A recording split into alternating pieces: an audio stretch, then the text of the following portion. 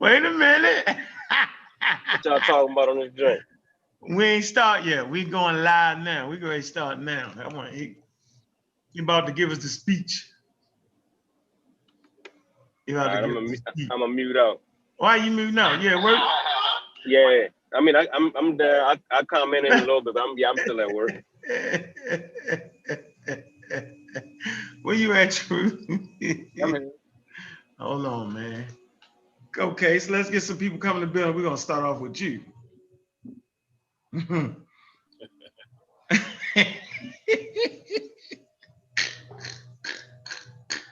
But you do bring up a very good point. When you take something away from a person, and we're human beings, right? And our liberties have been taken away. Being able to go outside and play and hang out and go to clubs. And you see how it's really messing us up right now, right? Really messing us up. Boy, I see you. What's going on there? And Nahisi, good to see you, bro. Always a pleasure to have you in the building. Hey, what's going on there, brother? All right, man. We going to get started. I see that. What is it? Afternoon hangout.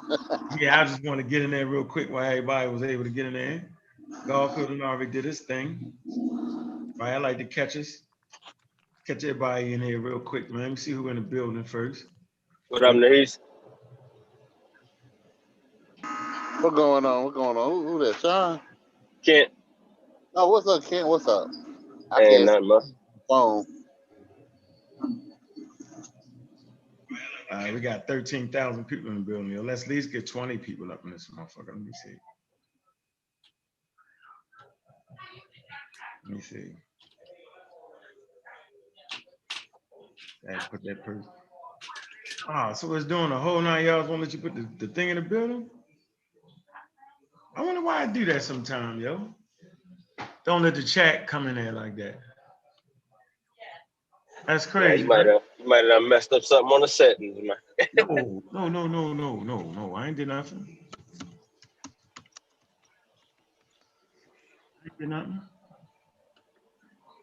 You ain't changed nothing from last show, did it? All right, there you go. It went through. It wasn't doing it on my phone.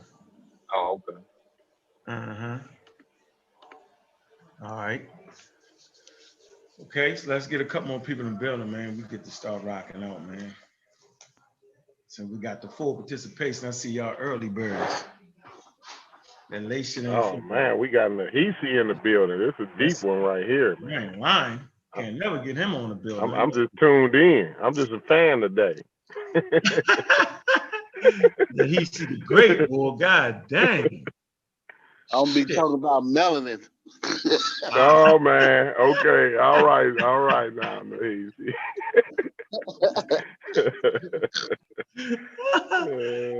Yo, Corey refused. You like, yo, man, I'm not gonna talk about no melanin, man. The melanin shit crazy, man. Who we got in the building? Yolanda. Hey, Dr. Africa said it stopped the damn virus from getting in you, man. So you don't need a vaccine. Anusha. Said the melanin got you. Ronald, what's going on with you? Ronald Brown. Lizard Brown. All right. Ricardo. What's up, man? Boy, from England. I see you. From bloody old England. I see you. Nappy Headed God. What up, yo? What up, yo? Pure Black. What it do? Mika. Miss Tiffany. Yeah, we ain't gonna have something that'll calling people bitches in this chat room, yo. He get immediately booted out this motherfucker immediately for disrespect. And when he did that? Don't worry about it. He ain't doing it. Don't chill. If you don't know about it, don't be about it. Hold on, man. I knew that would get you hyped. I knew that. Hold up, man. Hold up. I ain't hear about this one. I knew I would get you hyped up when that stop swinging the stiletto. Hey, I'm always down to tear down the black man. No, I was messing with you, man. You know how Saul get. Hell yeah. Tripping. All right, so let me see. Do we got our start? But we're not starting until 20,000. Oh, we got 22,000 people in the building, man. Okay. Black African power was good. Was happening. A well-organized lie defeats a disorganized truth every time. Woo-hoo-wee, man, y'all already know what it is, man. It's the Pseudo Killas on deck. Yeah, we come to do, we got to do, and we're going to do, we got to do. We standing tall, we standing strong. Pseudo Killas on deck. Nahisi, Pseudo Killer Official, Raw Squad, Mossy Clan Warrior. Man, what it do, what it do, what it do. Like African Power, what's going on to the family? Mossy Warrior, Rob Squad, Pseudo Killers. I'm just passing through today. I know you is, yo. Nahisi, one of them smart ass niggas make you mad when they get on your head. I remember you caught me out there. I ain't gonna tell him about it. I had me slipping on the Neanderthals. I'll never get that moment. I was like, you like, no. He was good. Oh man, dang. Yeah, I appreciate you, Nahisi, man. You've been an integral part of what I've been doing from the beginning, yo. I appreciate your loyalty. I appreciate the respect you bring to the game, because no matter who the fuck you is, if your ass is wrong, you're wrong, and you're gonna talk to him. And I just appreciate that, bro. That's a stand-up guy for me, yo. Appreciate that, bro. Appreciate you. All right, man. Hey, Truth Ministry, you're a funny dude. What's going on with you, Truth? What's up with you, bro? Pseudo Killer Official, what's up? Same old. Just here trying to have some fun. You know, learn something. All right, we gonna yeah, we're gonna have some fun. We're gonna start off with your ass today, having some fun on that. Clark Kent, what's good, man? What it do? What it do? Pseudo Killer Official, what's up? You ain't talking. You shit unmuted. Can I hear you? What You doing a funky robot, bro. You doing it? You doing a robot? You doing a robot? Here on this grind. You robot up, yo. We can't hear you, man. Hey, Chef, Pseudo Killer Official, what's going on with you, man? Is it muted enough? Is it? You can't country, man. I know. I can't hear All you. right. Oh, you on 2 channels? You tripping? Nate, Chef, where you at? I'm chilling. I don't even know what you about to talk about. You ain't even give us a warning. I know. We just going in. You gonna be able to get in exactly where you fit in. Okay. Yeah, well, I'm up here. You know what I mean? We all snowed in, so. I know you ain't got nothing better to do but get them time stamps on niggas' heads, man. Come on, man. Yeah, I'm with it. Yeah, time stamp these niggas. We got Farrakhan. Got him clipped up. I'll let you know we got Farrakhan already set up. No, I did Wesley. Oh my God. Wesley. Yo, this might be if we can't kill Wesley with his latest lecture, then he the Walking Dead. Him and Polite. We got so much information, like to refute them. Like they done made several outlandish claims. You feel me? Get on Polite here. We already got somebody. With Wesley already clipped up. Yeah. In a full feature movie already. I done seen it already. Just to let you know. It's gonna drop. He did. Yeah, he's done. Yeah, money been on his head. He done. Polite up. He up next. Hey, Concrete Corey. What's good, man? What it do? Pseudo Killer Official. What's up with you? Peace, man. Just coming through to kick it with the fellas. You know what I'm saying? We got an early show going on. I appreciate that, you know. The backpack's in the kitchen. Yeah, we no doubt. Ride on it early. Get them early. Just want to say peace out. Peace to the everybody listening. Peace to everybody in the chat and the brothers on the panel. You know. And just let everybody know, you know what I'm saying? A lie make it halfway around the world before the truth get out of bed and get his pants on. So let's get up and get it out, man. Ooh, that's the truth. Okay, so let's start with you, Mr. Truth. All right. So this is something we've been doing for a minute. All right. So talk to me, Truth. We trying to figure out what now? About the African spiritual what? Science, the what? African spirituality, bro. Science. Don't forget that word. That's what the common term that is being used today. Okay. So Let me do this. Let's say exactly what it is. It's got to fit in some way in here, right? All right, so we right here with it. We right I don't here. believe it. Yeah, we don't believe none of that. Not over here. Not on pseudo killers. So, but watch this though. So, let's see if African spirituality is fit for the space age. It's So, fetish. so I got that screen out here, right? So it says, religion is a social cultural system. Okay, so we can ride with that. So we know what it is. Meaning when you read the Hebrew joint, it's a social cultural system of some people living in the Middle East. And as they traverse and get involved with other people, just that simple. Like that's how you start your kids off with the shit. Simple. All right. Don't got nothing to do with the world, because they never was talking about the whole damn world. The shit was created in a time period where they only knew about their world. All right. And it says of designated behaviors. So certain behaviors. So what behaviors are we practicing in Africa now?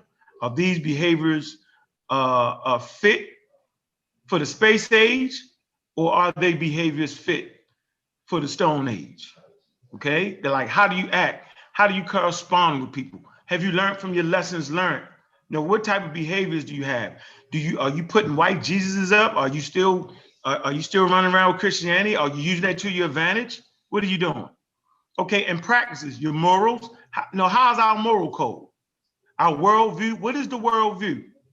Okay, text, sacred texts, sacrifice, sacred places, prophecies. We know the Masi had the Masi prophecy makes the Masi my favorite African group, because they say when the first Europeans come to land, boom, boy, you're done. That's one of my favorite prophecies. Ethnic or organizations that relates humanity to supernatural, transcendental, and spiritual elements. Whatever you think spirituality is, whatever you want it to mean, whatever. We know the word spiritual is a Christian term. All right, the Christians came up with that, and it fits them well. However, there is no scholarly consensus over what precisely constitutes a religion. And that's what I want to say real quick. I'm saying that your religion should be something that fortifies you and helps you maintain your sovereignty in this particular world. Anybody want to add something to that real quick? Yeah, what I was coming with was, I'm not talking about religion. You see what I'm saying? It's a big difference. When certain practices that come out of African understanding of spiritual, if I'm gonna call it spirituality, or say it. It's all good. So say certain things that come out of it. It's like, all right, you got a Egyptian god, right, called Men, right? Mm-hmm. This god literally it's not a god. You see what I'm saying? It's just an understanding. It gets you to understand that it's something inside of you that they call your sexual energy, and that if you want to, you could take control of your sexual energy. You can become a master of yourself. You don't have to go around running around spending your seed recklessly. You see what I'm saying? But it comes with practice and working on that discipline. It's all about disciplining the mind to work with the body. It's nothing to do with a god. It's actually. You said what? Go back to how you get on the spirit. What you say? It was an Egyptian god that what? Well, named Men. All right. And the principle behind Men, because Men is the black man is a black god, right? He's black, jet black, right? Really a spell it. Spell it, true. Yeah, he got the penis sticking up. That's the one you talking about? Yeah. That's why he's holding it. That's all right.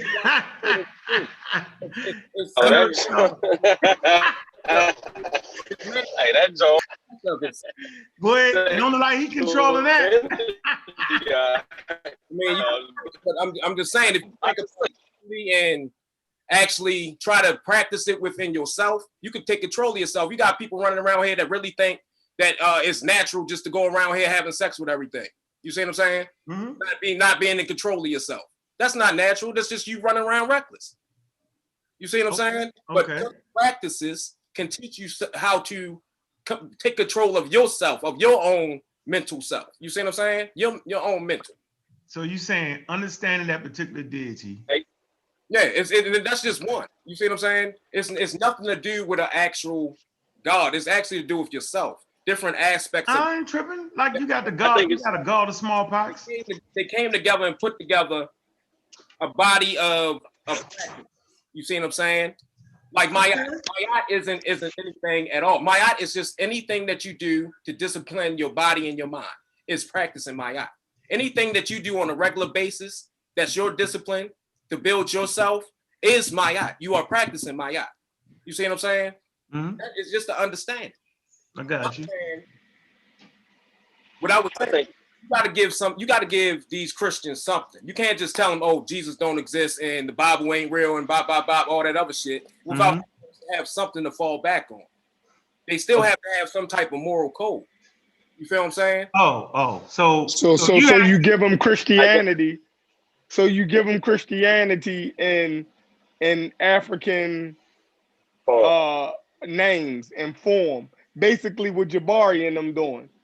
That's basically, you feel me? That's basically what you're saying. And we would say you gotta discard all of that. Well, I had a question real quick. Go ahead. Go ahead, Chef. My bad. No, go ahead, Ken. Okay, my question would be, okay, what's the natural number of people to have sex with? Because you say it's not natural to be out here sleeping with everybody. No, that's just no. What I'm saying is, if you understand certain spiritual disciplines, right, it teaches you that it's practicing self-control just to have sex with one woman.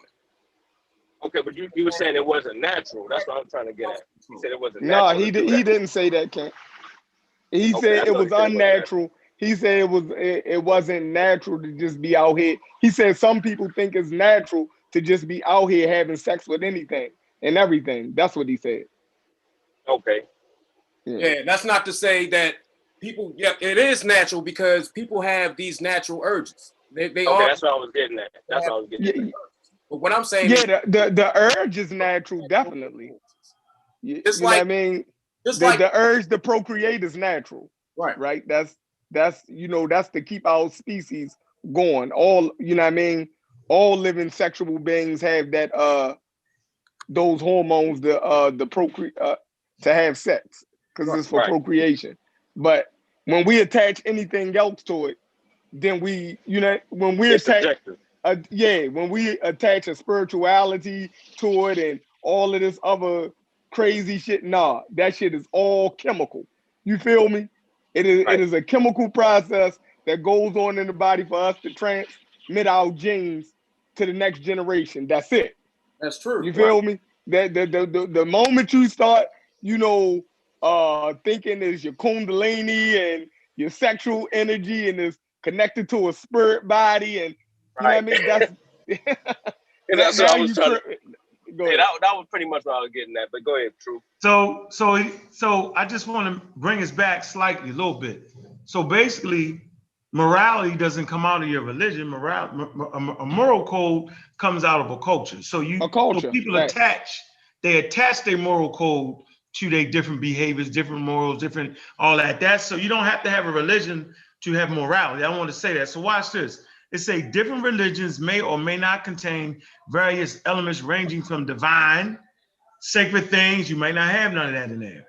Faith, your religion might not have no faith.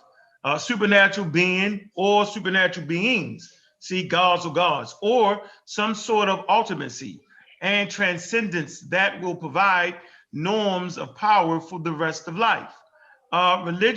Religious practices may include rituals, sermons, where am I? Commemorations. Sermons, commemorations, or veneration. Like you giving praise to deities. Like I honor my ancestors, like, you know what I'm saying, with my mother and my grandmother, my great-great-grandmother, those I met. I like to honor them. Deities or saints, sacrifices. Some people sacrifice, right? Festivals, feasts, trances, initiations, funerary services. What's this? Matrimonial. Marriages. Matrimonials, meditation, prayer, music, art, dance, public services, or other aspects of human culture. Religions have sacred histories, narratives. So when you read the Bible, you're reading a sacred history to a people.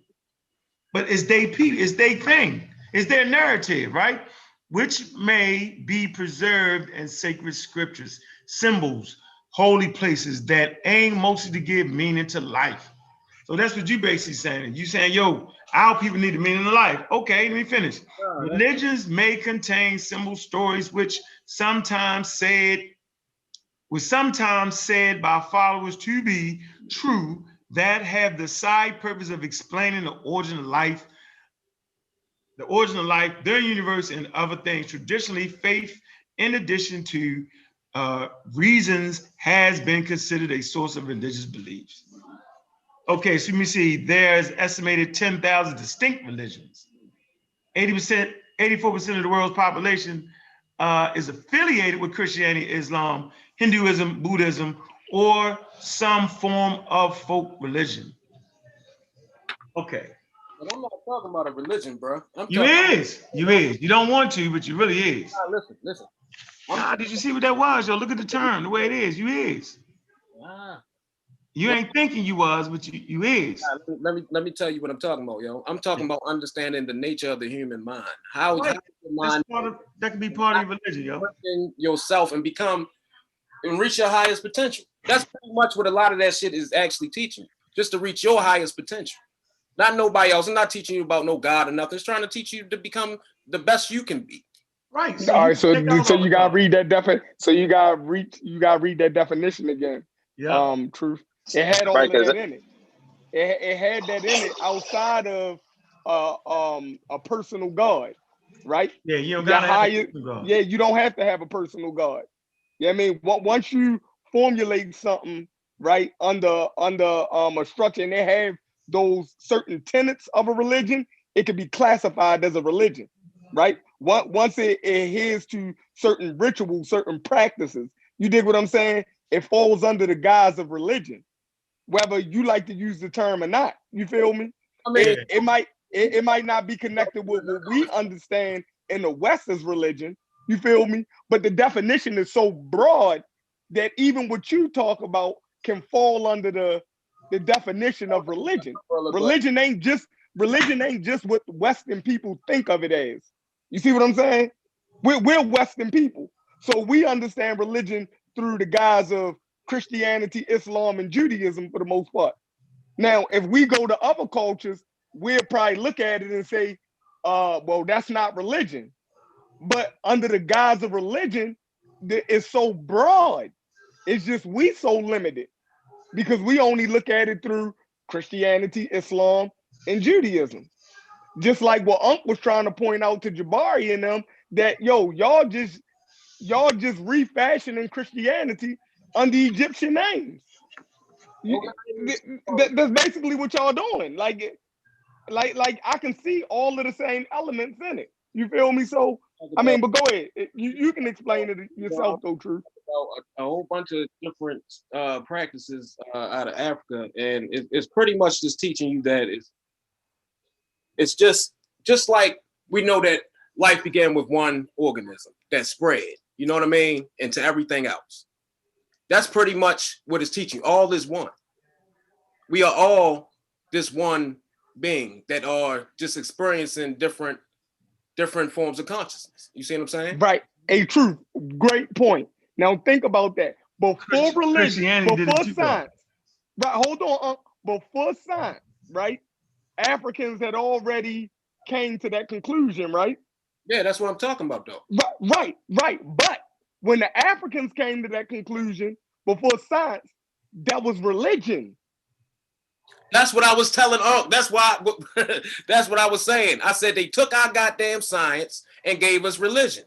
No. The Africans had that was religion. Yeah, they had religion. I said the European took our science, kept our science, and then when they during the slave trade or whatever, colonization and all that shit, they gave us religion.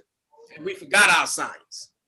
No, religion was already over there. They had that was their religion. Yeah, they had their own religion already. They couldn't explain it scientifically just because their religion you could coincide it with something in science don't mean that African meant the same thing that the scientists meant. The African is not saying the same thing that the African religion is not saying the same thing that science is saying.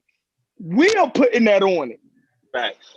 That's something that we do to try to make it sense with modern day, you know what I mean, science.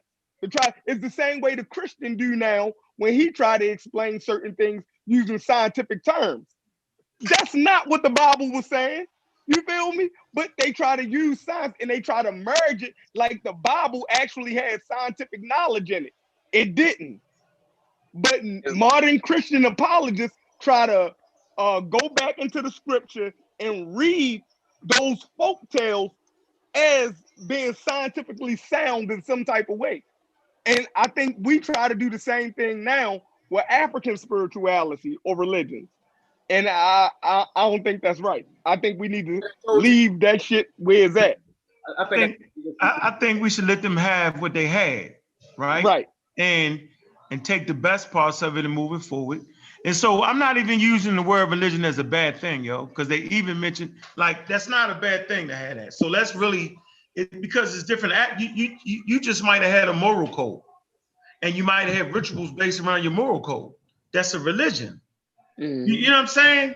So we kind of misuse the word religion like it's a bad thing. It's not a bad thing. It's just not. It's not. If you can put things, I mean, the African systems, man, help build strong foundation for the rest of the world. Yo, like, you know, when we say science, that's a modern thing right there, right? And I'm gonna show you something. I'm gonna show you, this is slick. Watch this. I'm gonna show you something. Let's deal with this is something you hear the bros talk about on the Mossy and I'm Raw Squad. So I want to deal with, let me see. I can go to the Rhyme Mathematical Papyrus, right? All right, and I can go to the Medical Papyrus. Hold on, watch this. I'm gonna show you something. I'm gonna show you how we was caught. We was trying to figure it out. Definitely trying to figure it out. Egyptian Medicine Papyri. Hold on, watch this. This is what you're looking for. It's a trip. Look, go ahead. Look at sage. Back in the day, they used to think it was like some evil spirits that sage would ward off and shit. Don't do it, yo. Don't do it. Nah, don't try that one. Don't do it. You about to say kill the bacteria? Let him do it. Kyrie Irving. Let him do it. When they kill the germs in the air, truth, that's what you about to say. So now Can't even let him talk. Going back, it was doing something. They were killing the what? Mentally, yeah. Oh shit. Then they didn't understand. You know what I mean? They ain't had microscopes and shit like that. They didn't understand what it was. So, like you said, like you always say, they attributed it to God. You see what I'm saying? It has to be something supernatural. But come to find out, it was really airborne bacteria that sage was killing. But I don't think they knew that though. True, they didn't know that. You gotta source up on that though. Yeah, they didn't know that because they didn't even know that bacteria probably even existed back then. I'm guessing, but I don't think they did. Spirits. They thought it was spirits. They thought people was getting sick because of some type of spirit that was entering them. So they would burn the sage to ward off that spirit, and it would work. You know why it would work? Because the spirit was never a spirit; it was the bacteria. Yeah, you gotta source that one up though, yo. That was making them sick. Yeah, hey, truth. You that's an incredible claim, yo. You gotta source that. Yeah, that's reaching right there a little bit. Yeah, you gotta. Yeah, we need to read that together on the show and see if we seeing the same thing on that one. I got you. I'm gonna get it right now. All right, go get that. Yeah, I'm not saying you wrong, because I've heard it. I've heard him say it. I've heard him say it kills the bacteria there. Yeah, I've heard it. I swear I heard it, yo. But hold on. I heard of potatoes, onions, all kind of shit supposed to kill shit in the air. Trauma examine each of description.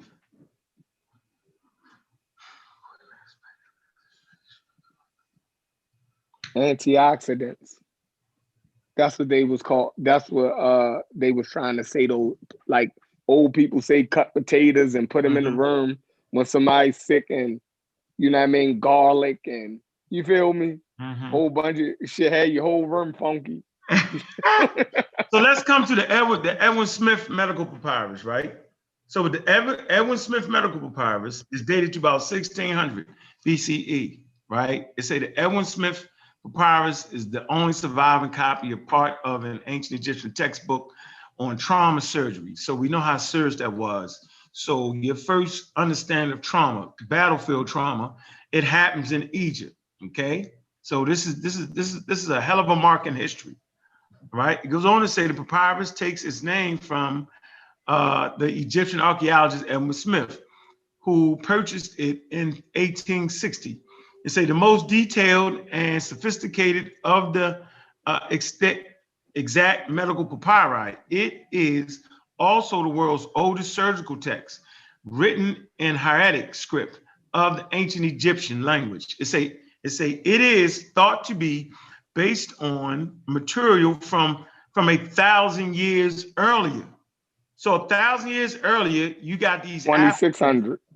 Yep, you got these Africans actually, you know what I'm saying, you know, dealing with some sophisticated thought and medicine. See, no one's disputing that. But watch this. It say the document consists of 22 pages, 17 pages on the retro and 5 pages on the verso. It say 48 cases of trauma and examine each with a description of the physical examination, diagnosis, treatment, and prognosis. All right, so this is where they're getting all this from today, learning that. So you remember science builds on science. Watch this. An important aspect of the text is that it shows that the heart, liver, spleen, kidneys, uterus, and bladder were all known to the Egyptians, along with the fact that blood vessels were connected to the heart. The entire translation is available online. So look what they did. Like that's amazing, right? But guess what? As you read on and go into it, they also had parts of this papyrus that they had prayers on it. Now, the important part I want to make here is that they didn't actually, when they was doing their medical things and they was actually giving you the treatments, before that period, they was actually mixing in the prayer, right? But in this one, they kept the two things separate, but they still had it on the same goddamn thing. So at that point, they was trying to grow, but they couldn't get away from the quote unquote prayers and the spells. They just couldn't get away from it. Like, so imagine right now, your doctor say, yo, here, take this script to the pharmacy, and on that joint, you got John 3:16 on that motherfucker. You be like, God damn.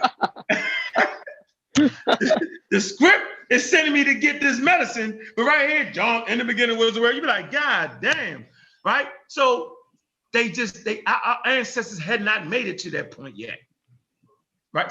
They was on their way, they just didn't make it. When you start to get to the medical science, when you start to get to modern science, is when they say, nope. People today will not modern science for separating that. I'm saying that's a good thing that they separated, not to get the shit all mixed up. I think that was important time in history. I think our ancestors pushed humanity in that direction, but they just didn't quite make it. You can go to the Rhine mathematical papyri, where you get the first glimpse of the scientific method. So how do you know all things? You know all things by doing what? You know all things by studying math. We know in science, math is a tool of measurement, the whole 9 yards, so you can get the goddamn facts straight. Math is very vital to knowing all things. So our ancestors understood that. They give you the whole mathematical powers, the way of knowing all things through math. It's crazy. But, you know what I mean? So for me, to go back to that point in history, we hadn't separated that yet. I think that's dangerous in a world that has separated. I think it puts you behind an 8 ball in the world that has separated. And you see the nations that are the most religious like the Muslims, they get bombed out every day. Bombed out every day. Like if you in Mecca, yo, when that clock go off, go ahead. Go ahead, chef. Tell them what they do if you're in a Muslim country. What happened? What they do? Turn on the what? What, the prayer? Yeah, all shit got stopped. Yep. I don't care if you late for work, Go and get your damn kids. Better hit them Oh bricks. yeah, shit stop. Shit stop. The stores closed. You feel me? They put signs up, you know, out for but they already know the time. You feel me? I don't care what time it is, shit stops. All day, you know what I mean? So that's crazy. You know what I When they mean? doing all that for nothing. Nah, they For some doing it for spooky shit. that's their culture though. But they doing it, that's their culture though. That's why they But doing it's it. spooky though. But it's spooky though. But is it beneficial in a world that don't stop? No, It not at obviously all. ain't giving them an advantage.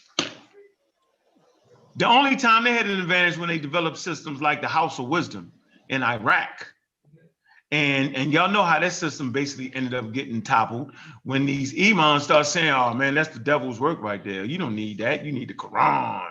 And they refocused that. They ain't reached the golden age since then. But that golden age, if we be totally honest, the damn what you call it, yeshivas, the Jews had a big part in the Bayat al Hikmah, the House of Wisdom. Yeah, facts. The Jews had opened up contemporary schools that in Iraq that led to the House of Wisdom. They did most of the translations of Greek texts, you know what I mean? Before the Arabs even had the knowledge to read Greek, the Jews was translating those works for them. Like, so it was like America. Baghdad was like America at the time, right? Everybody was coming there. So we just can't give it had a Muslim what you call it? It had a Muslim money and government over top of it. All right, thank you. But yeah, but it was India. You had Indian scholars. You had China played a big role in that. Far as wise there say it again, yo. Hey Chef. What? I see everybody know you used to be a goddamn Muslim. You said that shit slick as a motherfucker, yo. What's the name of it again, yo? It ain't the House of Wisdom. What's the name? Go ahead and say that shit, yo. The Bayat al Hikmah. Yeah, see what I'm saying, yo? Only him would come up with that. But that's exactly what it is. It's called that. I said to be the House of Wisdom, right? But their real name, I can't even say the shit. Yo say it for real. And that's it. Okay, so this is doing, watch this. This is the funny shit, right? That the House of Wisdom is actually during the age of the Arab conquest, right? Mm-hmm. Simple as that. Is when they was taking everything. And so when black people be talking the Moorish shit, I be saying, but wait a minute, yo. So like when they say, yo, we brought the Europeans reading and writing, whatever, nigga, that shit is in those translating houses. Mm-hmm. Simple as that, where they translate these. The part that get me is why is y'all translating packing text and getting science and information and then adding to it if a nigga's supposed to be a pagan. You know what I'm saying? Like it ain't the Quran. This is pre-Quranic shit. You know what I'm saying? And you'll find out that the Quran was kind of made in those periods too, if you really look at your shit. Right? It's crazy. So they got Greek philosophers. They got my fault. You have Muslim philosophers that they called them Platonists. I got a few books on the subject. Mm-hmm. They was learning about Plato, Aristotle, Socrates, and them, and they was taking that information and they was building on that shit. It's in the Quran. You have the wisdom of Luqman in the Quran, a whole chapter. It's pre-Quranic, and they know it is. You feel me? Mm-hmm. Luqman was actually an African slave, right? They more than likely they believe he was what they call an Abyssinian. They was calling them Abyssinians back then. But anyway, his work ended up in the Quran, and we know that his poetry predated the Quran, and it's in the Quran. So if all right, the thing is with the House of Wisdom or those translating houses, it just wasn't in Baghdad, right? You had Cordoba in Spain, right? Mm-hmm. When those Arabs created caliphates in Southern Europe. They got a lot of that information from the House of Castile, which was the Spanish royal court.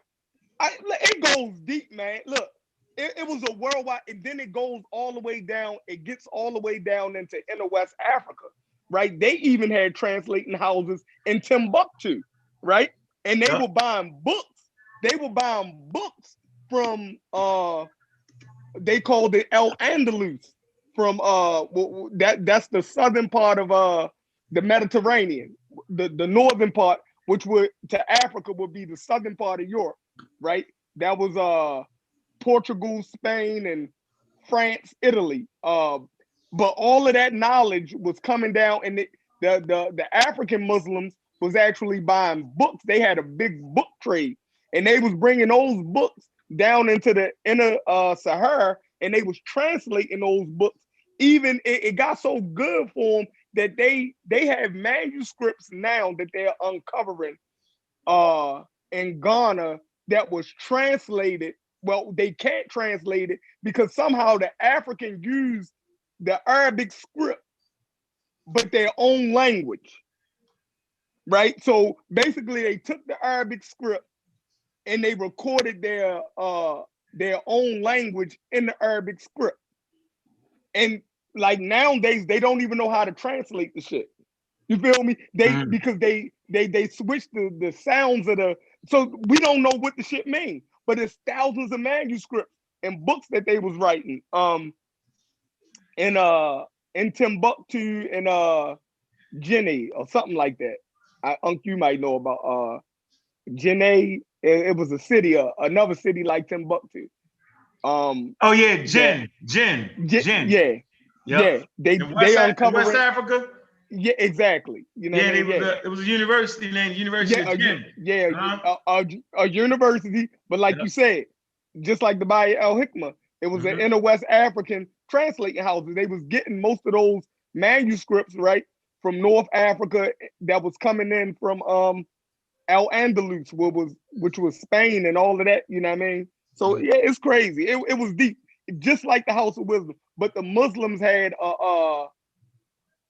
they were just transferring the information at that time. They had the money. They was moving the information. Can't hear you. All right, go ahead. My bad. Yeah, the whole Muslim world had benefited off of the Muslims, but they end up turning back in on themselves. They end up letting their religious leaders start to call them heretics for studying certain things. So after, you know what I mean, after a 600-year growth, you dig what I'm saying? It came to a halt. Preaching halt. It's just like if you have the wrong president, we see this now. The wrong president could send your shit, all of your, man, is whoo. Like, yeah, our shit ain't set like that though. We ain't gonna let that happen. No, we're not gonna let, but you can still see the effects of a regime that come in that don't value science the way that a previous regime did, because it's about what you're gonna put money into, right?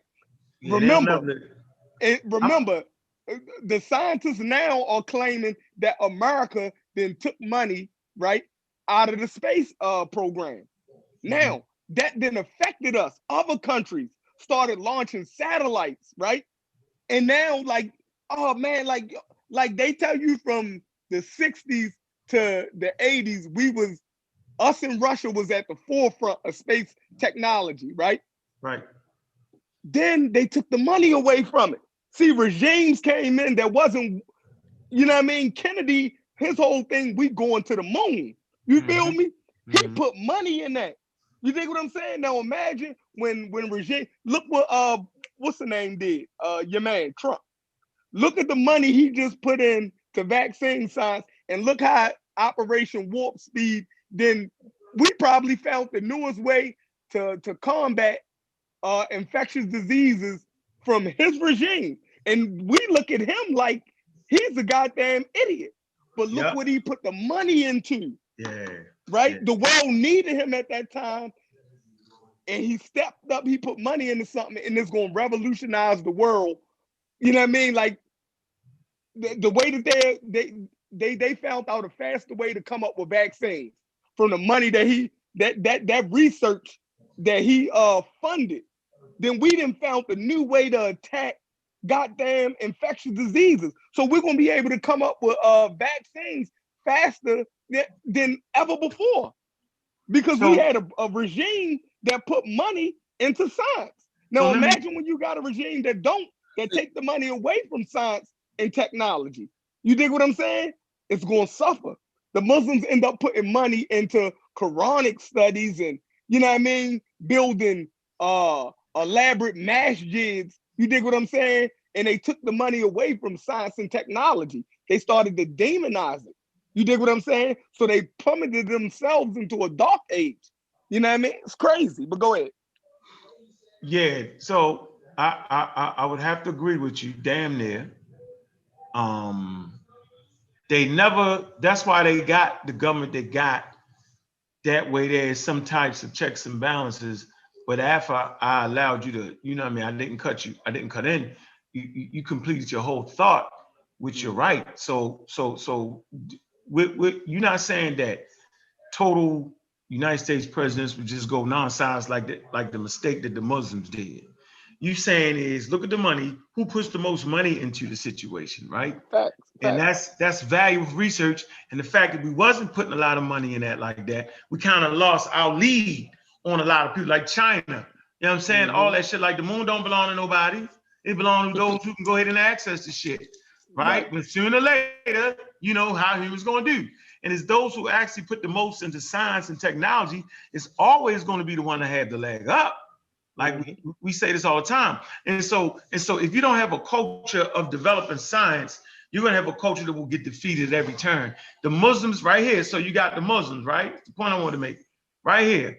The early Muslim conquest, also referred to as the Arab conquest and the early Islamic conquest, right? Watch this, began with the Islamic prophet Muhammad. So they started a thing with a religion. So what did the religion do for them? It brought them together. It put them on one page, meaning those who had the same type of cultural identifiers, right? He just simply brought them all together under the banner of religion. So if you talk about doing something like that, that's a little bit different right there, right? Now watch it. In the 7th century, he established a new unified polity in the Arabian Peninsula, which under the subsequent, Rashidim and Umayyad caliphs saw a century of rapid expansion, right? So they, let me see, a resulting empire stretched from Central Asia, Indian subcontinent. That's why they got Muslim there. Look, you can look where they conquest because you can see where Islam is. Across the Middle East, North Africa, the Caucasus, they got Muslims over there. Y'all didn't know that, did you? Sure do. And parts of Southwest Europe, Sicily, Ibn Peninsula, what's this, Pyrenees. Ibn Gibbon writes in the history and decline of the fall of the Roman Empire. Under the last Umayyad, the Arabian Empire extended 200 days journey from the east-west from confines of Tartary and India to the shores of the Atlantic Ocean. Man, it's right here, y'all look, boom. There you go. See that? That's their empire. You see what Baghdad is? Right up in here, some goddamn way. All right up, no, up in here. All right. So how did those books get to Europe? They coming out of the translating houses, man. So who controlled the expansion? The Arabs did. Moorish Empire, right? It's not called the golden age of the Moors. It's called the golden age of the Arab expansion. It's called the golden age of the Arabs. Whenever you hear golden age, they're talking about when you have leaps in science and technology. So when you make the mistake and say the Moors brought education to Spain, it was the Arab Empire that brought education, some education, right, to the quote unquote European empires, because Europe at those times they was in the dark age. Now, what does it mean to have a dark age? We all messed that up. A dark age don't mean that they was running around crawling on all fours. That's never what a damn dark age meant. It simply meant that they had stopped transmitting their history through written literature. They don't find written literature at that time. If you look at the quote unquote Vikings, right, when they was ransacking these Europeans, Brits, right, the Visigoths, the French, and all that, before they even had the empire, they was actually in barns and shit at this time, right? Rome was still Rome, but the Roman Empire had fell. Okay, this was a century of learning the Roman Empire, where they was moving forward. Greek information and adding to it, and reading and writing was flourishing, and math and science, that shit was flourishing in the Roman Empire. But when the Brits, right, they wasn't even the British yet, it was the Brits, okay, and the Gauls, you know what I'm saying, they were later on be the French and all that. When they ended up taking the Roman Empire, let's not forget the Mongols, what's his name? Attila the Hun. Genghis. No, my fault. Genghis Khan. Yeah. Genghis Khan, right? Genghis Khan and all of them helped destroy the Roman Empire. But the shit was eroded from the inside based off of them fighting those Germanic tribes that would later on become your Fritz and the Brits. Britannica, that area, right? They called it Britannica. You know what I'm saying? These dudes was living in the forests of Europe and they was out there daggone mind. You think the Romans was the barbarians? Nah, dog. Though they was the Romans was saying they the barbarians. The term barbarian means those who don't follow Roman customs. That's what they really saying. Okay? So you got all these people that end up sacking the Roman Empire. Now watch this. Be careful what you ask for African Americans or those who want to be whoever the hell they think they're gonna be in America. Make sure when you take this motherfucker, you be able to administrate and run this motherfucker. Because the quote unquote barbarians, they couldn't administer the Roman Empire. They couldn't keep the trade routes open. They couldn't keep the roads going, and they couldn't keep the literature going. And so it was done at that point. So this is why we call it the Dark Age. So by the time the French and all of them start coming up, they knew about Christ, right? But they couldn't read this shit in Rome. They couldn't read this shit.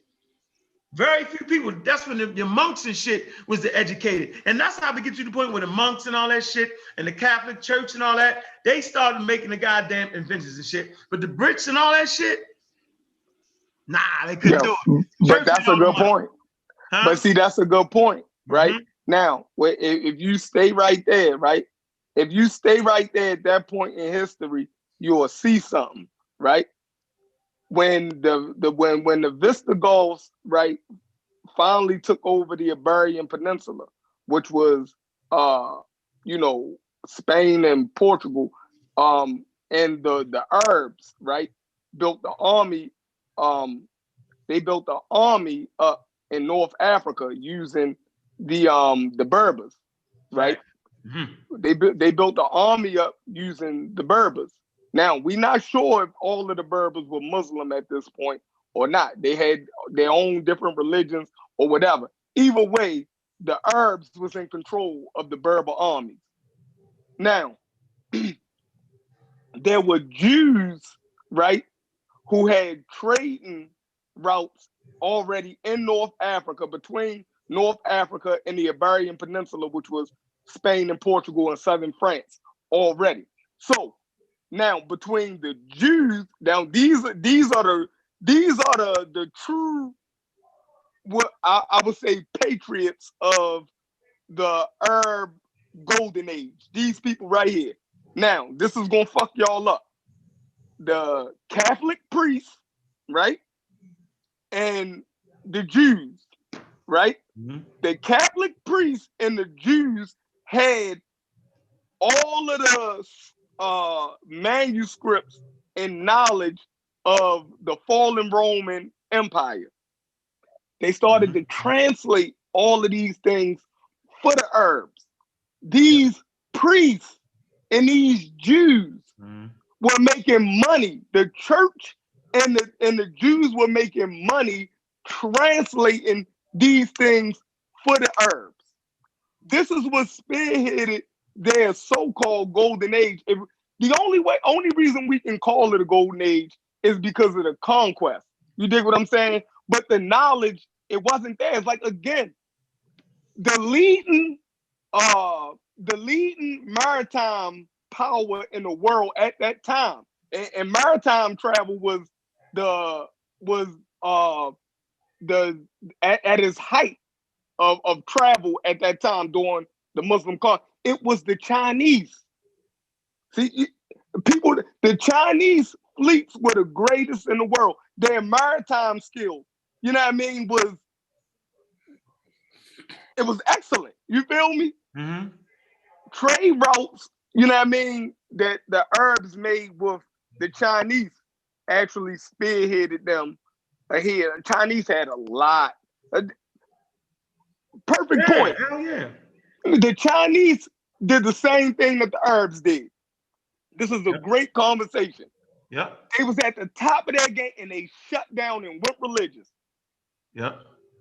And the same thing that the goddamn Arabs did. You feel me? That's a warning. Now, we know that the Africans did too. Because they killed them. Yeah, they killed them. The Africans discovered iron, right, before or at the same time the rest of the world did. No, you can go to, man, it's in Dr. Ben's work, Africa, Mother of Western Civilization. Damn, yo, come on, yo, help me out here, man. It's in, damn it. Oldest spoke mine, the oldest iron mines you found. It's in Africa. They didn't take advantage of it. But go ahead, though. They didn't take advantage of it, right? When everybody else, you know, when they could start making weapons, right? And technology made out of iron, having that, their religious leaders, you know what I mean? Fucked it up. You know what I mean? 300, 400 years later, when armies equipped with that iron came up against them, they ain't have a chance. You feel me? They ain't have a chance. Same way, you know what I mean, with saltpeter mines, right? Africans was mining saltpeter in Iraq, right? Facts. And these people, you know what I mean, a lot of them people went back into Africa. Why didn't they take that knowledge? Yeah, why didn't they take that knowledge? But even I don't know if they did take the knowledge back. Either way, the African society didn't implement the use of that, you know what I mean, of using saltpeter. And they had them in the saltpeter mines. Yeah, they had them in the saltpeter mines. Did. Yeah, exactly. So they knew, you know what I mean, the component how to make gunpowder. You dig what I'm saying? This is, man, like, yo, so man, your religion and culture can be a problem if that shit is not checked, yo. That shit, like, yo, you can count from the Chinese to the Arabs to the Africans, their religion at one point in time then held them back. So it's No, that's what killed. I'm telling you, yo, that's why the first video I ever did in my life was called Conquered by Religion, yo. When I professed to the world, I'm an atheist, anti-God.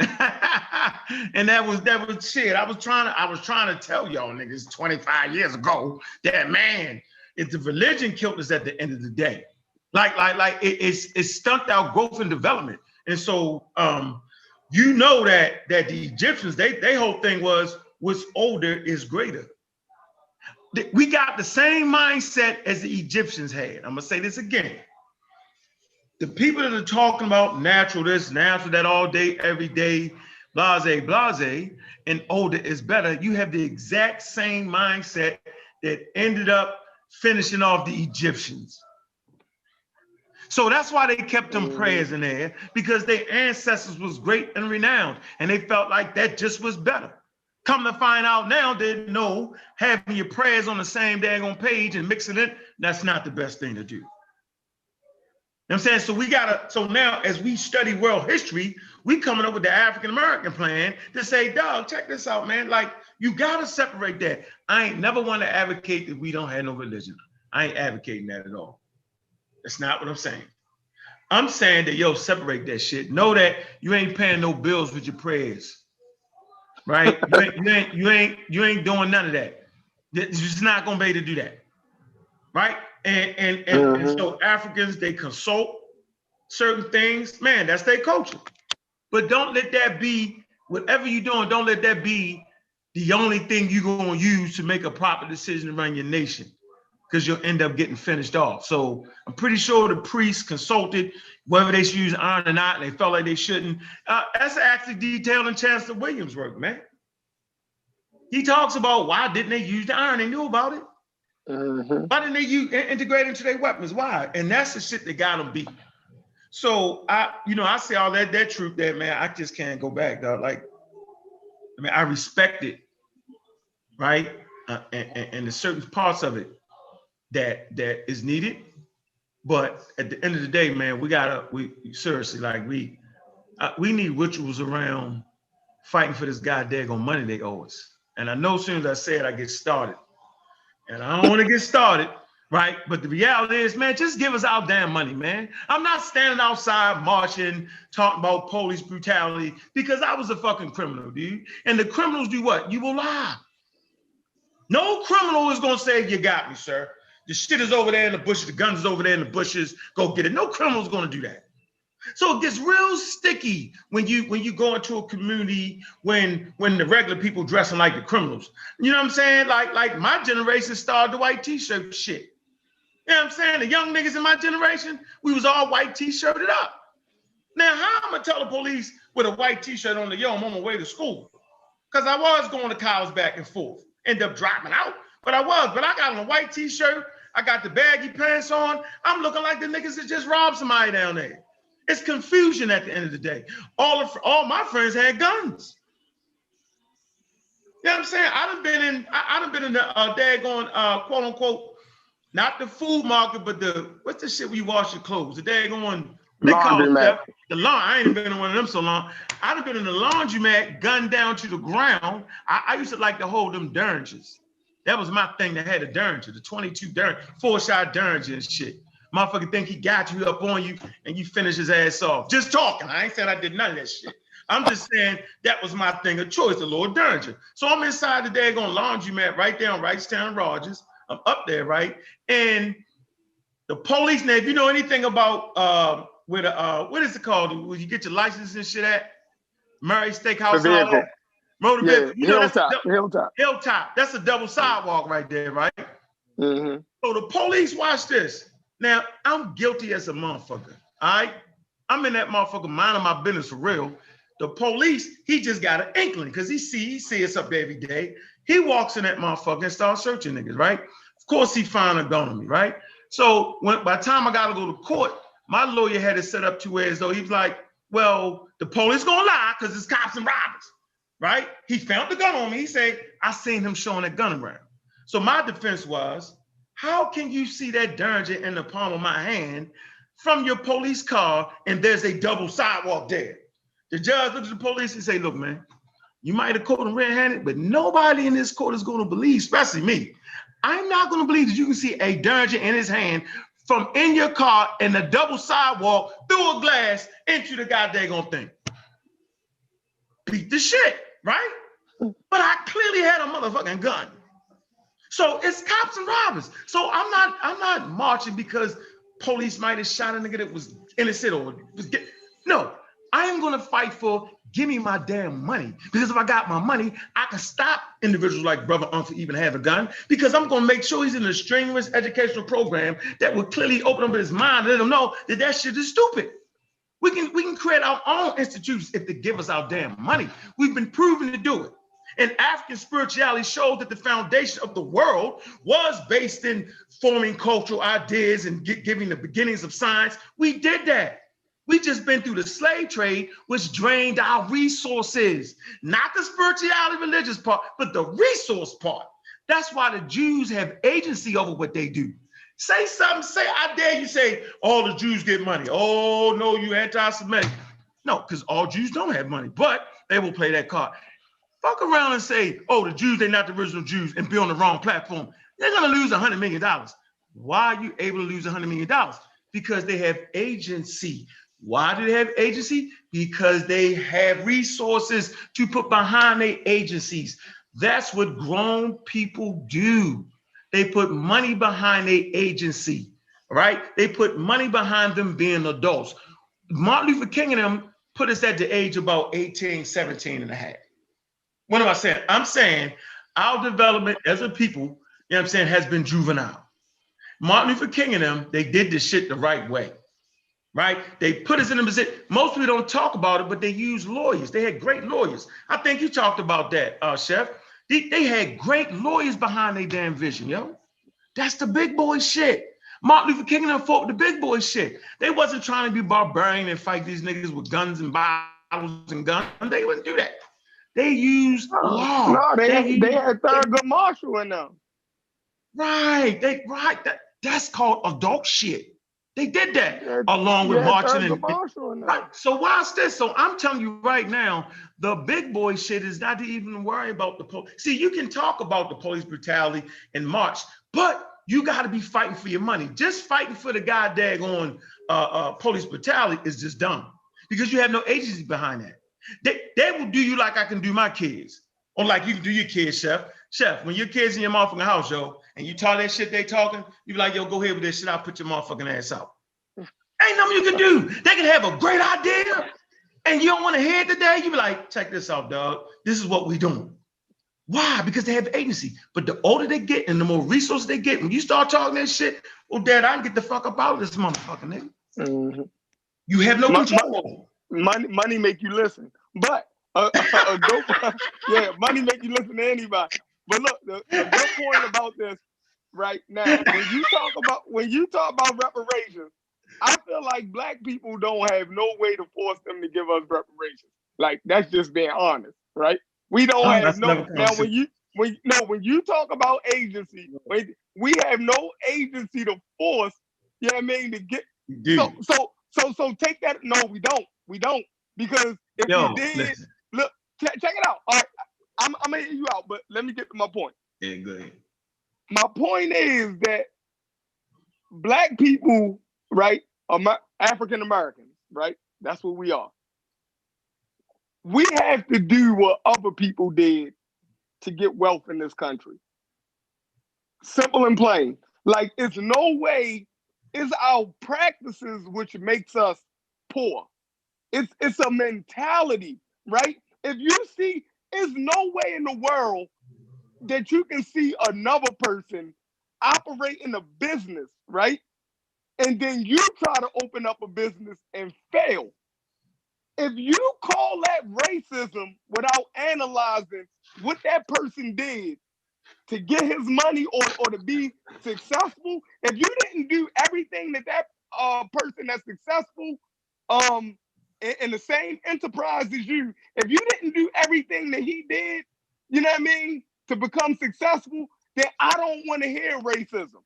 Because until you exhaust all other avenues, you can't scream race. Now, if they stop you and say, yo, the reason why we ain't letting your business thrive is because you black, then I say, nigga, that's racism.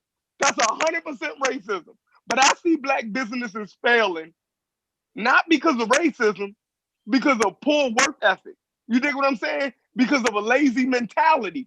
You know what I mean? You can't take that shit off the fucking table, yo. You can't take that off the table and then scream racism. If we buy a black, I got a question. Go ahead. Nah, man, you cut him in when I want to say something. You dove right in. You don't got a question. You doing the divine shit. I got a question. You don't got no question. Let me say this, Sean. I don't agree with you, Chef.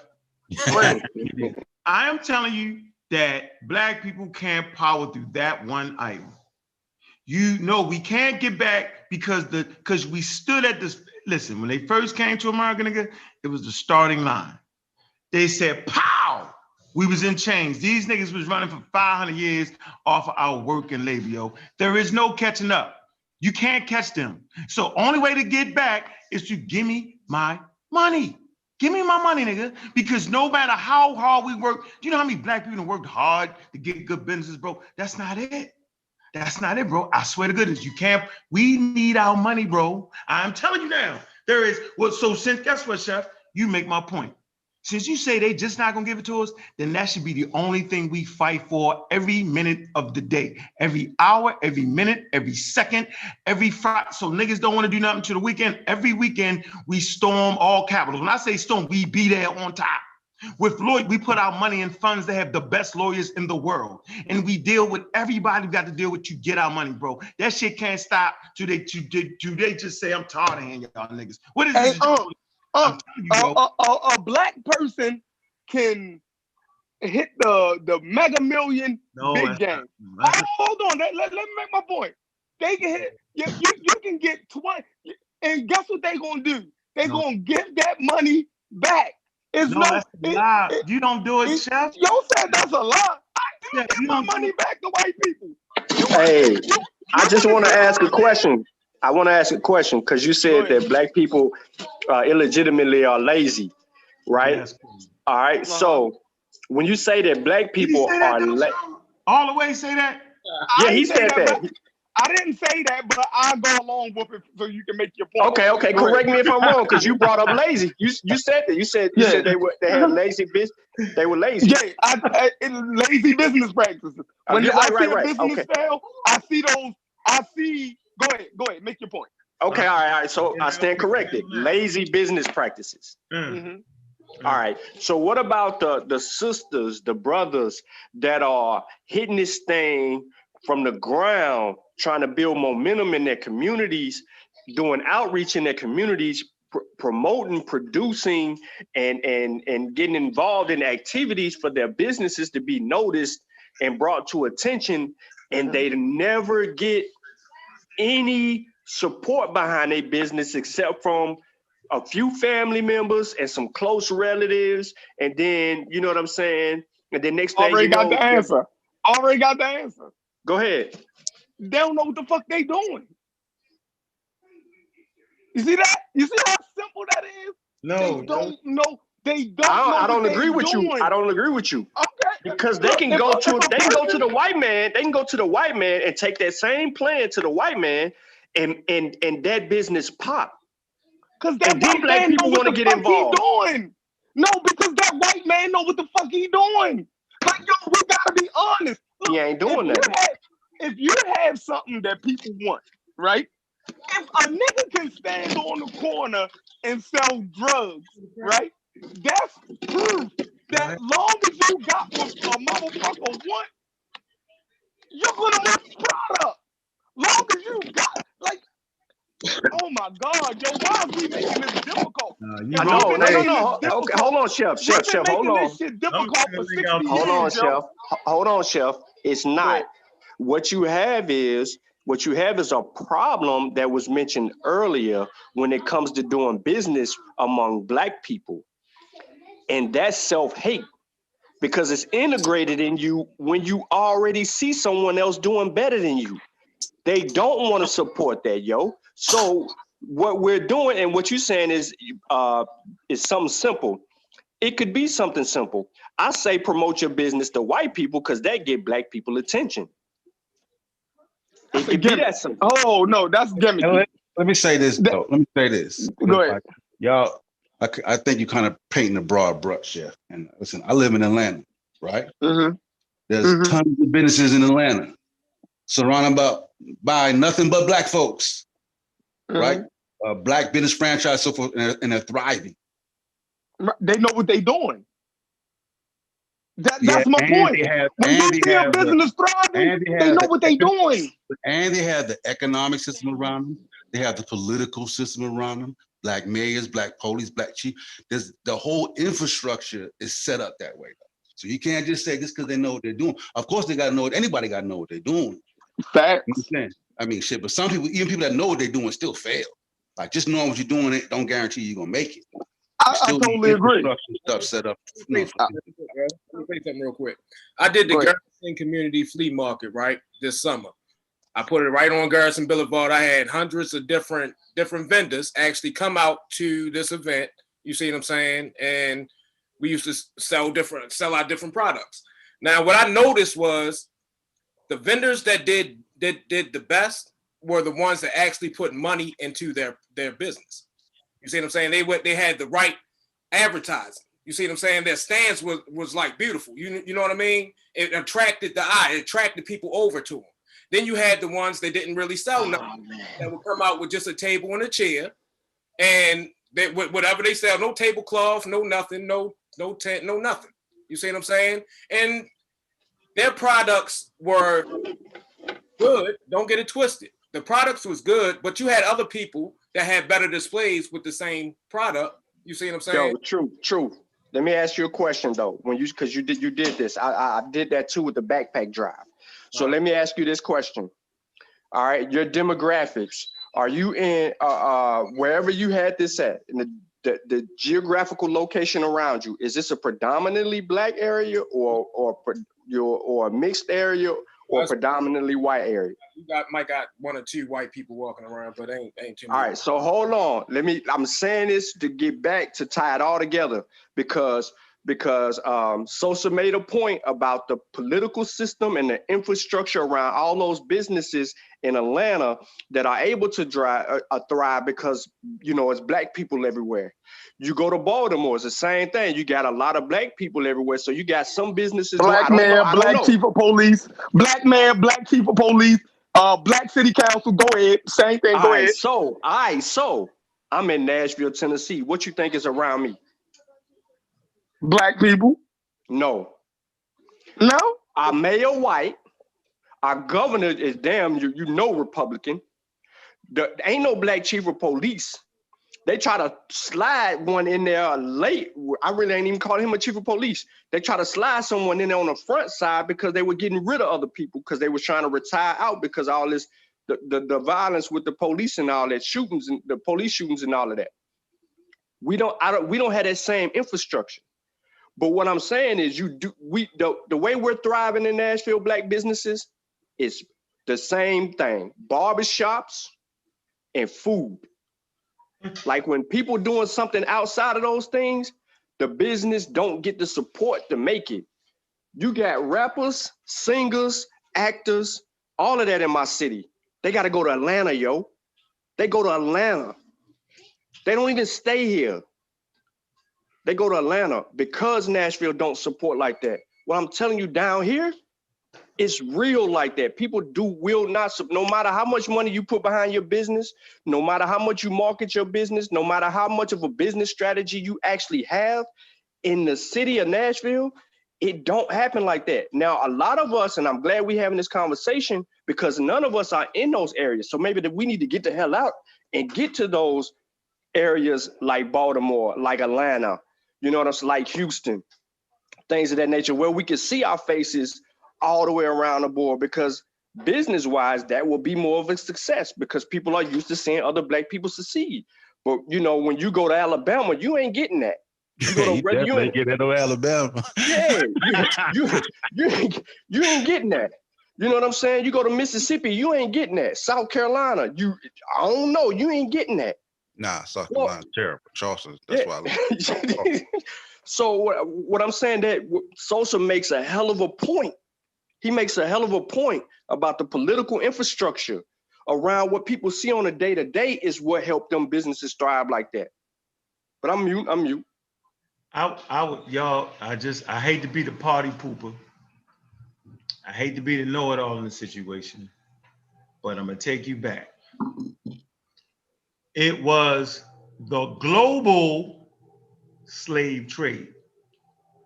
Globally, different factions of Europeans made quadrillions of dollars off of the backs and labor of our ancestors.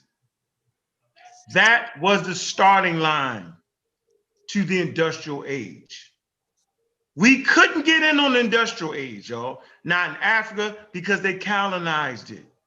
And even when they colonized it and we got our quote unquote countries back, they left us with their religion and their fucking language, and they left the infrastructure there that we couldn't even fuck with. Couldn't even build it out. You can look it up. Yo, all the infrastructure when they gave us our quote unquote apartheid and all that shit, when we got our thing back, I dare you, look at the CIA fact book. You'll see French as governing languages in African nations. You'll find English as governing agents and all that. Our infrastructure, it fell because we couldn't even fix it. We didn't know how. And it was our labor, the rubber industry, Leopold, the retarded, rubber. Like, let's get this straight. They lined humanity up on a line. They said, pow! We tried to run, the chains was on us. The guns was on us. We was done as they ran to the industrial age without us. Off of our labor, off our intellect. They used every part of what we did. Not to mention they had intelligence too. They used African genius, European genius, and did all of that off the backs of our ancestors, y'all. All the great inventions we had, it's so much shit we did, y'all don't even know what we did. But all that shit went to European countries. It did it for 500 years. We still on a chain, then they let us free. Really, it wasn't no cell phones. Nigga, you didn't even know you was free for how long? Black people right now, watch this. Black people right now don't know they free. That's why y'all talking about they gonna kill us. They gonna kill us with the vaccine because you forgot that you was free and you could build an institution, an independent scientific research team that could check your fucking vaccines. But you thought you still forgot that you free right here. Only a non-free person would say, they're gonna kill us, sir. You know, like when you couldn't read, you like, I don't know what's in that book. Yeah, y'all act like that now. Pow! Industrial age was created. The Africans wasn't in it. We was fueling the industrial age. There is no catching these people. Then you get the Jim Crow where my mother couldn't use a bathroom because one was a white, one was a black sign. Really, dog? Then after that, we get you to quote unquote Martin Luther King and them. They can't even walk down the street, you know what I'm saying, on the same side of the street without busting their head or getting quote unquote murdered because you looked at a white girl, she looked at you and played you and said, I'm yelling rape. The whole daggone, the whole city they burned down, Tulsa, Oklahoma, was based off a crazy white woman acting like an elevator operator actually did something to her, which he didn't do. You know what I'm saying? They use anything. They killed all the leaders. This is not an excuse. This is what happened. Fear. The Nation of Islam, from that point forward, taught fear. Taught you the doctrine of fear. I call it the blackology. The whole, this nonsense. No science in that shit.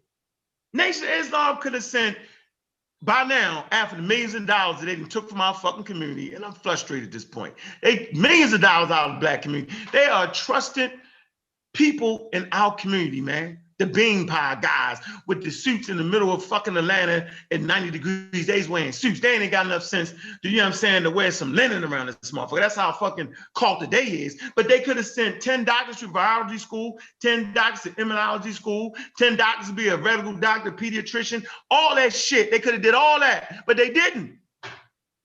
They could have told our story through evolution like we were supposed to. They tell our story through Yaku. Come on, man. All this shit is coming based off the fact that we was chained up for 500 years, then we was Jim Crow'd up, and then we go through the quote unquote Martin Luther King where you couldn't even sit on the goddamn bus where you wanted to sit at, dog. Now, all of a sudden right? Martin does a great thing. He unifies us, right? He unifies us. We do our thing.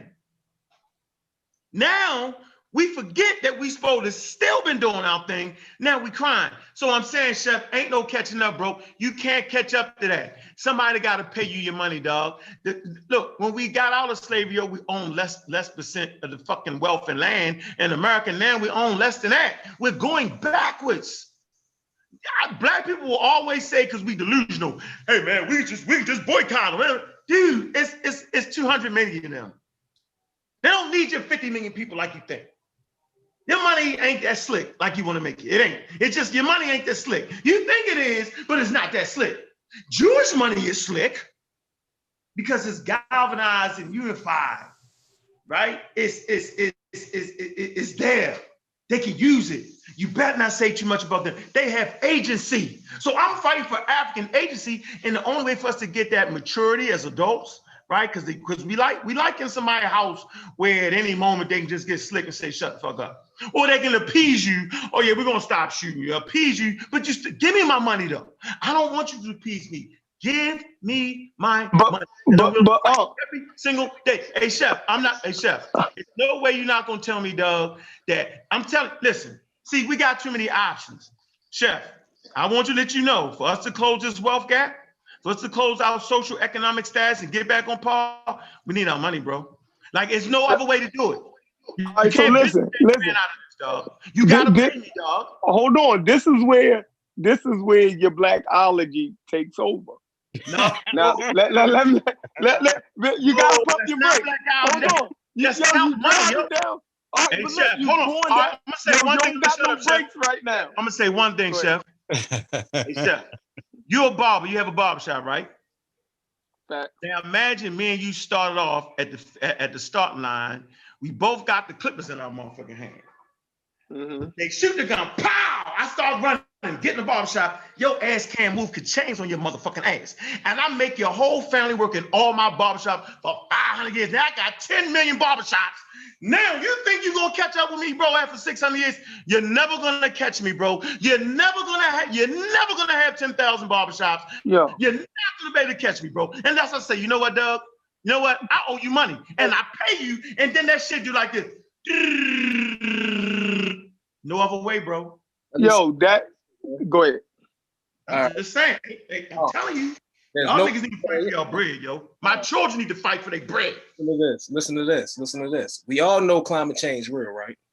Yeah, of course. Now, we know that certain areas are going to heat up. The way they're projecting, the United States might actually heat up to where as though it might turn into a desert, to where as though most of the prime area is going to be in Canada.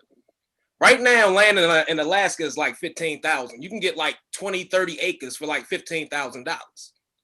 What I'm saying is, since we know climate change is real and eventually people are going to have to migrate to different climates, you see what I'm saying? Because certain climates are going to get hotter. You see what I'm saying? Why don't we grab the land now while it's cheap? And then when these motherfucking Europeans come try to buy it, you see what I'm saying? Because they're going to have to migrate. You see what I'm saying? They're going to have to. Now when they come into these areas that we have bought, they got to deal with us. You see what I'm saying? They could take it. Listen. We ain't in no position. All right, so check the move. This is where blackology, it has good intention, right? What? Yeah, check it out. Now, when I tell my children, right, that the only way that they can that they can close the wealth gap. That blackology a pump fake though, Chef. I think that's a weak excuse, bro, because you got to get out of your worldview to experience everybody else's before you say blackology. No, let me explain. This is directly at This is directly at what he just said. That his whole spill that he just gave. I ain't talking about everybody else. I'm talking about what just said. I ain't blanking in it or nothing. So check the move. If I tell my child, right, if I pass this over to another generation, say the only way we can close the wealth gap is that white people gonna have to give us, this country is gonna have to give us this imaginary reparations that they owe us. Simple and plain. That's the only way. Yo. Hold on. This imaginary. You know they had a couple of niggas like you saying that, talking to Martin. Hey, boy, you know you ain't gonna be able to get that. We ain't gonna never be able to ride on white people. Look. You don't use this. You don't use this train of thought with nothing else. When it comes to science, right? When it comes to science, you say, if we talking about biology, you go to the experts, right? So check the move. So when you're talking about motherfucking wealth and stuff, then you're supposed to go to an economist. So What tell would the me. economists say? Hold on. So you got to tell me what the expert, right? Like, you have to tell me what, in business, is it in the school of business? Do they teach somewhere that black people can't be successful in business because of Did I say that? slavery Did and I say Jim that? Crow? No, but the way that No, you I never blanket said it. no, But I never said that, yo. That ain't what I said. I said for us to have agency over our thing that we've been doing for 400 years, we need our money, yo. I'm telling you, bro, we need to be able to have social structures, and that take money. Man, come on, yo. I live above Northern Parkway, bro. What's the difference between below Northern Parkway and above Northern Parkway? The people above Northern Parkway have agency, bro. The people below Northern Parkway don't. That's the difference.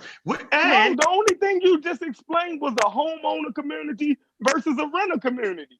That's man, you neither white or black.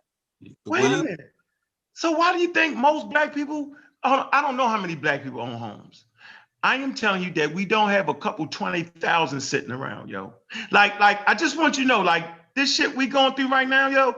Everybody ain't making it, bro. Like everybody don't have a damn inheritance. Not saying that all white people do. I am telling you, they have more accesses to money than we ever have based off they got money from our labor, bro. Like you can't discount that. I gave you the barbershop. Like you still didn't explain the barbershop. How did you catch me? That's a poor analogy. No, when it's That is a poor analogy. If you're telling people that they can't, I know I never said that, right? I said close the wealth gap. The wealth gap. That's a different conversation. Economic status, yo. That's the difference. I say we can't be. You're a successful barber, Yeah, so I can't. I don't individually who's not successful. Okay, Yes, so in science, I agree, Sosa. So in science, right, you can ask a question that's just not. That's not even a. How can I say this? What's the man? Richard Dawkins say like basically a stupid question in science is one that shouldn't even be asked. Like, so it's basically saying how are you going to say that the wealth gap can't be closed unless we get reparations? So the wealth gap for other people who didn't go through slavery but came with nothing, how did they close the wealth gap? Stop looking at everything. They came with They have it. Nigerians come over here. Show me one that has. What you mean? Be the first thing. Show me a group of people in America that's come to America and closed the wealth gap. None. You're talking about 5,000 people. Oh, okay. Show me in a million. We're individuals. But we're individuals. Yeah, right? so every black person is not on the same level. Let me put a number on it. Let me put a number on it. Let me put a number on it. Let me make a point real quick and I'll let you go, Sean. Just listen. Yeah. Chef, just like you can have individual success, right? In different areas. We see that happen all the time. That's nothing different, right? But just like when we talk about science and evolution, in order for that, you see that evolution in a population and in us, it have to go through an entire population. And that's a math, and the wealth gap is a mathematical compensation, and then it can only be done through a certain amount of income being input into that area. All right, so let me put this number. Let me put the number out there. At 171,000, the net worth of a typical white family is nearly 10 times greater than that of a black family, 17,000. That was in 2016. So here we are in 2021, and we can't close that gap. You mean that they are at just 5 years ago? There was reasons over for that, 100. There's reasons for that. What are the reasons? Education, job. Like, are y'all tripping? How do you close $100,000 gap? Hold on. Jeffrey, is it show us how black people gonna close $100,000 gap. So you telling me you sending your children to college for what? You talking individual. You talking individually. So what do y'all think this is? No, bro. Listen, we're talking about a broad problem. You're talking about individualism. That's the issue. A broad problem is individuals ain't handling their individual responsibility. When you have a large amount And of is there a reason for that? Is there a reason for that? Yeah, there's a lot of different reasons for that. Okay, so is systemic racism a reason for that? That's not real high on my list. Okay, so systemic racism is not a reason for that. Though you can't talk about it's not high list. Is it a reason? It could be a factor. It's a reason. It's a reason. It could be a factor. So systemic racism. I can't even say the shit. Systemic racism, right? Now, all right, for school systems, right? Now, in order for people to get a good education, right? Most of our people go to public schools, and public schools ain't that good, right? Now, I see in my community, everybody drives BMWs, right? Lexuses, Benzes, Hondas is probably the cheapest car that's drove in my community. And I live in Baltimore, right? In my age group, this is what everybody drives. Now, so you saying everybody in Baltimore is driving in Baltimore is driving Benzes. Everybody in Baltimore is driving Benzes. You done set it off. Yeah. No, listen. What I'm saying is, when you talk about people that work, I'm not talking about the people who don't work. Now that's something completely different. I'm saying that working group of people, they drive the Honda Accord be the less, right? And Troop, you can speak to this. All the way up to the Benz. Now, I'm saying that these people send their children to public schools. They could take that same money and send their children to private school, right? They would rather take that money and spend it on a car payment. You feel me? Not the truth. That's a terrible point. Chef, with all the shit you say right now. Chef, I'm looking at you as a dad. Yo, watch this. You can't be talking about some shit and actually going against the shit you talked about. Because I see the way you, hold on, let me sit. Listen, everybody on this motherfucking panel, yo, shout out to Kofi Pie Research Team, brother. Everybody on this, you know what the primarily thing we got going on this panel? All of us are good dads, so we with our kids, yo. Mm-hmm.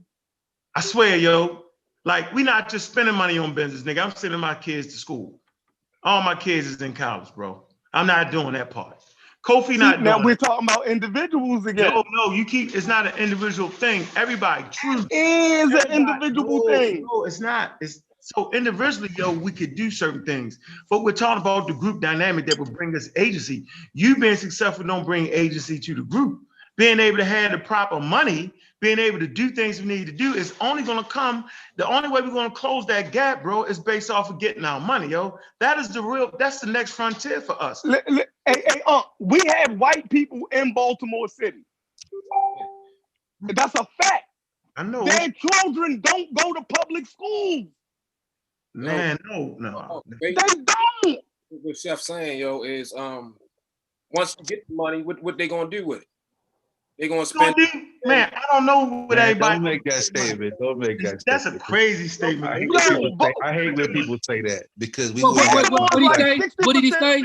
What did he say? He think all black people gonna spend their money on business. Yeah, as soon as we get the money, we finna spend it on the whole. Don't do that. That's okay. That's what. Okay. Now I hate when people say that too, but I'm agreeing with what Unc is saying. We need our money. And what I'm saying about we need our money is so we can have, what he's saying is so we can have agency. He's not saying an individual. He's saying a collective. This is the only way we're going to be able to break this wealth gap. You know what I'm saying? It's collective, not individual. It seemed like to me, Sheriff looking at it from the lens that, okay, he's a business owner and he's a successful business owner. So he feel like if I am a successful business owner, then everybody else can be a successful business. I mean, my business ain't doing good. Listen, my business is not doing good right now at all. So I'm not even talking about. Okay, well, I'm just saying that's what it looks like. Just in general. Good Hold on, but just going back to what Unc is saying about his money, about the money. All right, that's just like now. Let's say if I want to go get a business loan, I done had 3 businesses in the past. That's my main thing is creating stuff. Even now with the group, we creating products and stuff. But what I'm saying is, if I wanted to go get a loan, for a business, I type up, I get a proposal and a trajectory of what I'll be making after so many amount of time and how much I can pay this back and etc. A regular business proposal. And I go and I give them this business proposal. And they say they give me the amount of money that I'm leaving because they look at my business proposal and the trajectory saying, okay, they're gonna make their money back in this a certain amount of time. And it's feasible, you know what I'm saying? It's feasible for us to give this loan because with what he has, we know we can make our money back. But even with them giving us the money, they still gonna have agency. They giving me the money. They gonna have agency over my business. Okay, Mr. Kofi, I can give you this loan for your business so you can employ people in your community, but this is what you're gonna have to do. You can't employ just only Black people. You got to employ white people. You got to employ Asian people. That means I don't have agency over my own thing because now I'm asking for money from somebody and now they're dictating the stipulations on what I can do with my business. So if we get reparations and we do get it in the form of some such of monetary thing where, okay, this money is mine. This money is mine. Now, the first thing I would say we need to do, if we did get reparations, there need to be something need to be set in place before we get the money, that we all need to be educated in economics. Because again, most of the people don't understand how to save money or even how to take money and then flip money, how to save money. So yes, most of our people get the money and go buy business and kind of like that because we hadn't been educated in economics. We don't understand economics. So I think that will be one of the stipulations that we will have to be at our people in order for you to receive whatever the amount of money that they're going to pay each family or descendants of Africans or whatever they're doing, what they're going to pay. You need to be educated in economics first before you're able to receive this money. And what I'm saying, even if we get this money, we have agency over our own business. No one can dictate and tell me, Kofi, I got to hire Asian people in my company. I got to hire Black people in my company. I can do what the hell I want to do with my company and employ who I want to employ with my company because now I have money and I have agency over my own thing. So even when you're talking about going to these experts and these white people and trying to, go in and get money for them, they still have agencies over your business and they still can determine what you can do with your business and what you can't do with your business. So I do understand where Unc is coming from. We need our money. We need reparation. But even with the money, I think we need to be educated first in economics before we get the money. Yeah, it's not going to be just money. Hey, where you at, Montoya? I'm here, man. I just can't do video because I'm driving. It's dark. Mental dialogue on deck. What's going on, man? So I had to bring a ringer in on a conversation. No, I can dig it. All right, so I'm gonna start out with a quick question, and then I'm gonna break down these numbers because what happens is this conversation is too often had without people having a perspective of how much money we actually have. And one quick note on what Kofi was saying. If you're receiving the money from a private bank, they won't have any agency over who you hire. If you're receiving the money from the government, then that's when you start falling into EEOC and stuff like that. So just throwing that out in the event that you get the money from a bank. But it's more to it than just whether your business plan is good. Usually it's the collateral is the issue. And unfortunately, when you start hearing these numbers, you're gonna see why we don't quite often get money from these private banks. But here's the question: if every Black person right now left America, what percentage of household wealth is all the money that Americans have, not the government money, but all the wealth and assets that we have as Americans? If every Black person left America right now, give me some guesstimates on, not you, because I think you've heard this before. Everybody else, give me guesstimates on how much money would leave America. Household wealth. Give me a percentage. If every Black person up and left America right now. Jeff. He don't know. Well, you arguing. Give me a percentage. Give me a percentage. Everybody but Unc. I think Unc, you've heard this, so I don't want you to answer. In terms of 2%? Give me a percentage. What percent? Who just said something? You said talking about in terms of a percentage? Yeah, in terms of a percentage. If I would say probably less than 0.5%. Shit, flat, yeah. Yeah. Anybody else want to give a guess? Kofi? You on mute. Yeah, I was trying to get Chris to unmute his mic. He Oh yeah, hey, yeah. So what's up, everybody? You know, I'm part of the Kobe Pasa research team. I'm trying to put a face to the name. But shoot, but I mean, Chris, you gotta answer that question. You gotta answer the question, Montoya. Yeah, so I mean, based on what, like, you know, like a Claude Anderson would, I mean, based on like what Claude Anderson, I think Claude Anderson would say, I think it's about, give me a guess. Like probably 0.5%. All right. Anybody? Any other guesses? I heard two half a percent. Anybody else got another guess? Jeff said he don't know. I don't know. So it is. It's 2%. So even better. 2%. I said 2%. Yeah, I heard it. All right, listen up. Yeah, I heard 2%. So if we didn't know shit else alone, and then we accepted 2%, you ain't powering through a goddamn thing with only 2% of the wealth, like just that alone. But let's put some more numbers on it.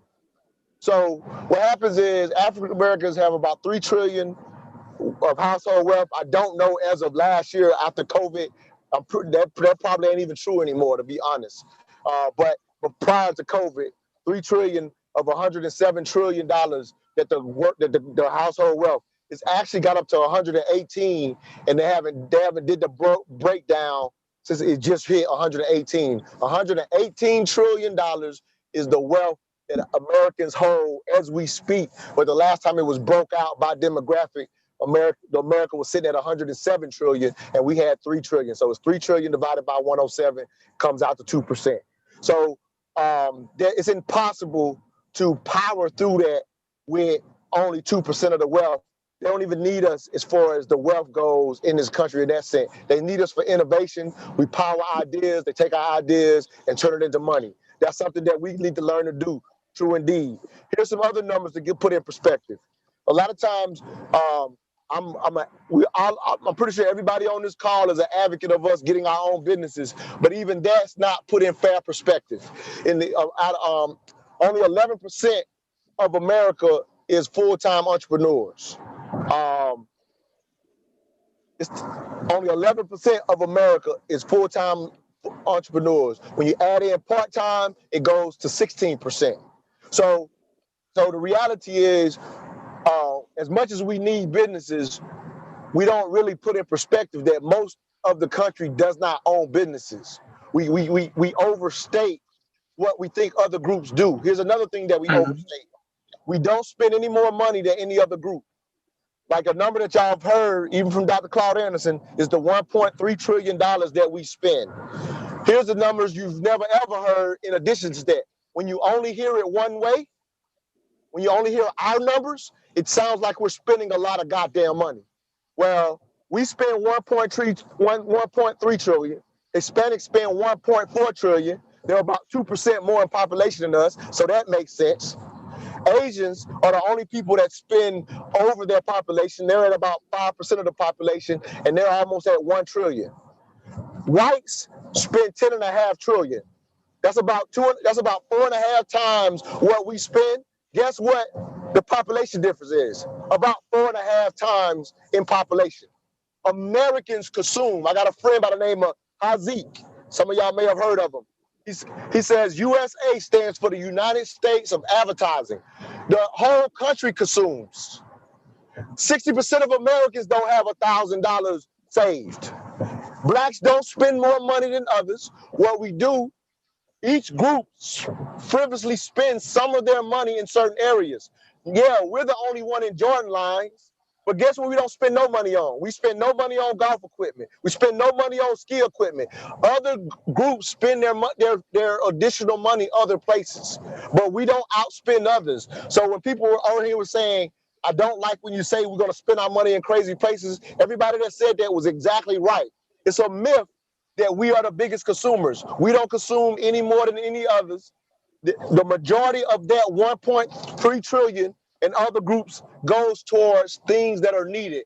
homes, transportation, and in the African-American community, it goes towards healthcare. It's one of the things that we spend the most on. Here's another thing that we spend the most on. You know, we do spend the most on shoes. That's true. But we also spend the most on motherfucking electric motherfucking heating because of where a lot of our people live. So I'm trying to give people a full perspective that there is no powering through when literally the country doesn't even miss you if you up and leave at 2% of the household wealth. So what you're saying is a myth then, because we hear this so much, and not even just hearing it so much, reading it with some of our scholars, the same thing, that if Black folks all packed up and left America, then the economy over here will collapse because we have right. That's all. Okay, yeah, that's all struggle talk. Perpetual struggle. Perpetual struggle is a hustle. Perpetual struggle is a hustle. I promise you, they're making you feel like it's all bad. I'm not saying it's all good, but I'm just giving you the real numbers. Okay. I'm just giving you the real numbers. Now with those numbers, I'm not saying you wrong because I'm learning. I can't say you right. I can't say you wrong. Yeah, I respect that. Learning. Absolutely. Go research it. Please do. And that's why I said with some of the scholars, not even just hearing, with me reading and verifying certain things and looking at certain data, even with some of the data I have looked at in the past, it's stipulating some of the same things that some of our scholars have said in the past. And even with the data, can you tell me where can I find the data with those numbers so I can see how they crunch the numbers and they came? I mean, I just want my own personal. No. Hold up, Kofi. Let me give it to you. Hey, Kofi. Hold up real quick. Go, Chris. I'll give him that information. I'll answer his questions though. I don't mind answering his questions. But if we going off the buying power, Joan, that's wrong, because the buying power is not. It's not a measurement of wealth. Exactly. So yeah, the actually, first I gave you was a measurement. How much household wealth we actually hold. That's the real number. The 3 trillion is the real number. The buying power shouldn't even be considered. It's a bullshit. It's a bullshit term to even call it buying power. It's a bullshit term. It's kind of like an oxymoron. It shouldn't even be called buying power because I just gave you the numbers for every group. It's just what you consume. It's just consumer money. Like another way you will hear it that's always bullshit. You will hear it. America's pulled in 1.3 trillion. It's the 9th highest GDP. GDP is about production. The 1.3 is consumership. It's spending. They're not even the same thing. They're apples and oranges completely. But people will use it to make it seem like we're fucked up on how we spend money. I'm not saying we're good on spending money. We just don't do nothing different than any other group. It's bullshit to say that we do worse. Yeah, well, I mean, it's credit too. You gotta think about the credit aspect. Like people spending money they really don't have. So, well, what happens is when you don't have the money, then you're gonna get into needing more credit. So, like, I did a buying black manifesto. I mean, and I'm in a car right now. But I actually, when I did the buying black manifesto, I don't know if he was on that one, Uncle, whatever. But I actually showed where the wealth is actually broke out, the 3 trillion by demographic or whatever. And when you see it based on how we live in America. Most of the shit just makes sense. Makes sense just based on our condition. And but our condition is not created by how we spend money. That's the bullshit that the perpetual struggle motherfuckers keep telling you that is not even there's no facts. I'm gonna say something that's gonna probably hurt a couple of y'all hearts. And this one right here is hard to I researched it years ago. And this one is hard for me to share, but I'll give you the information on all the other numbers. But this is something I researched personally because the guy that actually broke down this myth, I followed this information way before. This is years ago before the internet was so easy to do. So I don't even know how to go back and research it now at this point. But the dollar circulating is a stat that cannot be studied. It's a bullshit. It's a bullshit thing that came from a college professor, and the actual dude that researched it found it on microfits to find out where it was started. And the dude that started it wasn't saying it as a factual thing. He was explaining something to a classroom, and it ended up getting published in a specific book. So everybody cite that book as the site but there's no study to back up how, there's no way to even do the study technically. So the dollar circulating is not a true thing. And like nobody asks people their religion to say what the Jews do, for example. You know what I'm saying? Or in the Northeast, you know there's a Chinatown. Or in San Francisco, you know there's a bunch of Asians. But for the most part, outside of a few cities, Asians live throughout this country. How you know where the dollars bounce in their communities? Because they don't have their own communities outside of a few places. Well, that's trash. So that's what you're saying. No, I'm just saying I ain't trying to stop your bill. So you saying that's trash too? When you look at that was the biggest trash of them all, because there's no study that you'll never find a study that there, because a study scientifically it can't even be done. It can't even be done. So there's no study to back that one up at all. I'm asking. So you saying so? I need to start regurgitating the percentage of what the Jews was making here in America, what the Asians is making, and what I'm saying, how many times it's circulating in I used to that a lot. I'll be honest, I use that a lot. So I need to throw that in the trash. So you talking to a brother that wrote a paper. I'm on record with a paper, got the whole thing as a diagram of it on the whole top of the paper until about 3 to 4 years after I wrote the paper, I found out what I'm telling you now. So I used to cite the hell out of this shit too until I did the and the only reason I did the research is because I ended up coming across the guy who literally was trying to kill the myth once he found it, looked up the microfiche, and he just said it just got ran with to the point that he could never break it down, so he gave up. But he was literally trying to kill it, and I saw his research and was like, oh shit. And then when he broke down how you can't even study it, then I was like, okay, so I stopped using it. Yo, so I'm so glad you came on. Like, because they was gonna try to kill me. They was gonna try to kill me on here.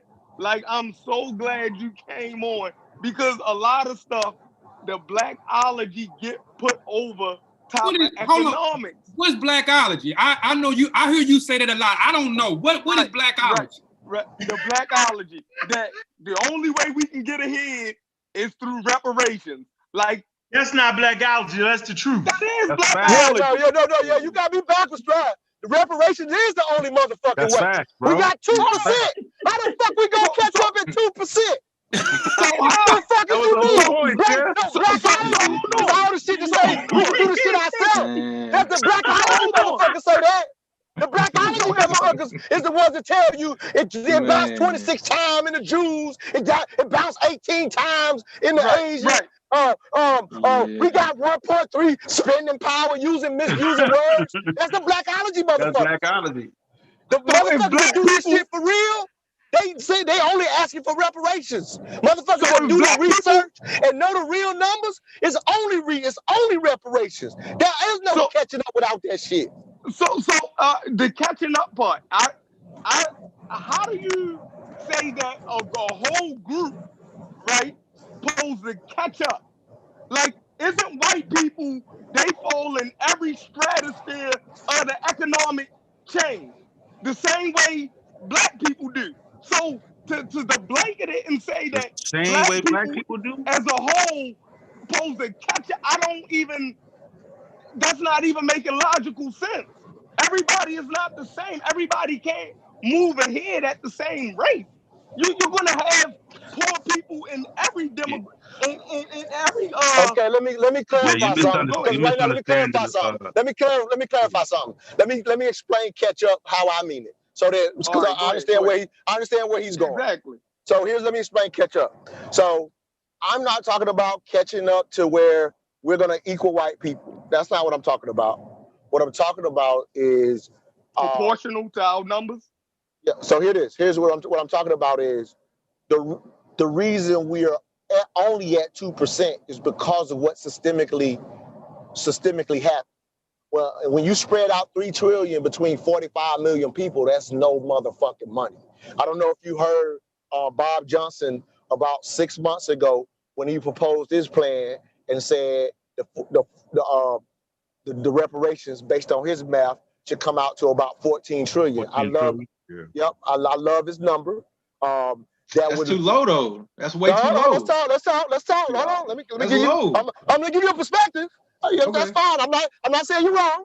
I'm not saying you're wrong. I'm just gonna tell you why I like the number. I'm gonna tell you why I like the number, and then you tell me why it's too low. I don't have no problem with that. 66,000. It is. But let me just tell you why I like the 14 trillion.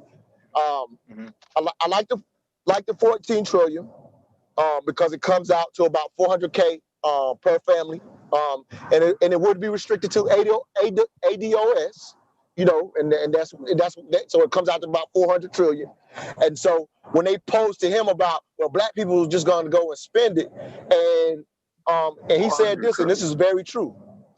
And he was like, at the end of the day, only so many people go into business and learn how to flip their money through that means. And other people get their money, you know, go into stocks, go into real estate. They flip their money by you know, whatever. But he was going realistically about what Americans do. So in a sense, the people that get ahead basically learn some of the financial literacy things that y'all are talking about. And all he simply said was, I don't care if they blow it. What I do know is there's going to still be a certain percentage of people that are going to be about their agency, and that 400,000 sets them up to compete in industries that you cannot get in right now. I'm gonna say this and I'll shut up. I just talked to a great friend of mine. I definitely recommend y'all listen to the show on Saturday. I got a friend by the name of Michael Sutler. He owns a commodities trading company. We were talking today. He did a 20-page paper on the GameStop situation. We're gonna be talking about it on Saturday. But he knows exactly who was behind the GameStop, and he wrote about it. But this is what he said to me today. This brother, you know, he basically manages commodities. So we're talking about Forex, currencies, you know, like not the norm, like he's, you know, like outside of the stock agency. That's what he does, and does it very well. So what he was saying was, it was these hedge funds agency guys that were like his like the people that he admired the most. And so he said I've studied them like a pro player might study Michael Jordan or Kobe. And so he was breaking down the people that he had wrote about in this piece. And he says eventually after I started studying them and based on their path, as much as I could learn from them, he realized that as smart as they were, they all had a leg up start from some money passed down. And they're brilliant in their own right. But he was like, that part right there is what I would miss. And the last thing I'll say, he's trying to do some business with some Nigerians or whatever to get some international stuff because some things are happening on the ground over in Nigeria where a lot of the businesses are thriving. And so what the Nigerians were wanting to do was get some of this American money to, you know, support some of those things because they're making, to a degree, good money locally over on the continent. And so when they started going through all of the rules to be able to allow people to invest, and they went through several states, what Michael ended up telling me was, he goes, the entry to barrier is so high that even if we wanted to let Americans get involved, it would probably be very difficult to convince our wealthy Americans to get involved. And then the other part is, even if they went through the process, they could still simply tell you no. Here's exactly what I'm going about, what I'm explaining with that. When industries have already been established, the people at the top of the industry, they create the entry to barrier because they don't want to allow not just black people in, they don't want no new motherfuckers in. And so without reparations, you have entries to barriers that you could never surpass on industries that are already established. If you got 400,000, now you can pay the 10,000 that it requires for this license. You can pay the 25,000 to move into a specific arena in that industry so that you can now do wholesaling and the middleman. Like if you don't, like certain industries, there's certain things that if you don't do, you're gonna be stuck at one space, and they do it like that on purpose because the big dogs created the barrier to entry.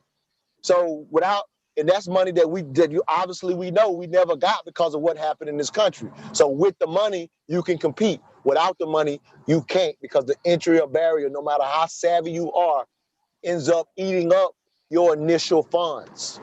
And you're competing against people that's got 50 years and 100 years of head start on you. With 11 trillion though, you gave that answer? I'm sorry, say it again. Did you explain why you like the 11 trillion? Oh, 14. Yeah, the 14. Well, I said the 14 breaks out to, for the ADUS, breaks out to about 400K per family. That's a good number because what is the current wealth gap? It's a different wealth, depends on what you're looking at. But as far as, for example, income wise, the wealth gap is what, 140,000 with whites. We got 14,000. That's the income wise gap. But there's all these different gaps that you look at. So with 400,000, now we just gotta, because this is the 14 trillion.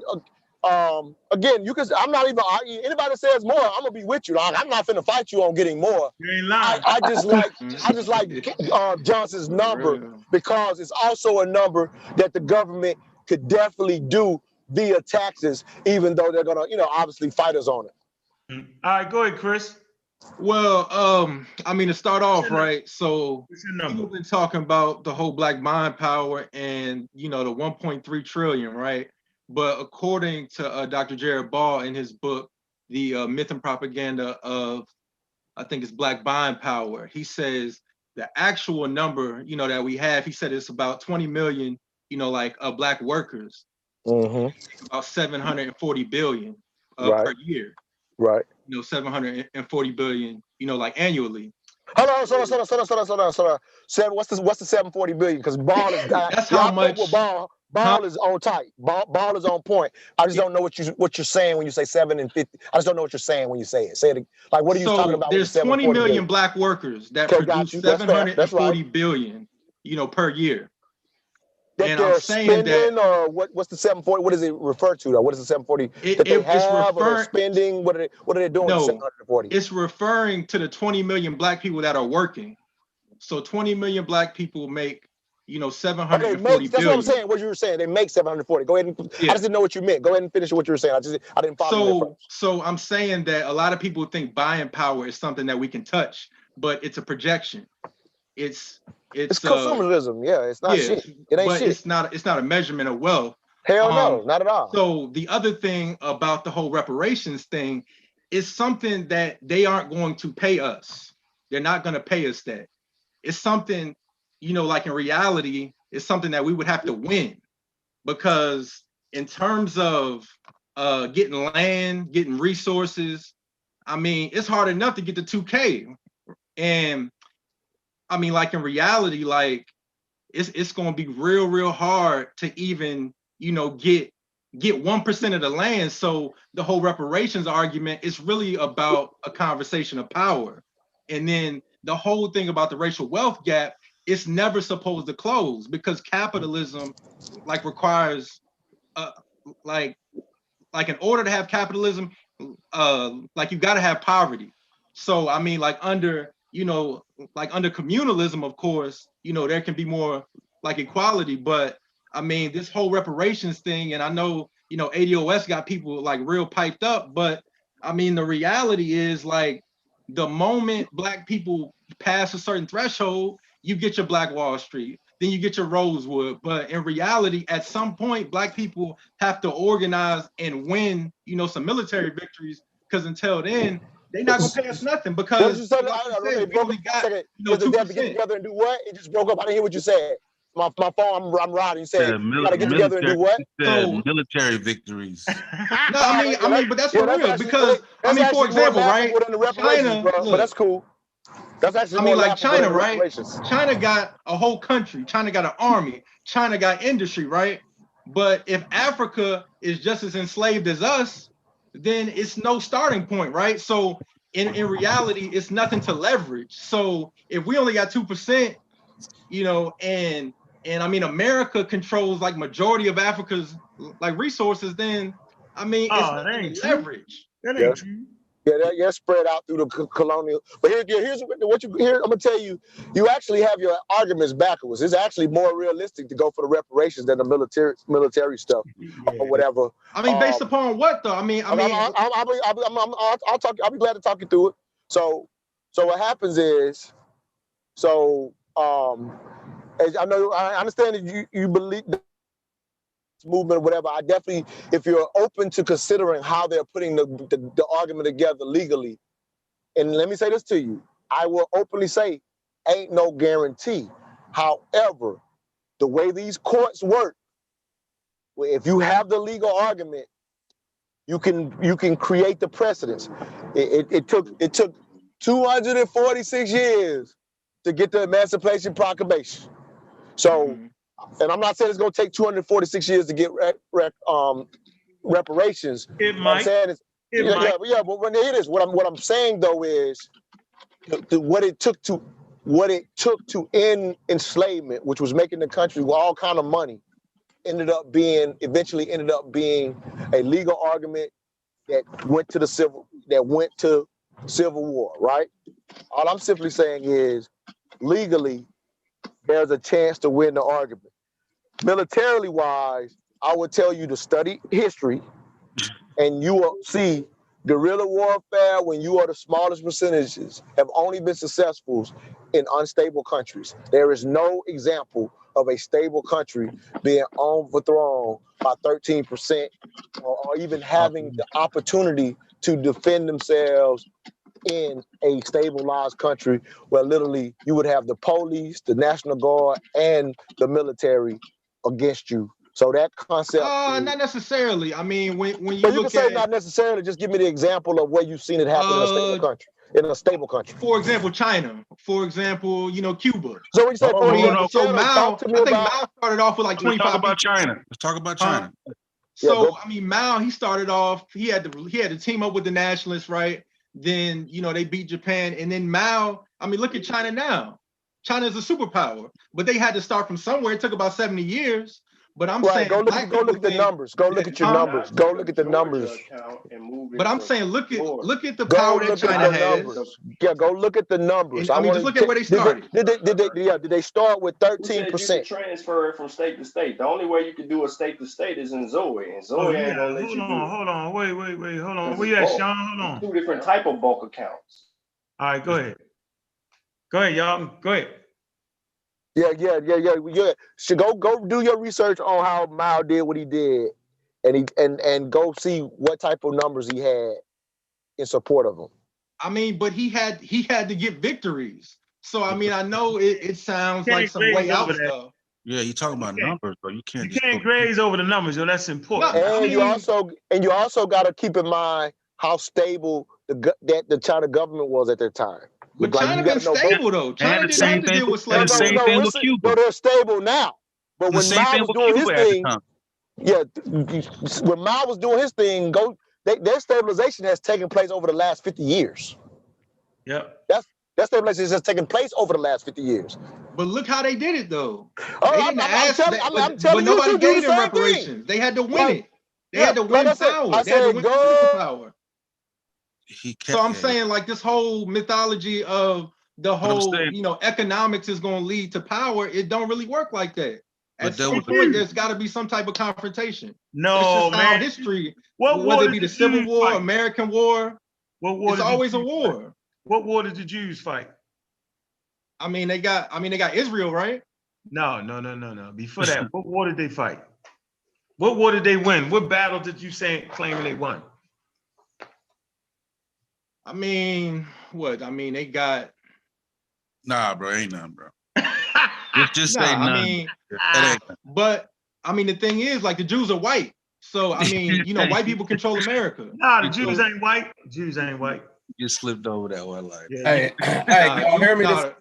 Stop that. Jews is white. The Jews are white. Come on. I just sit there and showed you that the Jews, all Jews ain't white, man. And the ones that you think white got DNA from the Middle East. Like, come on, yo. That don't mean they not white. Arabs. Come on. You got a lot of white Arabs. We got white in us, but we still black.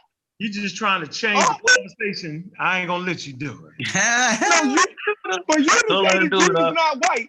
For you to say the Jews not white, that's crazy. Okay, they white. You gotta stop doing that. All right, but like, I mean, like, going back to the whole like legal precedent, right? I mean, even people will say, well, the Japanese got reparations, the Jews get reparations, right? It's a Jewish dude. I think his name is like Norman Finkelstein. He wrote a thing on how all the Jews didn't even get the reparations. So only some of the Jews got it, right? Because you still got you still got a lot of poor Jews, right? And even with the Japanese, right? I think the Japanese, it like rounded out to like 20,000, and then they didn't get it till a lot of the people died. So we expecting something where it's no precedent for 46 million people to get even 400K. So there's no middle ground. So the whole thing about it's nowhere precedent, close. the whole thing about precedent, sometimes it ain't none until it is one. You feel me? Yo, can y'all hear me? At the same time, we talk about the wealth gap though. Just you made a statement like closing the wealth gap, and it's still gonna be it's impossible. Still gonna be poor people. Like the idea of closing the wealth gap does not mean that there will not be poor people, bro. Like that's not an argument though. Yeah. Like just because we close the wealth gap as a people, don't mean that there will not be any more poor Black people. Like that's not what that's about. Then so what's the point? No. We're talking about a population as a whole. You understand? I agree. Now, of course, every white person ain't a millionaire, but what that means is that there will be more wealthier Black people. There'll be more upper middle class Black people. There'll be more middle class Black people. You see what I'm saying? So then once we get our reparations, right? We're not getting reparations. We're not getting reparations. I mean, we're just having a conversation like we're just having a regular. Once we get the reparations, right? Then the thing that Unc was talking about, the U.S. dollar is going to go down. That's what's going to happen. Hold on, family. Like you dove in there. You got to break that. That's what's going to happen. You got to demonstrate how the U.S. dollar. Come on. I'm just telling you, y'all ain't gonna let me in. I'm a bully in. Cause y'all don't know what y'all talking about. I'm a Broad Street bully my way in. No, what's up with y'all? What's up? What's peace, fellas? Peace. How you doing, man? What's up? Peace. Man, let that man talk. Go ahead, man. Bully your way in. What? I'm just saying. Just imagine what that would do to the U.S. dollar if every Black person got, what is it, 400K? Mm-hmm. Imagine what the U.S. dollar gonna be worth. I was saying, like, let's not imagine. No, just think about that. It won't change the dollar at all. Yes, it won't change shit. It wouldn't change a goddamn thing. Okay, you need to study economics a little bit more then. No, I'm going to break it down to you right now. Because what you're missing is how the money will be given to you. Montoya, freeze that. Hold on. You know you got him in the stranglehold. Freeze that point. Go ahead, Sosa. Yeah, because I just wanted to say, like, when you say imagine, like, we do the scientific thing over here. We don't have to imagine that, right? That should be something that you can demonstrate. So you should be able to demonstrate how. Okay, I'm demonstrating it. Okay, it's getting demonstrated right now, and I'm gonna demonstrate. Hold on. Hold on. No, listen, man. You're gonna demonstrate it, and then we're gonna let Montoya come in. Okay, let me demonstrate. If they give up, you ain't gonna get past me. Go ahead. Okay, let me demonstrate it. If he give Black people money, we gonna break the country. Okay, let me demonstrate it. Why did they give everybody 600 instead of 2 bands? Because they've already given out one stimulus, and they've already we're at 23 trillion. I'm not talking about that one. I'm talking about I'm about to break down why they gave us 6 instead of 2. They gave us 6 instead of 2 because we're already at 23 trillion. That's being borrowed against future tax money. I know. Go ahead. Exactly.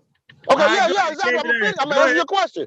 So it's borrowed against future tax money, and they basically saying, do we want to do it to that degree? Because unfortunately, they put so much pork belly into both of those stimulus packages that they were just saying, we don't want to borrow that much against the future taxes. Pause.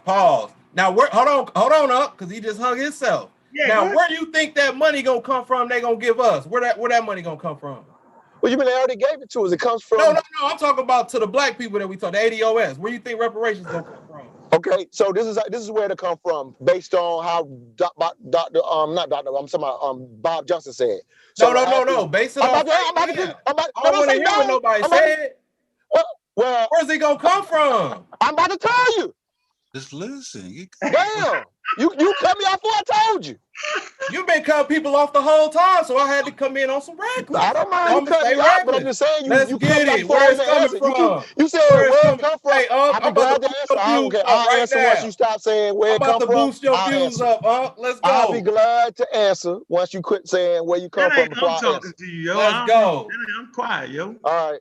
So what happens is, in reparations getting approved, basically, it could be approved based on how the budget is broke up every year. And so the way the budget is broke up, so for example, the U.S. spends anywhere from 19 to 22% of the government of the GDP, right? Money, of the money on the military or whatever. So the way Bob Johnson is proposing it is you could take 1% from some of our higher areas, and so it could actually be given within the monies that's already approved year to year, and it wouldn't have to even go against futures money. But right now, the reason this had to go against future money is because they're basically trying to give every American Single something. person.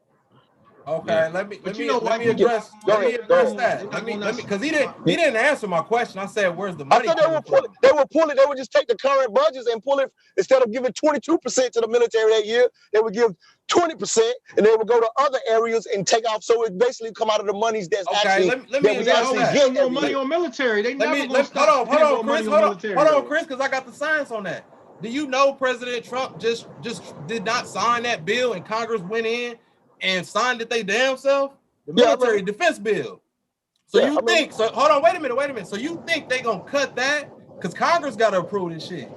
You think Congress is gonna cut the military defense when the own president did not sign it himself, and they went in and voted for it? So said we've been hold on, wait a minute. Go ahead. Wait a minute, because I study Congress. I study these motherfuckers.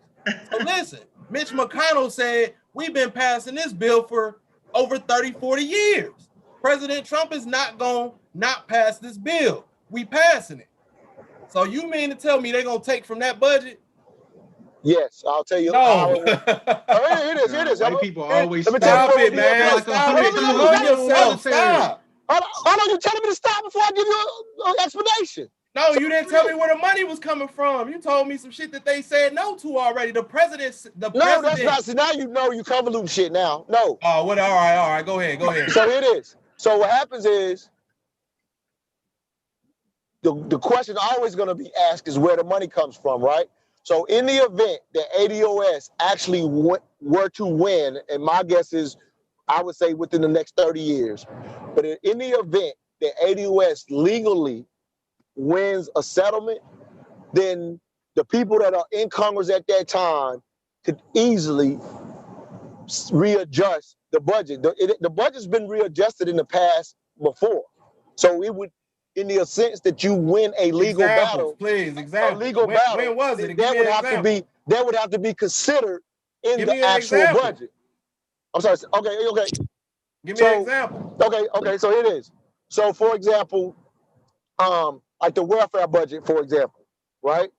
In the 80s, the welfare budget was 1% throughout the 80s, even when Reagan was bullshitting and making it seem like they were spending so much money on welfare. So, the shit was at 1%. And so when the 2008 housing, when Clinton, before that. So when Clinton came in and started the welfare to work program, they actually lowered, they got up to 2% by the time Clinton was in.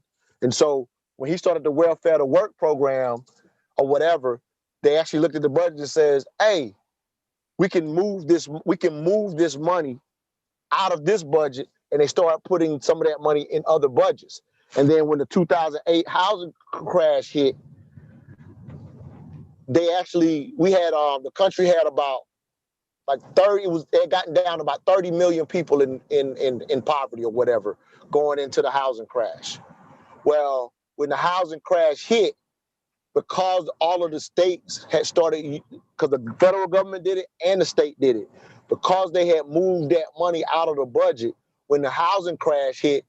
Even when they wanted to help people, there was no money in the budget. So that's a prime example of them, That's because not a of prime welfare to work. example. Okay, yeah, That's I not a think we're prime missing a example. They big part. readjusted the Billionaires, budget. Because they right? bailed the banks Yeah, out. How is that a hold prime on, hold on, example when hold they on, had hold They money to on. bailed bail the out Jeff banks out? Bezos, Stop, right? bro. Yo, Stop. yo, hold on. Let me just give a little piece because we're missing a big part of the argument of the book that we're quoting. Right? Chris has been talking about it. The myth and propaganda of black buying power. There's two things in there. In the abstract of the book, which I won't share my screen right now because it's on my Kindle, buying power is as economic mythology developed within a broader effort to impose black capitalism as an alternative to political or social equality and citizenship. So this is the first sentence of that book, and we're talking about American descendants of slaves, and we're basing our argument advocating for reparations based on giving it to them. How do you determine who is an American descendant of slaves? We've already seen this argument with the freedmen for the indigenous folks, right? They don't keep records of black folks like that. What about the Jamaicans? What about all Just of use the? DNA. Yeah, let's not go that route. We don't have to go back down the path of who's who. Let's talk. Like, I still want to get a You can't just use demonstration on DNA. how. You can't just I use still DNA to determine who is an American descendant of slaves. You cannot do that. Can you chime in here? Tell me how Yeah, we I was can gonna say the same win thing. somebody. Like, How you can find Yeah, somebody they're with gonna this need a direct, like, Yeah. it's gonna have to be like a direct relation. So Yeah, man. I you're mean, gonna have to have a they relative. already had a criteria. They was choosing back. They're going back to anybody that was here during the time of Jim Crow. They was doing it. Anybody that can prove that they were here from that time period going forward. Like, it don't even got to go back to Jamaica like that. Exactly. But how do you know the that whole those point, people? though, I was supposed to get a demonstration on how the dollar would be devalued by Centepera. I got a Centepera break went the whole say bunch that of questions again. in. Say that again. You were supposed to break down how the dollar would collapse. Okay. So if every Don't ask me a question. Say what? I said, don't ask me a question, but ask me a question. Let's go ahead and No, break I it down. said, hold on, bro. Relax. Now listen, if every black person in America was afforded 400K, now the brother did make a good point that I had to reevaluate to where he said we may not get it all at once. So, you know, if we get it all at once, it's gonna sink the dollar. But it's black families too. It's not every person. Well, I don't know however y'all gonna do it. I'm not familiar with ADOS or none of that. Like, I just know it's niggas asking for money and it ain't gonna happen. That's all I know. So anyway, back to what I was saying. Go ahead, break it down.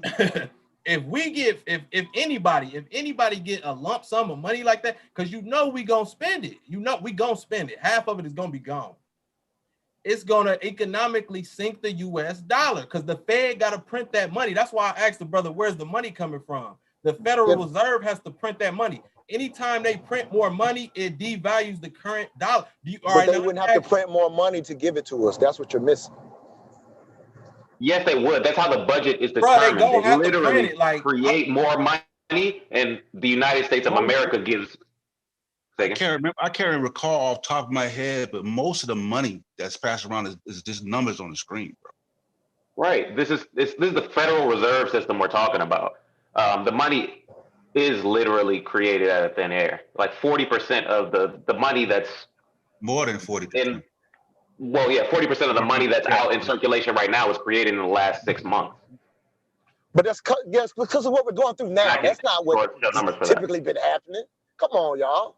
Let's keep it real now. We have to talk about the Federal Reserve System, which is a deeper. Printing way more money than they've ever had, and it's fucking with the dollar right now. I literally was that's what I was gonna ask night. the brother.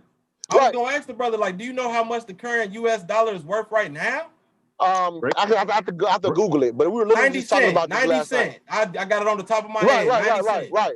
So if they print more money, it's gonna dilute the dollar. It don't matter. They wouldn't need to print more money for it. Listen, okay, not print more money. Let me just say it like this then. They have been printing money. Hold on, wait a minute. You're right. If they debit, I'll say it that way. If they debit people's accounts X amount of dollars, it's gonna devalue it because what we gonna do? We gonna go get our money out the bank. And then we that stuff has nothing to do with the value in the dollar. Getting out the bank and spending it has nothing to do with it, bro. The printing it does. The printing it, like what they're doing now, and y'all are correct that if the only way they could pay us is to print the extra money, you would be absolutely correct. Okay, we agree then. We agree. No, listen. You got to listen to what I'm saying.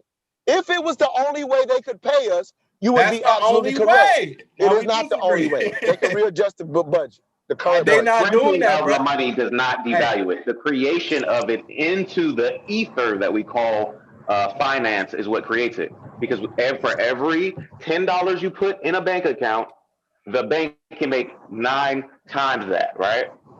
That's just the Federal Reserve System. So any kind of creation of this money, injecting it into the system, would cause something that I can't. I'm not a fucking pardon my for cursing, but I'm not an economist, right? Like that's something that's not going to happen. One, but two, it would have a huge effect on our economy. It will. That's all I'm saying. That's all I'm saying. I know that's all you're saying. I'm just saying to you that that's not the only way to do it. I'm saying if they did it the way you're doing, I'm agreeing with you that if they did it that way, it would affect the dollar.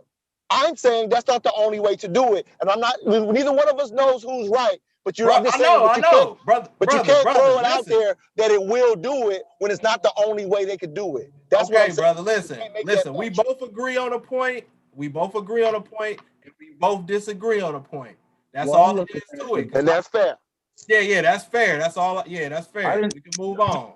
I didn't. So you said $1 right now. I just hold on. Let me say this real quick. I'm saying based off of mutation rates, you could tell. You can actually triangulate on where nigga came from and how much introduced into his. You could do it. How long someone has been in America? We're not talking about how much like white is mixed with them or how much indigenous is mixed with them. Like you can tell that they've been here since slavery. You can tell how long the Native American population been here based off their DNA.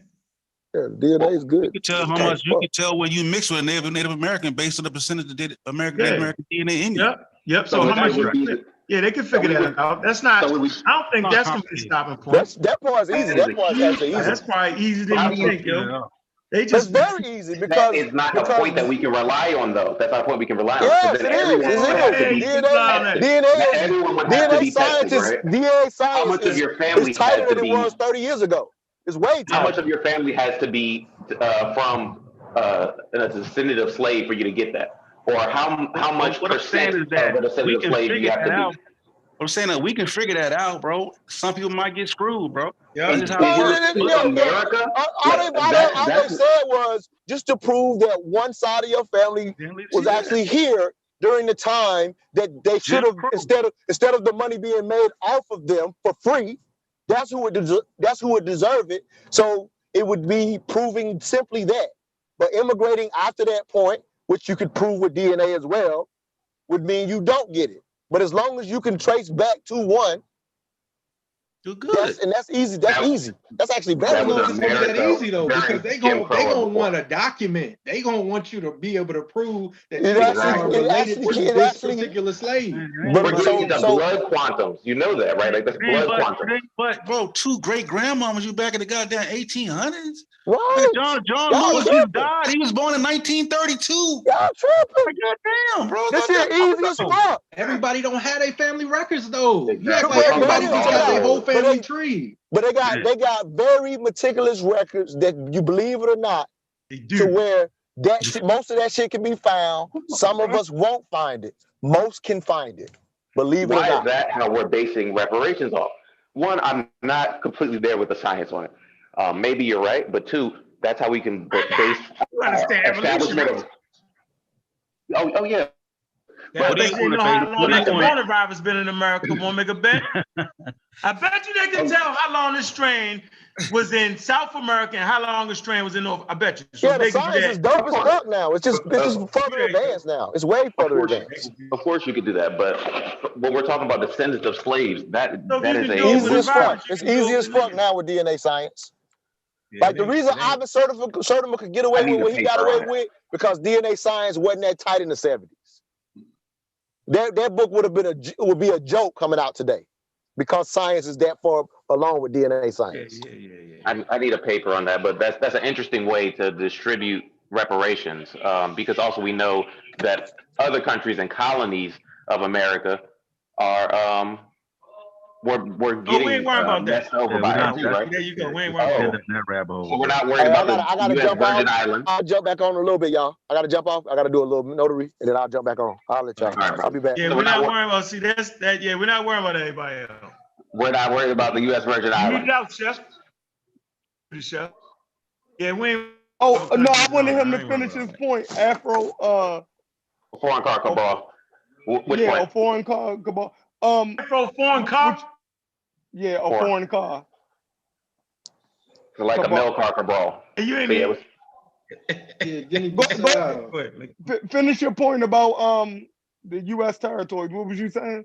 I was just saying that how can we only base it on American descendants of slaves when we have U.S. territories like the U.S. Virgin Islands, right? We have the Virgin Islands who were survivors and victims of slavery. We Puerto have Rico. other places, right? Puerto Rico. We have we have Cuba.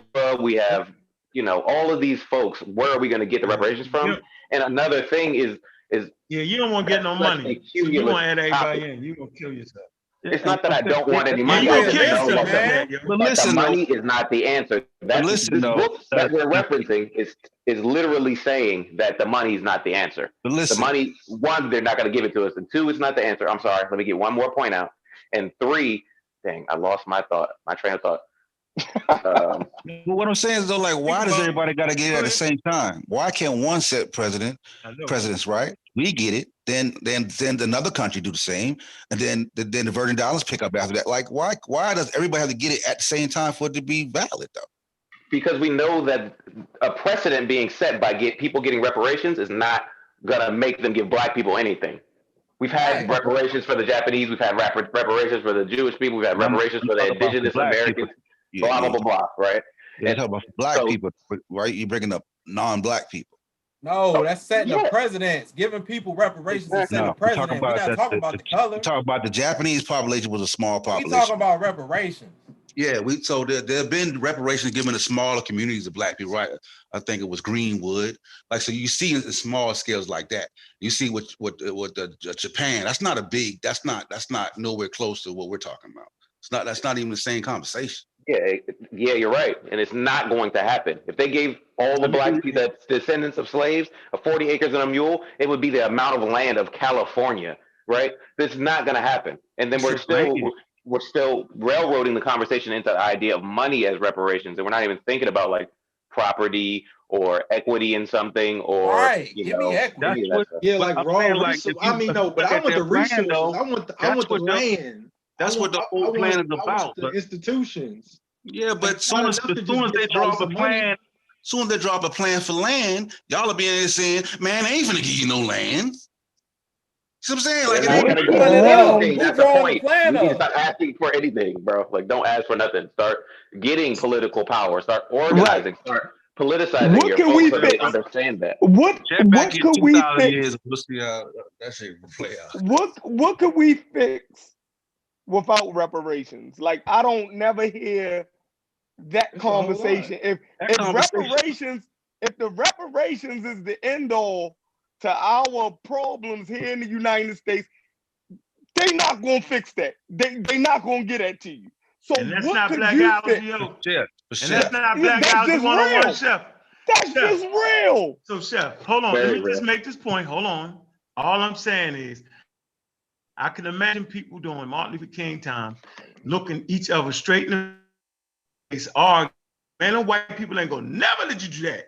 Dude, at a certain point, we gotta stop talking about what they're not gonna let us do. Hold on, there are other courts reparations besides was the United before States. Martin Luther King. Hold on, the reparations. No, that's not what I'm saying. Let me finish my point, though. Just because we haven't had, listen, that's not my point. I'm trying to make a solid point where we can't be defeated. Like, at a certain point, black people have to agree on a means to get money. Now, whether we get, that's another situation. Whether we win that game or not, that's another situation. But can we please prepare to win the game? If you don't prepare to win the game, then prepare to lose. Prepare yourself to do battle. No, we going in the game of life, yo. Like, we cannot leave that much money on the table, Chef. Yo, let me finish. Hold on, I ain't staying up about 25 minutes. I'm simply saying that each generation needs to fight reparations, right? The one item on the plate, bro, and continue to voice our opinions and fight the fight. But if you don't fight for the thing that will close the gap, then what the fuck are you really talking about? But as long as we at least fight for it, like it's crazy that Black people can't even agree on. Listen to us. Now, how the hell can y'all not agree? I bet you everybody on this motherfucker agree they owe us money, don't you? It's not a man on here that would say they don't owe us no money. So since we at least agree on they owe us money, then let's go get the money that they, whether they're gonna give it to us or something different. That's all I'm saying. Like, dude, they owe us money, bro. I don't even necessarily. My whole thought process on reparations is not even out, like it's not as developed as yours. Like I don't even have a working understanding it, like, because everybody on here done said something different. We don't even know what reparations is or what it's supposed to look like. Everybody got something different, but it is issues in our community that holds us back, that we're claiming that reparations is supposed to fix. It's issues that we can fix ourselves, and we're saying reparations supposed to fix those problems. Like poor education is our problems. Our kids not being able to be valuable in the workforce is decreasing our way of our economics more than anything else. Like, and So we're let's sitting stay here right talking there then. about that's where we need to be at. I'm saying, Like, okay, so education, right? Hold on, let's stay where we talk. You said education, right? So how do we improve education in Black communities? What's the starting point with that? I mean, you start with like a study group. You start with just teaching the people yourself. You got to teach your own people. You need right, but you also gonna need infrastructure because goddamn, we gonna. Hold on, one sec. I mean, Chancellor Williams gave us infrastructure, whoa. right? Everybody, hold on one sec. I got my man stopping me real quick, right? I want him to go ahead. L, I want you to promote your channel. L, you my man, yo, but you specialize on this topic right here. So I want him to say something. Peace. Yeah, that's Lord. I want to jump in real quick. Right, he got a show. They be going in. Yeah, we go. Ab, get in, then we're gonna finish. I want to ask a question too about reparations. Yeah, we going in tonight. Go ahead. On BTP on our other channel. It's called BTP Media Group. We just kind of got it started, so it might be a little hard to find. But let me say, just a little bit that I've listened to, I heard the brother speak about reparations.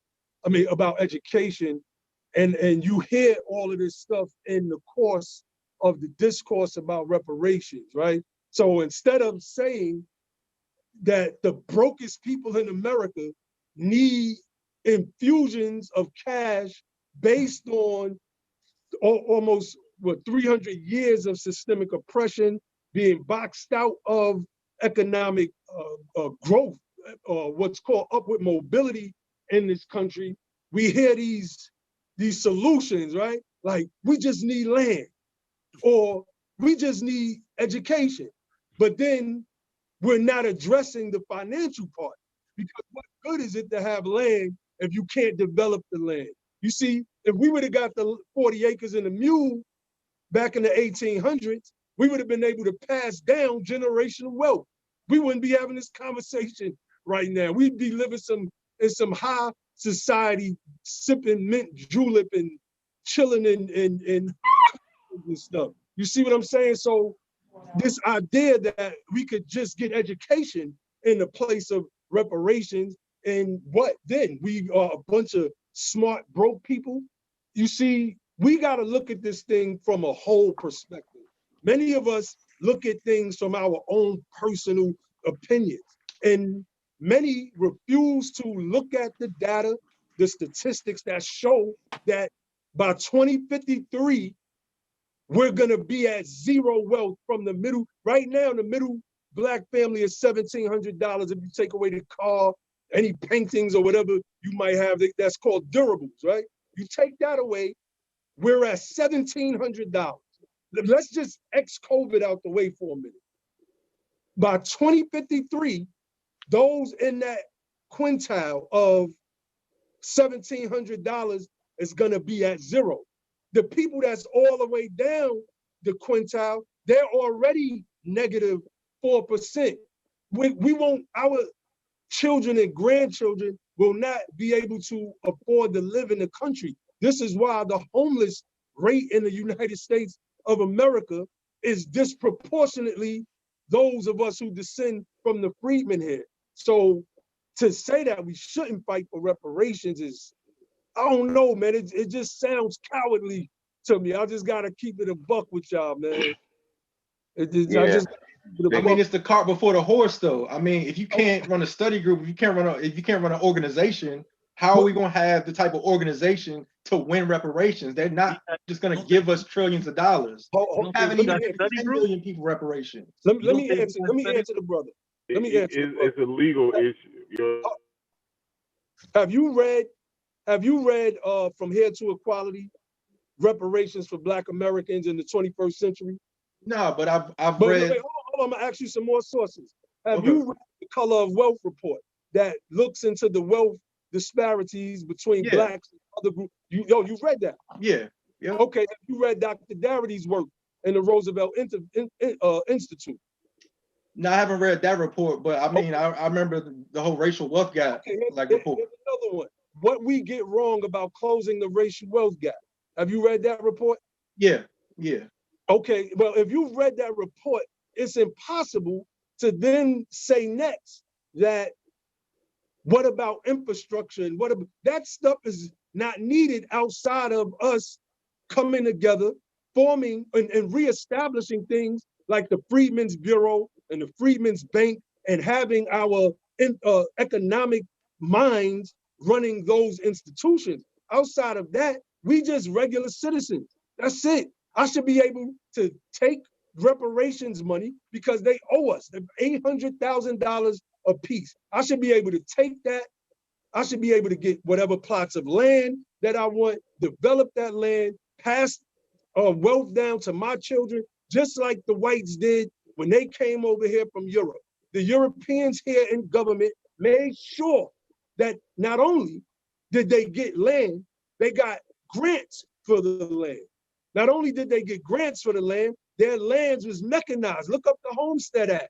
They mechanized the land for them so that they could produce. So when you hear these crackers say, well, my family came over here with 2 nickels. Well, yeah, then they got linked up in the Homestead Act, and now you're worth $2 million as a politician, or 3 million, 5 million, or whatever it is. Your family worth 20, 30 million. You see what I'm saying? Like, we that's putting the. But that was for white people, right? A lot of black people didn't get the GI Bill. You know, when it's time to pay black people, they've never paid black people at any point. Even in South Africa, even with the Bantustans, right? They will put South Africans on land where they couldn't grow nothing. So that's how they operate. So based on like white pathology, we can't expect them to pay like reparations based on a moral argument. So at some point we would have to build power. So it's no way to get reparations. Is reparations a moral argument, or are we talking about legality? Reparations is a justice. I mean, y'all framing it like a moral argument. Well, no, who? It's a justice. All y'all. Justice. Anyone that's saying you have to say that they owe us something. They owe us something. That's a moral argument. Okay, hold on. Who said all of y'all? I'm curious. Who said all of us are framing? I said it. Okay, now have you read? I didn't say it, but I want to hear your. Hold on, I didn't say it, but since you wanted to attack that, I want to hear your point. Go ahead. I'm taking the bullet for everything. I ain't saying shoot me up. I just want to know if the person that said that read any of the references that I just cited. I'm gonna take that as a no. But I'm saying that you're making a moral argument. I'll say no. I haven't read that. But if we base stuff off, say, like the Berlin Conference, if we base stuff on what happened after World War II, right? America went from a nation to an empire, right? So even when people try to slice it up with get money from this colony, that colony, what we got to realize is that everybody that America controls, at some point, you gotta, I mean, there's gonna be a consultation with the empire. So it's not as cookie cutter as people make it, where if you get national liberation, then you just win, then you control the land. It don't work like that. If we play that card, we wouldn't take it back. They surely gonna kill us, right? If we keep doing that, kill us anyway. So I mean that's. So let's just give up. Then why are we even fighting? No, you gotta That's fight. not what people are saying. That's definitely not what Chef is saying. What we're saying is that we need to stop asking people for anything. We're saying that they're not going to give it to us. So we need to build power, is what my other brother is saying. We need to build power through. Y'all the same thing. Like, how you build power though? Like, I want y'all to be elaborate. You can't build power with no resources. You can't build power with no resources. We have to define power. Then maybe that's where we need to meet. Can I answer that question? You got to define power. Okay, let me answer that question, right? Or give you my breakdown real quick, because I can't stay on too much longer. Mute up, Montoya. You cut it. Oh, my bad. Y'all can hear me driving? Oh, I'm not saying nothing. Y'all can hear me driving. You good now. It was a little loud. We hear you driving, bro. Oh, my bad. I'll mute up. Let me find it. All right, go ahead, Lord. Let Lord get it because they got to do a show. Hurry up, Lord. Go ahead. If you speak about power in the United States of America, history gives us our best lesson. History gives us our best lesson. And that is the power of the ballot. If we just put Biden in office, we just put John Ossoff and Raphael Warnock in office in Georgia. That was the black vote. The black vote came out in Pennsylvania and in Michigan and in Wisconsin. That's power. That is worth more than the $1 bill. That is worth more than the $100 bill. The sacred ballot. See, I did an interview on Sarnetta just the other day. I said this: I don't care what your background is, because we're gonna debate all day. Aunt gonna tell me my God ain't real. I'm gonna tell him that atheism ain't real. We can have those debates ad nauseum, ad infinitum. But there's one thing that should be uniting us. One thing, and that is political unity. That's it. Yep. Political unity, right? Because they don't want to hear that though. They don't want to hear that, man. They want to say fuck the government, all this and that, but they don't want to see. I was gonna get into that. Go ahead, bro. That's the cop out, bro. Right? Peep what the Europeans did. They hung effigies of our people, hanging, and said this nigga voted, written across it. They killed our people for voting. I was reading an account last night where his brother won the election. I forget the time. I got it written down in my notes. The KKK grabbed the brother. They didn't kill him. They whipped him. They asked him, well, do you know why they whipped you? They said, yeah, because the Negro is never supposed to get power in this country and vote. What we don't realize is that many people that say this government this government that, are passing along fear in our very DNA. DNA is information, right? DNA is information. I believe that we are I used to debate, I'm gonna end with this. I used to debate Sarah Supersetti. Every so often we would be on the same platform. I would talk about building our own cities, right? Purchasing 200 acres of land, getting the necessary bonds, getting the necessary people, then incorporating it, and then Sarah Supersetti used to say, you're talking about building up your own city. You see what they did to Tulsa? They are coming in and bomb your ass. Like that was all the way in the 20s. Yo, we in 1920, we in 2021, fam. That stuff ain't happening. We not our ancestors. We will give it to these devils. Point blank, period. They can't mess with us in this day and time. Like we gotta break out of that mindset that we can't get it because, and it's not begging, it's not asking, it's demanding. This is a debt they owe us. The Japanese Americans got paid a debt that was owed them for having their lives interrupted during World War II and being placed in internment camps. But they didn't get reparations for the atomic bomb, though. They didn't get they got it for the camps, but the thing that really destroyed them. Yeah, they but never really got reparations for that. That's a separate issue. I'm talking about America. That's a worse issue, though. That's a worse issue. It's many worse issues. Iraq could be considered a worse issue. Afghanistan could be, but what happens in America, what happened with the Japanese Americans happened here.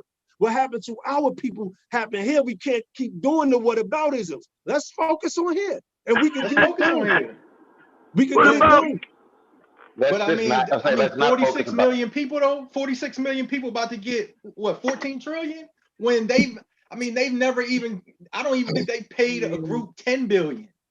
I think what Chris is trying to get at is that you're saying the people that are like, F this government are giving up, but you are running headfirst into something that you feel like is almost suicide, right?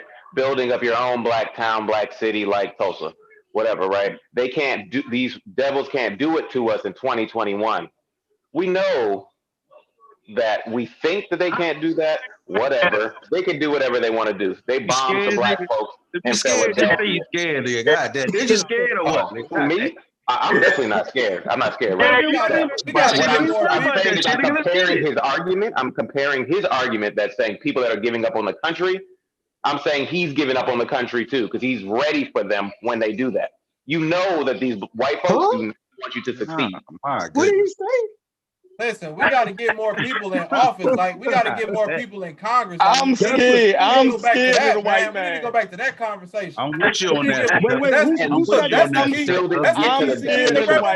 Because I don't agree that voting is the power. We are 13% less than. We're 12.3% of America. Brother, that's your opinion. And that's the problem. Right. Your opinion doesn't trump the historical record. It will never trump history. Give me a historical record where black people voting changed something good for black people. Oh my God! Like, we really gonna have this conversation? Seriously? We need to get to it because we still didn't define power. One and two. He's saying that that's my opinion and it's not fact. So I needed to give me an example. It's not fact. It's not fact at all. And one example.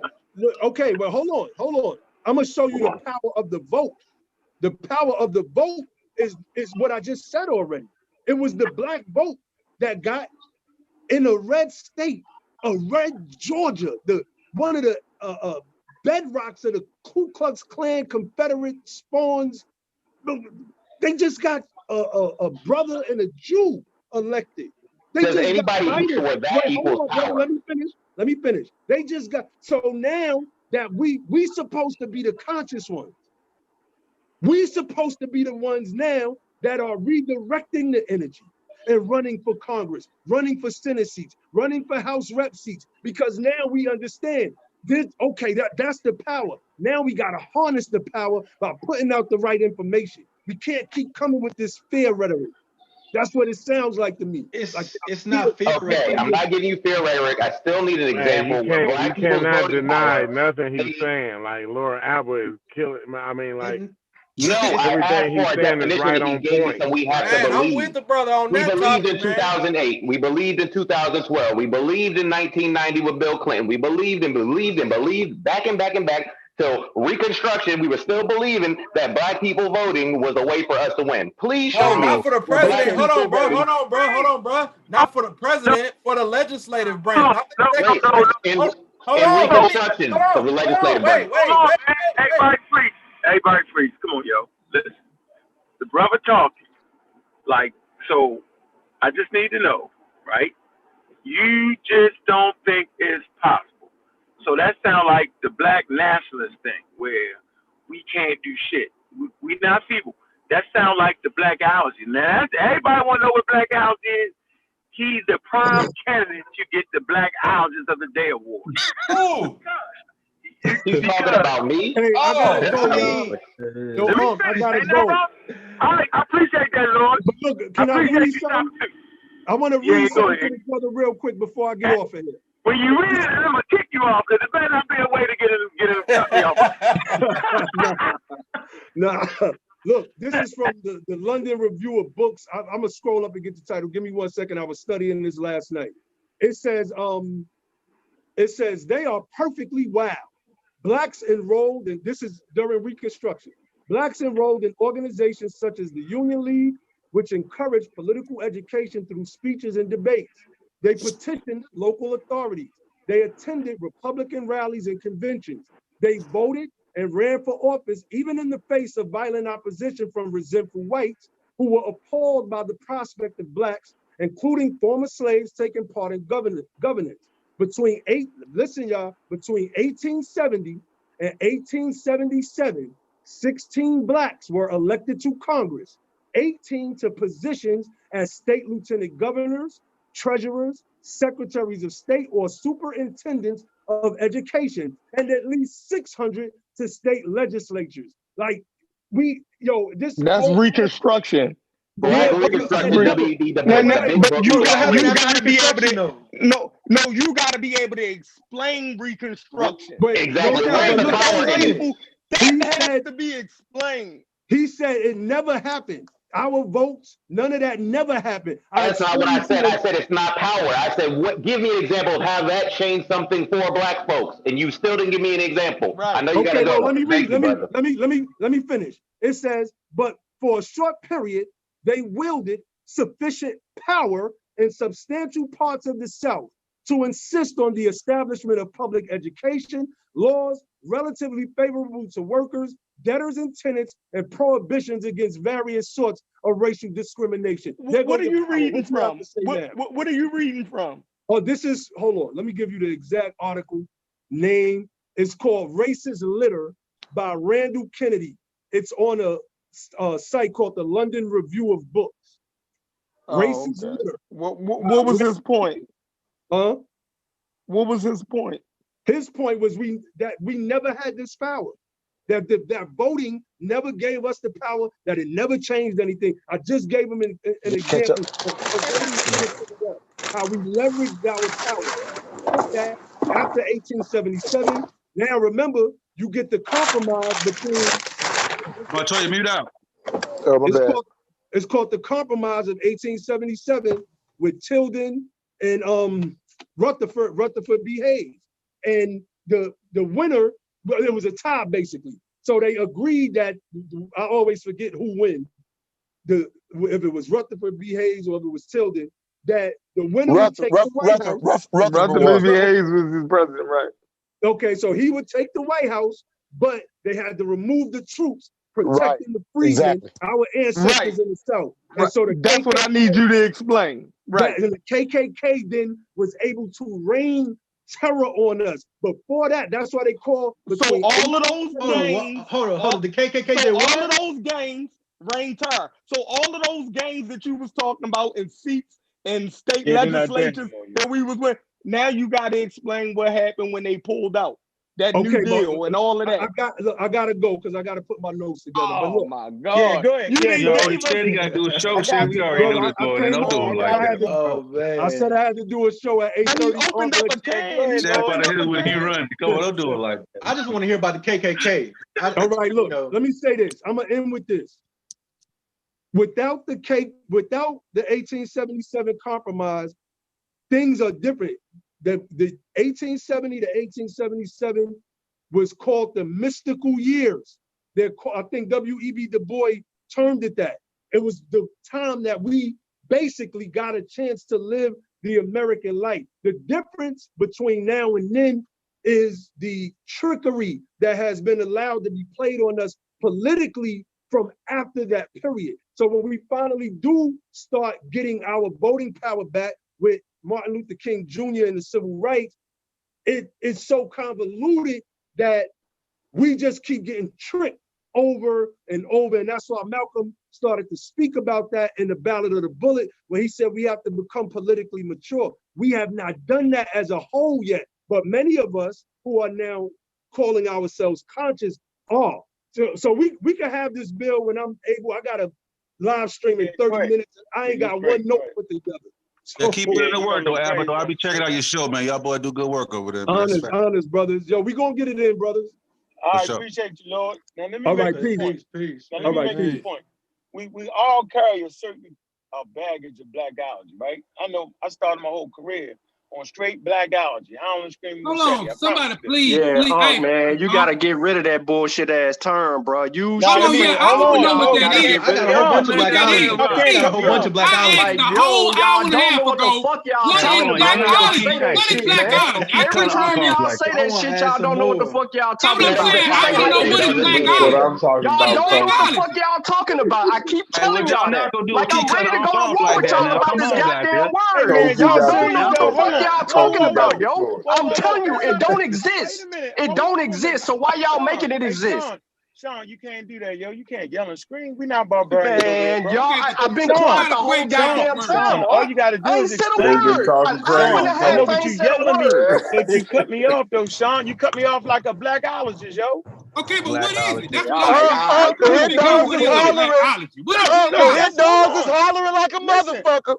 Yeah. You got them all. You got their asses. They hollering like a motherfucker. I'll Hit tell you what dogs I is am, hollering. but I need you to I tell want me to what a know what it blackologist is. is before I First Y'all of keep all, throwing up the first of all, term. I What ain't is say blackology? shit. I I listen to want to all Man, y'all come on, talk. I man. ain't Let me say explain. nothing. All right, I but ain't I say was in the middle nothing. of But I'm talking. just I tired ain't of y'all saying much. using the word, I'm and getting it's ready all to out of explain it. context. Like y'all I'm don't know getting how to ready to. define shit. I'm getting ready to Hit explain it to you. dogs is hollering. Listen. Come on, y'all stop, man. Why y'all Shut the doing that, fuck yo? up, nigga. You don't even know me. You just popping off at your lips, bruh. You don't even Who's know what that? I be on. I challenge everybody Hit dogs information. is I don't challenge hollering. All one right, They all done person. right, got I mad in challenge this everybody. motherfucker. Fuck you talking God, about, they yo. done got You don't fucking mad. know me, man. Talking Y'all about hit tripping dogs now. holler. First of all, I Hey, ain't fuck hit. me up, Y'all Brother Second of tripping all, Super, off I'm man. that trying to Hey, I'm shit. trying to get rid of a Who word was that don't that? make no hit goddamn dogs is sense. hollering so mad Wait, they want to fuck let motherfucker up. Let Montoya define it since he's saying hit dogs are hollering. So let him No, tell us no what we motherfucker. are since we're these No, dogs. ain't Go nobody ahead. gonna hold Well, we're on. gonna let First of Ox all, finish his point Oh, first. hey, Go ahead. hold on. Y'all We lucky. gonna get some See, order. check this out. Go Hold ahead. on. Y'all niggas lucky. Y'all lucky I'm not in the house because I mute all y'all out. All y'all black out at this fucking point. Now, it's Cool, not a that listen. ain't. I mean, y'all laughing, but that ain't cool, man. That No, ain't I know. cool. Come on. Let us finish That his No, ain't point, cool, listen. Kofi. man. That ain't Kofi, cool, listen. man. Kofi, listen. Kofi, I don't think you're a blackologist, Kofi. Sean is not I a blackologist. So listen. So the point is, a blackologist is a person that refused to study, refused to change his mind. That's a blackologist that swear that melanin gonna save you. Sarah Shooting Seti is a blackologist. Young Pharaoh is a blackologist. All the niggas that take the misinformation and fake shit and the black is this and that, that's a blackologist. When your skin color makes you superior, you're a Okay. blackologist. That's So a let me fucking black. stop you right there, Hold brother. on, let him I finish his understand point, that you fam. Can't Nah, stop me. You that you told cannot me stop that me. family, Bro, let him I'm the finish, bro. blackologist, right? you Family, I can't refuse to listen. study. You're I not gonna refuse to always study. bro, cut me stop, off. bro, Bro, chill you out, bro. can't Let him do finish that. his thought, bro. Let him You finish gotta his let spill, me bro. finish, dude. That's why we got the pseudo killers. So each individual can finish their thought. Man, we don't have to talk over each other. It's a gentleman's game, yo. Let's be gentlemen on this motherfucker. Or let's just shut the show down so I won't start cussing and looking crazy as a motherfucker. I don't want to look like that no more, bro. I'm saying we have good information. The people are enjoying it. We do not have to do that. We all on the same team. So for me, black out just simply means those who refuse to change their mind in the face of goddamn getting beat the fuck up like in the middle of a pandemic. You still acting like you're melanin. You still act like we super tough. No, we got areas we got to work on.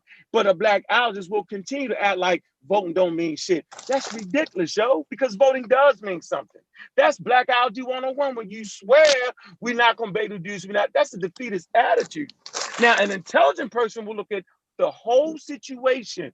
I used to be that guy. I ran across a person named Montoya. He's on the show right now. He said, you know what, that shit you got is serious on some parts, but goddamn, yo, you give white people too much goddamn fucking power, bro. You gotta stop that. And I'm saying the black algist, without even knowing it, gives white people more power than they ever fucking had, dog. That's a black algist. The Mossy Clan Warrior is not made of black algists. The Amaral Squad is not made of black algists. The point is we have certain parts that is blackology. So what? I'ma own it. Ain't nothing negative about that shit, having some parts of your game, because we love black people. So let's not be black algists and howl and scream over each other. You know, we love all of each other. Let's cut the crap, bro. Like, I'm not the peace nigga, but I ain't the nigga to let y'all howl and scream and don't let the people hear what we gotta say. So go ahead, bro. Now you took it real negative. Let me see. Let me get the name right. Foreign car Hold on, I'm gonna cabal. get. Yeah, right here. Yeah, Afro without a car. That's a black alga's name if I ever heard of it. Yeah, real funny. So now a foreign car cabal. That's me, right? That's me, right? Okay, a foreign car cabal. It's based off a mill car cabal who was a revolutionary in Cape Verde, Guinea-Bissau. So since we're talking about the refusal to study, right? I The apologize. refusal But to listen, bro, listen, why you let keep me that was finish my point, brother. I want to finish my point because I was really triangulating on you. I was right on your head. Dude, you cannot tell our babies not to vote. You cannot tell our babies that we should just go directly to war. You trying to tell me that is not what I no, said. Lord Abbott just showed, watch this. Lord Abbott just showed you when niggas actually voted and got into office. And then some crazy ass unlawless motherfuckers came. Dude, do you really believe that one, they're gonna kill all of us with a vaccine? And two, if we do get voted in, they're gonna overtake us and kill. Do you think that? Because you did say white people can do whatever they want. That shit is like that. I mean never we said shouldn't. that, Montoya. You definitely said that tonight. No, I didn't, Montoya. We can run the tape back. I did not say white people can do whatever they want. I did not say that. $100. You said it. I got $100. Run the tape back. $100. I will put my Cash App in there. You run it back and you send me a Don't do quick that. to Pseudo Killas or MBK. Hey, Hey, I'm putting $100 down too. I rock with you for him, but I think I heard you say it. I know he said it. I got $100. Do whatever they want. I rock with you for him. Too, when you run it back, give my $100. Yeah. Now, since let me finish talking. Thank you, said all. white people can do whatever they want. All right, brother. Thank you so much. You said that I was a blackologist. You compared my rhetoric to that of just now, bro. Right. Exactly. Not your whole person. That of young Not your whole Pharaoh, person. right? Yes. That of young Pharaoh, etc. First of all, I didn't say voting don't mean ish. I did not say that. I said, how is that power? And then I asked him to define power. When did that ever make a change for black folks? Is what I asked him. Then he Googled some BS that I think all of us have read. Why do you call it BS? By W.E.B. Du Bois. Can I finish, brother? Yeah, my fault. My fault. All right. So when we talk about Black Reconstruction, that is people getting into office. Yay, they got into office. That was in 1870. What happened in 1876? What happened in 1877, 8, 9, 1880? All of those things. When was Tulsa? When was this and that? What did that change for black folks? Why was there a civil rights movement after that? Why did the African Blood Brotherhood occur from 1918 to 1926? What was that all about? So if we had this power, why are we here today? That's the 13th, the 14th, the 15th Amendment. Free citizens vote, right? What did that change for us? I'm not saying that voting is not going to change anything. I said that is not the definition of power.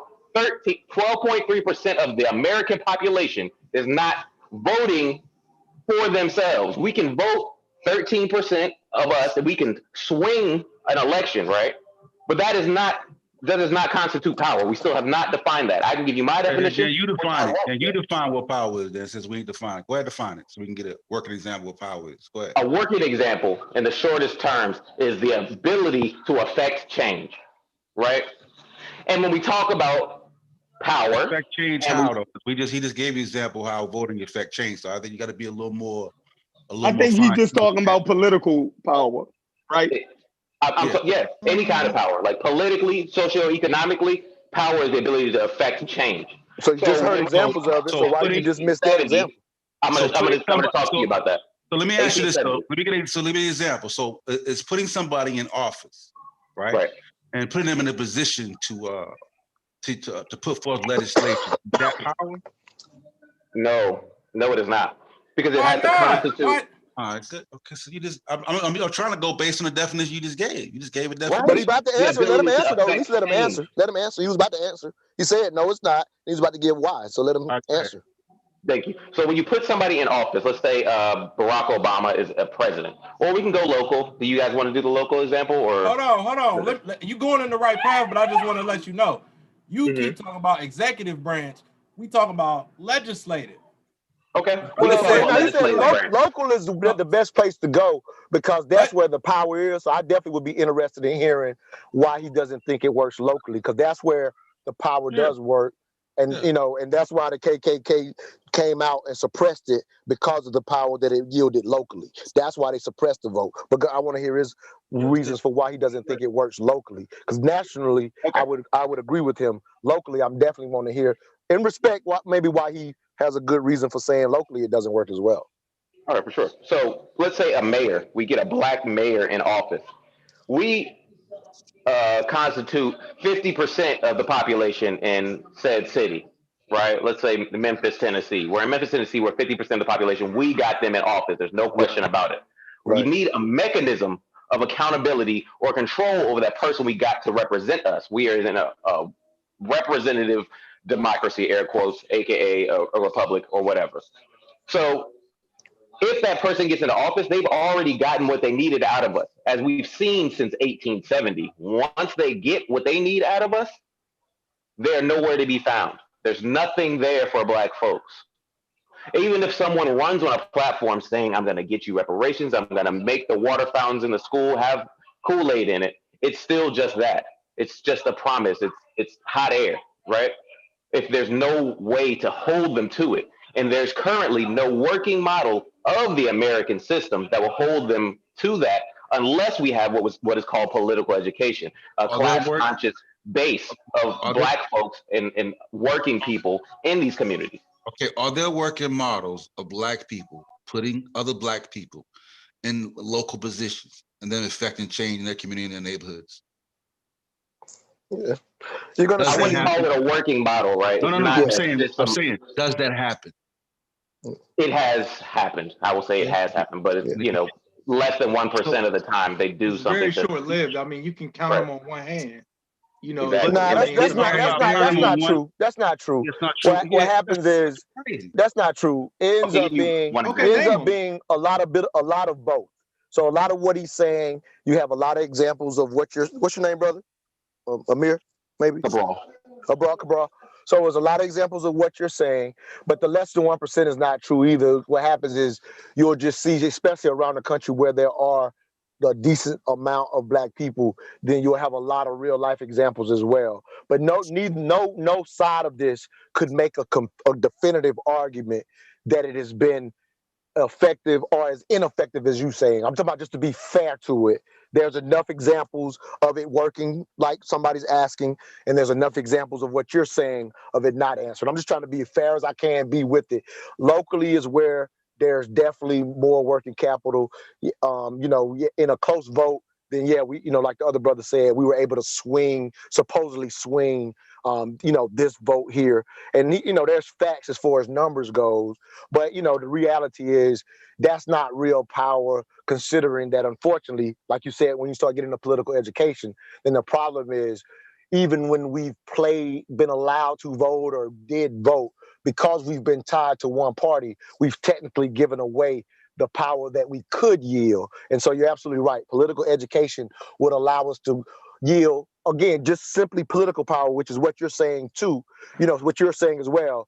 The other brother, which I like a lot of what he was saying before he got off, but he does overplay what political power really is. Because at the end of the day, the country is set up politically, politics is moved by economics. And so therefore our lack of economics does not give us technically real political power, which I know you would agree with that part. However, the mechanism of politics with the finances, it would have to come in combination in a local district with the education, which I know you don't disagree with that part of it, but I would just challenge you not to be quite as dismissive due to with the money, we would need to do that too. Right. And I just want to add to what the brother said. Now, you speaking of capitalism, I just want to let you know that. I'm not anti-capitalism. I'm just letting you know, because there's a lot of brothers that's anti-capitalism.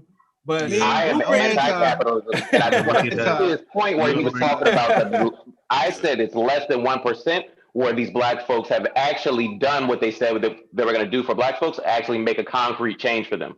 So black folks hold about 13% of the political office in America, which is on par with our population. But how much of that percent actually does, one, what they say they're going to do, and two, anything to actually concretely change stuff for black folks, right? So when we talk about a concrete change, having the Centennial Olympic Park in in Atlanta did not change concrete anything good for Black folks in Atlanta in the 90s, right? So we could see how it had led to gentrification and the push out of the Black lower class and working class. We could see, you know, we can really count then these you things. have then you get a mayor who steps in, right? And keeps affordable housing in those Atlanta areas. Are you from Atlanta? Are you in Atlanta? Nah, I did some organizing there for about a year or two. Because if you still go downtown Atlanta, where those areas still are worth a lot of income. Those certain areas are designated areas that those people can't take, and there's still affordable housing in some of those zones down there. You know what I'm saying? So like, you know, I've talked, there's some people that come down and they're trying to develop working models like, if you're familiar with a place in Atlanta called Edgewood, right? It's a pretty thriving community, whatever. And it's a small, and and they're trying to get a working model how they can set up more communities to where it can be like Edgewood, to where it ain't just one person towering over another individual, but it's a pretty steady community. Everybody kind of in the same range in that area like that. So, you know, with Black politicians and people in place, you got people there to regulate certain things. So yeah, now does that mean every Black person gonna do that? Like, that's what I'm saying. Like, I don't want to speak absolute, and I kind of feel like you're speaking absolute. In that area, I'm challenging you on that as well. I'm sorry. Go ahead, brother. I'm sorry. I was just going to say, when I say less than 1%, that's not supported by data, right? There would have to be a whole 200-page paper on constituting what it means to have concrete change for Black folks. But when I say that less than 1%, it's like we can't name a good example. When we're talking about I can name you plenty of examples, brother. I can name you plenty of examples. I'll give you a chance to name one in just a second. But let me just talk to his point right quick. Let me just talk to his point about Atlanta before I forget it. When we're talking about politicians enabling the fair housing, right, or affordable housing, we have to get into the realm of what is affordable and how much of percentage of that housing is actually affordable. When developers come in, we all know this, hopefully, that when they come in, they propose a building in a place. Let's say they have some kind of high rise, right? They're going to say, okay, we're going to give you 2% for affordable housing. Then the planning commission of your city or municipality is going to say, no, you need to give us 10%. And then the people on the ground are going to say, no, we need 50%. And they're going to meet somewhere in the middle at 20%. So allowing that to happen, right? 20% of affordable housing in this high-rise building in a place that was historically Black. They took down, 70 houses of Black families that had been there since Black Reconstruction. How is that really helping the folks of that area? And secondly, how is that really concretely changing the economic and social and racial development of that place when you're just allowing those poor people to stay poor in that area? 20% of them, right? How does that really change things for good for Black folks? Because we're talking about Black folks, not just us or our family or our cousins. We're talking about Black folks. But I'll leave the point at that. Can I read a little, like Amos Wilson? Huh? I said, can I read, some Amos Wilson? Go ahead, bro. I kind of. So he's speaking on the whole, Reconstruction, John. He said, there are so many of us who believe that fair housing laws, anti-discrimination laws, civil rights laws, voting laws, and so forth guarantee our freedom. That is an illusion. What a flight into fantasy. Laws are no stronger than their enforcers. So the thing is, if Black people collectively don't have power, then we have this whole neo-colonial situation. Like in Africa, we have plenty of it's a whole bunch of African presidents, right?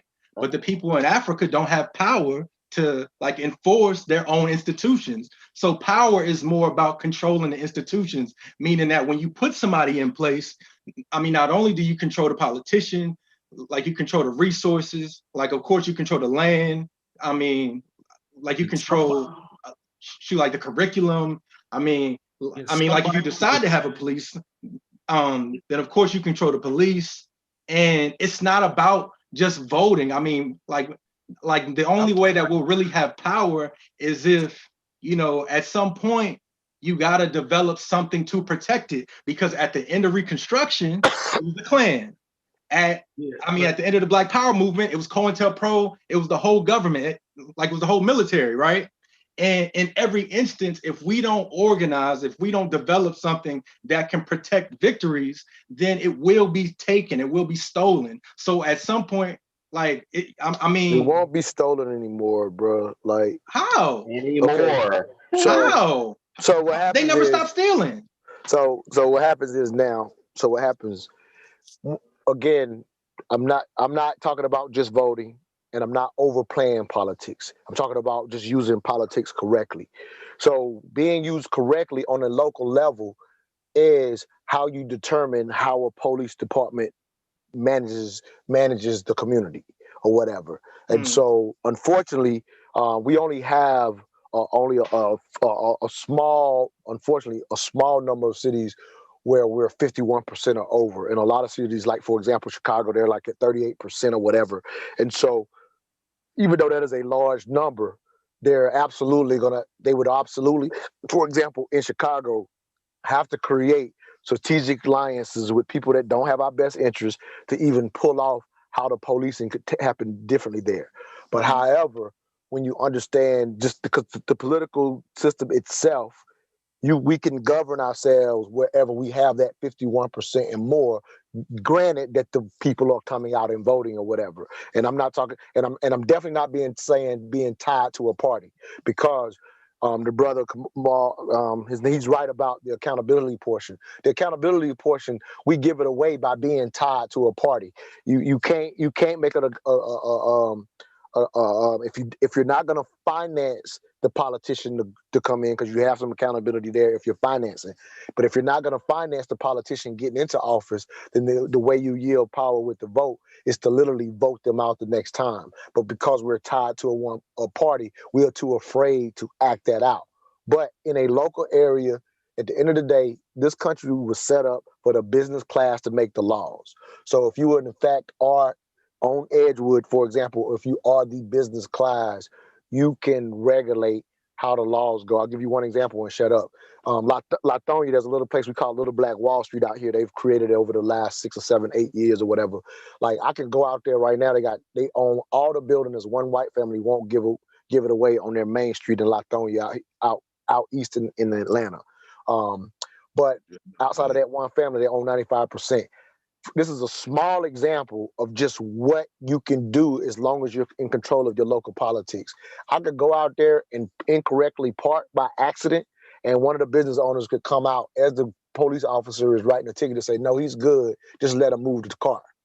Again, they can only do that because they do control the local politics, and they are at the city council meetings every week because they have the numbers. And they literally, it was fun as hell to see this the last election, where they literally they're so much in power in that local area that they literally was having a fight over which black person would be the mayor. It was funny just to see blacks have the fight. To me, I'm outside of the community, but when I rolled through and saw how much pissing back and forth they was doing, which is the same politics we see on TV, but it was just black people running against black people. So that's what could happen whenever you are a majority in a district. You would have to play the political game in your district because it's already set up to control it if you do. Hey, I used to, did I clean that up in Latonia? I used to never go down Main Street. And fear getting pulled over. Right? It's 90% black on right now. It used to be hot right there, but the police always be out looking to pull folks over in that little area right there. But now that they control the politics, they've changed all of that. Can speak to that. Yeah. I bought a house over there. I bought a house over there like I feel the local level, but we need to be on the government level, because the legislative branch. The local level is government. It's very important though. It's very, because like states get their funding from the federal government. Yeah, I'm not saying nothing different than what you're saying, brother. I respect what you're saying. Bro, I'm agreeing with you. That's just how I talk. I'm agreeing with you. I'm saying we need to be on the federal level as well. The local level, that's cool. We gonna do that. We need our local communities to band together and do that. Yeah, it would be nice, but now you're getting out. That's why I agree with brother Kamal. If I'm sorry, I'm saying his name wrong. But where I agree with him at 13%. Just call him foreign, man. We got to keep it. But at 13%, and I'm not saying nothing. I'm not saying do nothing on the federal level. However, like even like for Atlanta, for everything that Atlanta's known for example, being in the middle of a obviously it was a red state and pretty much still is. I know it did a little transition at this time, but here's the reality. What happens is because we only at 13%, when you start getting into the state level and to the federal level, there is going to be a lot of struggle to get that money, in the sense that though their interest is not going to be concerned whatever municipalities that we want to take over, or what I suggest is in cities where we are 40%, I wish we would have a mass return. We're technically too spread out around the country, so I would like to see in some municipalities or in states or in cities where we're at 15 or 20%, I would love to encourage that 15 or 20% to go make a Flint, Michigan 50% instead of 37%. Like they could and then control the local. And then I'm not disagreeing with you. I'm just saying it becomes a little less realistic because everybody else interest is not ours, and it is difficult even for a black mayor to make that money flow down, because typically the people above her don't look like her, and it would be hard to have that happen typically in especially up north. We could do it in the South because we're in Mississippi, for example, there's still a lot of blacks in Mississippi. So in the places in the states where there's a lot of blacks, you might could get a black mayor and help with that or whatever. So I'm not saying don't play that game, but I wouldn't put as much energy in it when I know we're fucking up locally. I want to get the foundation first before we start putting a lot of energy in the state and federal level. This what I want to say, because it's a brother. I watch a lot of Yahoo Finance and stuff. It's a brother that was on there that they interviewed, just came out with a book. It's called The Devil You Know, a Black Power Manifesto. Mine ain't came yet, but I ordered it. The author's name is Charles M. Blow. He's speaking on, just based off what he said in the interview, he's speaking on the black vote and how we need to do what you said, Montoya, or I don't know how to say it. Yeah, Montoya, you got it right, Montoya. Okay, so like he's saying that we need to have a migration, because like during slavery, a lot of people migrated north. He's saying that we need to come back south. Now he's not saying everybody, he's not saying everybody needs to come back south, but he's saying a majority of us need to migrate back to the south so we can get the voting power. Exactly. What we're not talking about is a lot of the states, some of the states have more electoral votes than others, right? And that's based off the populace of the people.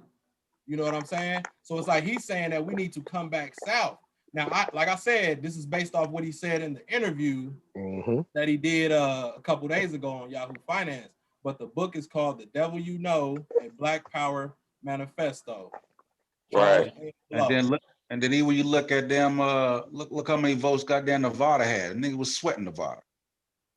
Yeah, I think we got to talk about a couple of things, man, because it gets back to the point of the myth and propaganda of black buying power. A lot of the basis that he was basing that off of, I just saw an article about it too. I guess it's brand new and people are talking about it now. It's like all over the internet. I think it's free too. You could download it. What's that? Well, with the myth and propaganda, but what he was just talking about, the guy talking about we need to have a new migration to the South. That idea is nothing new, right? He didn't invent that idea, but I think he's playing it in the direction of the myth and propaganda of black buying power. He's talking about political cachet, but he's also talking about the economic implications of more black people spending more black dollars in a black community, which we've already talked about is a myth. You're using it wrong, brother. You're using it wrong. About, though. You're using it wrong. Like he using it wrong. But yeah. Like the black power thing itself is a myth. You're right, but you are using it wrong because now you're getting into how communities naturally operate. So if you gain the majority for the local political thing, and we actually were to remigrate, then your money would operate as it should. You would also gain back a political, because because the business class controls it. So if you have, we kind of always move and get out of the hood. But if you bring the talent back, then some of those people would move into the business class, and then it would just work the way it naturally is supposed to work. That's how it works around the country. We're usually just outnumbered. If we're not outnumbered, then the money, so it wouldn't be a myth of the money at that point. It would be how it works for other people. It would work the same way if we had the majority and the business class. It would work. I hear you, brother. Like we've had examples and ideas of this for a long time, and I'm not saying that you're not on the right track, right? But what the piece I'm putting in here is the idea of the lack of accountability. We can use this room, this YouTube conversation we're having, as a microcosm of the Black community. We are not a monolith. And you're saying that the Black business class would control that. So if we vote somebody in, they're going to vote in all the Black people that are under them in this 90% Black state, right? We know that is not true. No, I said we know that doesn't I want to exist. have them arguing like Lithonia was over which mayor go in. Like, so Why I'm not not a monolith whatsoever. Lithonia still got slave owner statues and they parks and stuff. I got a picture of one. It ain't gonna be perfect, bro. Yeah, but it ain't gonna be perfect, bro. Like, But I wasn't perfect. I just said he gave a bad example when I said I wanted to be able to have an argument between our own. I'm not talking about you much. I'm just saying, like I don't think any answer we gonna give you, bro, is gonna be like perfectly like. Well, you know, white people can do whatever they want. Yeah. I want my $100 too. Why you say that for? Why you say white people do whatever they want? He said it. You don't even remember he said it. I did it. But what we still have to get back to, is the idea that you said the business class, right? We're making up a class by saying that, one. But two, we know that in order for capitalism to function, there has to be a bottom so there can be a top. And I'm not making that up, right? This is not blackology. So why did you say that we're making up a business class? Because that's actually more true than what you said about there has to be a top and there has to be a like that's actually blackology for me. Because what happened? I'm making short the true idea of working class bourgeoisie, right? Working class. Lump in working class, petty bourgeoisie, if you want me to name them out, right? When we're talking about the classes, it's about labor, which is what measures wealth. Wealth is the money that you make off other people's labor. And that's why Black people's labor wealth is so low, right? We don't necessarily own the means of production to anything in America. That's profit, right? That's profit. No, but you mean to tell me, hold on, wait. You mean to tell me if I start a garden, I grow my vegetables, and I decide to sell them at the farmer's market, I'm capitalizing off somebody needing what I got. And I do this. That's my business. Hold on, wait. That's my business. That's my business. That's what I do. And then my business scales. So then I buy another farm and I'm yielding more vegetables. So now I need to start a store.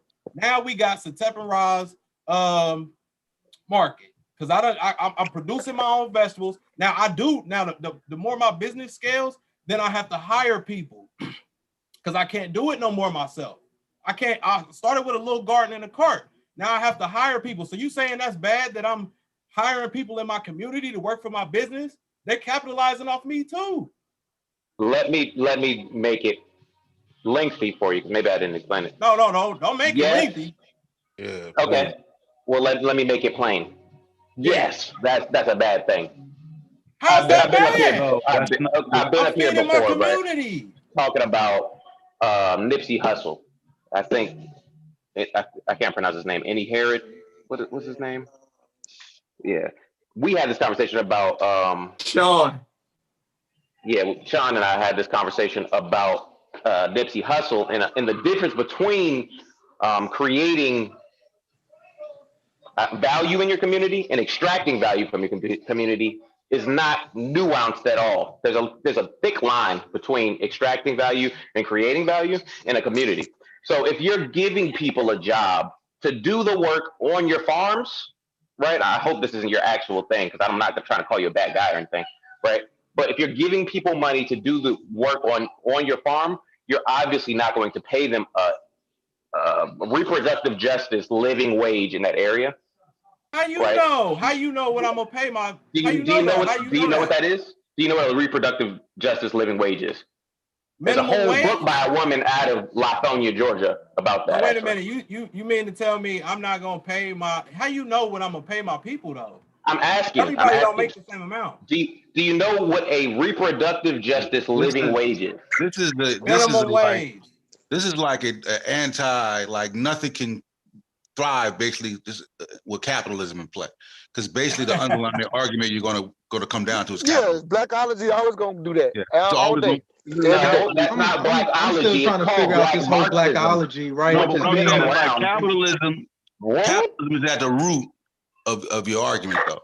Like it always going to lead back to capitalism. It got to be, but there are more equitable ways to do the business he's talking about, right? And we have examples of that. Historical examples. With capitalism, right? You could do, but you don't have black you don't have capitalism with national 13%. examples of what you're about to say. You National don't examples? Yeah, you don't. Yeah, what happens is, so basically the different systems that exist out here, humans are at the top and humans are fallible. And so there has been no massive system at no time in history that there has not had a have and have nots, no matter what system you're talking about. True. On a national level. That's not true. On a smaller level. Now, if you're going to go all the way back to when humans were egalitarian, then if that's what you're talking about, then I would agree with you. But I would love to hear the example on a national level before humans move from an egalitarian system. What when you say it's not true, what's the example nationally? I mean, I give you like a whole book, so Jessica Gordon Nimhard, huh? Yeah, I want to learn. Yeah, what okay, national, so place, there's what a book, nationally? Called it's called A Collective Courage, right? This is the history. Exactly. Yep. The history of cooperative economics, right? And I mean, basically, even Chancellor Williams, he talks about chiefless states, right? And there's plenty of examples of like horizontal, governance, right? So what national? I mean, like hell, like even on The Wire, they had a co-op, right? No. I'm saying, tell me the places that have been able to run it nationally for a country. Cape Verde and Guinea-Bissau. We could talk about They're still doing it. Like I think in Ghana. No. So what happens in those places when we talk about Kemet? I mean, you go all the way back to Kemet.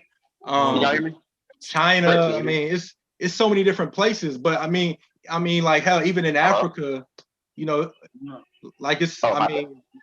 There's so many different styles of governance. Everything doesn't have to be, like a capitalist mode.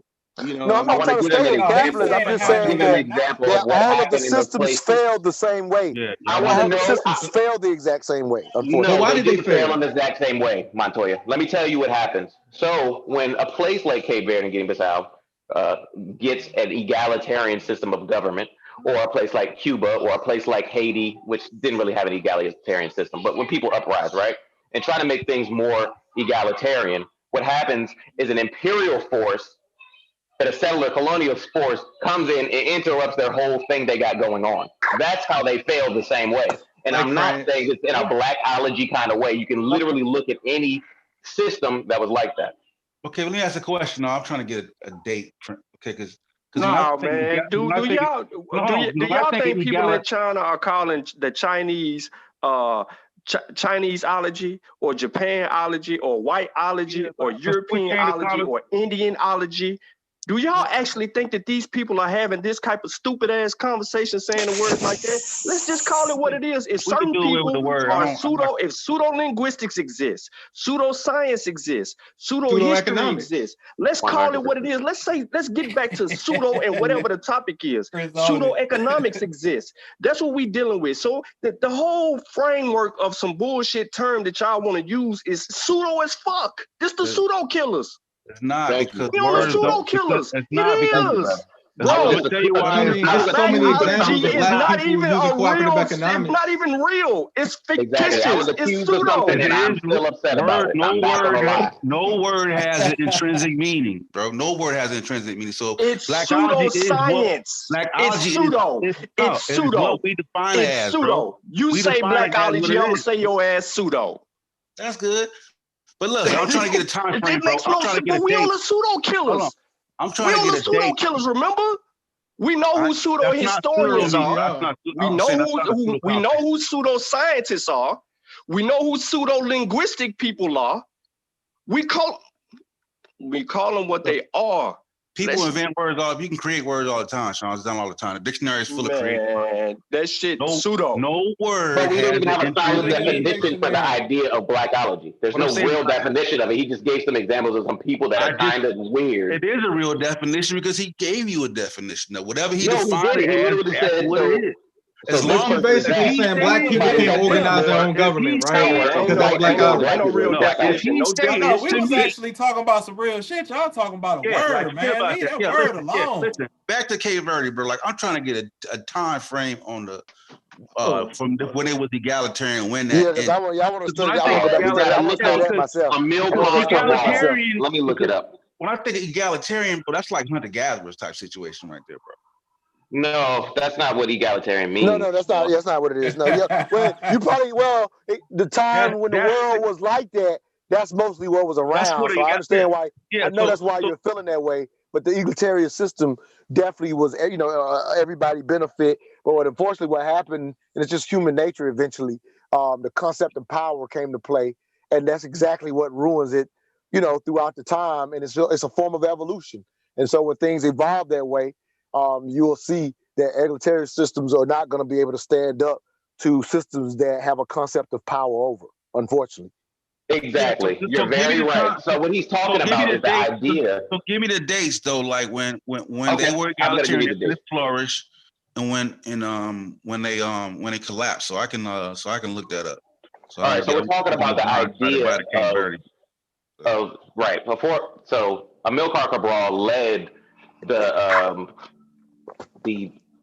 War of Independence for Cape Verde and Guinea-Bissau from 63 to 73, right? When he was assassinated. Dope. So he was fighting against the Portuguese. And in this fight, he gained the literal power, that infallible power, the power of the people, right? By going around. He was actually from Portugal. He was a surveyor, and he started seeing these lands and crap like that. And he started meeting all these people, and he developed not just a guerrilla army, that's kind of how they boil him down to, but he developed like a system of political education, of class consciousness among those folks. And they even had a system of re-education for Portuguese soldiers and other black folks in Cape Verde and Guinea-Bissau that would have been fighting on the Portuguese side. So during this time, when they were developing and doing this, they had schools that what white people call guerrilla schools, right? Where they had schools in the forest, right? Right. And they were learning about all this stuff. They had schools in the cities. They were sending people overseas to places like Russia and other havens of socialist and communist thought to learn more and bring that knowledge back. But they dropped more bombs per capita on Cape Verde and Guinea-Bissau than they did in Vietnam. And this is during the same time. People didn't care about Cape Verde and Guinea-Bissau. Right, that makes sense. But they were killing these folks, right? And they assassinated Amilcar Cabral. So that's just like a example, a little decent example. We can talk about Maurice Bishop. We can talk about like different places. I'm trying to get the totality of it, like population, so I can see like how that work on a large scale. So I mean, like on a large scale, you will find it on a large scale, but I think that is a fair example. Just because it realistically did happen with the country or whatever, like you said, it went through their way. But it's hard to find it on a large scale for big major companies. Like that on smaller scales. That's why that is kind of my point. So what is your definition of a large scale? Like how many people?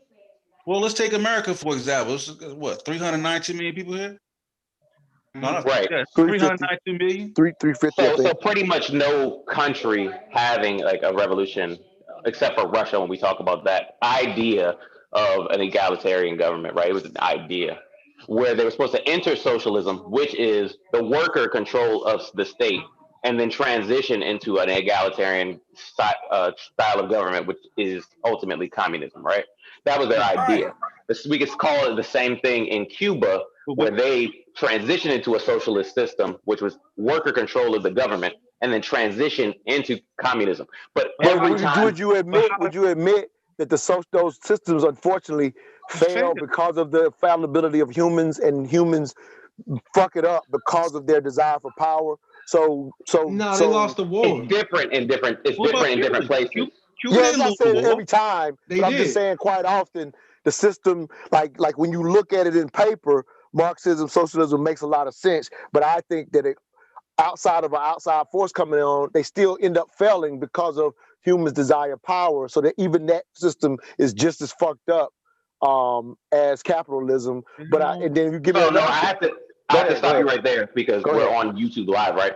We have to understand that it's not the fault of the people in those countries, because we were just talking about how imperialist powers conspire against these folks that try these things. Yeah, like with the sanctions, right?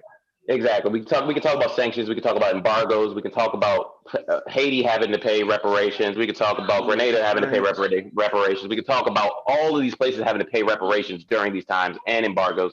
We can talk about Cuba. We can talk about all the 400 and whatever assassinations. You talk about Tanzania. You talk about let's Tanzania, right? Let's just stay on like one, because we jump every time I try to focus on one, we go someplace else. Okay, so I'll give an example. Let's deal with Cuba. So we got Cuba. Okay. Cuba. Yeah, go ahead. All right, so we have Cuba. Went from a and Cuba dealt. I mean, hell, you know, Cuba dealt better with COVID than we did. Right. I disagree. That's just like anecdotal stuff. We're talking about as a no, that's a fact. No, that's a fact. I'm not arguing that. Let's not bring another topic in when he's about to break down how he felt. No, but go ahead. How he felt, Cuba. Like I would still say it was the people, but I want to hear. You know, he probably knows more than I do. But go ahead. I would like to hear that process. So when we talk about Cuba and the idea of the Cuban Revolution, they were getting independence not only from Spain and the U.S. imperialist system, because there was already interest there. We talk about the Bay of Pigs, and America was trying to. So they had allies. Right. You're like the Soviet Union. Yes, Cuba had allies like the Soviet Union. You got to keep that point. You got to keep that point that they had allies, because if we talking about us, exactly. Keep that point. When you look at history, it don't match up. So that's inaccurate. That's inaccurate to say that we don't have allies. We have to go back to the civil rights struggle. That's why we talk about an internationalist Black radical narrative and not a nationalist Black radical narrative. When we talk about the I just want to know who our allies are. Our allies right now?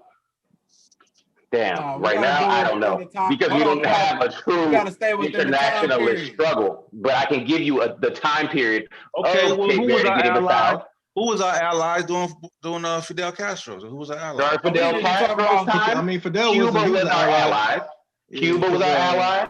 The Philippines, Vietnam, Cape Verde, Guinea-Bissau, Russia, all these places. We have to talk about the Black Panthers. I know that all of the Black folks in this room know that the Black Panthers were a Marxist, Maoist, Leninist movement, right? They were communists. So we have to keep that in mind. They were internationalist Black radicals.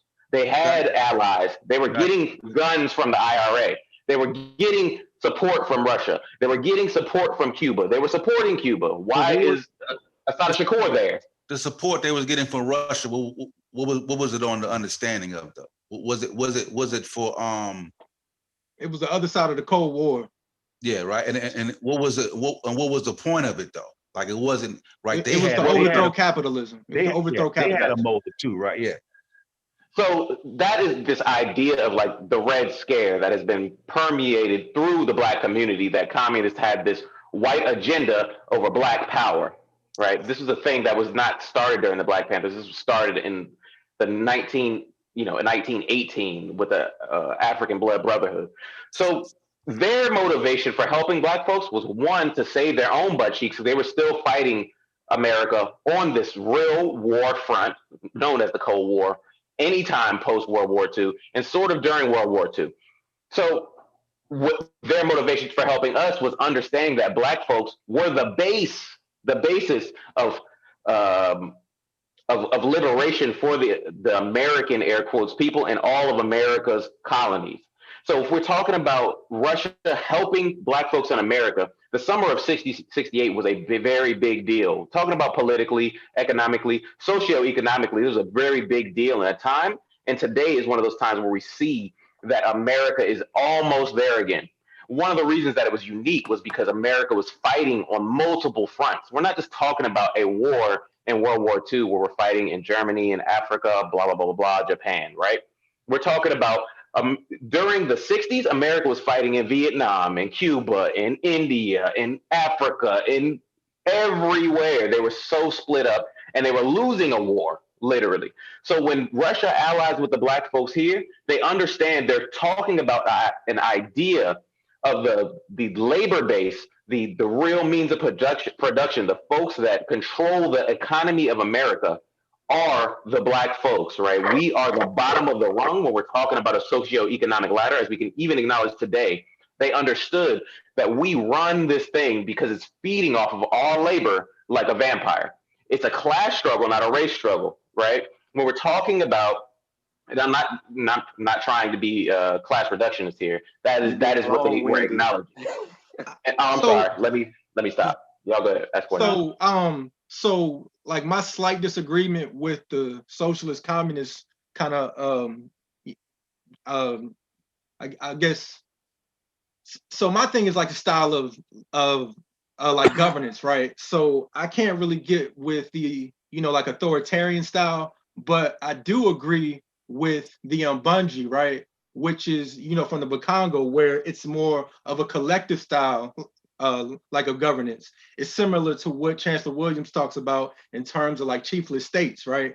And it's more about each person having to, because it like it kind of operates where, politicians are like just developed from the ground up, and then you have more competent people. Whereas, I mean, like with capitalism, it's solely about social status and white people, and just the elite, picking people, like a Trump. But like under like an African system, it's way more detailed. Like even, when you study, like the Susu, right? It's very, very organized and it's very detailed.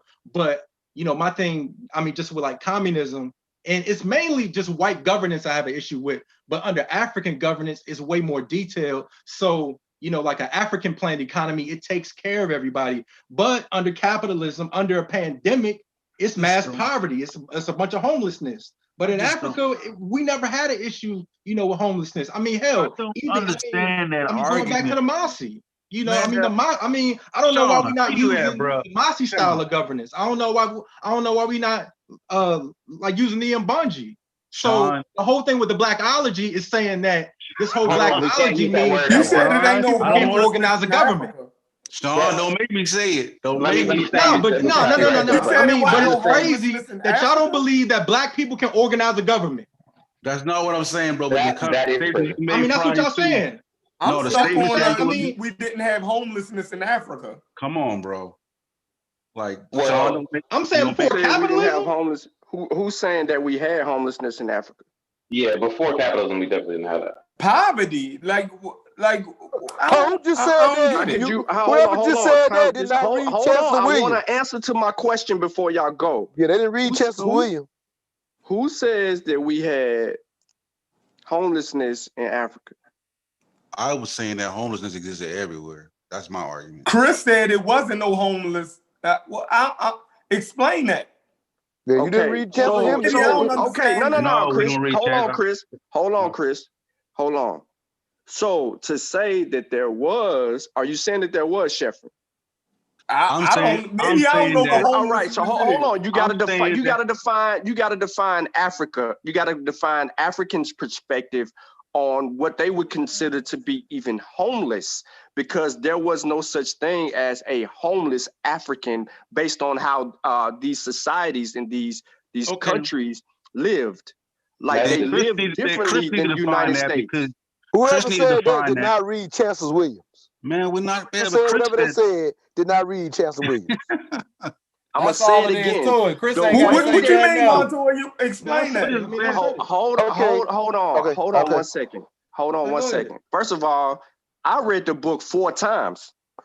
So don't tell me what I ain't read. And we're doing a book club on it right now. So what I'm telling you right now, from an African perspective, they did not see homeless how you see homeless in America. You gonna tell me that they see homeless the way that you see I'm homeless not in gonna tell you. America? No, I'm not finna tell you that. Don't No, make that. I'm asking you. I'm not I going to know. tell you that. Oh, y'all agree. You Sean, can't make the y'all agree. argument because I'm not finna tell you that. But what I am Y'all gonna agree tell it's you is in Sosa, that book. man. It's Sosa. What I'm gonna tell you in that book is when Chancellor Williams was breaking down on how many of the migrations was due to what was happening with the land in Africa, and how you know how he constantly talked about how Africans was constantly having to move due to what was happening with the transition of the geography. And so he talks deeply in that book how bad some of those groups were doing due to that, because they had never been able to settle. Due to natural disasters. Yeah, they were natural But it wasn't disasters. the economic system, though. homelessness. But it wasn't the economic system. No, and colonialism. But that would create This is prior to colonialism. And in prior the to book. capitalism, right? Yeah, so don't tag like he talks about how bad some of those groups and how and what the other powerful tribes would do to those groups that were having to move because All right, man, look, I ain't been natural saying disaster. nothing this whole time, yo. I ain't been saying nothing this whole time, so I'm cutting every chance I get. Go ahead, I've been bro. the quietest motherfucker on this go thing. ahead. I yelled a couple of times. I'm not finna listen to that. What I'm going to tell you from an African perspective, they did not view the world how other people viewed the world. So when Chancellor Williams is writing the book, he's writing the book as a third person from a different perspective, not a primary source. He's a tertiary source on the said subject. I don't have a problem with what Chancellor Williams is saying, but he is writing from his perspective. Okay. He's writing from his perspective. Got it.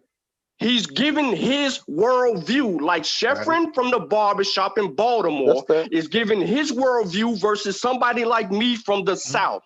He don't know what I'm experiencing because he's not here to experience what I'm experiencing. Not saying that he can't travel, not saying that he can't go there, not saying that. But based on where he at in his worldview, his way of life is different. That's what I'm trying to tell you, African Americans, that think y'all gonna keep on going to Africa and try to change the way they see the fucking world. It's different. So why don't you define homelessness is homelessness? Define what No, homelessness it's not, because we have to talk about houselessness. Your home is different than a home in pre-colonial Africa.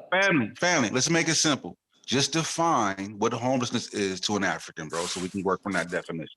That's good. That's a good question.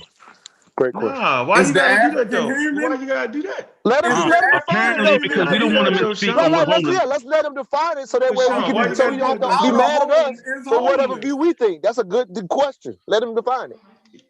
A person without a home is homeless. No, the person we just asked, let him define it. Come on, man. Like, that's a fair question. Let him define it. When we talk about the American definition of homeless, it is not even critical. We asked the man to tell the African. That's a good base. We Let him want do to know it. the African definition of homeless. They don't have a definition for it. Homelessness is universal. So let me. No, they don't have a definition for it. Y'all Just like they don't have a definition for it. Just like they don't have a definition for a lot of things that we infuse definitions on. True. That's the mistake that we continue to make is we keep on trying to define people by. So if they don't have a definition for it, then you don't know if our definition is wrong because they don't have they don't have it. That's the definition don't mean it don't exist. Right. It didn't Pre-colonial Africa do not define shit how y'all want them to define it. No, man, y'all serious right now? I'm not yelling at y'all. Wait a minute. Everybody freeze. Hold on. Hey, Sean, homelessness is a condition. Everybody, right? If a person doesn't have a home, then he's homeless. That's not true. Wow. That's crazy. Yeah, it's crazy because you want to see it through one eye. You want to view real quick. One viewpoint. Sheffrin, I'm gonna try to make this real easy for you, bro. Let's say, for instance, and let's say specifically, can I get a conversation? Specifically Nigeria, among the Yoruba, before Arabs, before European appearance, anywhere in West Africa. The way that they saw slaves was totally different. However, they would enslave a person and allow them to work out their debt. That person that they enslaved due to that debt had no freaking home. You know what they did? They provided them with shelter. That was not their home. They provided them with shelter until debt was paid and they went on their merry way. But does that mean that that person was homeless? No, because they received shelter. So I'm telling you, they define and do things differently based on their worldview. When we try to impose Eurocentric worldviews on people based on how we see things and define them, it doesn't fit the African criterion. You better slow down, Sean. Nigga, take a psychologist, bro. Hold on, man. Everybody freeze for a minute. Everybody chill. I've been quiet. I've been listening to the conversation. And I think that's a good thing for me to do at times, right? And I'm going to tell y'all right now, watch how I'll kill y'all real. What are some of the oldest laws in the world, yo? Where you find them at? Sean, since you got the spiritual system. Since you're on your heart right now. You talking from your heart. I'm asking Sean. What is it, Sean? Come on, man. Kofi. Who got the oldest? Who got some of the oldest laws, yo? Africans Kofi? do. The 48 laws, the 48 negative confessions, right? Is that among some of the oldest? Hammurabi, right? I would say that. I would say that. Okay, so here's a good question for y'all guys, right? Now I'm gonna present some evidence. Why would Africans have laws against homosexuality if it wasn't homosexuality? And I'm gonna start with that first because that's the one that's gonna get you up out of here. Why would they have laws against murder? Why would they have laws against sleep with somebody else's wife? Why would they have laws against stealing and all that? Yeah, people did. If through the clouds at the times, I don't have anything. Now I'm breaking up. Perspective. It's the shit that woke me up on it. Come on, I'm breaking up. Yeah, you breaking up bad, unfortunately. Yeah, I can't. You going in and out. Oh, man, they just I didn't want to cut you either, man, but you breaking up, dog. Yeah, we can't catch what you're saying. It's so bad, unfortunately. I don't know whether to swing the axe or not. I can't even determine where you're going with it. All right, how about now? Can y'all hear me now? Yeah, you good now. You good now. It's good now. It's good now. So I made the point. I say, where the first laws at? They all agree Africa, right? Mm-hmm. We'll take that. Well, first laws against. I don't agree with that. Chef, let's just let her go. Come on, Chef. Let's say Africa. Listen, Homo sapiens started in Africa. Do I gotta go through that? Man, please, bro. Everybody should know. Okay, where's the first? Right? Where's the first case of incest? Africa. What book can we find it in? What book can we find it in? Diop's book, chapter 5 on clans. The first clans is in Africa. All right. So my point I'm trying to make here, we're the first wars for that, people, in Africa over resources. Okay, so we cannot act like that all these things did not occur. What we can say is they developed rules and regulations against it. That ain't got nothing to do with white people, dog. Them first wars, those wars that was fought on the Nile, the oldest graves of people getting murdered is in Africa. They got it. They showing niggas getting chopped in the head. They got it. No white people yet. No mutation, SL 45, exactly. None of that yet. Exactly. I'm saying, so how are we really approaching this situation? Don't nobody love Africa more than me. And then Sean will say the same and Kofi will say the same. Man, y'all know how much I love Africa? I cuss a nigga out about Africa. Trust me with that, bro. I've been doing it for 20 years. In nauseum. But Asahotep checked me one time on that. He was like, dude, if the Africans had a thermonuclear weapon, they would have used the motherfucker. And I argued with this nigga for a week straight, and then my logic got flawed. I couldn't get past that. And nothing right now, Pat. If they would have had a thermonuclear weapon, they'd have used that motherfucker. And they would have used it on other motherfucking tribes. That's what humans do. Why do I know this? Let me finish, bro, because I ain't talked in like an hour. My fault. I'm saying I study evolution in our brain, man. At them fucking, and they upgrade the fucking hand, the fucking stones. They upgraded it to the hand axes. They upgraded that shit. Zulu weaponry killed other Africans with that upgrade. We gonna act like that ain't happened? How we gonna act like that ain't happening and be true historians? Right. That ain't what true historians do. And I'm saying the black algae comes in when you refuse to see what Shaka did. He did that. Now, at the end of the day, it was good that he made other niggas come into it, but the Europeans did. They made other people come into it. So we have a clear record of people forcing. It's called the lay down. It's called the get down or get laid. That's what Shaka did. We're gonna act like he ain't do that. Yeah, he did that. Shaka, one of my favorite Africans, dog. So I'm trying to tell you that it is part of the human experience to fight over resources. If everybody on this was on the Nile Valley before the Sahara turned motherfucking desert, dude, we're gonna feel like that's our river, yo, because we're feeding our babies, man, and we can't get around that. And then some people who we don't fucking know come in and tell me they want some water. Really, nigga, who are you? Y'all can talk the African thing all you want. We're gonna say, who are you? We got different deities, we got this, and you saying we might loan you some water, we might work with you, but you might be saying, the people coming in might be saying, I think we can take that because we need mines. Well, I mean, ain't got no women. But if somebody came in with the water, you know what I'm saying? If you look to a lot of people that came in, if you had something that I had, I would come in and offer you something. I would offer you something, you know what I'm saying? If you had, let's just say if you had the water supply, you live in which most civilizations, when you look at after the hunter-gatherers, most civilizations were built toward these rivers. So, but let's just say if you had something that I didn't have, if I had rubber and you needed rubber for whatever you needed the rubber for, you needed cotton for whatever you needed cotton or whatever it was, I wouldn't, and it was something that you would have. Most of the time, you would see us come in, and we may not. We come in and trade. Hold on, Kobe. Suppose I don't got nothing, right? So if I don't got nothing, I might just take it from you. You need to know that tribes, they was fighting each other. They was literally killing each other. So it wasn't always the nice game. Like, we cannot act like that right now. If even with our character, right? We have to get a stronghold. If we get a stronghold, right? And other people don't know, they're gonna try to take it. No matter, see, we can all listen, we can all act like that shit cool until we down to a few of this and a few of that, and them babies looking at us, yo. We gonna kill a nigga to protect that, bro. It's not going down like that. History tells us that human beings will murder each other for their kids, yo. They don't want to hear, they just want to talk. No, you made that, Sean. No, you made it. I ain't make nothing up. I ain't make nothing up. I ain't make nothing up. Sean, I ain't said nothing. Y'all talk way more than me. And every time I talk, y'all gonna shut me up. Sean, you trying to tell me? I'm gonna let you get your point out because we want to hear you. No, you're not. No, you're not. No, you're not. I swear, you're not gonna let me get my point out. I'm gonna let Sean. What? How can I not let you?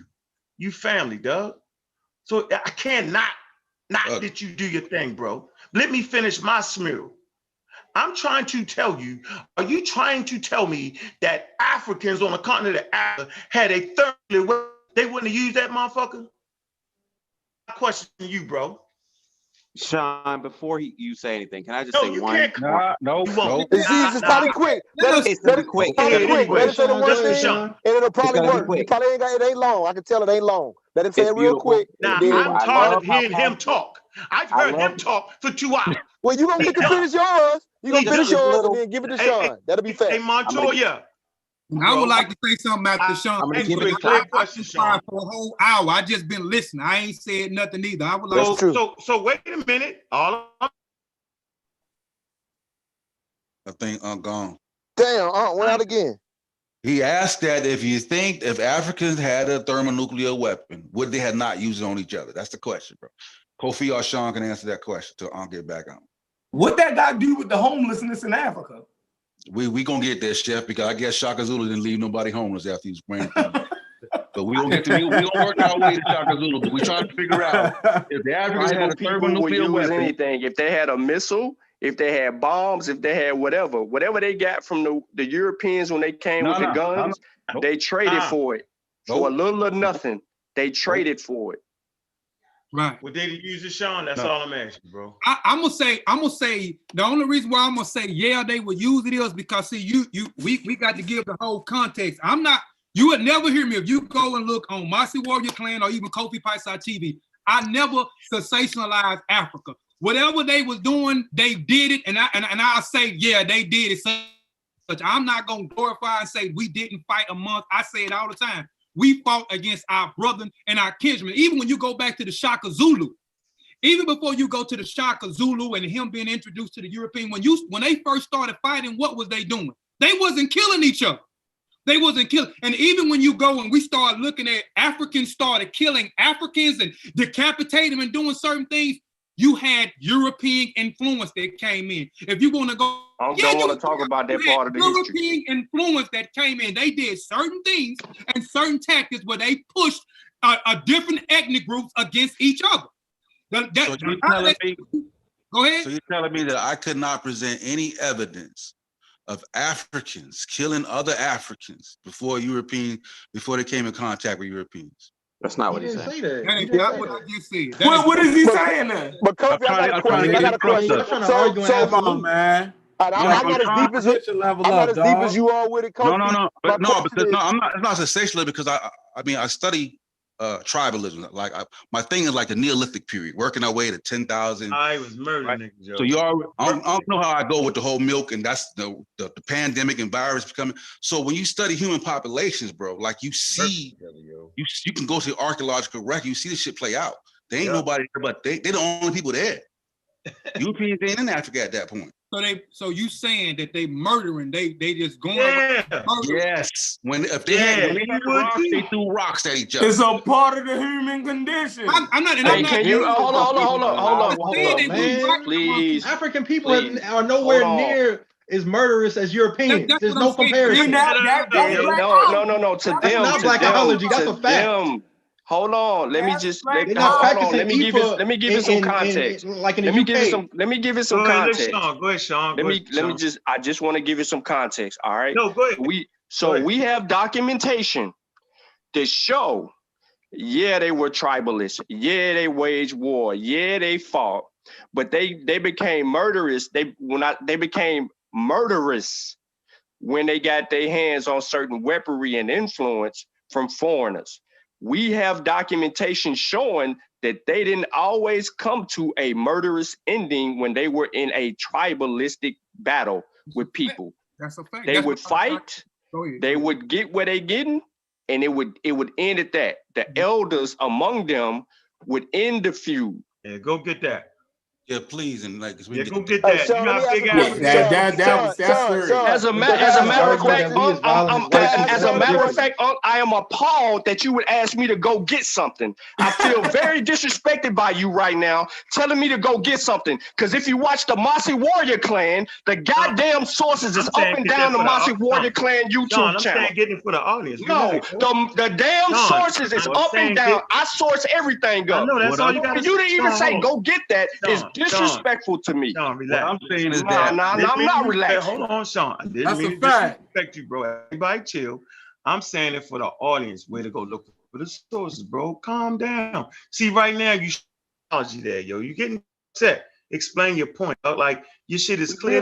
We do presentations on this all the time. I know, but where can they find it at? Let the audience know. I got you. No. I got a question about what every time I speak. No, I said go to sources at you. No, I'm not. Every time I speak, I ain't got no problem. I can source up. I ain't everybody else. I can source up. I don't run my mouth. I got my studies behind me. I know, yo. I'm just saying we're gonna get you in the Neolithic period. Yo, we're gonna get you. I'm just saying, you're gonna get got. Wherever Daddy start from, we're gonna walk him. We're gonna walk him back. I'm not going backwards. I'm telling you where we had the info at. I'm not talking about 10,000 years ago because I know people. I'm not denying none of that. I am not denying none of that. I think that's what y'all got. Y'all got a listening comprehension problem. I'm not denying that people fought to death. I'm not saying that. Just like I'm not going to sit here and say that they didn't sacrifice motherfuckers. The Yoruba is known for sacrificing motherfuckers. But I know this because I study. I know this because I study. So they sacrifice fucking slaves. Did you know that? What are you saying? So we don't need to talk no more than shut this over with. So what I'm trying to tell you, is that wasn't always the criterion. That wasn't. What? Sean, listen, Among them people, it wasn't just death all the time, yo. Never said it was. That's what I'm saying. Y'all ain't listening to it all the way. Y'all think I'm saying one thing that I'm not saying. Okay, It wasn't always death. What you saying? Wait, what you saying? These people, what are you trying to say? These people stopped certain things when they needed to stop certain things. When you As get if into the cultural everybody. traditions of these people, when you read books, since you want me to source up, when you read William Bascom's The Yoruba of Southwest Nigeria, when you read J. Ajayi's work in History of West Africa, Volume 1 and 2, since y'all want me to source up, when you read J. Ajayi's 1,000 Years of West African History, when you get into certain slave trade narratives and books, you see it in the freaking culture. So I gave you 3 or 4 books right off the bat, and I got some more if y'all want some more. So Sean, in listening to you, and you definitely, like you said, you're read, well read and that kind of thing, and so, there's no one on here that has even suggested that that's all they did. However, for me is this. So while I'm not as familiar as you are, but I'm familiar with, like you said, that there were times where the war wouldn't even end in a bloody whatever. But now, and I'm only limited to Chancellor Williams, so I'm not trying to act like I know more than you. My question to you, being limited to Chancellor Williams, even like I say, as a third party, and that's fine. So do you disagree with him when he points out all that happened pre-European, which he points out how some tribes would do exactly what you said, when they would have wars that wouldn't end murders.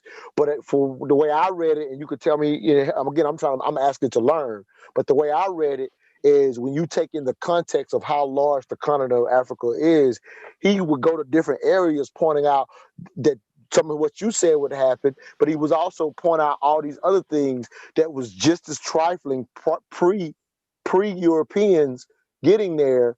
So basically the continent, there is the continent being so large. When I read it, he just kept breaking down, you can't pinpoint anything in a continent this large, because this region, he will point out these type of things happen. Like, for example, some of those groups that had to move and migrate to the point where they were becoming cannibalistic. And a lot of times they were running from other tribes who were constantly conquering them to that degree. And then Chancellor breaks down when not the Europeans, but when the Asiatics and stuff started making their relationships, part of the reason we were so susceptible was because of a lot of the intertribal stuff. So to me, that speaks to what you're saying to be true and what Unc be saying to be true as well. So I don't know how you could see it as an either or, because the continent has examples of what Unc is saying and examples of what you're saying too. I think it's absolutely both. From my small reading of not the stuff y'all read, but that's how Chancellor spoke to me. So was G.I. wrong when he like came up with the 2 cradle theory, right? The who? Break it down. Cradle theory. So the northern cradle is. No, I said break it down so people can understand what it is. I read you. Go ahead. Okay. So the northern cradle is European, it's patriarchal. I think the southern cradle, it's like matrilineal, and it's like more communal. There's 2 type of behaviors, right? And I mean, like the way the European has been acting for, since he's even existed, has been crazy. We are nowhere near as violent as them. I just want to have Sean answer that there was no violence.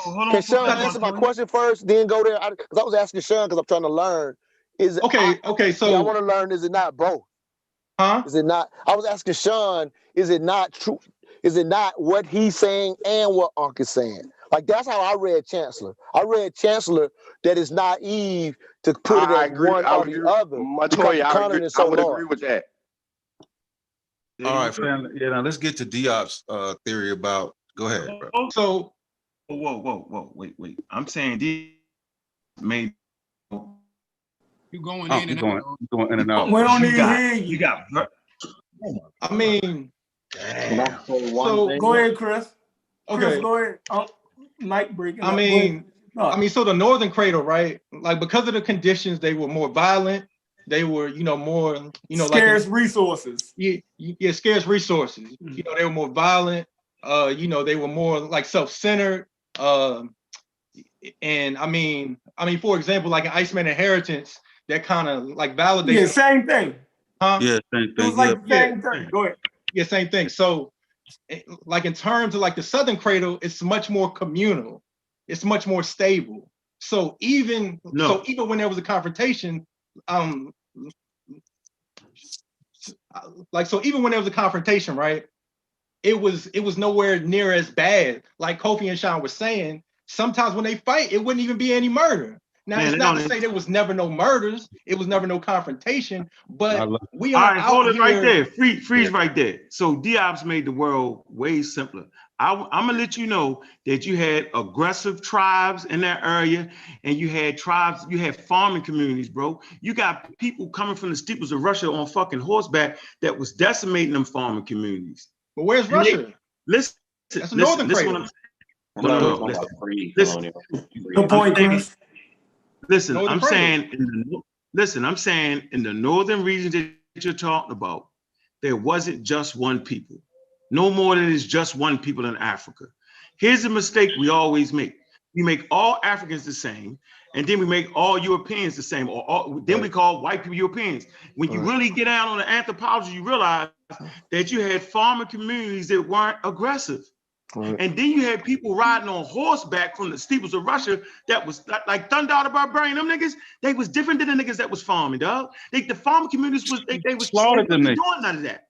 They wasn't. Like they just wasn't running around killing. They wasn't doing it, bro. I love the You had these aggressive people on horseback, yo, that was wilding out, dog. They had a different community. So everybody in that area wasn't a warring tribe, no more than everybody in Africa was a warring tribe. Like we make shit condensed and we make it all one. Right. That's not the real study, bro. And here's the bigger point on top of what hold said. on, let me say that real quick. Go ahead. You didn't even got to go that far, bro. You can still stay in Africa, bro, because the same harsh conditions you find in cold climate, you find in the desert. Wherever you find cattle herders, bro, they're going to be violent, right? Because of the nature of what it takes to defend all people from taking their cattle. You see what I'm saying? So like, and I love Diop, bro, but like we gotta but let y'all arguing like an absolute. I'm saying, like, for example, it's there's no African population that will make the planet go into like extinct. So you can't say they argued to be absolute when he just broke down that both are in both areas. The last thing he's being is absolute when he says that. He was definitely not arguing he's trying to absolute. say that I'm trying to say that Africa had no violence. I'm not saying that because everybody's fight, but I'm saying that you just gave. No, he didn't say that. He didn't say a that whole about nother you. level. No, he I didn't just say that added about on to you. what Unc said, to where like even you can just stay right there in Africa. When you get involved with different climates, which bring about different exactly. You create. But Chris just gave he gave a mentality. He tried to give. He's saying that white people are more violent by their conditions, like what Diop was saying, and most of them on here disagree with Diop. So y'all ain't saying I mean, there's so many examples. I mean, But you can look at Bosnia. You can look at Ukraine. Let me do this one, because you know this is my area. Go ahead, bro. Okay. So here it is, y'all. The bigger picture is this. And this is when, like you say, when Unc gets into the anthropology and studying it to the degree that he does. The reality is, you're absolutely right about the geography creating scarcity, and you're getting more people that are fighting for resources. Coming from the cradle of the civilization before the geography changed, you didn't see as much fighting, but like people are talking about now, as the deserts start to take over the greenland, you start seeing it. So it's created more by geography. But the reality ends up being this: humans just respond to their condition. And so, and when that's such a reality, that ain't got shit to do with white people. That ain't got shit to do with black people. The reality is, if you put any group of humans in certain conditions, there is responses that will happen from that conditions. So in a sense, the brother that's saying that he's pushing the Diop thing is not so much that it's wrong, but the mistake is to think it has something to do with race. It does though. I mean, they've been fighting it's for just thousands. the I mean, they've been geography, fighting bro. before. He Right? just explained the same conditions in Hold Africa. on, everybody freeze. Hold on, everybody freeze. Hold on. Wait a minute, everybody freeze. I'm gonna tell y'all right now, and y'all can say what the fuck y'all want to say, and I'm gonna look y'all in y'all goddamn faces. All right, y'all tripping. Watch this. A nigga, right, looked me in my motherfucking eyes and shot me at point blank range. Y'all talking crazy right now. That nigga didn't give a fuck if I was the boo fucking from the Kula tribe. The nigga shot me point blank range. I could smell the fucking gunpowder. So don't tell me how vicious human beings can be. I don't want to hear all that shit about, yo, he was in a... Dude, the nigga looked me in my eyes. It was 3 niggas. Look me in my motherfucking eyes, yo. When they couldn't beat me fighting, the nigga stepped around the upper 2 niggas, point blank range, and shot me. So all that, how people act, it's the human beings, bro. Placed in certain circumstances will make you vicious, will make you good. Yeah, go watch Hotel Rwanda. So we all the same. Go watch Hotel. So we all the same. Yes, we are. Yes. Yeah, yo, Man, are you serious? So what's the point of the African Center? Why don't we just only identify with Europeans? No, see what you just did. Black Hold on, whoa. No, you just said we was all the same. African people. No, I'm gonna tell you what you did. I'm gonna tell you what you just did.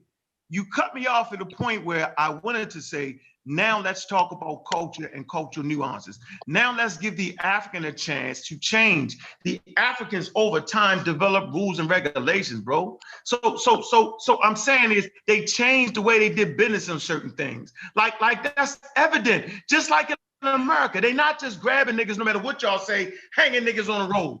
It might be some people that do that shit, but the moral majority of white people ain't snatching you and fucking hanging you up. No, y'all can act like that's what's going on, but that's not what's going on. So given the opportunity, right, human beings can change the way they do business, bro. And the fact, the blackology part is that y'all got us in a condition that just will never change, not unless we just kill all of them. That's what you're basically saying. We gotta go to war to change it. That's what your man been saying for the last hour. Afro car guy. That's what history is saying. That shit for the last 2 hours. You are not listening. You did say that, bro. You did. You was like, oh, all right, no, I didn't. Let me just defend myself. Hey, bro, what's the only way, real way for us to get power, yo? Because you kept saying that Cuba shit. Through war. Through war. Let me. That's what he just said. Wait. Everybody slow down. I'm asking both of y'all, what's the only way to get power, yo? Tell me. War, the only way to get power is what? To bring folks together and have political understanding and class consciousness. That's all I've been saying. Okay, you're done. All right, you finished. Oh, that ain't what he said earlier. We had a war earlier. He done moved the goalpost. But it's the dude that the same dude that forgot that white people can do whatever they want. Right. Hey, Montoyo, he done moved the goalpost, bro. He moved the goalpost like a motherfucker. I want my $100. What? Man, I got my gun and everything. These niggas ain't even fighting. Run the tape back. Hey, guess what? Run it back. Hey, guess what? Hold on. But let me say one thing, brother. Hold on. I'm telling you, watch this, bro. And I'm gonna tell you where you did wrong. As long as you on any motherfuckers, don't talk that Cuban shit to me, because you have never sat down with a person who lived in Cuba. I have. They will cuss your mother. Let me fit. Don't say shit. They will cuss your ass out for that Cuban shit, for that Fidel Castro shit. They will whip your motherfucking ass if you go into a community of Cubans that had to get on a boat to get over this bitch. Big up and motherfucking Fidel Castro and the way he ran that fucking government. Yeah, they will. Black people, y'all right, that's what I'm saying, man. I will not do that crazy ass shit. We love Scarface. Hey, we love Scarface. Bro, let me finish my point. Let me finish my point. Listen, y'all on that Fidel Castro bullshit, bro, because you have not talked to what these people actually went through that lived under the fucking tyranny of Fidel Castro. And until you sit down and have a cup, nigga, do you know what I'm talking? Can we just do this civil? Like, do you know how long you talked? Okay, you're right. Thank you, sir. I'm simply saying, you as a social anthropologist, because that's what we're trying to do. We're trying to figure out what's going on. Have a conversation with people that lived in Cuba, bro. You should do that for yourself. And then you will realize how ridiculous you've been sounding for the last couple of years. Because that's when it hit me. When I talked to some people that lived in Cuba, they was like, where the hell do y'all African Americans get that shit from? We had to get one gift on fucking Christmas. We didn't have food. The shit was bananas, dog. And I'm telling you, you need to do that, bro. Hold on, but why, huh? But why? Because of the sanctions. No, but now because of the sanctions. No, they couldn't no, get no, resources because of the from sanctions Fidel, that because the of United States Fidel's imposed regime, on Cuba. because of Fidel regime. No, it wasn't the regime. It was the U.S. Bullshit. It was You the don't know what the U.S. fuck you It was the talking about United now. States. Unc How is come black on people that in shit. America don't have wealth? Defend The myself. Unc is on that shit. You go talk to a Cuban, they'll tell you they come over this bitch on a boat. Them motherfuckers literally used to ship Kool-Aid back in envelopes back to he could say Cuba everybody could to be a their billionaire. people But because that's of what unrealistic. Fidel was doing to Let me them. talk. Let me talk, because I have to defend my point. So Ankh brought up something very ahistorical and ascientific outside of the spectrum of anthropology, right? So he brought up the idea that he spoke with some Cubans, and if I went to a Cuban neighborhood, Cubans would tell me I'm crazy, right? And beat your ass. They would. They beat the shit out you. They hate that motherfucker. Wow. They hate Fidel Castro. They hate Fidel? him.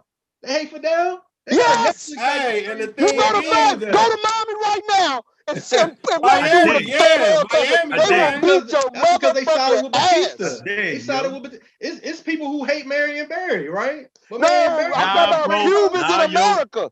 They will fuck you up.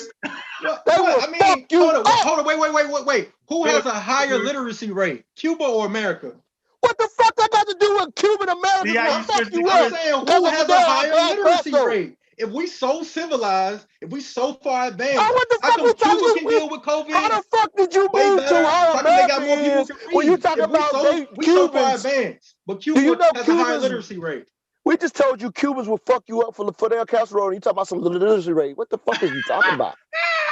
I'm telling you, All right, I so done the had literacy Cubans rate doesn't tell matter? me Okay. they put So literacy- Kool-Aid. So it don't matter if a and lot of shipped it Americans back to can't their read. families, because that's how fucked up Fidel Castro had their country. They would ship Kool-Aid back because the motherfucking family members who didn't make it on the boat was starving. Cubans would tell you that. They They can't were starving stand that because of the motherfucker. United States. That's why they were starving. They hate Fidel Castro. Because Go of the talk to a sanctions. Cuban. Because you can look it up. You can look up the sanctions. You can look it up. Look it up. No, they came to America. They love Cuban Americans. Love America. They hate Fidel Castro because they traitors. What? It's a lot of people who hate Malcolm X. It's a lot of people who rock with Farrakhan. Hey yo, you're African American with that shit right there, yo. You tripping? Let me talk, but I'm trying to figure out if America is so far advanced. I'm trying to figure out that all these people don't have basic human rights.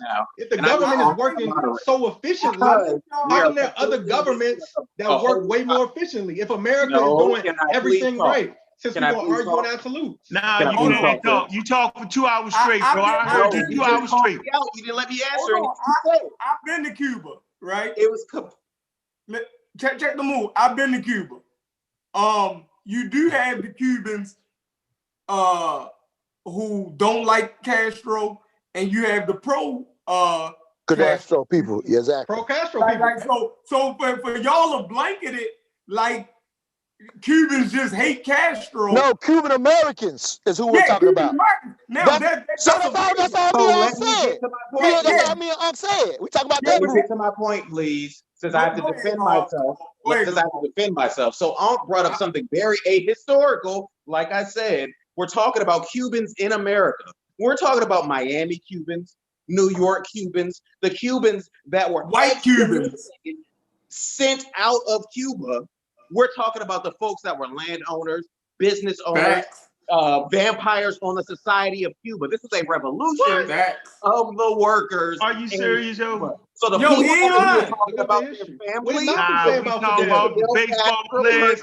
Family. You gotta let me finish. What did Malcolm say about Fidel? All right, dog. Malcolm was cool with Fidel, right? He was cool with Fidel. I'm defending myself. Give me 1 second. So we have to get out of this ahistorical idea of an interview about Cuban American. 2 hours to talk, yo. All you ain't getting, yo, by now, yo, you ain't getting. Let him answer this because this is specific to what we're talking about now. So you got to be fair to him. I've been talking. I've been fair for the I know, last. but he hasn't talked about this. So you got to let him answer this part. No, I don't. You got to do it on your show, Montreux. That's true. You got to be fair. I don't got to be fair. I done heard all that for the last. He ain't said none of this though. He ain't said none of this though. So, like I said, it was ahistorical, but I'm going to get off the topic since Ankh doesn't want to hear it. I just want to say one thing. You can make it short. You can make it short.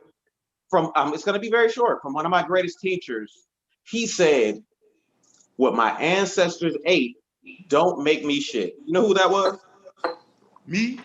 That was you, Negro. God. So the whole how we got on this. So how we got on this, we were talking about the idea of homelessness in Africa. So there was a different thing, and we're not talking about we're not talking about the continent. We're not talking about any of that. We're talking about in Africa, where houselessness wasn't a thing in the concept of Western society today. When we think of that's fair. That don't even make sense. Hold on, let me get to my point. It does make sense if you let them experience does not equal good. We're getting into a weird realm. Right, I agree with that part. Doesn't make sense. So just because it existed doesn't mean it was a good thing, right? So why are we arguing the point that Africa had homelessness? You ever seen refugees, bro? And reaching back to a history. Hey, hold on for a minute, yo. Hold on. See? Hold on, bro. So you trying to tell me there weren't refugees in Africa, yo, before white people, after you fight and people get displaced? That's considered homelessness, bro. You have no home. That's not what I'm saying. Battle. I'm Listen, saying, listen. Chancellor Williams detailed homeless motherfuckers, yo. Yeah, he did. Nah, that he I talks agree. and he did, yo. I agree. Like you tripping They was now. fucked up. We talking about not just homeless, but whole groups of niggas that was homeless. Hey, look, Sean was specifically bringing up examples and the idea. I'm gonna tell you again that you got people on the panel that's part of the pseudo killers that want to tear up the book. So if you want to tear up the book, we can actually do that. You know what I'm saying? Because there's some things that some point of contentions that they have problems with that they being very quiet about right now when y'all keep throwing out Chancellor Williams' book. Retire it. I said retire it. It's on record. Oh, I don't know about retire. I can't retire Chancellor. Gotta put that shit in the museum. Look at it, but you can't open that motherfucker. You look retire at it.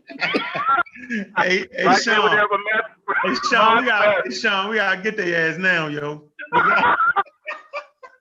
We can't retire that book, yo. You can't.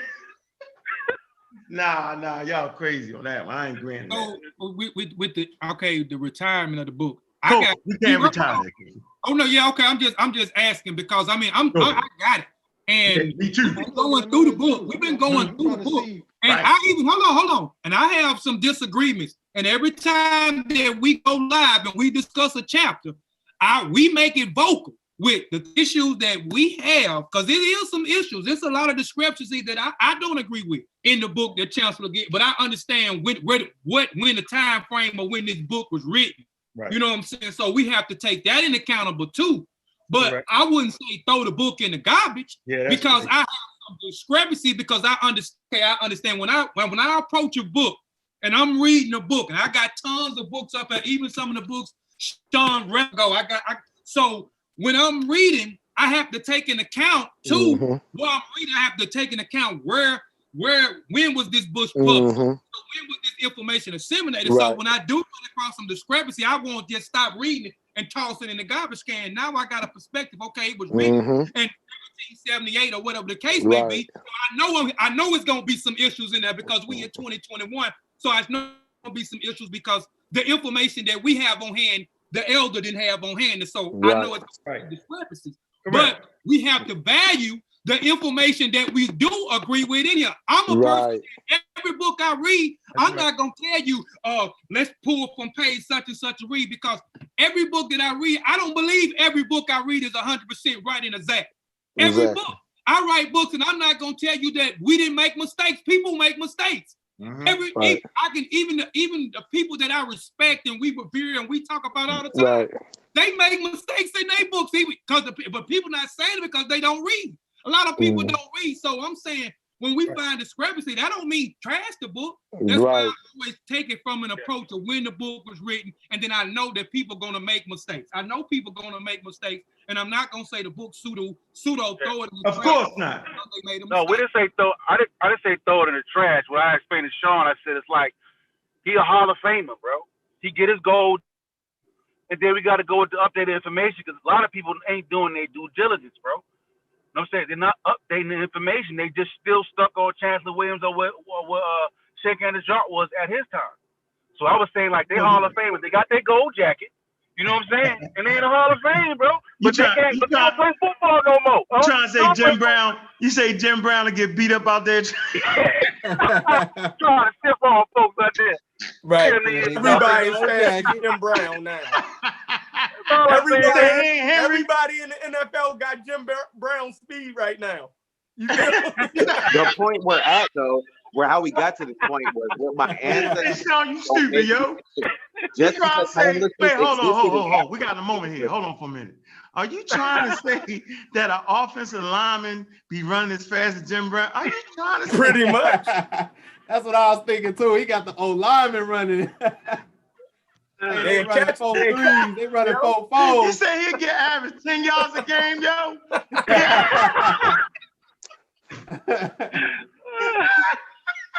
I ain't fuck with y'all niggas, man. Y'all crazy, man. Them big nose fast now, yo. A nose tackle will track him down right now. Hey, Kofi. They saying Jim Brown. He gonna somebody, yo. Man, he's playing against them out of shape white boys, man. You telling me these world-class athletes now, these big boys be moving. Hey, King Henry about 6'3", dog. He close to 300 pounds. He be throwing niggas down the field when he running. Right. For real. All right, man. But Jim Brown does have value because he brings a history of the game. Right? He was one of the greatest that ever did it.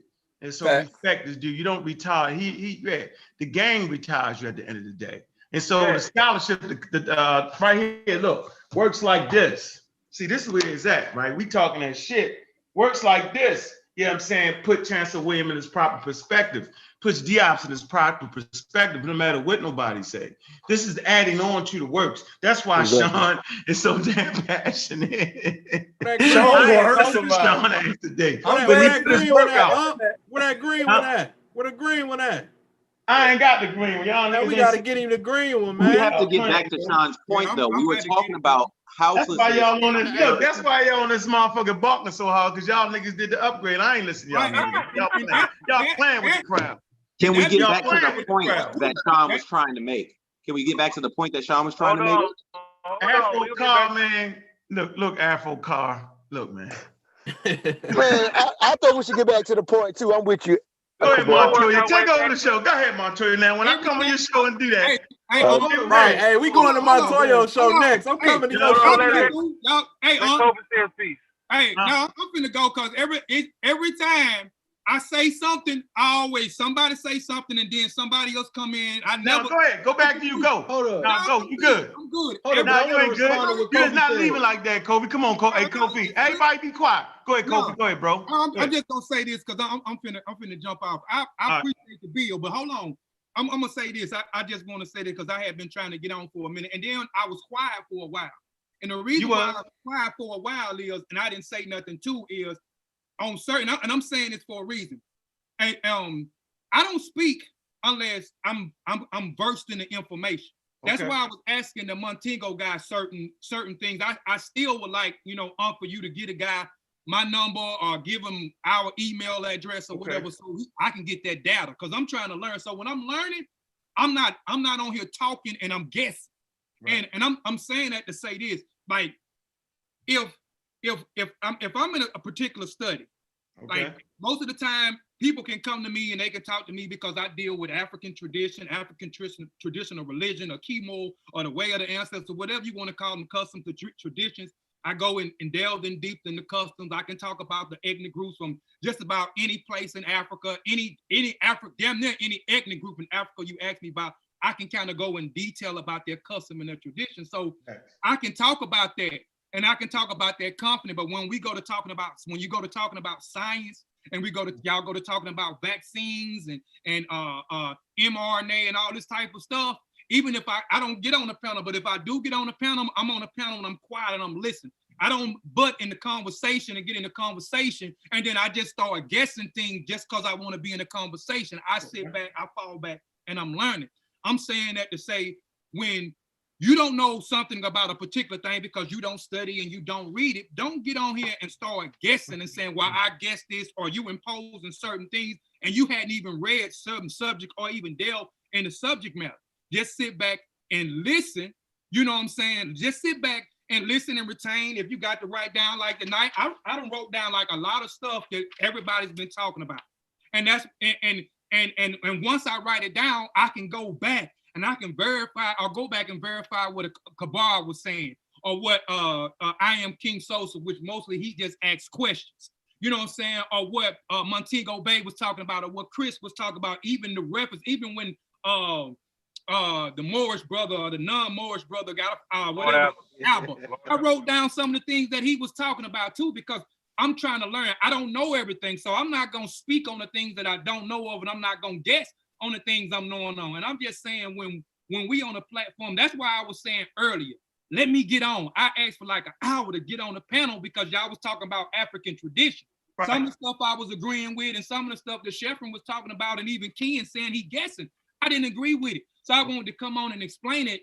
Let somebody come on that's versed in the subject matter. Don't just guess. Just don't guess. You know, if you not, that's why I'm saying when y'all was talking, y'all was building, I was quiet.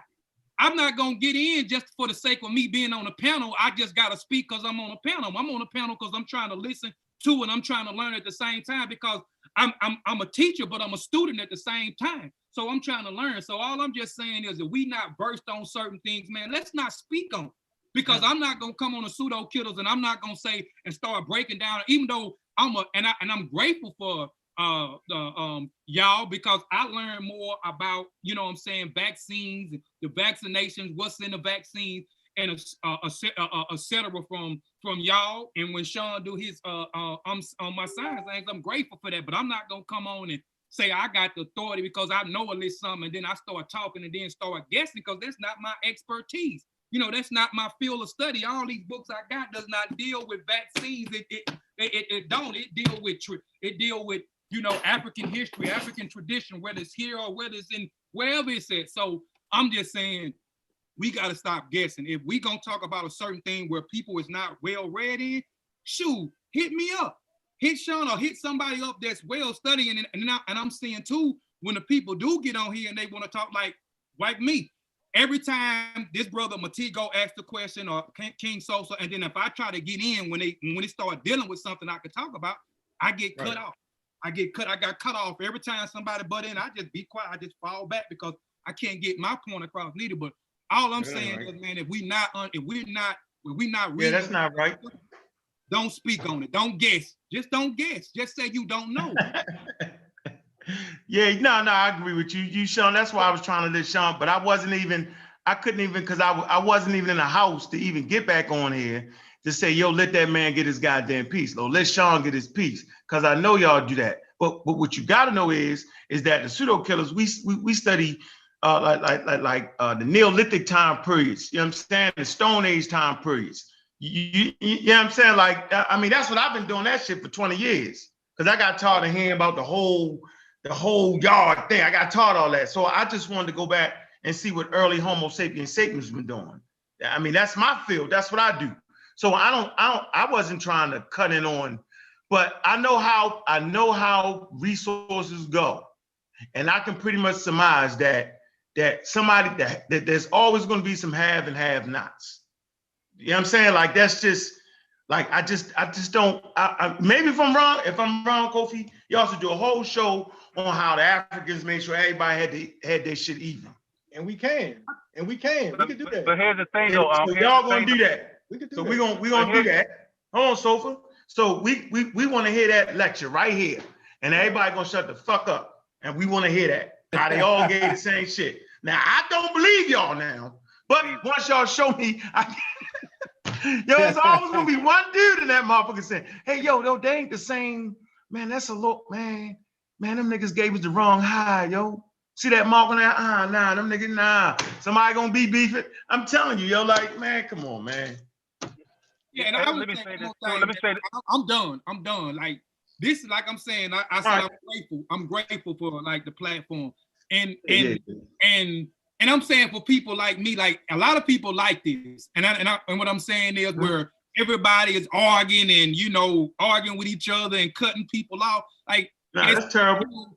At some point we had to stop that. What I'm saying, like, people like me, like discipline. Like I tune in And then when I see all the laughing and and then somebody say something and then somebody butt in and then somebody else butt in and then people tagging teaming on people, man. I be trying to learn and with people trying to learn the discipline, they can't learn because everybody is trying to talk over each other. Everybody is trying to, make a point and, prove somebody else wrong. And I know, we gonna disagree to disagree, but I'm saying we don't have to do it where we always over talking each other or butting in or double teaming somebody because somebody said something that we didn't like. Let somebody get it out, like they did. For some reason though, with old boy, Cabal, they really let him rock out. They didn't really interrupt him he talked more than anybody. I'm not saying he did, yo. He did, yo. Hey, we was giving him that rope. We was giving him that rope so he can hang himself. Yeah, he did, yo. You know me. Hey, me and Montoya, we actually teamed up and handed him that rope. Yeah, yo. Yo. He was the key blackologist for the day, yo. Trust me, yo. Hey, white people can do whatever they want. You still gotta show me that, or you owe me $100, bro. I guess the white man is God, right? But I study contemporary Black history, bro. I do. All I know is every solution we came up with, there was one guy that was like, it ain't gonna work.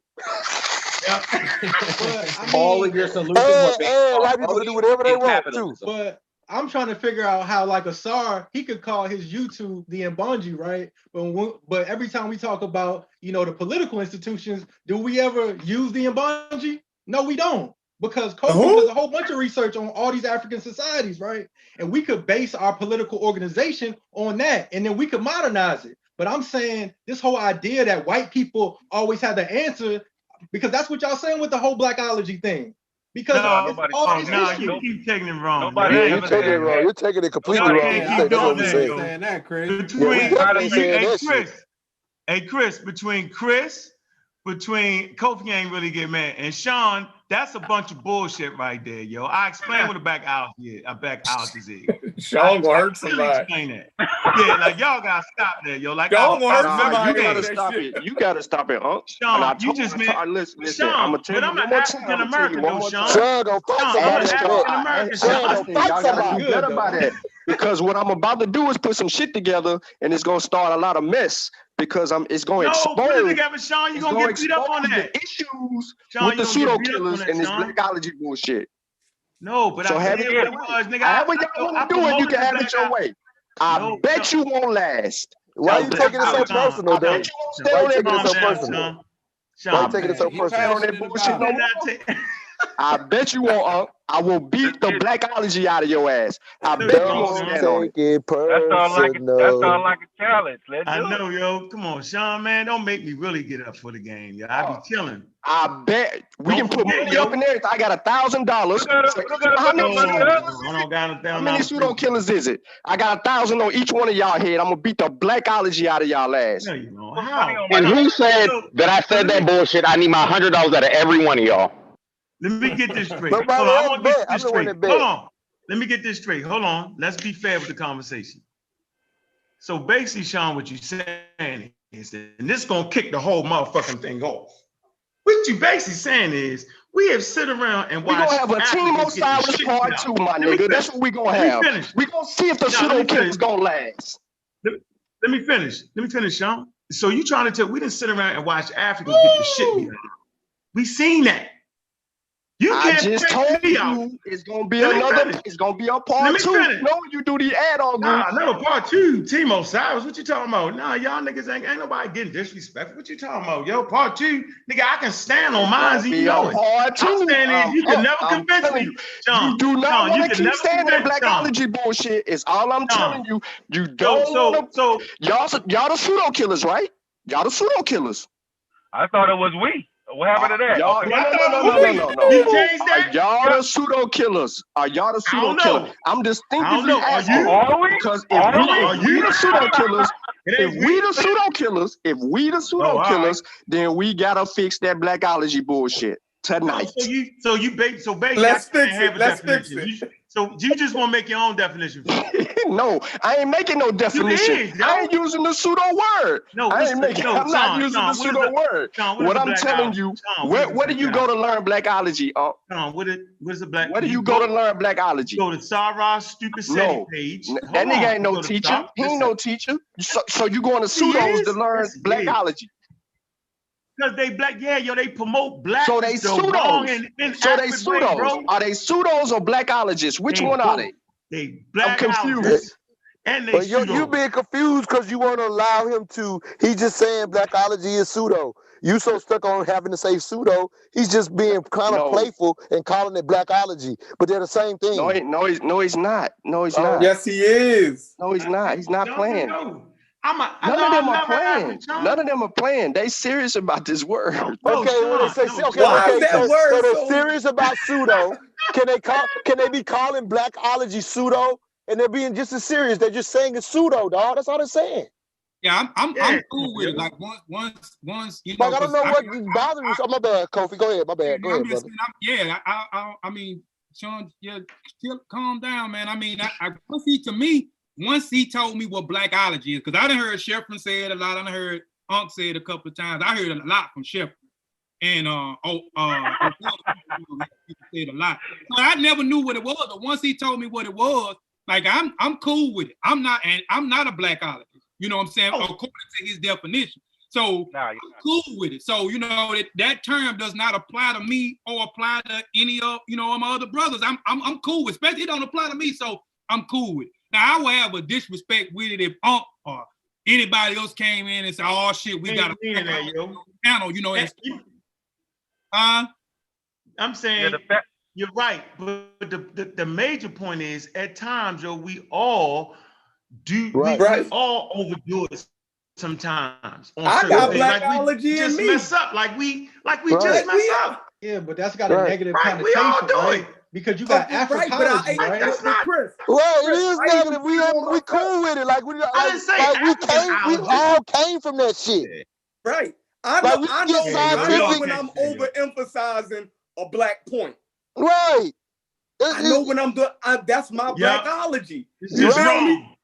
When I know I'm wrong, when I know it don't support, but my blackness makes me stand on a point sometimes. Right. That's blackology. Right. And I see everybody on the panel do it. I'll be like this. I'm gonna say I don't do that. And I'm a reason why I'm gonna say I don't do that is because I'm humble. Like I'll do it on national TV. I mean on anywhere. If I don't confess. That's one thing with me. I have never confessed and said I'm right. So when I'm always teaching what I'm writing books, you don't feel like you got to type it all, Kofi. I don't never say that my shit is the law. So when I come on to something and I'm spewing something like, I think I'm well studied in it, but then Sheffrin, you come with a viewpoint or some information I ain't never heard of. It's foreign, but it makes sense to me. Then I start connecting the dots. I yield. I won't stand on my That's why you're not a blackologist, Kofi. That's why you don't humble, and I'm gonna say, bro, I appreciate that because that's what we need. I appreciate that. That's why you're not one. I'm wrong. That's why you're not one, yo. That's why you're not one, Kofi. Exactly. That's why you're not. But when you say Africans didn't have homelessness, I don't even understand that. Like, but you wasn't willing to listen. You're not willing. They have an economic system that created homelessness the way capitalism. Just let him explain it, bro. Let go. That's what I'm saying. No. All I was saying was like Sheffrin said earlier. Like when I guess whoever's asked him what was the definition of homeless, and Sheffrin said someone without a house, right?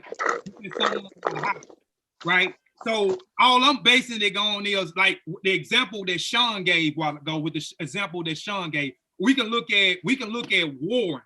Different ethnic African groups warring against each other, and the thing of, and like he mentioned refugees, the things that we equate to like slavery. Like most ethnic groups in Africa, they had you could say they was prisoners of war.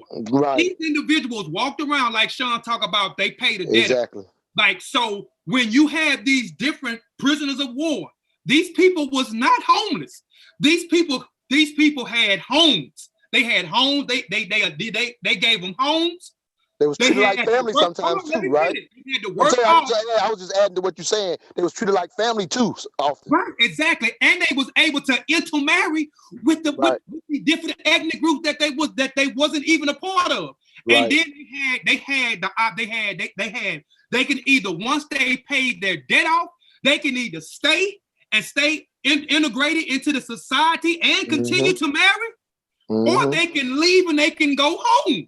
So these people, so you can study a lot of these different ethnic groups. And if you need, I can do a presentation and run down a bunch of them and show you where they was warring, why they was warring, and what they did when these groups of people defeated them in war, and how they were treated when they was amongst these people that they did not belong to. So when he say that they was homeless, and I'm looking and I can give you many sources of showing you where Africans were, and that's what I'm saying. I ain't never sensationalize and say we didn't fight amongst each other, we didn't kill each other. We did, and we fought amongst each other for various reasons. So, but I'm saying I can show you where these people that fought, and whether they was fighting over land, they was fighting over whatever type of resources, water, they was coming into the area and wanting to take over the area because their land became barren, whatever the case may have been, and they fought.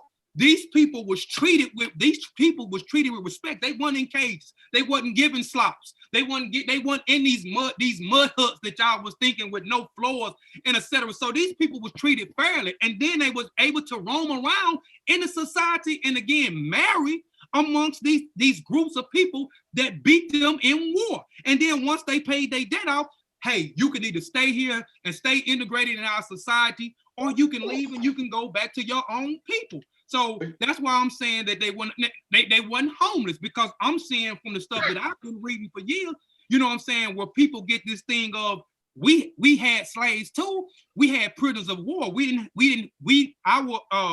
Our concept of slavery or whatever. It wasn't chattel slavery. Right, it was not chattel slavery. It wasn't capitalism either. No, it's the exact same thing as the Irish slave myth. The Irish slave myth. Hold on, listen.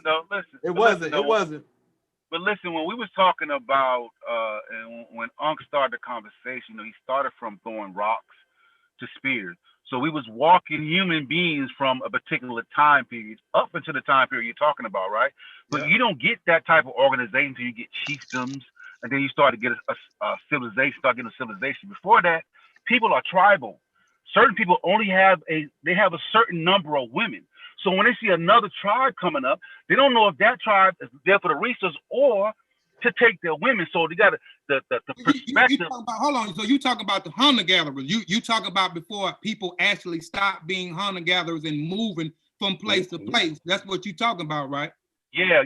And that whole that process development. So you can walk human beings up to that point, because before the Africans got to that point, there had to be steps for them to get to that point. You know what I'm saying? Like once land is kind of already situated and people are where they are, then you can work out agreements, because now you have clans.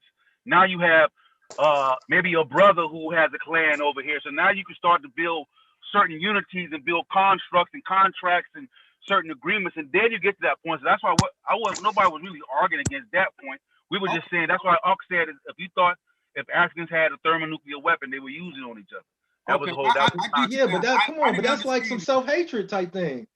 I mean, it's not like we wouldn't use it against our enemy. What I'm saying is, that's like saying the Mafia wouldn't fight white people. Bro, the Mafia wouldn't fight white people. Let me explain it like this. If Africans had it, they would do it. If Europeans had it, they would do it. If humans, that's just what humans do, man. No, it ain't no human. No, it's not. That's why I go back to the two cradle theory. No, it's not. Kofi just proved that the two cradle theory is right. That African societies move a certain way. We coexist with one another better than Europeans. Man, they go to war. You ever see Hotel Rwanda? But we don't have a World War II. We don't have a World War I. We don't have a Civil War. We don't have the. I mean, hold on. We go to war way more than Africans. Now Hotel Rwanda wasn't argument. This is not a logical argument. Hold on. But that was the response. You can go to the United Nations and read about that genocide. Y'all gonna sit here and say that didn't happen? This has to be a logical argument. The Hotel Rwanda shit you're talking about was started by Europeans. We're getting way into contemporary history. Exactly. Okay? Who We can't talk killing about each that. other? When we're talking about the hunter-gatherer systems that they had where they was killing people for air quotes resources that Kofi's talking about, that's why he was asking that question. Because how many thousands of years was that before capitalism? We're talking about under capitalism right now. I think this example of what Kofi was saying when you need to sit back. Hotel Rwanda was started by white want to people. sit back out of this one. It was under Yes, Leo Hotel Colonial. Rwanda was started by white What the people. Belgians It was doing. brought, so when they started giving land Hold on, to the Hutu what and the Tutsi. Hold on, let me get. We're trying to finish up what I was talking about with Chris, bro. Like what I was saying with Chris, bro, is like the same. Like when you study human populations, right, just all over, you find that same dynamic play out in other areas too. Like like that condition is not just specific to Africans. You find it in Europe. You find it in India. Look at Native American populations. You find that same dynamic where and then they also sacrifice people. There were also some cannibalism going on. Like you find all those same dynamics happening throughout the globe. That's kind of like my point. There's no African system that's based on exploitation. There's no Hold on, African Chris. society. What? That's based we're getting back. So we're getting the back Roman into the Empire. idea. Oh my. We're getting back into the idea of human nature. The idea of human nature is pseudo as hell. One. But two, we're getting on different time periods and incorporating different types of culture. Nah, yo, you didn't talk the whole night. I can't listen. I ain't Hey, he actually is correct though. We are talking about different time periods. He just introduced it. He just said called human some real nature shit pseudo. pseudo. Human nature. This whole African people. I ain't saying nothing about what he's saying about human nature. I'm saying we are incorporating different time zones. We as violent as Europeans. That's pseudo. No, y'all using different time periods to defeat an argument that y'all can't defeat. I'm cool now. No, I'm not. That's incorrect. I fell back once I found out what King Sosa was talking about. I fell back. Yeah, that's all we were talking about. Sean dove in there with the heavy sword, killing everybody. We wasn't even talking about the time periods that y'all specialize in. I ain't Kofi know y'all wrong. Yeah, I talk, but I debate y'all ass on Shaka Zulu while y'all bullshitting. Let me hear y'all make this speech about Shaka Zulu. Asar already beat you up on Shaka Zulu. Sorry, beat me up on Shaka Zulu. He beat you up on. He beat you up on it. No, we Shaka agree. Zulu, he was in Europe. You already got beat up. Why you want to get beat up again? Who got beat up on Shaka Zulu? You got beat up on Shaka Zulu. Tell me the conversation. You saying he wasn't a colonialist? He didn't colonize motherfuckers? Who he colonized? He didn't exploit his people. Man, he colonized. Who he colonized? Say it slowly. Say it slowly. He colonized the Amazulu. Other hold on, Chef. Hold on, Chef. Say it slowly, He colonized the other African tribes. The Egyptians colonized. No. Stop. Go back to Shaka. You just said you're gonna beat us up on the Zulu. I'm giving you two examples. I don't need no two. I need one. I need one. Just give me one. I'm gonna give you two. Shaka Zulu fought other people that wasn't in his tribe and defeated him. This guy actually modernized. So he didn't colonize his own people? What about Ashkia? Hey, I'm not. Come on, man. You know I'm not. I'm talking about other tribes. Don't stop that. Just like the Egyptians was chopping the heads off. Somebody say he did his own people like that. I ain't say that. I ain't never say that. Somebody else did. But even with that, I ain't say that. I'm saying y'all just trying to act like that wasn't. Somebody said the Amazulu. You let him get away with it. Shaka was fucking up his own people. See, he said it again. The movie was wrong. So you saying the movie was wrong? You going? Man, you based it on the movie. Now you saying the movie was wrong? Information come from a damn movie. What movie? That was a good ass movie. Hey, you need to join our movie club. Hey, Shepard, me and Sute, we gonna invite you to our movie club. What's your point, man? We don't watch a lot of movies, dog. Yeah, that was a good ass movie. Hey, what's your point? What's your point though? Once he says he did it to other tribes, now what's your point? What point are you trying to make when you ask him that question? Who you talking to? I'm asking Sean. Sean kept saying, "Oh, tell me who Shaka Zulu did it. All kept saying he colonized the other tribes. Yeah, but he had somebody else saying that he colonized the Amazulu. So that's why I asked him again, Montoya, to say it slowly. And then that's when I said, so you said you got other people saying that he colonized the Amazulu. Yeah, I don't know the names of the tribes. Didn't he take over the whole joint? He took the whole region. What he had a problem with, that made him a liberating figure is the fact that they were trying to use they were trying to use traditional systems to fight against somebody who was using, was out for blood. And he was like, nah, we got to set that stuff to a side. And the only way we're going to liberate ourselves is drawing the sword. You know what I'm saying? So my great aunt was part of the tribe that she took. I'm still trying to figure out what's your point in the. No, I was for clarity. I was asking him one more time for clarity, so that he can be exact. Because I knew that he was going to another tribe. I have no problem with that. To say that the Zulu was not tribal as well as that's pseudo. That's pseudo history, and it has no place in here. So I wanted him to say that because Chef was under the impression that he colonized the Amazulu. He didn't. His people. I ain't gonna lie. Who the hell is the Amazulu? The ending part of their name should tell you who they are. Zulu. Yeah. I'm saying so. But what about the other Zulu tribes that he? I'm gonna ask y'all. I'm gonna ask Kofi because Kofi more cool headed than you. But once Kofi loses it, I know we're in trouble. He ain't lost it today, so we good. I'm good. Yeah, Kofi be turned, boy. I love once Kofi loses,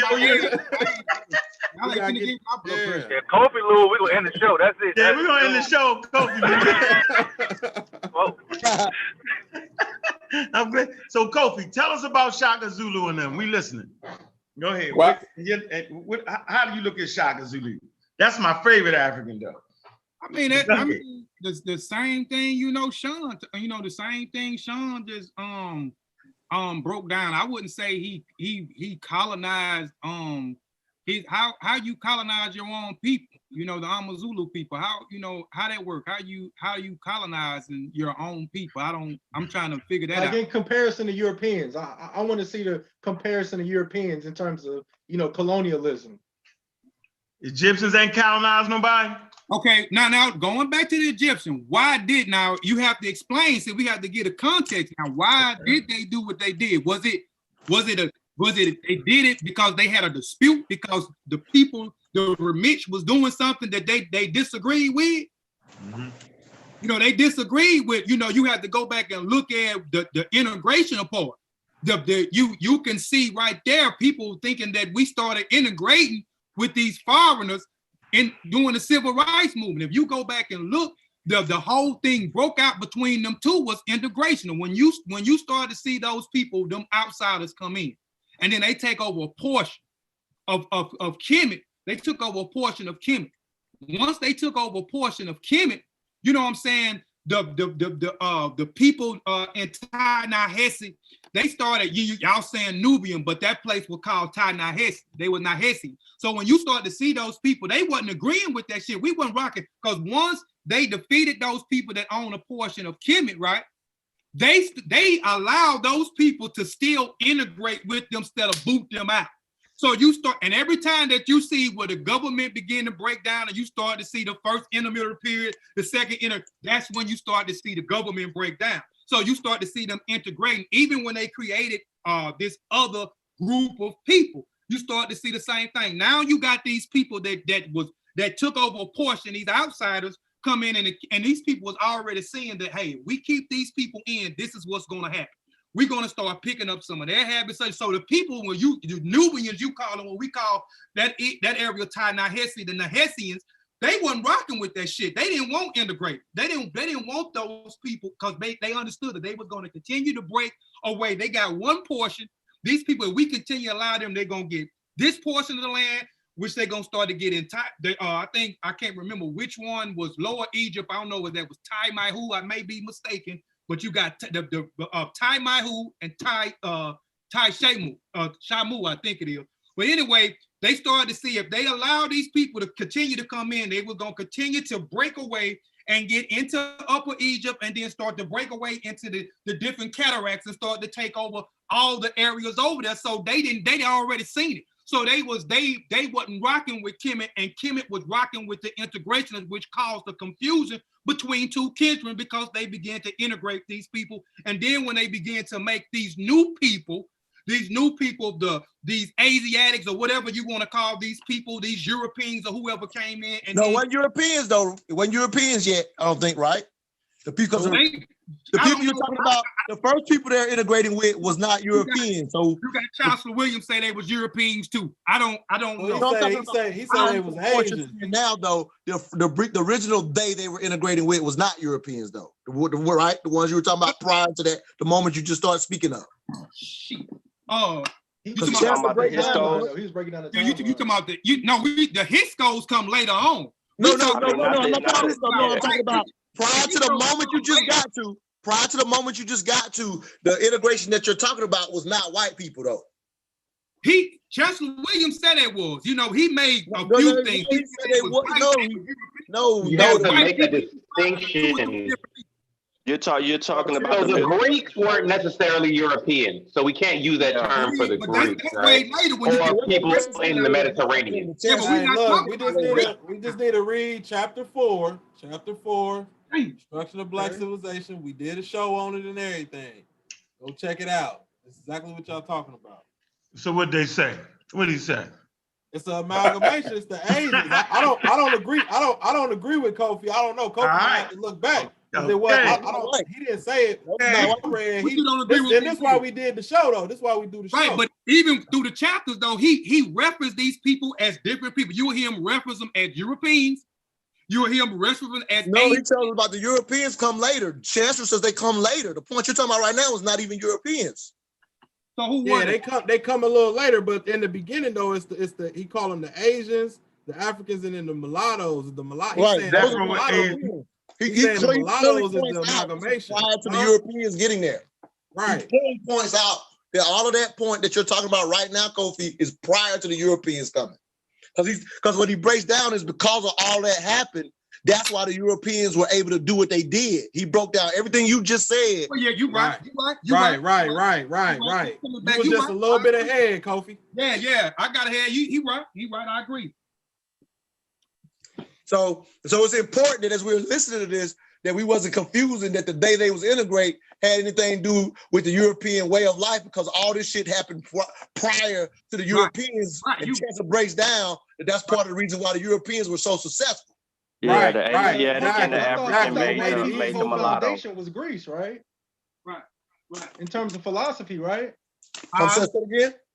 I'm saying I thought white people, I'm talking about Europeans, I thought their whole foundation was Greek, right? In terms of Aristotle, Plato, right? Well, I wouldn't say that's their foundation, but that's what Western society today bases their notions of logic, science, philosophy on. But we know that the Greeks got their information from Africa. Yeah, and we're talking about those different eras. It's difficult to consider places like Greece and Rome. What? How the Greeks get in? I missed something. What I missed, bro? What was y'all talking about? He's saying Greeks and Romans, not Europeans, for some reason. Right. So when we're talking about the idea of history, who are the Greeks? Who are the Greeks and the Romans then? I mean, genetically, what are they? I mean, are they? We can call them. So we don't base race off genetics. One, we all know that, right? Okay. But when we're talking about race. Yeah, that's right. When we say white people, or the term that we use for Europeans today, is not the same as the term when we're talking about historically that area where Africa meets Asia, the Mediterranean, where the Iberian Peninsula and all the other shit is part of my language, right? When we're talking about Greece, those folks were had a civilization advanced while way before the idea of Europe was advanced at all. Okay. Right. So we can't call them Yeah, we Europeans. can't. Hold on, wait. All right, hold on for a minute. Because they didn't hold on. They didn't unite until the Vikings is what made the Europeans unite. When the Vikings came in, it was not united prior to that. Yeah, I agree. Oh, you got the I like that one. Yeah, they was pulling the fuck out of each other. Yeah, That's my shit right there, they though. was warring tough. Right. So we can't like conflate white and European at the same time. We're talking about historical terms. I'm about Danish. So wait, so the Vikings end up being the Danish, right? They are the Danes. They All are right, the the Danes. Danes. So you would know the that's my Danish be shit. white? Hold on, freeze it right there. Hold on. This is what I want to let y'all know. Y'all black men, Africans, is too goddamn smart. I'm telling you right now that at 3000 BCE, 35, a nigga didn't know they was mixed like that, yo. They ain't know all that. They ain't know, yo, y'all been here for this long. They didn't know that, bro. They didn't have a distinction that we Africans.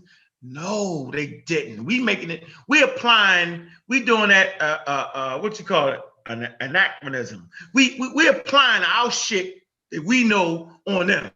And I'm telling you, yo, that about the Namas pal and all that shit, you had niggas fighting niggas. And Asiatics fighting. The whole thing was that. Remember, Asiatics, Afro-Asiatics, Africans, they didn't know that. The separation was always in culture, right?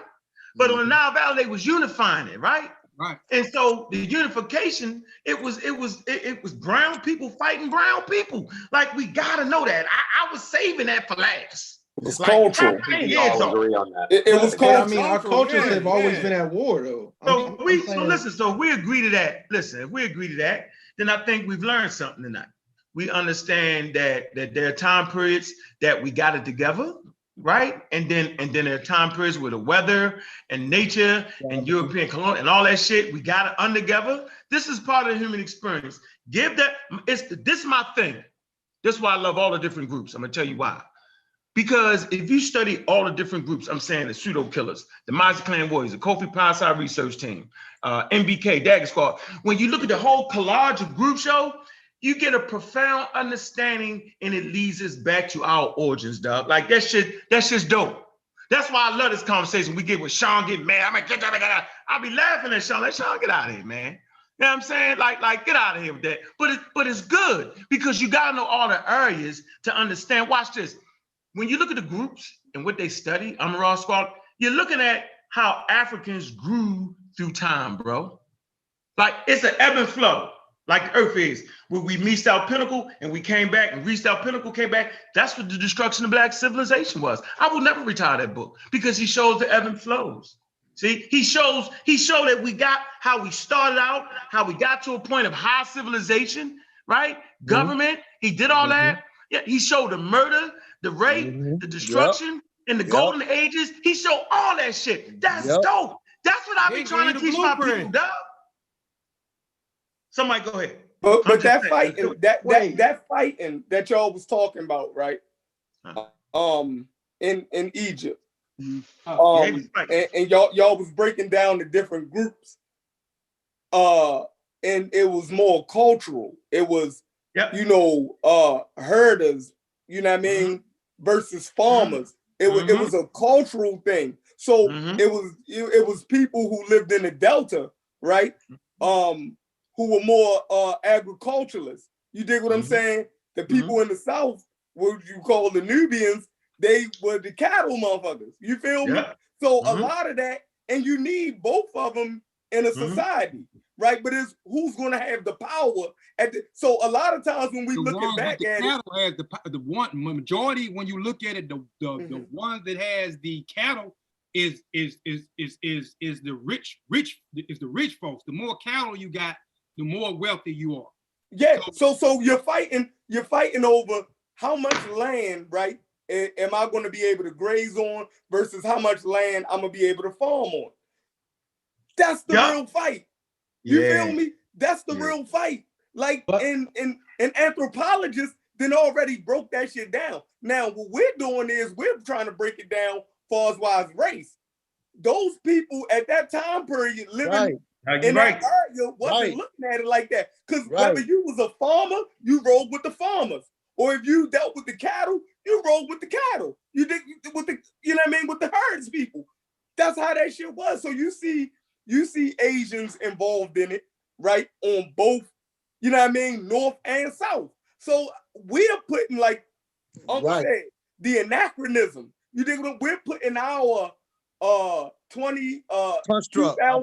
No, but it's not an anachronism, though. It's not an anachronism because European oppression is rooted in Greek culture. We're not even talking about Europeans at this point. No, but I'm making this point because in the book, like in the book Urugu, right? Or we could talk about conflict of the mind. I don't like that book, though. I don't like that. But I'm saying, but why can't we talk about something? She can trace European oppression and Greek culture, right? So all I'm saying is, so when you say you can trace it, I don't know it's right. Help me understand. Trace it how? I'm asking sincerely. I'm saying, for example, right? Greek people, they talk about democracy, but they never achieve democracy. America's never achieved, democracy. So I'm saying if they oppress women, then it can't be democratic, right? No, so all I'm democratic saying when is it comes that to Kofi, look, let him talk. Let him talk. That's a big leap. Look, Kofi, he I know, let already him showed talk, an though. Let him example talk. like of Chris. African people coexisting. So even when we had an issue, we could coexist with one another. European people are always at war. We weren't.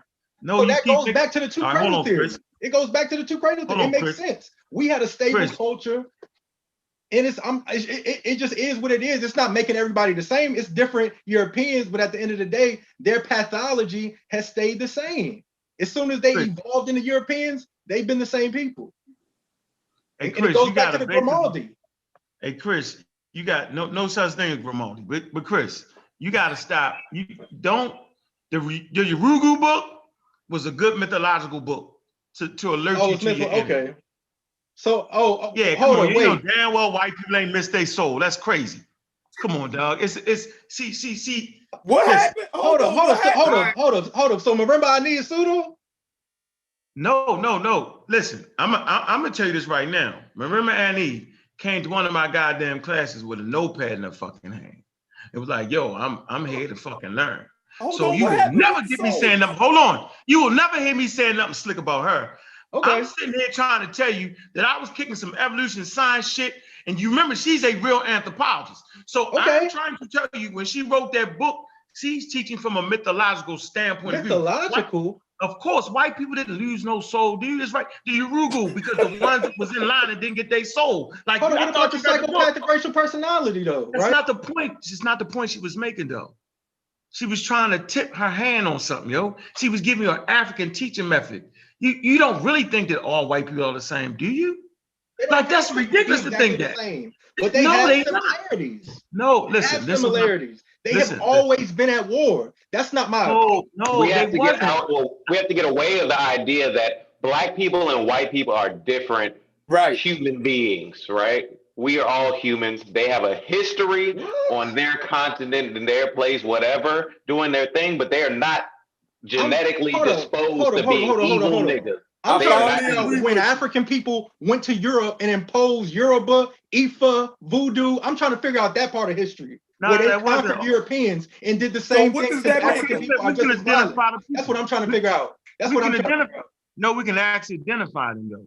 Like, that's why it's dope. And this panel is crazy as hell because now Afro Carl, he's saying he on our side now. Let's want to say white people that you do not. I'm saying white pathology is what it is. The whole time, I'm trying to have historical clarity. When we're talking about examples of economic prosperity, whatever, we're talking about intervention, we're talking about trash-ass Cubans in Miami.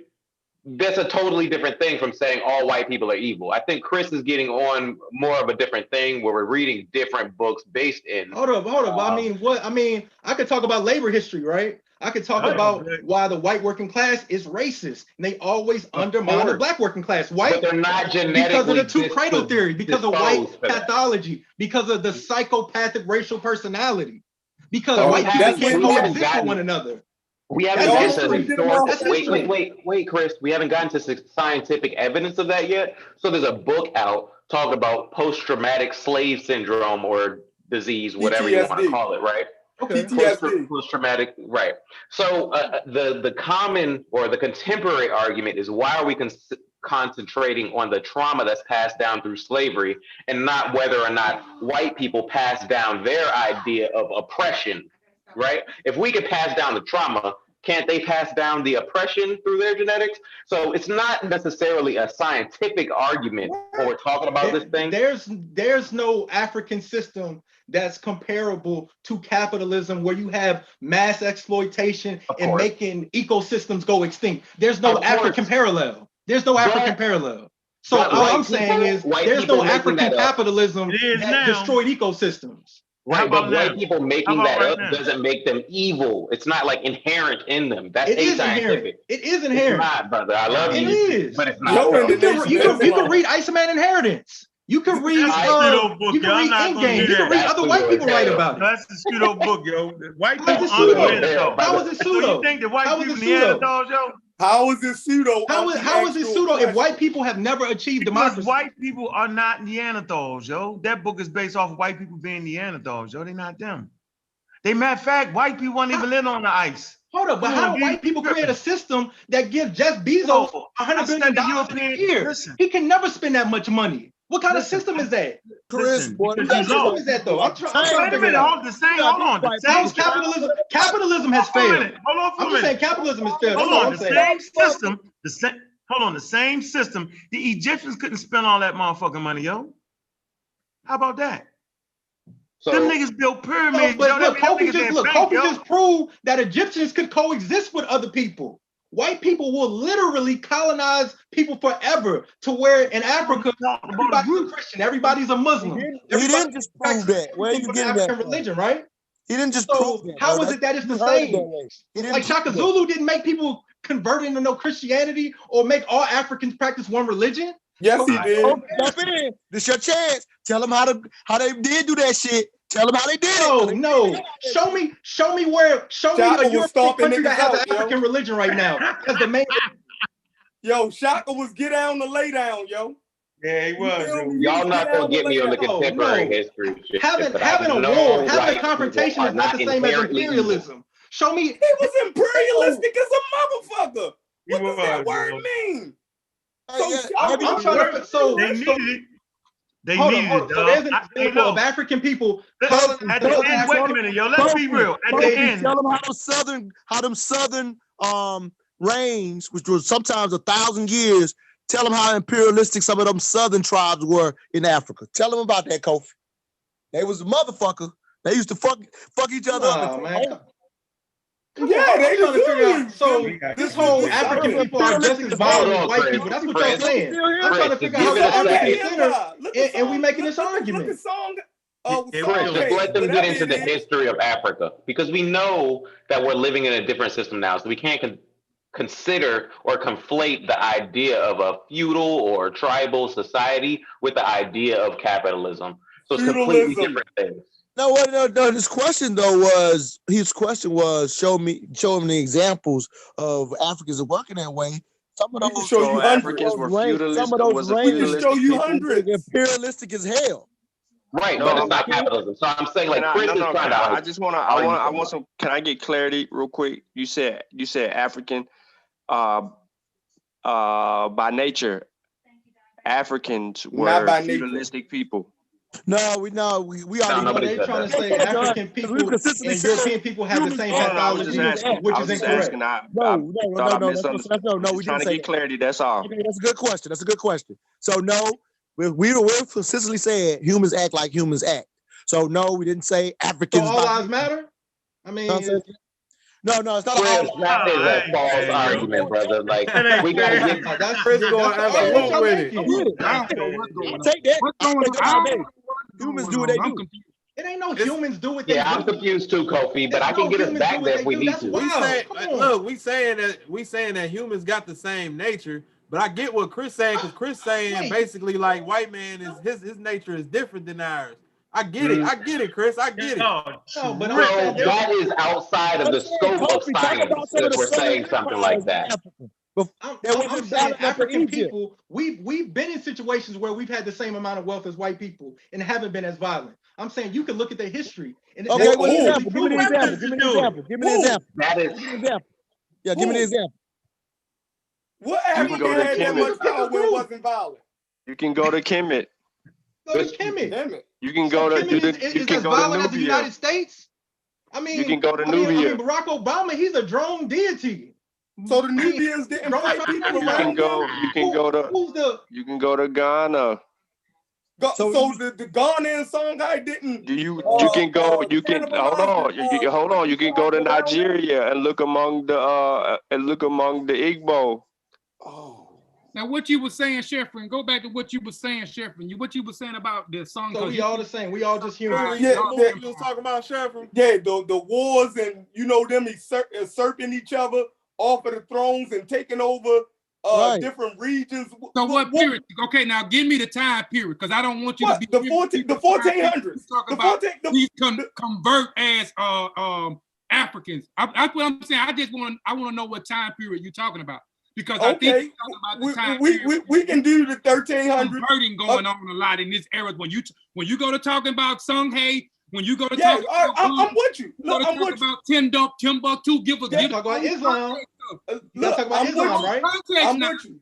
You gotta talk about Islam, right? Look, we can go from 1200 to 1500. All of that shit that was going on. Okay, so now 1200 to 1500. Right. Now who was the people in those areas?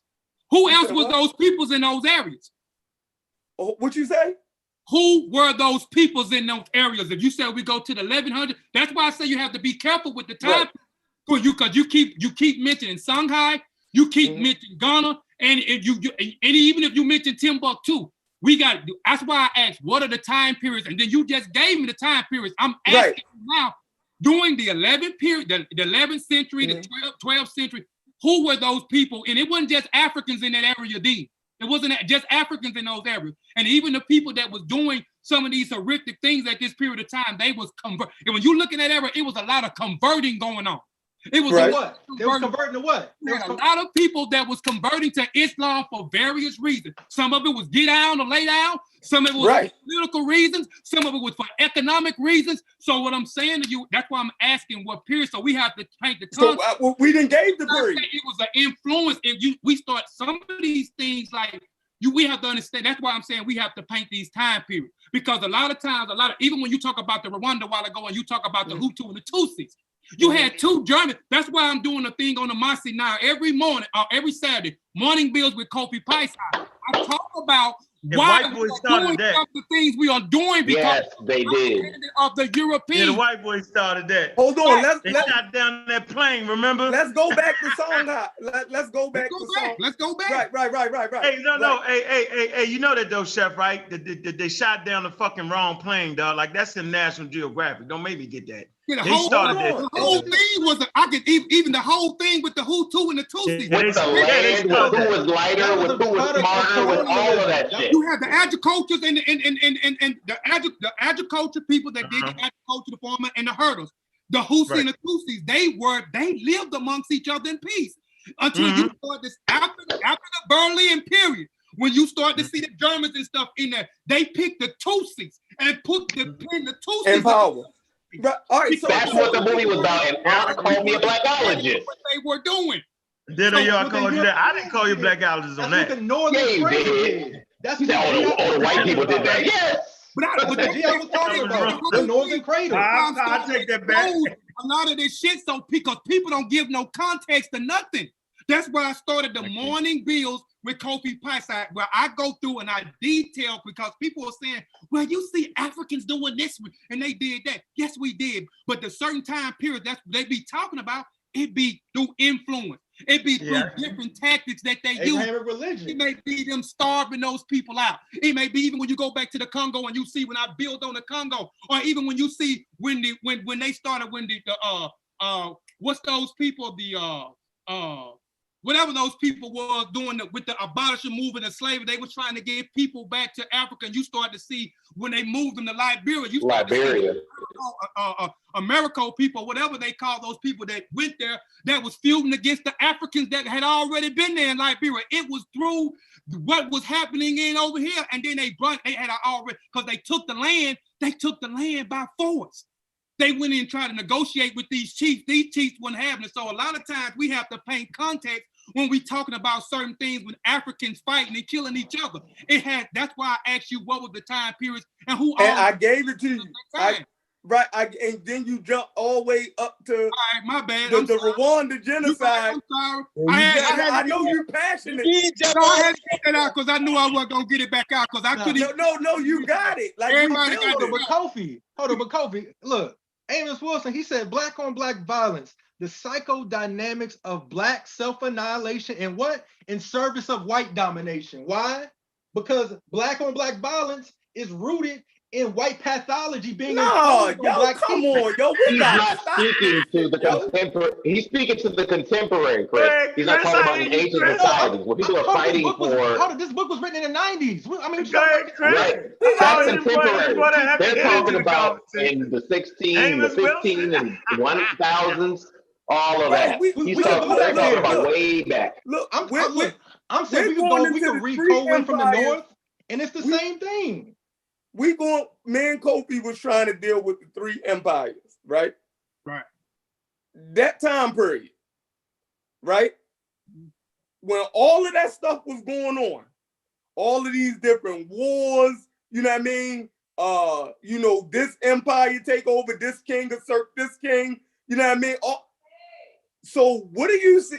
So you're saying that it wasn't African agency doing this, it was an outside influence? No, I'm saying when African people had confrontations, it wasn't comparable to Europeans. Europeans colonized entire continents. Aren't in Europe colonizing Europeans. They're not in China colonizing the Chinese. That's what I'm saying. I'm saying when African people had issues, it's domestic. And Kofi just proved that even when we had issues, I'm talking about domestic. White people haven't proved that they could coexist with other people without dominating them. I'm talking about domestic. America did a genocide on the Native Americans, right? Where's African people's like genocide? I'm talking about wiping people out in comparison to the Native Americans in America. There's African people don't wipe out entire populations like the European. That's what. But that wasn't even my point. That's the two cradle theory because they have a pathology which prevents them. You don't like white cultures with other groups. So we're conflating. We're conflating the idea of historical. That was a very coherent thought. Yeah, we're conflating the idea of historical evidence, right, of the difference between colonialization, imperialism, and just fighting. Right, Chris, you're getting on something that's like white people are in their mentality. Evil. That's what you're getting on. You're saying they're predetermined to this kind of violence. I don't believe that, and it's not scientifically proven. So we could call it pseudo, but I don't want to call you that in here, right? So what we have to pump our brakes on is I understand that it looks really bad. So but it's not human nature. It's not in their nature. It's what they've been following. Because Kofi could explain. I have no idea if that's completely wrong, because I think you're conflating the idea of white people being evil and the idea of their historically known colonialism, because they didn't always have colonialism. They colonized each other. You can read Black Marxism. You can read Black Marxism. Me and Kofi was about to deal with history. White people to work for them who live together. White people always had to get a migrant population to work for them because they couldn't coexist with African people. They didn't always have to do that. They didn't always have to do that. So when we're talking why about, can't we just have the conversation about something that we could actually nail down? Yeah, we can. Whether white people are inherently evil or not, none of us is going to be able to prove that. Exactly. That's fucking pseudo as hell. Our scholars been proving it. So, I mean, I guess our scholars... No, they haven't, brother. I'm sorry, but you're going to have to pump your brakes on that one. They've been proven to be pseudo on it. That's what they've been proven to be, pseudo on it. And capitalism has proven to fail because we the only country, like we the main country having we the main country having issues with COVID. Why? Because yes, you're right on that point, but white people are not predispositioned for evil, brother. This ain't civilization. You can't say that. We are this is a backwards empire. You But African can't say people have that, had though, stable Hold on, brother. You real can't say quick. that white people are Hold predisposed. on, Chris. Let me say this, Chris. Listen. The reason we having such a problem with COVID is because of the freedoms we get. Yep. So people have the choice whether they want to wear a mask or not. People got the choice whether they want to stick their finger to the crowd. People got a choice whether they want to run at the fucking Capitol, and they got a choice whether they got to take a vaccine. And them places you talking about, your ass gonna take that fucking vaccine, and you're gonna wear a motherfucking mask. And if you come out the house, I'm gonna lock your motherfucking ass up. Hey, I'm thinking China. I think they doing anal swabs. Hold up. I seen on the news where they doing anal swabs in China. Yeah, come on, Chris. Hey, Chris. I got the G out, right? He's from No, Senegal, hold right? on, Chris. Stay right here. Stay with me for a moment. Like I'm saying it's because of the freedoms we are afforded, yo. That's why this shit ain't spreading, yo. Like, come on, yo. Like, you free. Listen, hold on. I'm Chris. free. Chris, you free, Chris. Come on, Chris. Mentally, you free, Chris. Like, you can't. Don't use the history as a weight to weigh your ass down. I swear, yo. Like, you gonna keep going. How old is you, Chris? Seriously. Shoot, I'm 31. All right, I was right there with you. hey, Montoya. Yep. Montoya, talk to him, Montoya. All right. So what you holding on to, Chris, is plenty of science that proves some of the people that you love and beloved, like, and here it is, because I used to love them too. So when I used to run into Unc, the way I started breaking Unc down was I was like, Unc, I used to believe everything you telling me. I've just gotten past that period. And so when I started reading outside of, because I went through a period in college where I was eating up and reading everything I hear you talking about right now, that's all I read. What college you went to? What college you went to? Air Force Academy or whatever. But instead of doing my motherfucking schoolwork, I was caught up in learning about us. Like my friends called me the newborn warrior of knowledge, just because I would love to eat up everything you saying. So I used to talk like you in my early 20s. Then I started reading additional shit. And I was like, what? This doesn't match up to what I believe in here. And so once I started doing that, I realized, you know what? The same bullshit that I was trying to get away from the 12 years in primary education. And what happens is, as soon as we come across a Malcolm X, or as soon as we come across some type of book, to realize that the bullshit they teaching us in school, that your nature is, and I did this, is to go soak up everything black because you feel like the school system bullshitted you. Then again, as I move past that period, what I realized, and it's kind of what Kofi does, what I realize is I got to read all these perspectives to get an idea of what's actually happening. And then the more I got into science, that's a good sound way. I'm gonna let you keep building. That's a good sound way of methodology. You know, you don't want to be biased. That's me. I don't want to be. I can go and pull out. I got tons of books over here. I can go pull out other scholars besides just black scholars. So I try to read everything. You know what I'm saying? The opposing view, the view sides. You know, I try to do comparative analysis with everything. But I'm gonna pick up something. I mean, I could do comparative analysis. I mean, we could. I could go to Michael Bradley. Robert Greene. Chris is gonna tell you. He's gonna tell you, yo, you sounded just like me. Go ahead. Go ahead, yo. Watch. So what happens is, once I started falling in love with science and realized what made science so effective was that it constantly uses the same methodology. And then I was a legal studies major.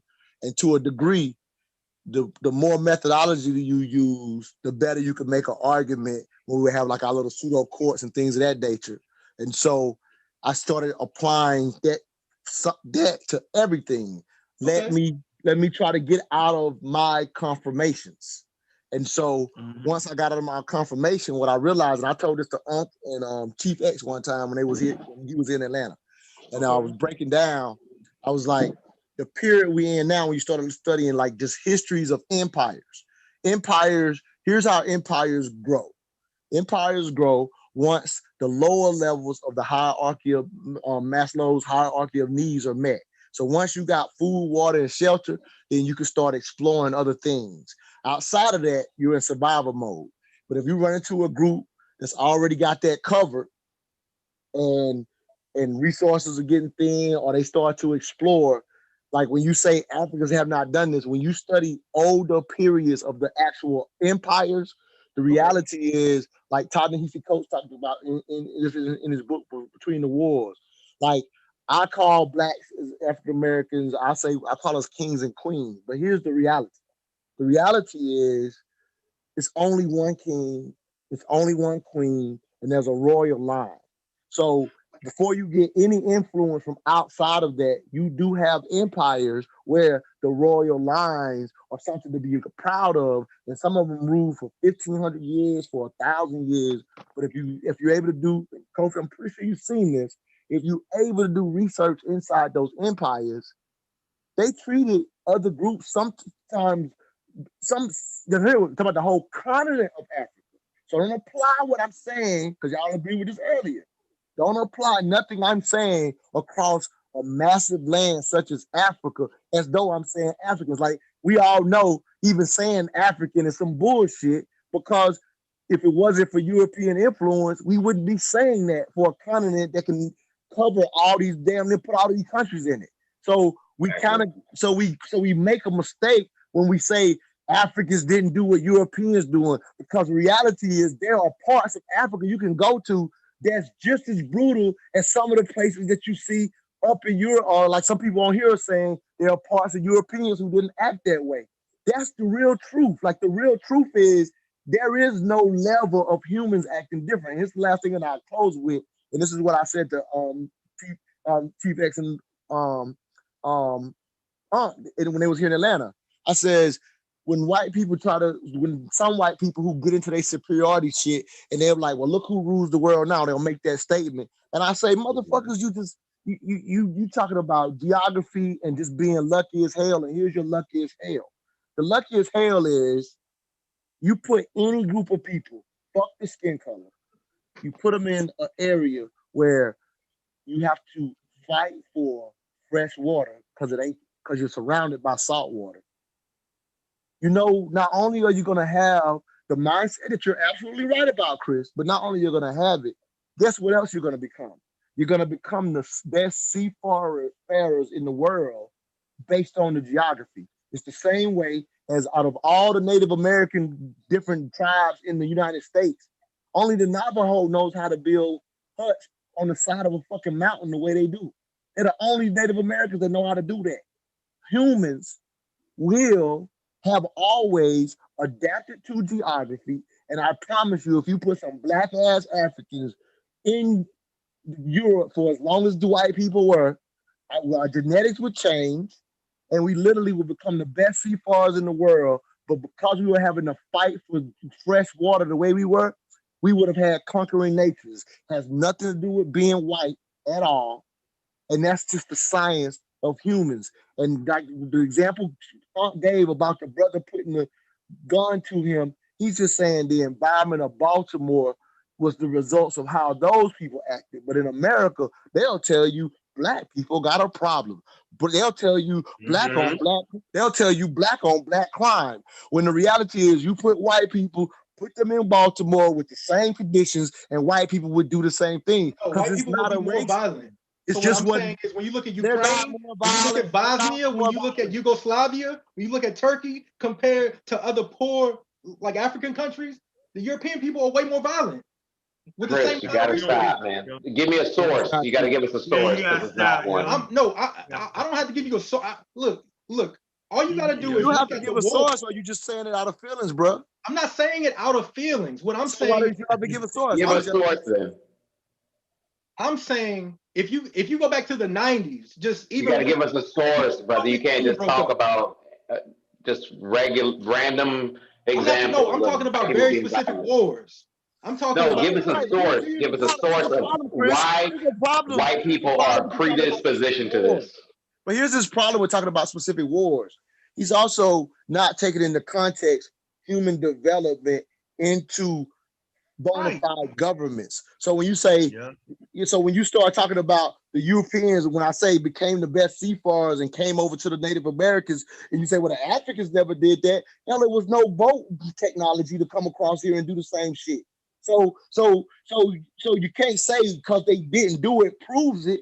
Humans do what the fuck they do, but you have to put it in context the time period and the era we're in. No, we didn't come up with nuclear weapons, but the nuclear weapons wasn't understood until Einstein thought of E equal MC squared, and Einstein was a pacifist motherfucker. He would have never came up with the motherfucker, but he worked on the bomb based on the times. He was also a communist. But I mean, people create weapons so they can defend their people. There is no white people or black people thing. Like the reason that the Japanese were so thorough and what the fuck they did, they was imperialistic as fuck because they had one of the baddest navies in the fucking world, and they wanted to take over the world. But Japanese are not motherfucking no different than any other motherfuckers. But that's who the fuck they were at that time. Chris ain't trying to hit none of that. The purpose of doing research. If white people and black people are just exactly the same, that's just simply not true. Based on it is though, brother. We don't have any scientific evidence to say otherwise. So you got a bunch of people. America. Look at how the government in America runs. You know, here it is. Hold on. Look, you got a bunch of people. If you go pre-capitalism, right? If you look at the leaders. Hold on, Chris. A whole bunch of people on here who you respect. A lot of them, you know, are very scholarly. I'm not even saying I'm one, because again, I respect the brothers in this thing. Like Kofi said, when they study something that's specific, I have to peel back because that's how I learned from Unc. That's how I learned from Kofi. So when you respect that a bunch of brothers over here are scholarly, then you can't say to that group it's simply not true. Like you should know better than to try to simplify it to a group who you respect are very scholarly. And what I'm saying right now is, what I'm trying to say to you is the fact that you think it's simple might just throw you expose that you might be off, bro. Like if it was simple, why would all these scholarly cats be arguing with you about whites and blacks being the same? It can't be simple because we've studied a whole bunch of shit that shows us otherwise. It don't make us right, but you can't simplify. If you're simplifying, you got to see you're losing in your approach to this. For example, right? For example, they say America is a democracy. That's not true. America is an oligarchy. The elite control the government, right? Because the people who have money. You making white people powerful than a motherfucker. They not that smart, dog. They not that fucking smart. Yes, wait. Why do white people spend so much money on the military? White people. Hold on, finish your point, Chris. Finish your point. No. I'm finishing my point. All I'm saying is if white people and black people are exactly the same, African people historically don't spend majority of their budget on the military. And the reason that white people spend so much on the military is due to their nature, their pathology. Based on their origin, they have always been a violent and aggressive people. African people have been more communal. That doesn't mean that we don't ever fight. That doesn't mean there's no confrontation, but African people and European people aren't the same. And I mean, I thought this was about evolution. White people evolved into something else to where they were more violent than we were.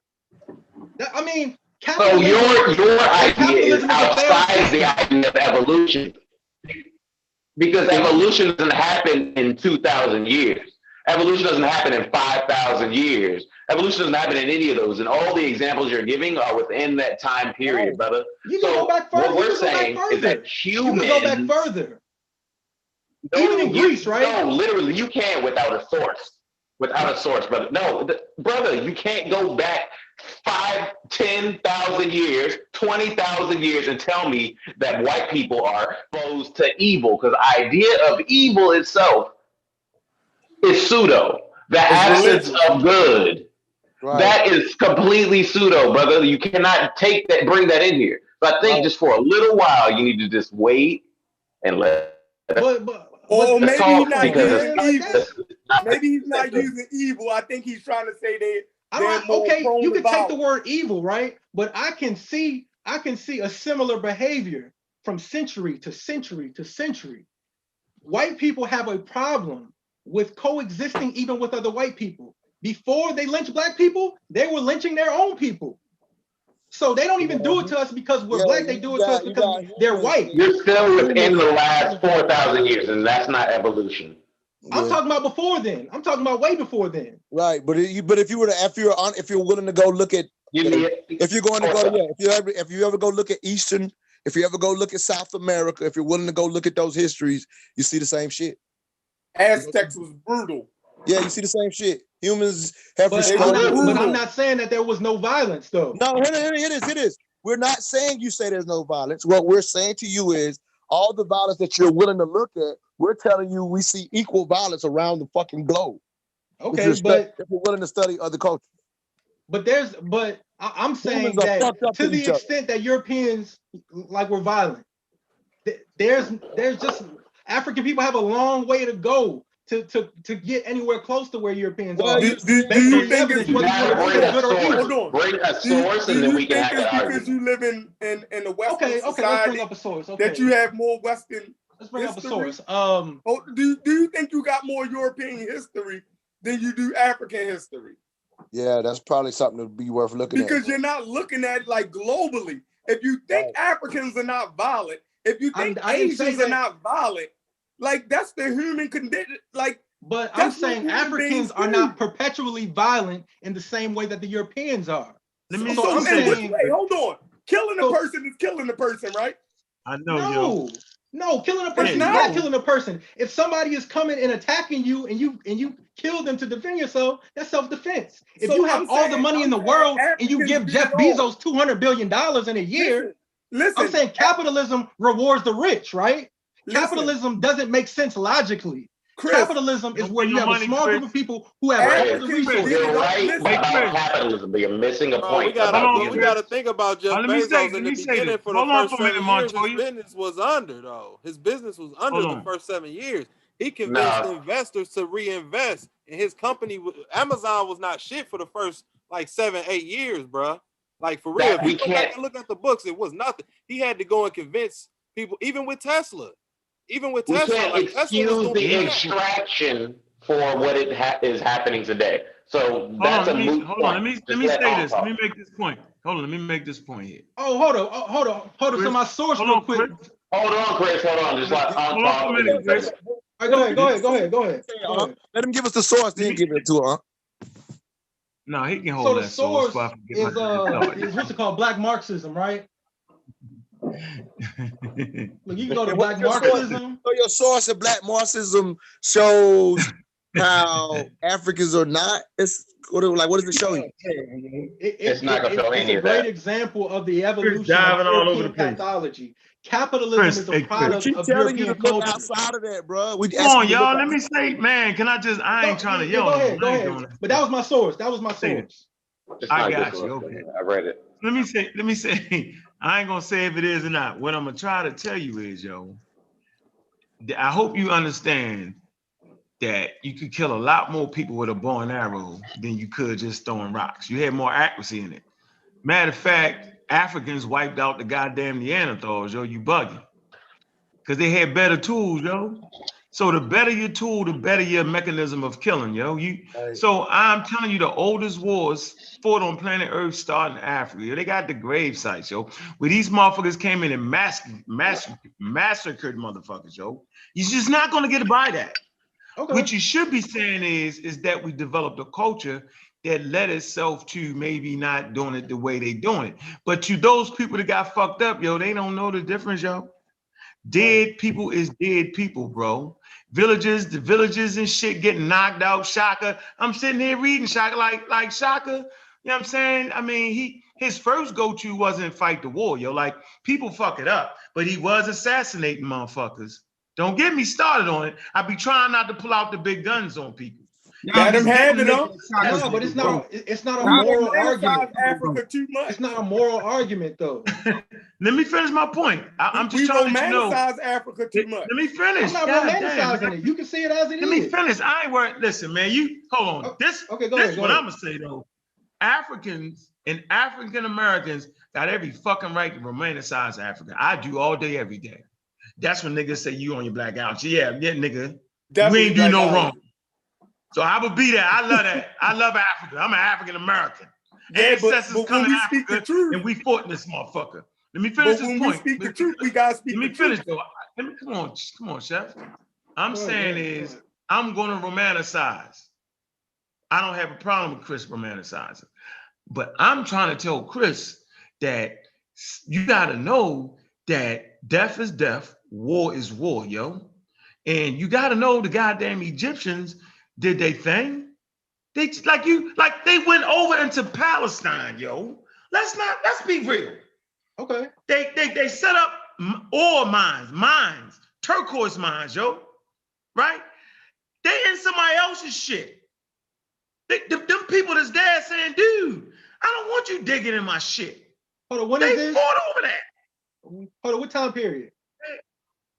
Man, any damn time period when they mining outside of their borders, they in other people. So you think the Egyptians just tiptoed to somebody else? They in somebody else shit, yo. Them Asiatics was mad as a motherfucker. This is my burial ground, nigga. Fuck your burial ground. We getting the motherfucking resources. I'm not saying they weren't violent though. That's not my argument. No, I don't know what you're saying. They were perfect people. You just mad because we had bows and arrows and these niggas got shotguns and motherfucking machine guns. So I'm saying if them niggas just had machine guns, they'd have killed a lot more motherfuckers quicker. I'm just saying, like you don't put it in context. You just gotta know that. Like you gotta just know that, yo. With the tools that they had, they came out of different. But I'm saying they came out of different environments. I'm gonna say this and I'm gonna shut up. You messing that all up. Because no white people lived on the fucking ice. That's just a fucking joke. That's the Iceman shit. They wasn't living in the fucking ice. Just like all black people. You know how we keep making all Africans the same, right? And then admit that there's different types of people with the pale skin. You know how we keep doing that? Well, the truth is Africa is a large place and everybody is not the same in Africa. All different complexions, all different cultures. Let's keep that shit real. For the record, I never stated that. I never said you didn't. No, not you. No. I'm just. They were all the same. Let me close. I'm saying that to show you something. Okay, go ahead. Homo sapiens sapiens is Homo sapiens sapiens.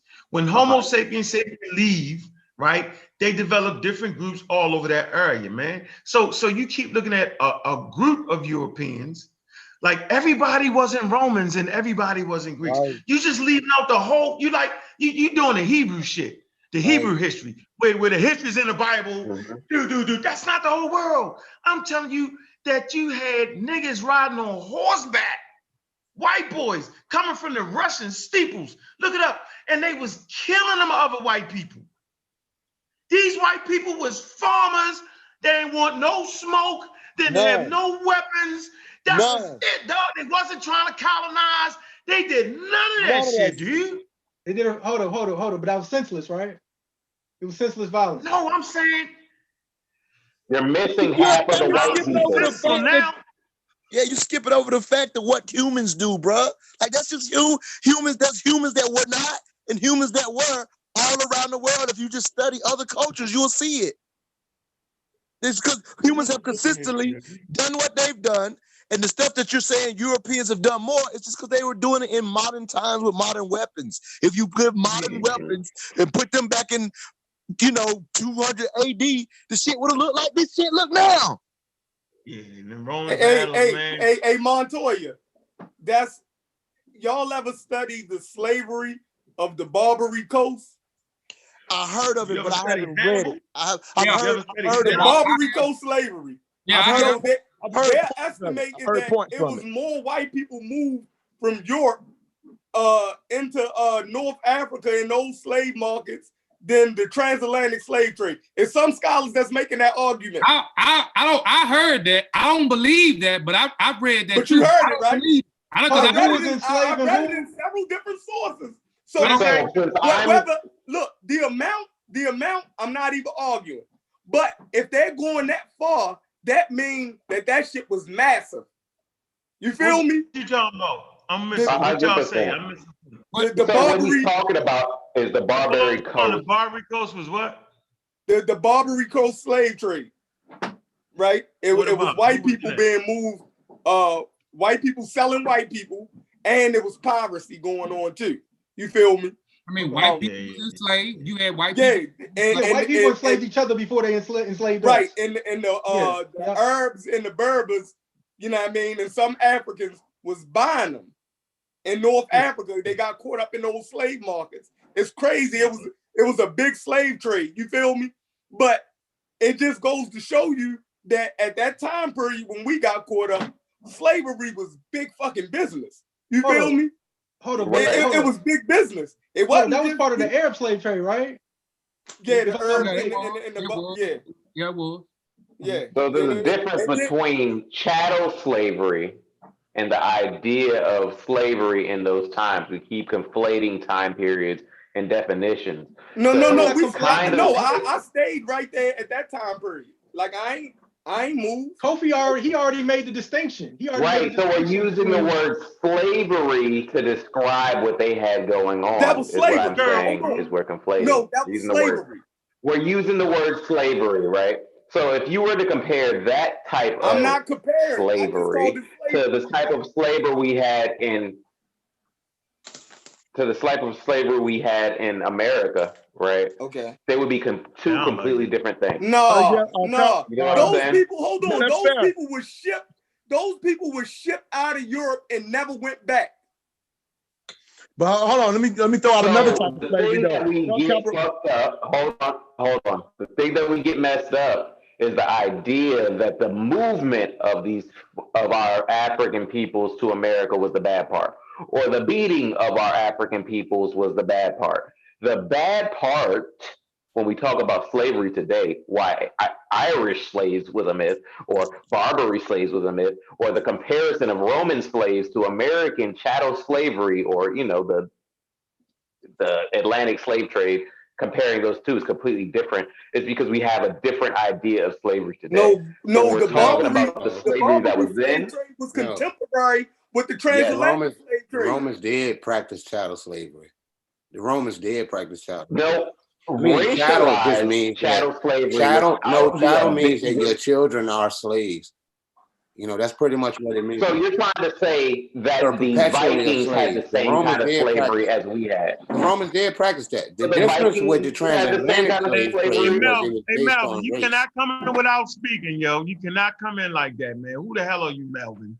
Melvin. Oh, I'm Cujo Atkins Battle. My bad. Cujo. Yeah, this Cujo. I know Cujo, but you gotta speak, man. God, you come in. So you're trying to say I was trying. Okay, my bad, bro. My bad. Yeah, so you're trying to say that the Vikings slavery was the same as the slavery we had. No, yo, I've never said nothing about what did I say now? What did I do talking wrong? about the Barbary. Yo, we got a problem. Hold on. Yeah, what's up, bro? My bad. You right. I'm talking to Kofi. Give me a second. So we Kofi, just move around, yo. We never complete a point. I want to stay on one point. I'm talking to Kofi about the idea of slavery. We're talking about slavery. One thing, and we never get through with that. Right. Never get through with it, yo. Why? Hey, just finish the point. I'm just listening. That's all right. We finish the point. Yeah, me and Kofi was somewhere in Songhay for a minute, and we was at a good goddamn point. That shit got jumped around. You know what I mean? How we need Shanghai Empire, yo. I don't even know how that happened. But he already broke down what happened with Songhai. He broke down the confrontation. You keep doing that, Chris. So we're talking about the contemporary idea of slavery. The worst white people, yo. No. You keep finding the worst white people, yo. Come on, yo. White people is not all white people, right? When I brought up the Barbary Coast. Kofi, let's just talk. Me and Kofi had a point about slavery. He was talking about the Barbary Coast slavery, air quotes, and the idea of chattel slavery during the Atlantic slave trade, racialized slavery, right? So get to your point, Kofi. I'm sorry. The Barbary Coast. I wasn't talking. I don't think. You meant Sean? I mean, you. Who was it? Sheffrin. It was Sheffrin. I was talking. Sheffrin. It was I Sheffrin. was talking. Hey, what's up? What's up, panel, man? What's up? Respect everybody. Shout. Cujo. Yo, what's up? What's good? What's good? Respect. You right, Unc. I should have came in and announced myself. I apologize. Go ahead, y'all. I'm listening. Yeah, well basically what I was trying to show, right? Because we was trying to show my man Chris that human beings just do human shit. You feel me? Attaching race to it. The reason why I brought up the Barbary Coast was to show the influx of white people into African slave markets, whether it was urban Berber slave markets, but some of the people, Africans, black Africans started buying some of the people too. You feel me? So I agree with Right. you. I wouldn't say African slave. I wouldn't say African slave market. It was Islamic. It was Islamic, right? That's North African. Right, but you had Africans. I'm agreeing with everything you said. I'm agreeing with at that time. It was controlled by the Ottoman Turks. Slave market, right? Even Turks, you had Islam, Africans that was actually that actually took a part in that. I agree with you wholeheartedly. I'm just saying I don't keep throwing out the term. It was the Does Arabs. everybody? Yeah, I'm gonna talk about the same thing. It was the Arabs. The Arabs had their hands Right. in it. Does everybody know that At that point it was the Ottoman Turks? It wasn't even the Arabs.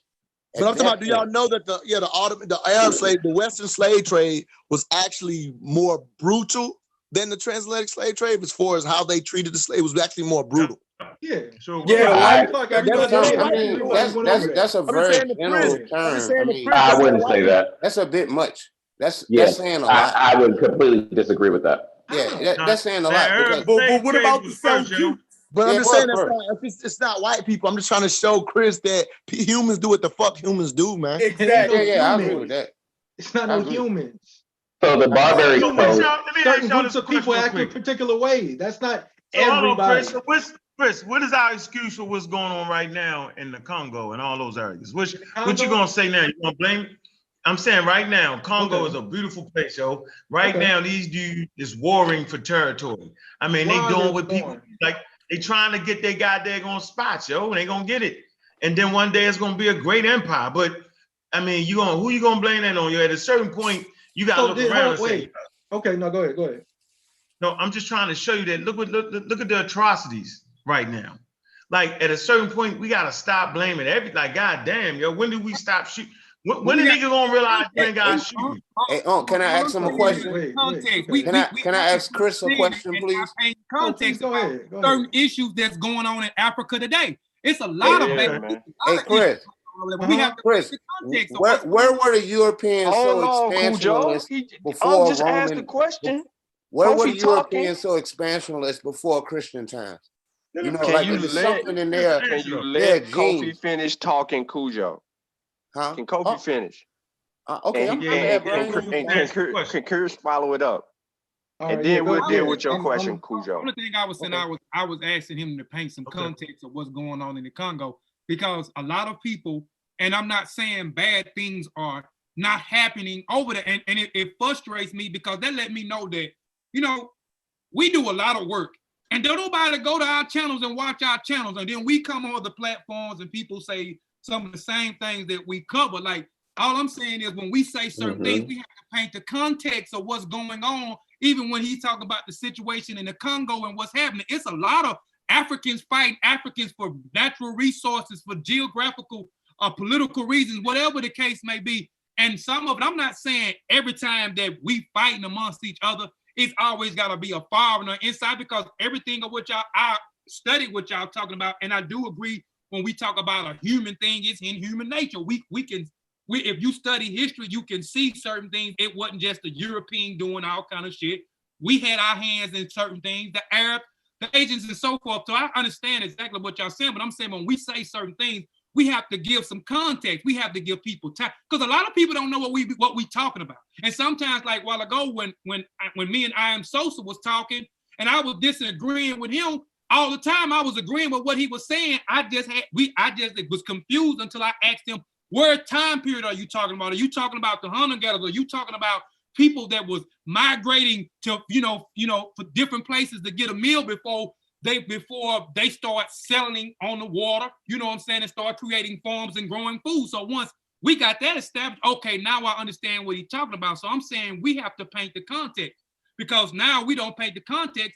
I could just go and say that, hey, look, Africans are fighting Africans, and then another person to go back and regurgitate the same thing, and they don't even know why we fight.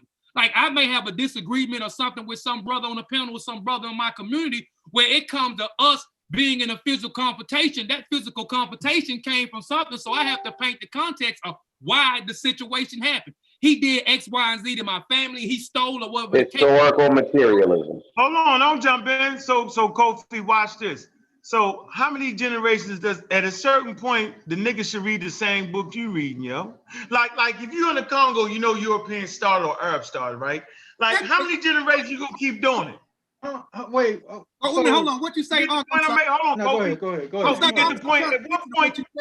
I'm saying, okay, I'm saying, so however the Congo situation got to be the way it got. Mm-hmm. We know how we know the whole European colonialism. We get that piece, right? But at what point do Africans start taking a responsibility and a role in what they're doing? Because you can't keep, like, how many generations can we keep saying they did it, or they doing? At a certain point, you gotta wise up. So me and you can have a conversation saying, yo, we see how they kicked that off, right? We got it. But okay, once people go to school, as Europeans kick this shit off in the Congo, when is they gonna say, okay, we know they kicked it off, now let's sit down at the table, brothers, and let's split this shit up. Like, at a certain point, it becomes your responsibility. We know what white people did, what role they played, right? Ain't no cut off from that. But when does it become role that they're playing politically in the Congo? Man, okay, so when do we realize that though? So we realize it, but we have people on the continent that are actually suffering from colonialism, and they're not even being taught certain history. They're being subjugated to a specific history that they're not familiar with. And why do we know this? Is because when we start having dialogues with them, they don't even, certain Africans don't know. Certain Africans in particular countries don't know what's going on with other Africans in particular countries because of access. They don't have the resources or things like that. So what we have been trying to do is to reach out and get people informed and put people up on game. So we say, hey, look, y'all gotta have some responsibility in this too. I'm totally with you, like they gotta wake the hell up and they gotta shake colonialism. They gotta start shaping things for themselves. And you only got a handful of people, like our dear brother in South Africa. His name escapes me right now, but he stood tall on them white people. He stood tall on them white people. It's like, y'all need to leave. We need our land back. We can do all of this on our own. I don't know why y'all still here. He was trying to bring the smoke to him.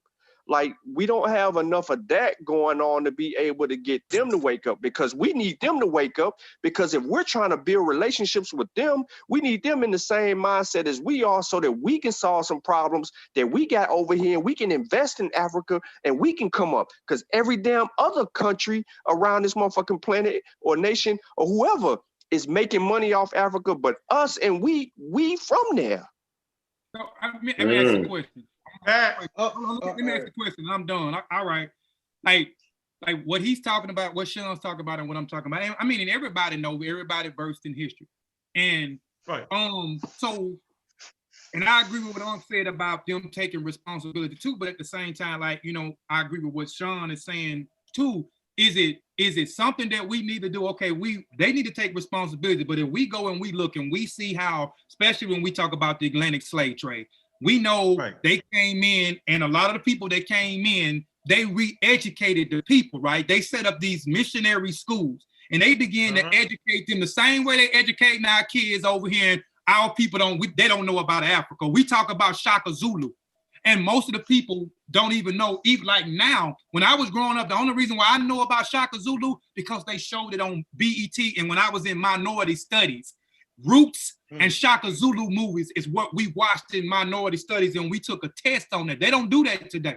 So is it something that we need to do as African Americans? It seems like we leading when it comes to history, when it comes to anthropology, when it comes to certain things that are dealing with science, history, language, linguistics. So is it something that we need to do far as setting? Because when I'm saying, do we need, are we at fault too? What I'm saying by we at fault, we so scholarly, you know what I'm saying? We so well studied in certain things. Is it a road that we need to take? That we so passionate about our people over there, about setting up institutions where we can combat the educational system over there? Because again, they don't know, like right now we talk about Gambia. Like a lot of those people in Gambia, we have a relationship with people in Gambia. Our book, we have 2 books in Gambia in a school over there in Gambia. We have a scholarship over there where we paying for people to go to school over there at the school. All of those people are Islamized. And when I build with certain people that goes to these schools, they don't, a lot of stuff that we talk about, they have no clue about what's going on in other countries and certain things. So, huh? I'm saying you actually solved you answered your own question, and your works, you did it. So you sent them books, and so they can so yes, we have to play a role in educating them, of course. But watch this. This is my part though, Kofi, that I always felt like, well, how you gonna educate another people when in your own fucking backyard we don't got it yet? That's the part that I can't get past. Like I could never get past that. I think there's a strategy to it though. Man, y'all I really hold like. on for a minute, man. Hold on. I'm saying that my thing is this, yo.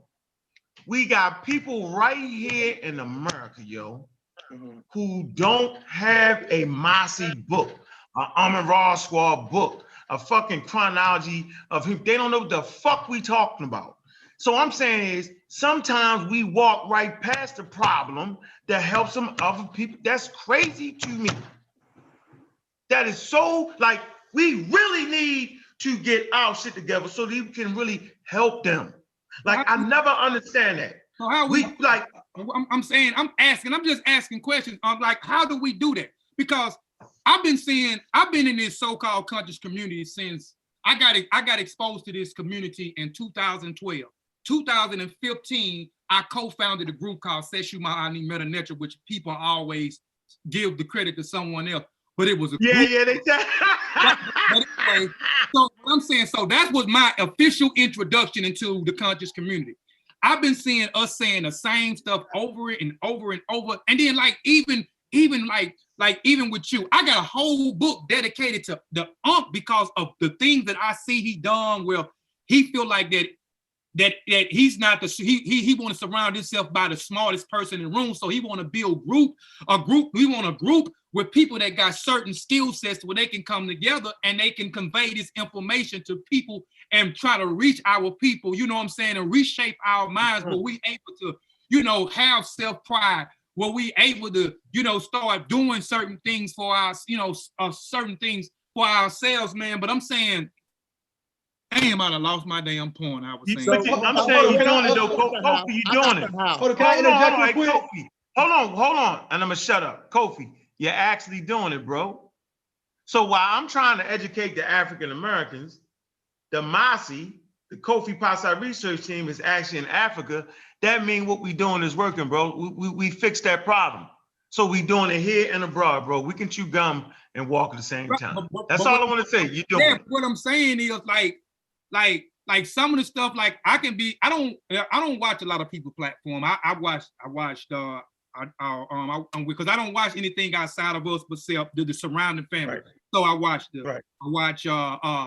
Black Atheists on Fire. I watched the Pseudo Killas, and I watched NBK, and I watched Omni Africa. That's Chris Nim group. You know what I'm saying? So that's it. And even with certain things that I see on the platforms, like people can be talking about certain things, and then that's why I made a statement about if you're not studied in certain things, stop saying stuff that you really don't know nothing about. You just trying to be in a conversation, so you guess. Right. So we are doing stuff, and then and I hear people saying stuff, and I be like, well, goddamn, we covered this last year. We covered we covered this a year. Goddamn, I just talked about this whole, and the people don't rock with us like that because of we try to exhibit like with people with discipline. And I'm not knocking nobody, and what I'm saying by that is like I get turned off quick. I can be watching something, and then when the nigga shit jump off where everybody wants to talk and hey, I'm smarter than you, look at me, you know, and conflate their ego and one up a person and cutting people off. That's unattractive to me. So I turn it off because I can't learn, because you got 6 or 7 people talking, everybody trying to get their point out, and everybody saying they right, and everybody trying to speak because I'm smart. I want to be smarter than you. So, but we don't do that over there. So people don't like that because it's not entertaining. So they be like, okay, but I'm cool with it. I'm cool with 30 people viewing my show. I'm cool with 200-300 views. I'm cool with that because that ain't all I'm doing. because I'm not a social media dude, or my groups, it's not a social media group. We a family, and then we produce. We're not only talking, but we producing shit. We producing shit. So I'm saying, man, we Hey Kofi, we just ain't organizing it right, yo. I swear to goodness, yo, like everybody watch everybody. If we organize our shit right, like I ain't never had to have this motherfucking show this long. That's a mistake. I ain't never been on. We could have rocked for an hour. Let me finish. We could have rocked for an hour and a half, and then carried the because remember that's how I did Garfield. I took Garfield shit and it's like, yo, we going live. And I'm saying, why we don't do that fucking behooves me. Like it's crazy. Like the same people watching now will go over to the Kofi Pasai research team channel, bro. We just got to do it right. We got to stop acting like we don't know how to do it. People, everybody that rock with me, rock with y'all. Like stop. Like we tripping. You gotta know when it's your fault. You know what I'm saying? Motherfuckers don't like when we be all arguing all the time. Nobody like that necessarily. Yo, I hear people tell me. Seriously. I'm saying, yo, we can, okay, let's do this for this amount of time. When the Pseudo Killas go off, we moving here. That's how we gotta start doing it from right now, yo. We can't, like, I don't want to be on this motherfucker for no, like, really? Yeah, Come and on, dog. We did that. Like we did that. You know, we did that. And you know, gotta keep doing it. I don't need to be this bitch for time. And I gotta give credit what credit due. And I'm gonna yield the floor. I gotta give credit what credit is due. You know, I didn't mention a particular group, and I respect this particular group in this particular channel. And it's the Dagger Squad. The Dagger Squad, Garfield, I give credit what credit due. Garfield, he did that. I'm gonna tell you, when with the Mossy, they would go on Sundays, and then you know, and it helped us. It helped us get our subscribers up too. I keep it all the way funky. They would go live, and then they would go on. We go on. It's me and Sean. We would do every other Sunday. I'll do a Sunday. Sean will do a Sunday. So every Sunday, right? So every Sunday, Dagger Squad would do his show. Garfield would do his show. And then his show will lead up into our show. So by the time they get ready to wrap it up, he started directing people over to the Mossy Warrior Clan channel, and everybody over there fall in over there and start listening. That's what we do. We used to tag team each other, you know what I'm saying? But you know, we eventually stopped doing that. And even with that, I brung up something. I don't know if you was in the building or not. I brung up something to the people, a lot of people I respect, a lot of people I feel a lot of respect with. I brung it up to people, and I think you was in there. I brung up something where let's create a channel, because like every like the Dagger Squad, these brothers, they deal with the Bible, they deal with Hebrew Israelites, and you know their culture, and they dig deep in it. And I respect them. Like if I want someone that I go over there. So I suggested a channel back in 2017, and a few people, and I already know why they did it. I guess I'm nobody. I'm nobody, but I suggested that at the time it was no Kofi Paisai research team. It was just the Mossy, it was the Dagger Squad, it was the Amon-Ra Squad, it was before the fallout, it was Team Osiris. Team Osiris, because I don't want to say their name wrong, because people say their name and I don't want to disrespect their name, because I'll say their name wrong. Team the other thing, the snake, but I'm not gonna say that. But, yeah, we trying to give them a break. And I heard it so much, so when I always mention it, I say Team Osiris. I say Team. So and that's not the name of that group, and I just heard it so much. So I'm not gonna be disrespectful, because I respect some of them brothers over there too. You know, even though I don't talk to them or nothing. But anyway, so I suggested all the platforms, because each one of the groups, I talk about skill sets. When you deal with the Amon-Ra Squad, you're gonna get signed. This before even before the Dagger Squad. I mean Dagger Squad before the Pseudo Killas. You saw that when I wanted some science, I always went to the Amon-Ra Squad to pull out the Amon-Ra Squad manual. So, and then if I wanted some African, like I said, if you wanted to deal with West Africa, because that's our skill set, but we deal with every other part of Africa, East, West, South.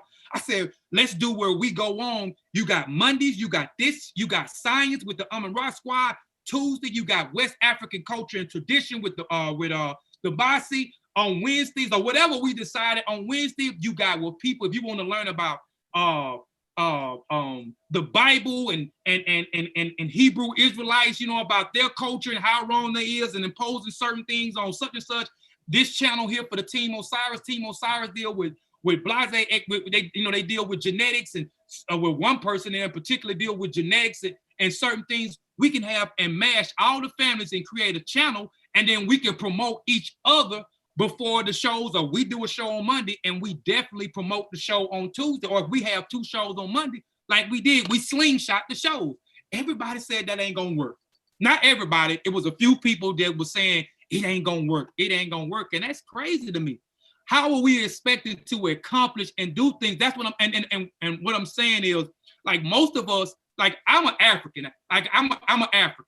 You know, and people can say I'm not an African. I know where I descend from. I got a DNA test, but you know, I'm just saying that because we, you know, a lot of us don't know exactly where we come from, so we blanket the term African. I can tell you that where I descend from now, but I'm saying that to say that I understand African culture. So in African culture, when we talk about, even when we deal with humans, I talk about that certain philosophy when we talk about humans. Africa looked at humans in a different way, but that's a whole nother topic for a whole nother story. Or you can get the book he put up. I don't have our book at that time, where I deal with the different things of what Western thinks humans are and what Africans particularly think humans are. You know what I'm saying? But right, that's the book right there.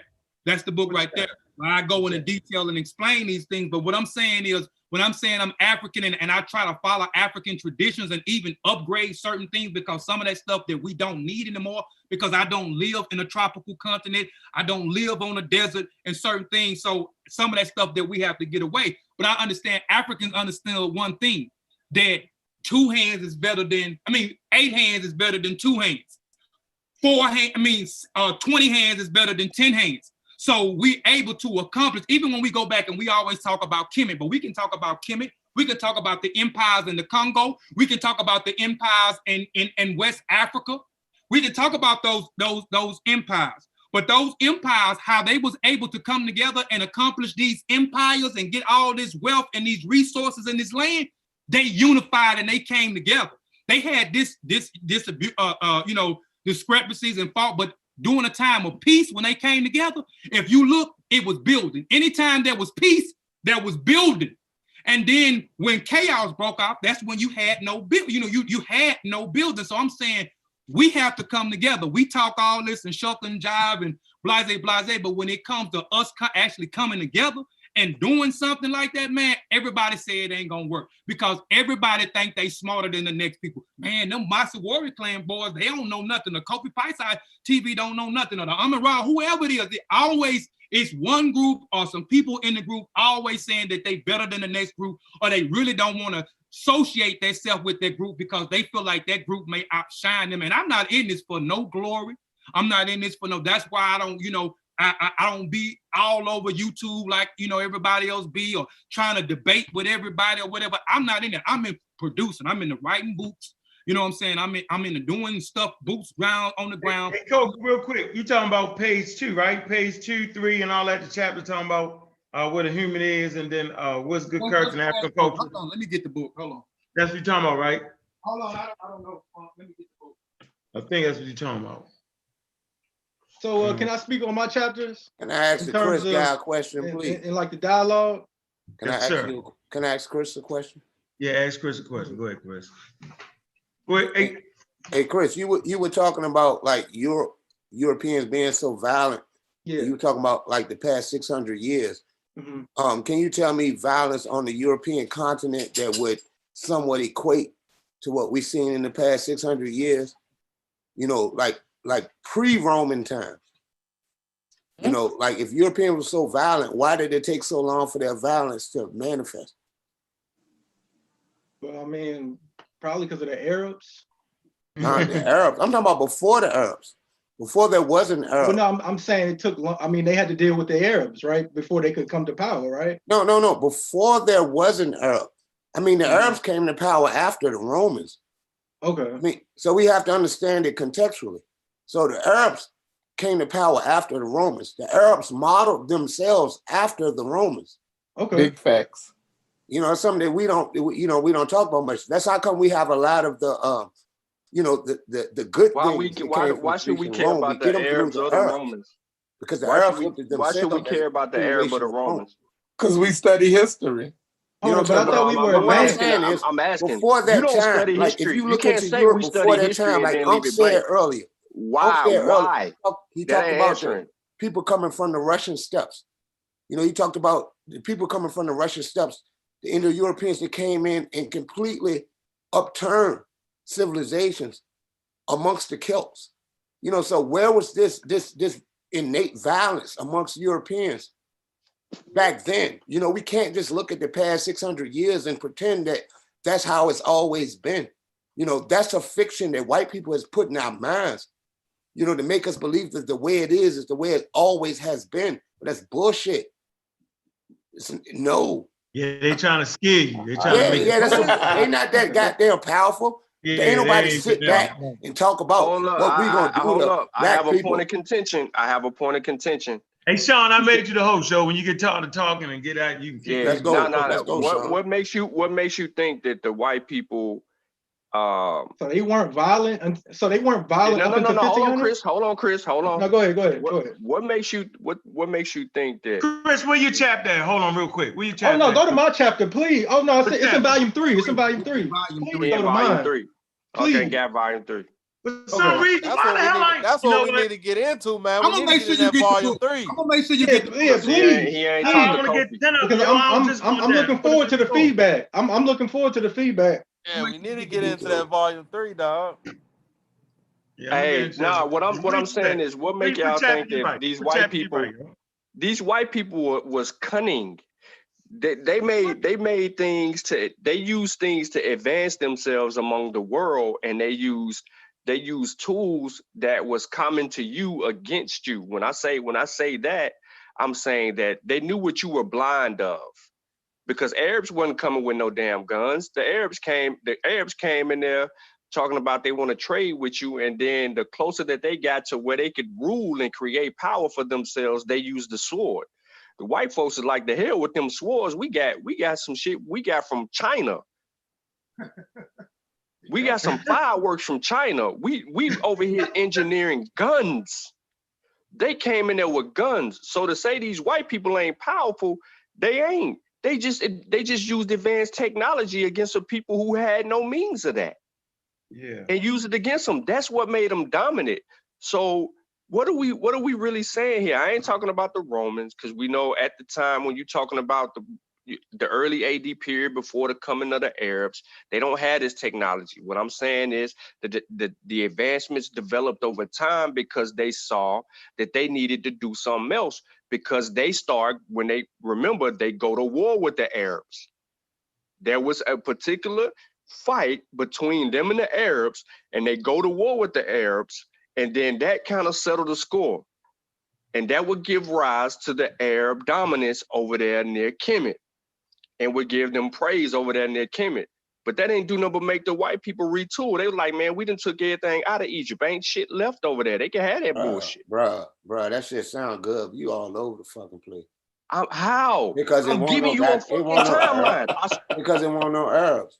Because what you're talking about, I mean, you're calling these people Arabs, but what it really was the Ottoman. This event you said happened was the fall of Constantinople in 1452.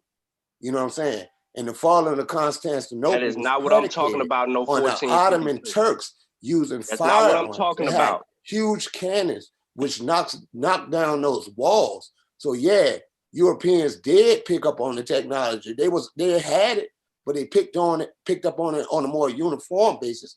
But we can't like pretend like these fucking Arabs. No, at that time, no. Who ruled the Mediterranean? The Ottoman Turks ruled the Mediterranean. And the Ottoman Turks were not Arab, and the Ottoman Turks did have firearms, and the Ottoman Turks did deal in firearms in the Sahel. They did. I mean, come on, man. I mean, like that story, it sounds good, but no, it's not this. I ain't telling no fucking story. I'm giving you history at a glimpse. White people came into Africa. They ain't coming to Africa kicking ass. I'm not telling no story. They didn't come into Rwanda kicking ass. You saying the Ottoman Turks ruled Kemet? Are you saying the Ottoman Turks ruled North Africa, brought their asses into West Africa via via Mauritania. No, you can stop. I'm not saying it. All right, that's we talking about two different things. I'm not talking about the Ottoman Turk period in that. I'm skipping that. No, I ain't even. I'm not going. I have no reason to talk about the Ottoman Turk. You said earlier that these white it won't know Arabs. You just belittled. Okay. So when did the Arabs rule? When did the Arabs before the Ottoman Turks rule? When did the Arabs have their golden age? They had their golden age. Was it Arabs or were they Ottoman Turks? Before the Third Crusade. Was it the? I'm gonna ask you again. Were they Arabs or were they Ottoman Turks? It don't say the Ottoman Turks had a fucking golden age. In the 15th century, they were Ottoman Turks. Yo, you pretty sharp, Cujo. And I see you sipping over there, but you pretty sharp. I'm on my shit.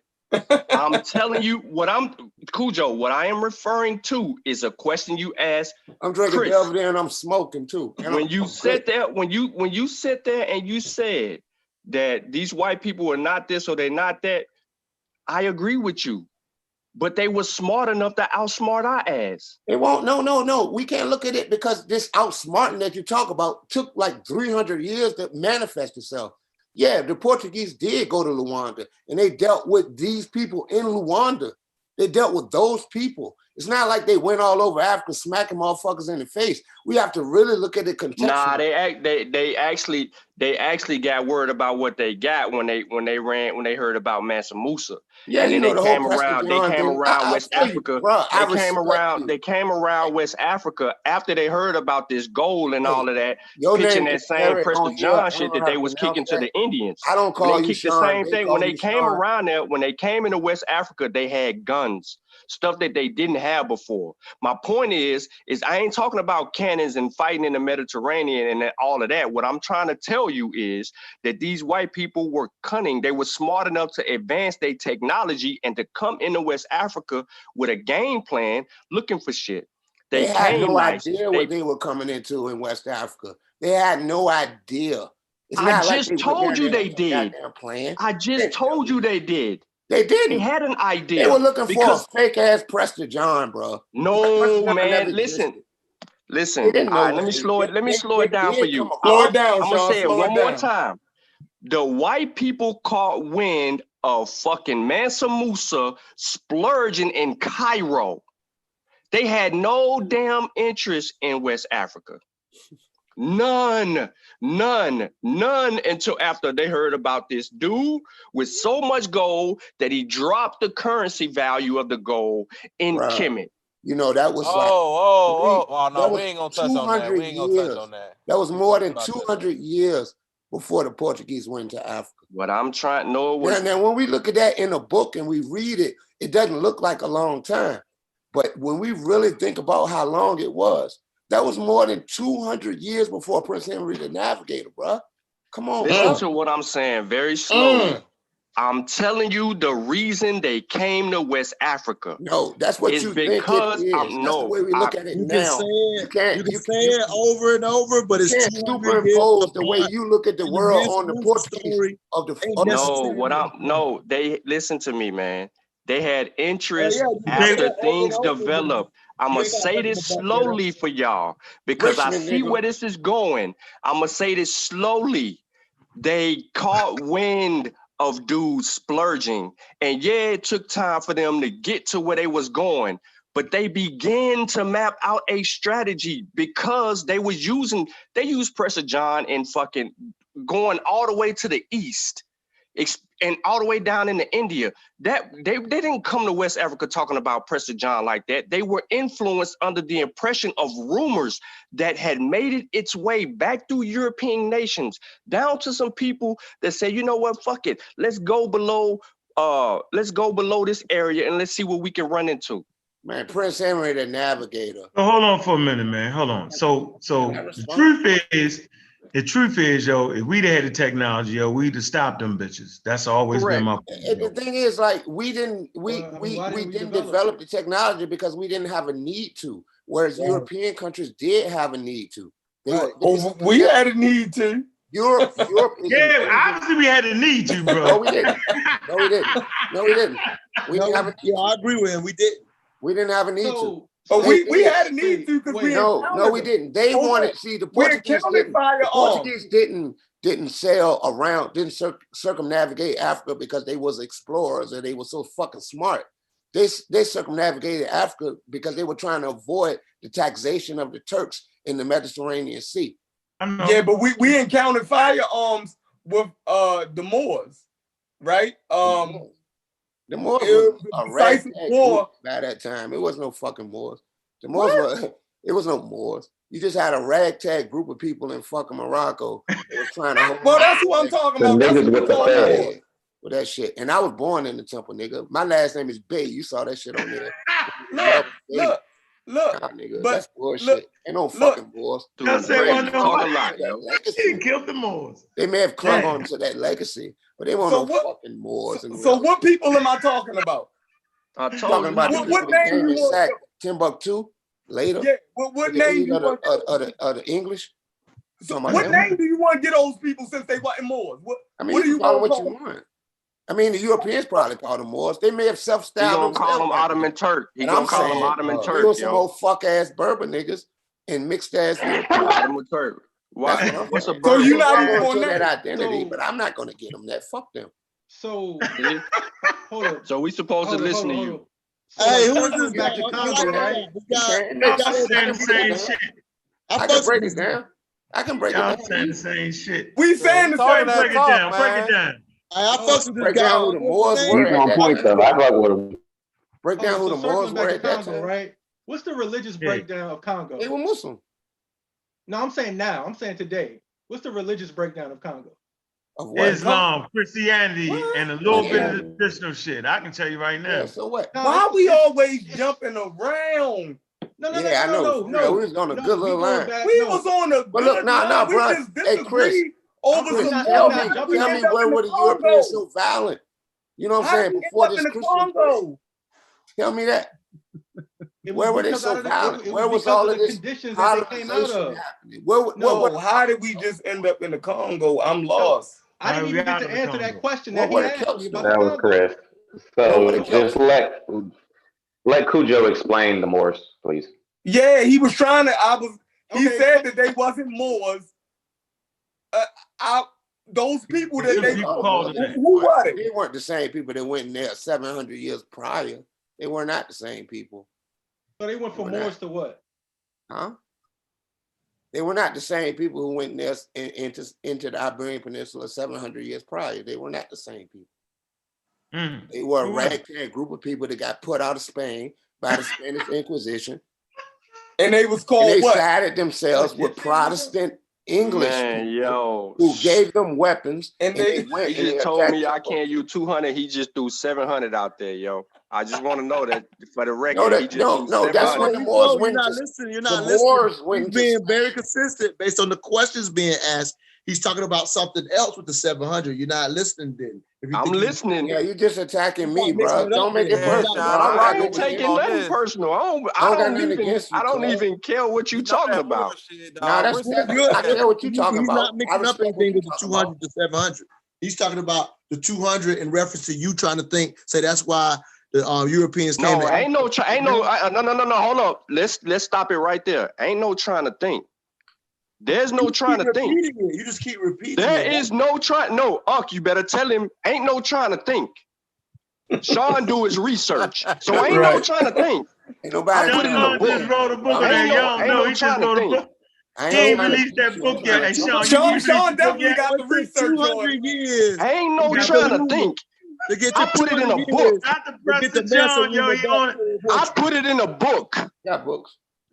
Okay, but what's put in the book got to do with you saying it took 200 years? No, what I'm trying to tell you is I sourced it, so you know it's there. I put it in a book, yo. Let's go. Let's go. So they're talking about two different things. 200 years. Y'all talking about two different things, man. He talking about breaking. Cujo is talking about historical materialism, right? He's talking about the idea. We are surrounded by Mossy and Coke. Okay, explain. Right. Sean is talking about. Sean is talking about. Hold on, Chris. Sean is talking about historical materialism, saying that the reason they came there prepared was because of the impact of him changing the currency and Egypt. Well, Mansa Musa, right? So that's right, but Mansa Musa. He's talking about they knew black that was man. going on. I think that's what Black man. And what Cujo is saying is that was 200 years before they actually crossed and came in. But so they're talking about the same thing, and they're giving different historical ideas of what went on. When you read it looked good. Right, but Cujo is also saying that's not related to why they came. Right. I mean, they came because they were 100%. looking for a route to the Indies. They were looking for a route to avoid the Turks. It's possible they could have been doing taxation in the area of the Mediterranean. That's the truth. It's possible they could have been doing right, both. Sean is saying they knew about it, so they were prepared, and Cujo's saying that's not why they went there. No, they were prepared I because don't know. they've been fighting so many wars in Europe and in the Mediterranean. That's why they were prepared. Right. I mean, they didn't put this shit together. They upscaled it. I'm saying like I think the part that I just like to, because the whole conversation kind of started off this. I just would like to say, that these niggas started revolutionizing war the same way the Africans revolutionized war. So it's an ongoing thing. You pass technology forward. It's an ongoing thing. The point that it just makes me mad is that we stop doing that. You know what I'm saying? We it's somewhere along the line, I heard somebody say, well, we didn't have a need to. Then Chef say, shit, yes, we did. You always have a need to get better. I'm saying is, they destroyed the economy. I'm saying the point is that the Egyptians held down civilization, the Nubians held down civilization longer than anybody. So what that means is they was ready for 3,000 years. You know what I'm saying? Like the Nubian government, that shit lasts like unbroken, like no one has done that yet. But that mean they was ready for everything, And so I'm saying at some point we got unready.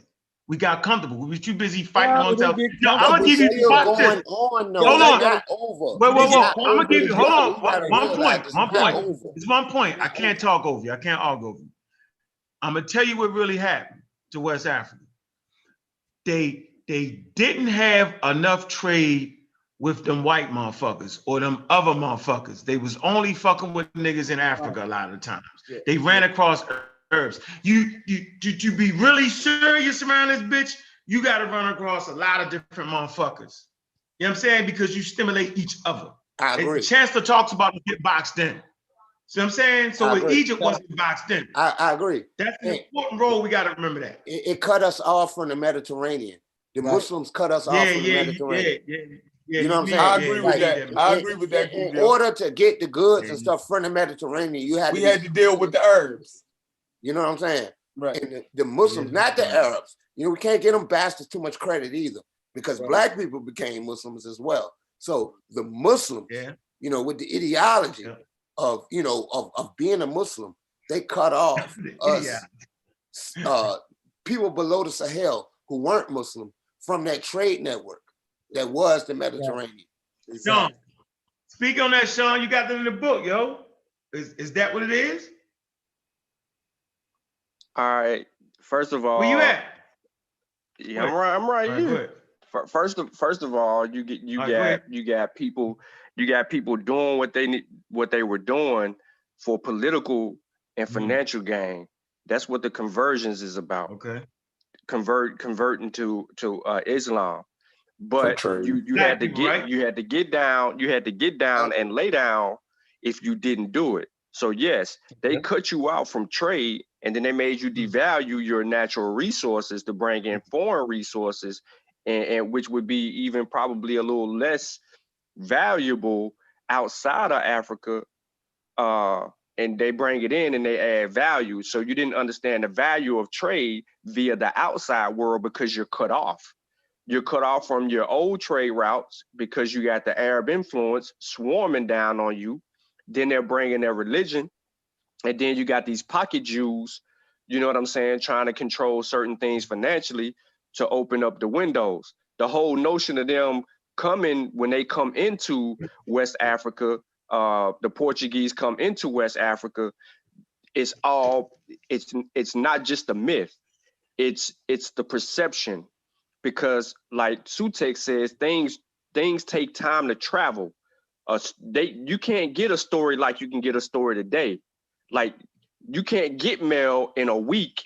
It takes time for you to get mail or a message from Kemet going all the way through the Levant, all the other areas, and coming all the way around, and then probably getting somewhere to Portuguese. That takes time. It's not something that you just talk about like that. So in proper context, everything was happening. You got Mediterranean things going on. You got, all of this stuff is about power, but it goes back to what you said earlier, Unc, when you was trying to position, and Sosa, when y'all were talking about the Neolithic period, where you have a time period of people trying to protect, defend, and grow their areas. It's the same thing with trade. So all of this stuff manifested over a need for these natural resources, which the continent had an abundance of. This is why I said what I said regarding the Portuguese with a pump fake talking about they trying to get to India. No, that's the story that is told. It was more to it than just that, because you don't come inland off the continent of you don't come inland into West Africa and then say, I'm looking for somebody. That don't make no sense. These people have no means of communicating with you and don't know what you coming for. You set up shop right there to build trade to try to see what they're coming with. And you see gold and you see it in abundance, similar to a story that you heard once before. So you become interested in that. Yeah, you're trying to circumnavigate and do all these great things with your ships, but you don't have the technology in that period to even take your ships out in the freaking ocean until the 15th century. So you were an inland traveling people. You had to hug the coastline because your ships couldn't get out in the Atlantic.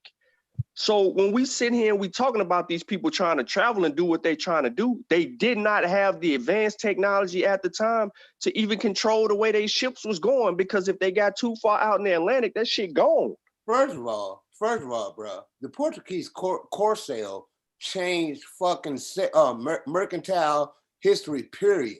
In the 15th century. In the 15th century. The Portuguese sailed around Africa. The Portuguese corsair enabled them to sail around Africa. You say they ain't selling to the Atlantic, they ain't know nothing was over there. They sailed along the coast because that's what they knew. That's what their knowledge went. So they sailed around Africa to try to get to the Indies, to try to get to India.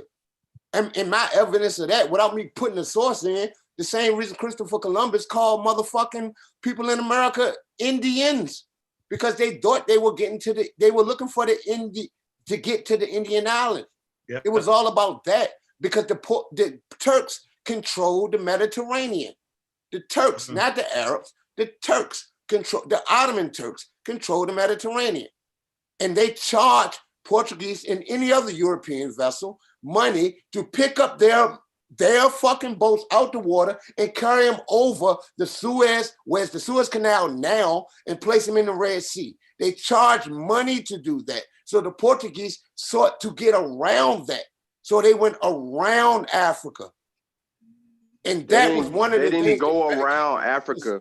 They stopped going west. Stopped. Then eventually getting into America. Listen, and they knew about West Africa because there were Moors that was sending slaves they had some knowledge. to Europe. I agree. They had some knowledge. I agree. It wasn't, they didn't go in blind, but they didn't know that the Congo was there. But they didn't know there was an abundance of gold either. Yeah, they did. Found that out. They knew because of Mansa Musa, just like you said. You just said all the stuff about Mansa Musa. I know that, but I'm telling you, I'm just trying to give you. Listen. I'm trying to give you another piece of this thing that we did not even look at. Just share with me, brother. We never knew the influence of Musa outside of West Africa, really. But his mark was made politically when he get to Kemet. And this is what I'm trying to say, is that these people really didn't have no influence until stories began to travel about this. Because dude had, he made an impact, a political impact among those Arabs in Kemet. They had no interest. They had no interest. And yeah, it took time. It took time to come around there. And I'm not disagreeing with the Ottoman controlling the Mediterranean, because that's a part of history that people don't get into, is the Ottoman Turk era. You know what I'm saying? So I have no disagreements there, but I'm just saying they had bigger fish to fry because nobody was really paying attention like that. But the Arabs were eating off of West Africans like that, and people began to pick up wind on these resources. So they came with the whole Prester John bull crap. That was a front. Just like they were trying to circumnavigate and do all that was a front. For real, because these people weren't trying to do much of anything else. They couldn't win again. They couldn't win certain wars. That's true. They couldn't win certain wars. They were in fights they couldn't get out of. But once they got their technology up, they were able to do something that no other people could do it, and they learned from the Arabs, and they did it better than the Arabs. What they learned, bigger than their gunpowder. Something we talk about way too much is the guns. What they had was mercantile capabilities. They had seaward mercantile capabilities. Yes. They were unheard of. Yes, which helped develop in the 15th. It helped them move. Context. And it helped them move a lot faster. It helped them move a lot faster. You know, and they came. But say it, Cujo, 15th century. Yeah. Because in the 15th century, that technology that they developed, it was helped them do everything that you just said. Yeah, I think it's more the ships than the guns. You know, I think it's more the ships than the guns. We focus so much on the guns because it gives us a convenient out. Because like, okay, but they used those guns. They used those guns to infiltrate Africa. Remember, we ended up selling slaves to them for guns. Yeah, and we sold slaves to them, but originally the Portuguese wanted to go and buy slaves in the Balkan regions. They wanted to go to the Aegean Sea to buy slaves, but they avoided the taxation again from the Turks. See, we don't realize how the Turks were instrumental in the development of the transatlantic slave trade. I've rarely heard that discussion, but I have heard it discussed. It's not something I made up. You know what I'm saying? I have heard it discussed in scholarly circles. However, it's something that's rarely talked about. The Portuguese went to Africa because they couldn't access the slave trades. The slave trade that already existed in the Balkan regions, in the Aegean Sea, that the Turks themselves controlled. It already existed. And you had all kinds of slaves. That's where we get the whole Slav thing from. And the Mamelukes and all of them. Niggas like to talk about that. Right. But that's where we get it from. But that's why Africa because it was a market already in Africa. Because they were already slaves in Africa. They were already slaves. Because slavery was everywhere. The Portuguese also traded for slaves in China. And they bought them from Chinese people. They ain't smack Chinese people in the face and just take niggas. They traded and they bought just like they did in Africa. Hey, Marco Polo is a perfect example. He was sold, him and his uncle. Marco Polo embellished quite a bit, but I mean, you still got to respect a lot of shit he said. No. I respect. Who's with it though? I respect it. But he said him and his uncle was sold to the Mongols. Huh? No, I mean he was an indentured servant. He wasn't. Yeah, him and his uncle claimed that they got sold to the Mongols and ended up what Kublai Khan and all that. I think he was lying, ended up in China. Yeah, I think he was lying. I think that was a lie. But it leads to your point that slavery was going. If he put it in his all over the world, then people were selling people, and he got he was speaking to industry that was going on, whether you believe him or not. Yeah, see, in Europe, in Western Europe, they had supposedly outlawed slavery, but they created, within feudalism, you had serfdom, which was pretty much slavery. Went on in Russia until like the fucking late 18th century. But you had this serfdom going on. So like that's how come when the English came to America, they didn't have slave laws on their books because supposedly they got rid of slavery, but actually they had enslaved their own population. They just gave them the name serf. And for the record, serf comes from the Latin word servus, which means slave. For the record, you know what I'm saying? But that's like wage slavery, right? It was like wage slavery. But Chris, tell me, where were these violent ass white people before? He ain't leaving that alone. I really want to know that.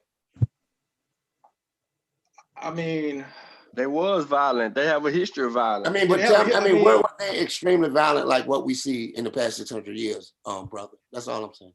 You said I want to see when they weren't. 600 years. I'm saying if you had to compare them being extremely violent versus peaceful. I mean, where were the Celts? Where were the Celts? Where was this violence in Europe? You know, where were the Celts? You know, they were there for thousands of years. You know, where was this violence? So it was no violence. So I'm not saying they weren't violent. The Celts really don't have a written history, though. Like Regardless, how they are we supposed to determine? They still exist. Hold on, wait a minute, because I'm well studied in world history. Let's go. The Celts do not have a written history. Tell me they do. I agree. Yeah. So like, how's we supposed to study their war history? Because all the history we know on wars was written down. Okay. Some of it's passed down orally. Well, we know. How do we know about the Celts now? Because when Rome went in there, right? Okay. So, everything. So, do we have any Roman accounts of mass genocide by Celts? I mean, if we're only going by what we know, you know, I can't just assume. Why would the Romans write good about the people that they conquered? They talk bad about the Celts. They did. They talk bad about them. But no, I said, why would they write good about them? Huh? No, he said, man, I don't recall. If you can tell me, I want to know. I haven't found any. So, go ahead. I mean, like, I just kind of want to get this point home real quick. Like, why is it that all over Africa, the major religions are all non-African, right? Because to go to the book, because I don't want people to think that I'm just pulling shit out the sky, but at the beginning of chapter 7, let me go to it because I just had it. So you think European religions made the Africans violent? I mean, that's a big part of it. I mean, I'm saying the certain types of violence, there were certain things that were tortured into African people. You think niggas can't get down without? No. I'm not saying no. I'm not making no argument that Europeans taught us violence, right? Like, I'm saying that the systems, I'm saying that the way that, we relate to manhood, the way we relate to government, the way even we approach education, like even if we want to go to historical materialism, right? Which is what is it? I think it's like communalism, feudalism, capitalism, socialism, communism, right? And you're supposed to base history based on that evolution. That's what historical, materialism is, right? And all I'm saying is, just tracing back the behavior, you can relate it to certain cultures, right? Okay, I'm right. saying, like, I mean, just one solution that I put in the book, or two solutions. How do we know about West African history? I wasn't about to just talk about West African history. I was about to talk about the Mbanji in terms of the political institution, along with the Susu. So instead of having systems that exploit people, you can have a collective system where people share, people cooperate, and it's very detailed. And I know Africa is always talking about Fukuyao, but Africa is a big place. You can it's a huge place. So I'm saying, for example, if we don't want to use the Mbanji, we can use the Oromo. If we don't want to use the Oromo, we can use the Masi. It's so many different forms of African governance. I'm saying that every time we talk about government, it's always white people. We never talk about African organization. Kofi has done crazy research on studying African societies. But when we talk about modern political institutions, do we ever reference Africa? No, we don't, because that's what Blackology is. Hold on, so black people didn't create nothing worthy enough. African political systems in modern era. Speak on that. I need to know what that is. Let's speak on it, because I don't even know what that is. I'm saying, for example, I'm saying the Mbanji. It's something that we can build off of. I don't even know what that is. Huh? Is the Mbanji a modern African political system? No, I mean exactly. Yeah. Look, but all I'm saying is it's something we can work. I mean, capitalism is from 1700. and it's still not working. It's still creating all kind of environmental crises. But I'm saying when it comes to African institutions, I mean, what's the point of even talking about Africa if we're not gonna refer to it in terms of organizing? Because African institutions of a European paradigm, and this is not romanticizing Africa, but the thing that bothers me is when it comes to political organizations, it's okay to romanticize. It's never an African foundation. I agree. African institutions need to modernize themselves. What system in order for them to be viable? Hey, what system in the world is working right now? In right now to you? I mean, socialism has worked. Socialism has worked. He said that's Capitalism working don't work. right now. He said was working right now. Yeah, where it's working at now? I mean, socialism is working in Cuba, but because the United States has an embargo and is preventing them from trading, that is causing it not to work as well. But that's not socialism. That's capitalism imposing itself on socialism. Socialism work in Cuba? Like what you really looked? You really researched that? Yeah. So when did it work? So I can read Fidel. I got plenty of books on Fidel Castro. No. I can talk about how Fidel. He even talked about what's his name? He talked about the Gonzalez kid, right? So they blame Cuba on the refugees. Yeah, but when did it work? How long did it work? That was the United States. Ilian Gonzalez? Yeah, that was America's fault. Right, but how long did it work? You said it worked. So how long did it work? I'm saying a system where people work for earnings and not profit is sustainable. A system where people have all the wealth and then there's mass poverty. Let me take this, Chris. That still is not working. Let me take this, Chris. Capitalism doesn't work for majority of people. Your question is premised on the idea of working. So when we're talking about contemporary history, we can't go back to the let's go to Thomas 15th century. No, Chris, I got you, Chris. I got you on the Cuba thing. I'm with you. So he's asking a question, what system is working better than capitalism right now? We have to define the idea of working better without the idea of capitalism imposing itself or imperialism imposing itself on those structures.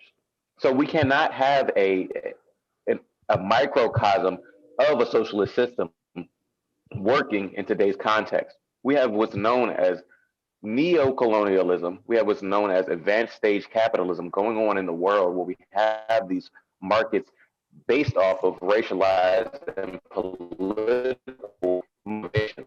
And get some kind of isolated system where it's going to work. If you talk about Cuba and you're going to say Cuba is effed up, like you said, you cannot say that Cuba is effed up because of socialism. You have to say that Cuba is effed up because of the way that American imperialism, Spanish imperialism, all these other ideas.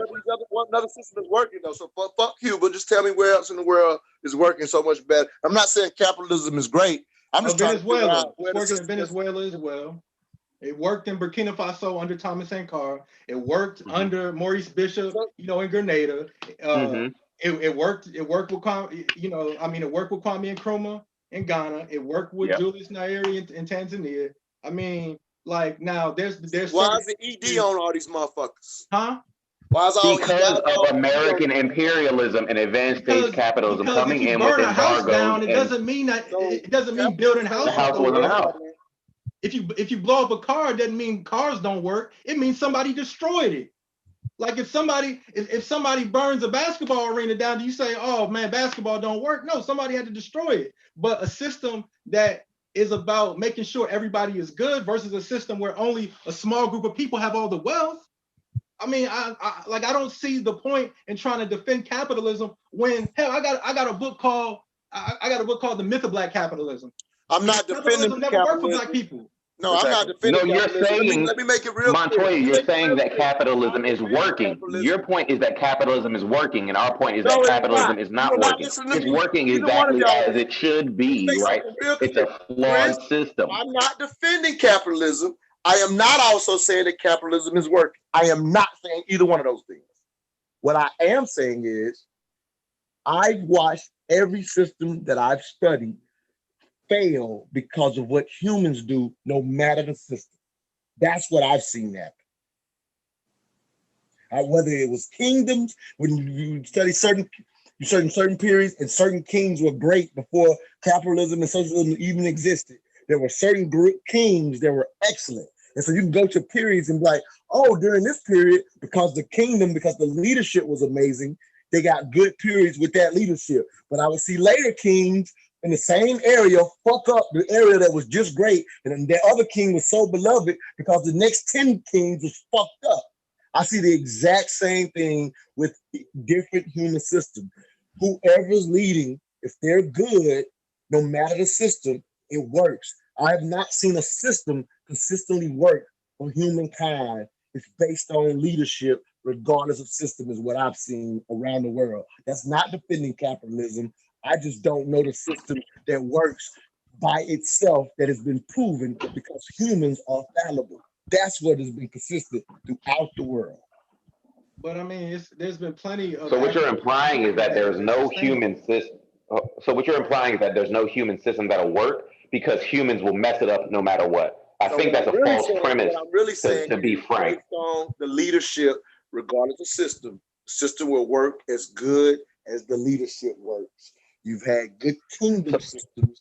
It's not, no, we don't have a bunch of kings, you know, as much as they used before they had all these other systems. All I'm simply saying is the systems work based on how good the people are or not that are in leadership. Socialism so that's works. still a false premise when we're talking about an idea like socialism or communism, right? Because the leadership should not be dictated by 1, 2, 3, 4, 100 people, right? It should be ruled by. Socialism hasn't proven to be capitalist. Neither one of them have proven to be better than the other. I'm getting to that point. You're saying that socialism has not proven to be a working system, but we don't have an example of socialism existing outside of advanced stage capitalism that preys on those places. So you cannot necessarily say that without the historical evidence that we are presented with. We cannot throw socialism in the trash because it has not worked yet. Because the only reason, like Chris was saying, is that somebody set the basketball court on fire. It's not that basketball don't work; it's that somebody set it on fire. So we cannot take that out of the air. That is not based in history. How was it doing before? Like for example, how was it doing before America got up to? Before when America was, what is it called when they wouldn't go outside of the? They would just kind of stay to themselves. I forget the term for that. America just when they used to before they started. Right. I forgot the name. I know what you're talking about. But either way, right. So you're talking about the idea. Yeah, I'm just saying. So those socialist countries were doing what they were doing prior to America even wanting to fuck with outside of itself, if that makes sense, whatever that period was. So I'm just saying. So what you're talking about is pre the idea of Marxism. We have examples of what mimics the idea of scientific socialism or capitalist or communism today, right? So Marx didn't invent the idea of socialism or capitalism. Lenin. Right. No, he didn't either. Lenin didn't invent it either. So it came from the idea. He made it into a scientific process. He codified it into the idea of the scientific theory based on historical materialism, basing everything off of what happened before, the root of what's going on, not the symptom, right? We're treating the root cause, not the symptom, right? That's all he did. But these systems, this idea existed before, and we can use examples in Africa, but I'm not going to get there because I'm not an expert on it, right? So when you're talking about the idea of before America started interacting on the global scale, we had things like the Russian Revolution. We had other ideas of Marxism and socialism that occurred before America was even an idea, before America was on anybody's mind, but it wasn't called socialism or communism, right? We called it other things like communal societies. We called it, it was different words. Kind of how Sean was saying that they didn't have an idea of homelessness, because we think of homelessness today and the idea of when we see people on the street in America. Right. So I mean, for example, even if I wanted to argue like against socialism, communism, right? One of my arguments is that I disagree with European, I disagree with European governance, right? But African governance is more detailed in terms of how it's applied, right? So it works better culturally, right? Now, with Europeans, I think based on what they're used to, it's harder for them to make that transition from capitalism, state capitalism, socialism, and like eventually communism, right? But like when I study the Mbanji, right? Even when you look at concepts like Ubuntu, I am because we are, right? It's always a collective thing, right? So I feel like even because sometimes, right, I get the premise of a Marx where he talks about, overthrowing, the bourgeoisie and seizing the means of production. I get all of that. But I think culturally, in terms of African culture, I think indigenous institutions work better culturally, right? Now, people take the Mbanji thing as this whole like African romanticism. No, but structurally, there's a lot there that we can still utilize. And then when you apply it, you can cater it, to the conditions. So all I'm saying is that I think in order to have a more successful, revolution, we have to tap into more indigenous systems, because in a lot of ways they were more advanced than the current like political system. So it's just important that in terms of looking at different structures, looking at different solutions, chapter 7 and chapter 9, I went into great detail about exploring the Susu. Now I know the Susu isn't going to close, like a racial wealth gap, but what it will do, like it'll solve certain issues. Like for example, like if we all pull together, some money, we could start to get like one factory. We could start to produce stuff on a mass scale. But of course, that by itself wouldn't dismantle capitalism, but it would kind of operate, kind of building off of what the Black Panther Party called like survival programs. So like all I'm saying is in terms of solutions, because I appreciate your vigor, man. Keep that passion up. Stay passionate about it. You know what I'm saying? But don't close your fist either. You know what I'm saying? Because you got to. No. Because I'm going. I mean, no. Like I'm going to different. Huh? I like your passion. Be passionate. Ain't nothing wrong with that. Mm-hmm. Be passionate.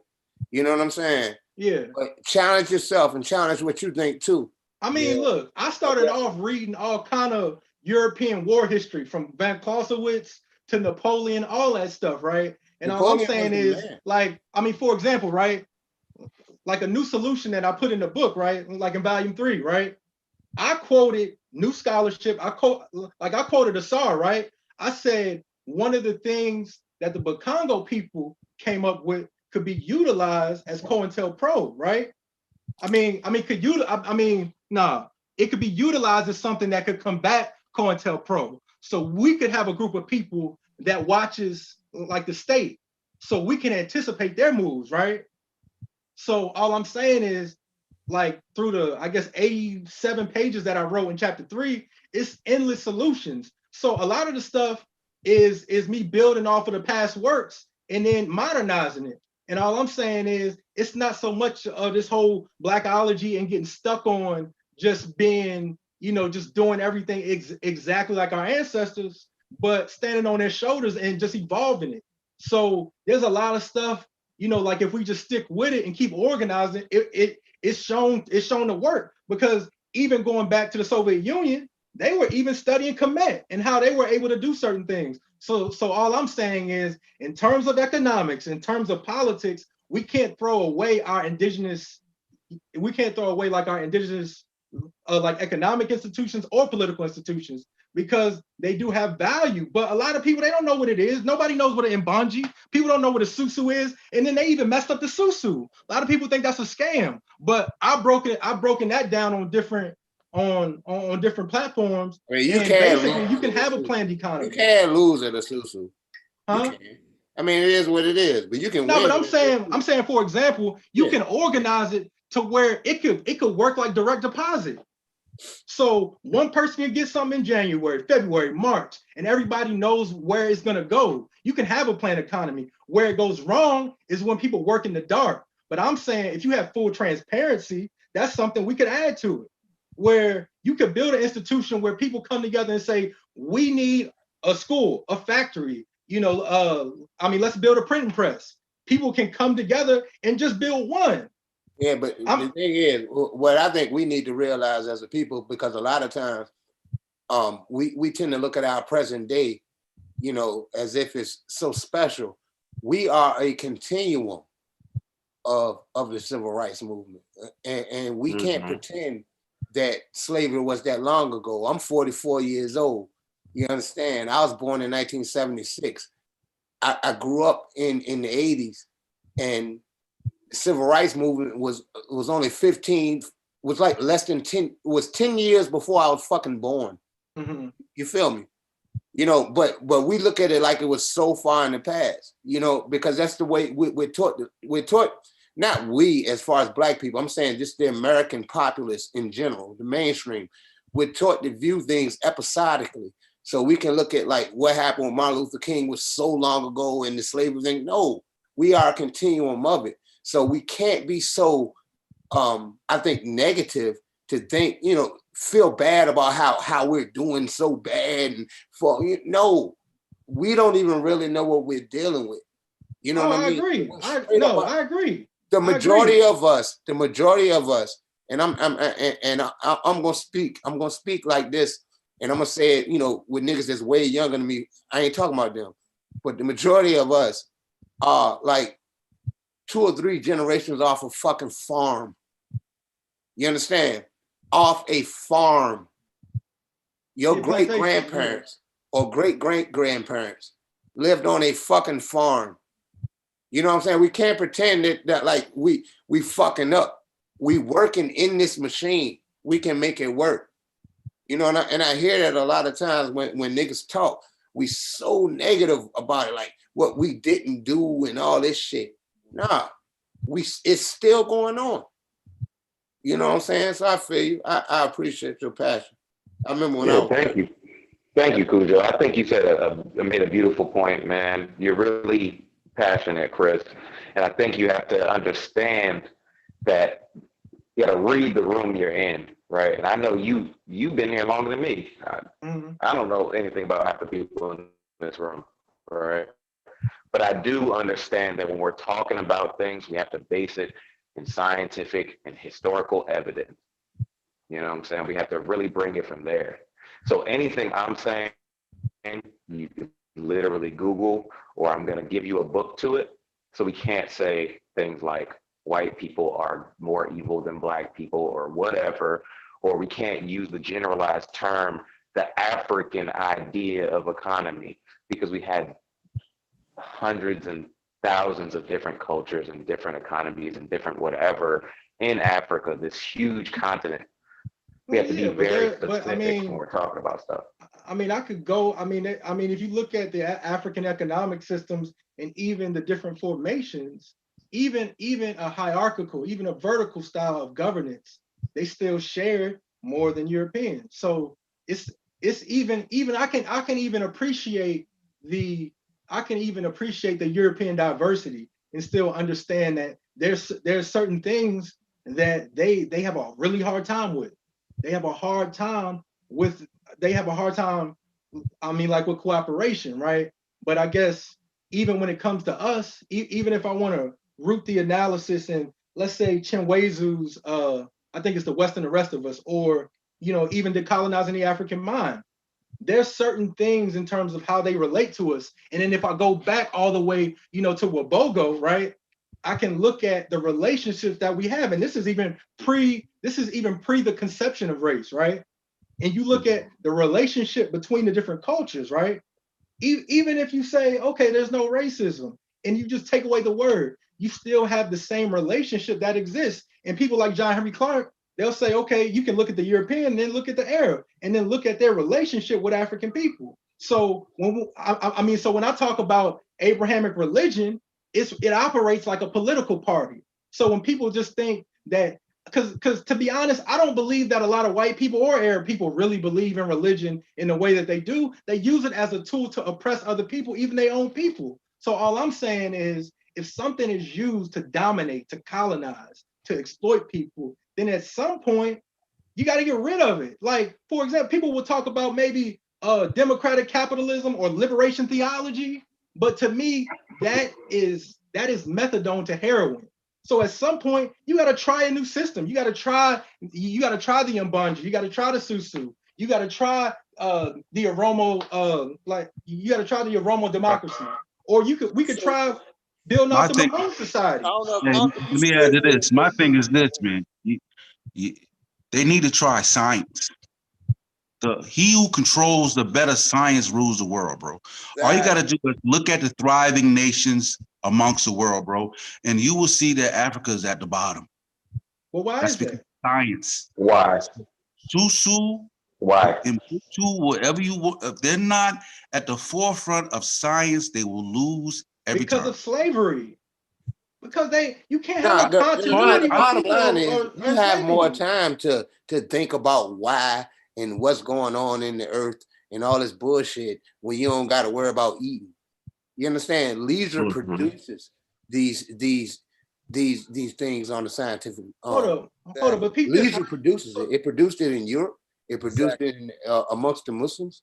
Exactly. Leisure produces these things. So to say what African nations aren't doing, I mean, I feel they being colonized. That's the truth. That's something I can't argue with. However, we have to look at the context. These African nations are less than 100 years old. These African nations are a byproduct of European colonialization. You know, they need to find themselves. So when we look at Africa and we see all these wars in Africa, we're like, what's wrong with them? They fighting each other. They're going through the same thing that happened in Europe. You know, we see Europe now. We look at France, and France is just France. You know, we don't look at Europe and see how Germany goddamn formed itself. You understand? We got nations that no longer exist. Prussia was one of the most powerful nations. That's what Cedric Robinson was it talking no about. longer fucking exists. It no longer exists. The person who gave us the United States, I think it's Frederick von Steuben or some shit, was a Prussian fucking officer who gave the United States their drilling ceremony. And that's a big deal. If anybody was in the military, you know, they would know how important drilling ceremony is. The DD-214, that's Frederick von Steuben. He was a Prussian officer. There's no more Prussia. So these wars that form this modern Europe that we see now, you know what I'm saying? This is what's going on in Africa now. These people are finding themselves like we're finding ourselves. We are a people we are static. We're not in stasis. We're moving. We have to realize that. We have to realize this is something that is going on, not something that ever stopped, not something that we need to start. No, this is something that's going on, and we need to contribute. We need to be a part of it. I mean, big up respect to y'all, man. Yeah, I mean, look, that's what I try to do in chapter 7 and chapter 9. Y'all can check out volume 3 and y'all could tear it to shreds. But one of the things I tried to do was take the perspective of different revolutionaries, including, you know, Amilcar Cabral, including George Jackson, Huey Newton, who else? Frantz Fanon, on and on. Like there's so many examples that we can draw off of, even going back to ancient times. So there's a lot of connections that we can build off of, but a lot of people, we only see African history as something that should just kind of stay like in a museum, but we don't really utilize it when it comes to our politics. So there's things that if we apply, it can work. It can I would work, say that too, especially in terms of, you know, sustainability. But listen, I think in terms of what we have here, right? It's like in terms of science, right? When we talk about environment, right? We are in this environment, right? Okay. What sustains an African environment will not necessarily sustain this environment, right? Because the environment shapes culture, right? Okay. So, you know, we kind of had this conversation back in the day, right? It's like, so that society is like a tailor, but whatever needs to thrive in Africa, it's like a tailor-made suit for Africa. You cannot necessarily take that suit from Africa and put on America and think it's going to work, because you're dealing with a different mindset and a different type of culture. So as African Americans, we are engulfed in this culture, right? So as much as some of us may want to connect with Africa in certain ways, we can't, because it's a whole nother continent away, right? It's a whole nother environment. So my response to that, right? There's a book called Collective Courage, A History of African American Cooperative Economic Thought and Practice. So we have a legacy here. we can look at, the Republic of New Africa. We have institutions that we have built here that has helped sustain a lot of people. Even, for example, when the Black Panther Party created all the survival programs.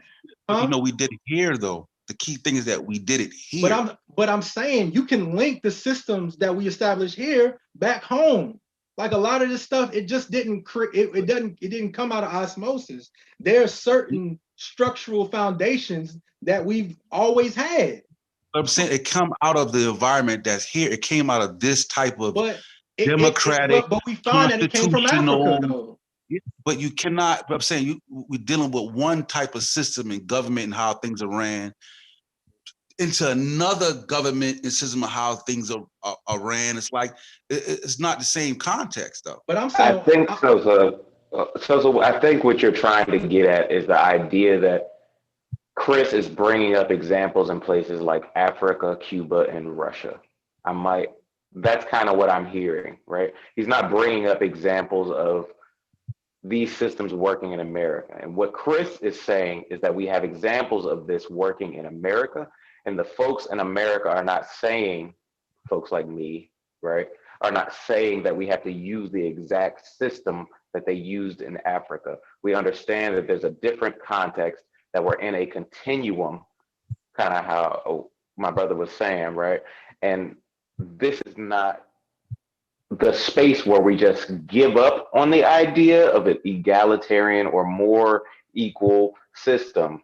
This is a time where we need to fight for those things. And Chris is also giving examples of things like the Black Panther Party. I gave examples like the African Blood Brotherhood. We talk about the 1870s where we thought that electoral politics was going to save us, and we realized that was not the case, right? So we have to learn from these lessons and understand that America is a different beast, but the same animal. We're fighting the capitalism, right?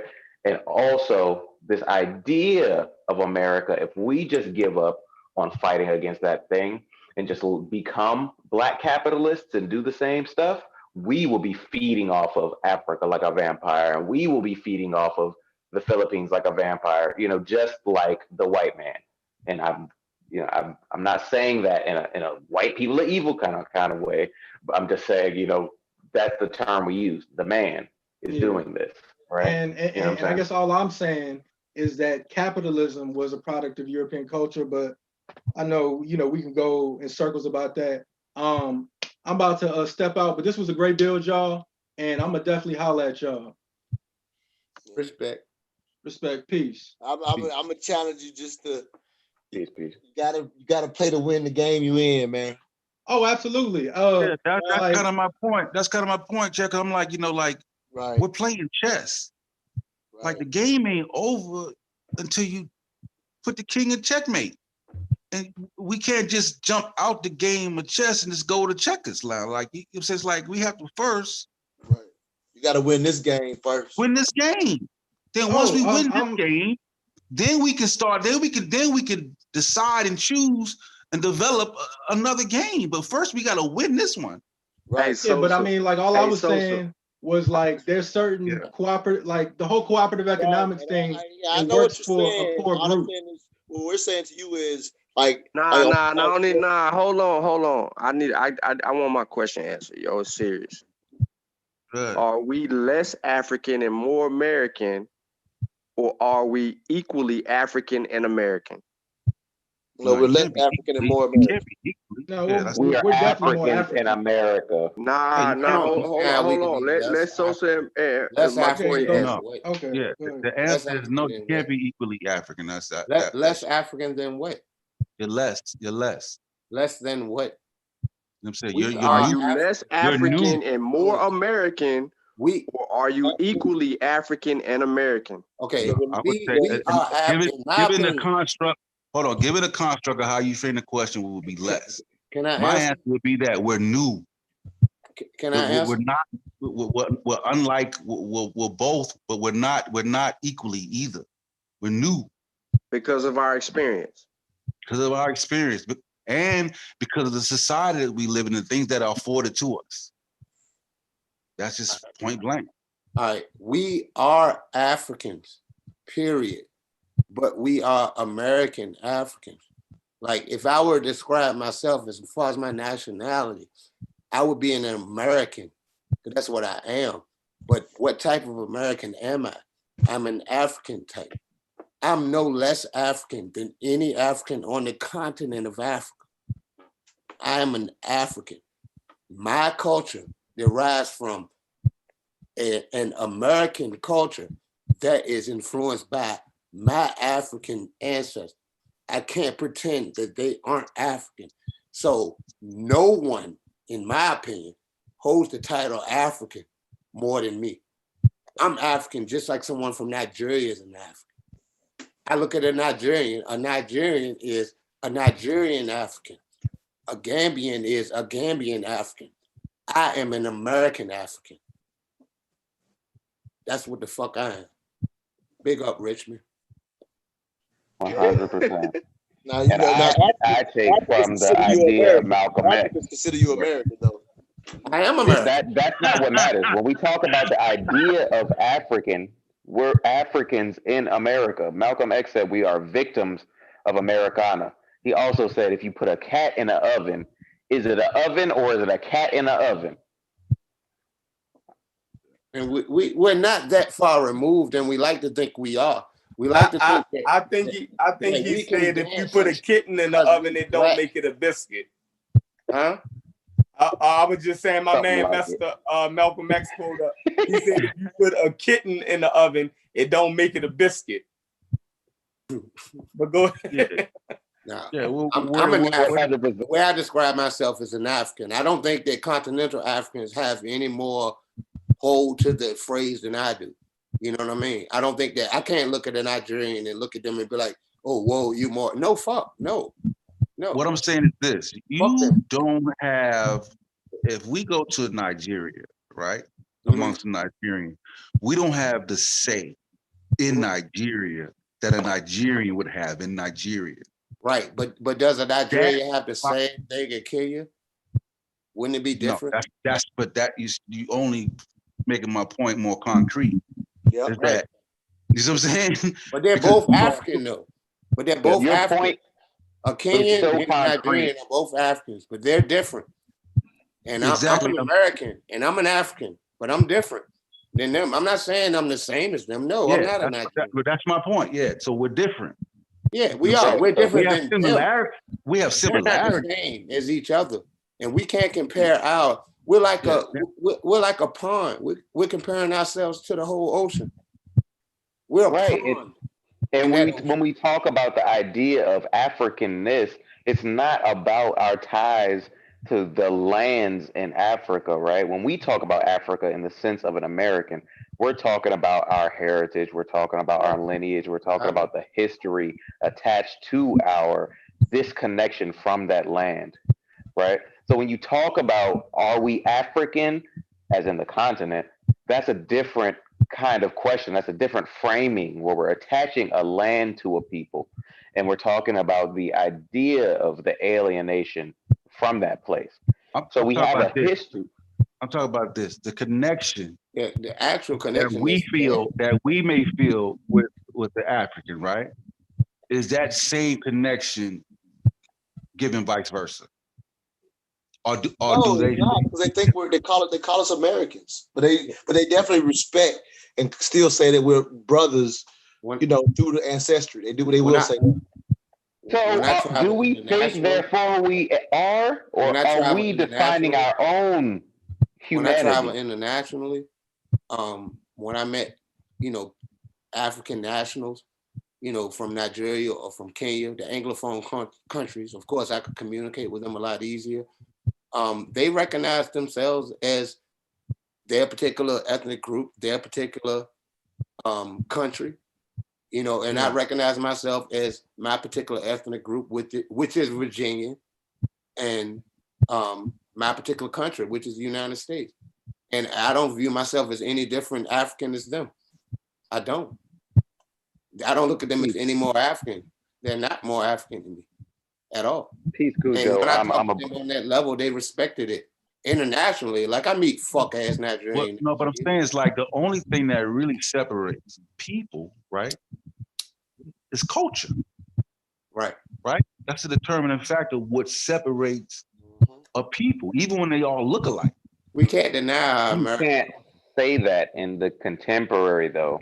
We have these things called borders now that separate people Before there were regardless borders. of culture. Let's erase the borders. Before there were borders. The borders, I mean, these borders are pretty new. We can't pretend that these borders. Right, and we have to talk about borders in today's context. So They're just make new. your point. They're very I new know in you're going today's. somewhere. So just make your point instead of us kind of titty-tatting over how we see ourselves. Because I think I'll make you a bigger point. Because I think you got a bigger point, I think. And I mean, just the bottom line is that we identify ourselves and we separate ourselves, right? Even if we just make everybody black, it don't matter. We separate ourselves by culture. We're different people. You know what I'm saying? Now there's similarities between the Twa and the people and the other people in Congo, but they don't see themselves as the same because of culture. And that's what makes us different, culture. So your point is what? What was your point? That's what I'm trying to say. What was your point? I mean, that goes to the question of the difference between the differences. But based on are we equal to, right, or more American, right? And I say we're different. We can't be equal to. I mean, but are we different to who? So what was your point in saying that we're different though? I mean, when you first asked that question. No, Sean asked a question. That was a question that Sean posed. About no, you didn't want to ask us what we. Oh, my bad. Who said? Oh, my fault. Who said, are we less African or more American? Who asked that question? That was Sean. Oh, okay. So Sean, when you asked that question, what was your point? I'm sorry, I thought it was you, Sosa. Right. Like, what point? Yeah, no, I asked the. Hold on. I asked the question because it seems like when we're having these conversations, we're picking and choosing when to be African and when to be American. Like if you just sit back and you listen to the actual dialogue and we go through the actual flow of these conversations, we pick and choose when we want to show our Africanness, and then we pick and choose when we want to show our Americanness when we speak of particular topics. Like that's the struggle. Like that's what slavery did to us. You know what I'm saying? It's making us defend when we want to be a certain person or a particular part of who we are, identity-wise, versus where we want to stand, like economically, when we're trying to approach solving a problem that we face right now today. Because every last one of us that are here right now, except for only one person, I believe, that was Chef, was like, man, we ain't getting no reparations. But every last one of us is like, we anticipate, we expect, and we demand, you know what I mean? But there was a different feeling right there. But then if we're American culturally, and that's how we're identifying, then Chef gonna be, well, I'm not gonna say he's gonna be 100% right, but he's gonna stand on something. When we say we're more American and we identify culturally, that means they can dismiss our Africanness out of the equation. Not to us, because we're going to argue for that. But what I'm saying is, that gives them this, we ain't got to pay y'all shit because y'all just told me culturally y'all American. That's wrong. It's due to being Americans is how the legal argument is being made. Yeah, that's how the legal argument is being made.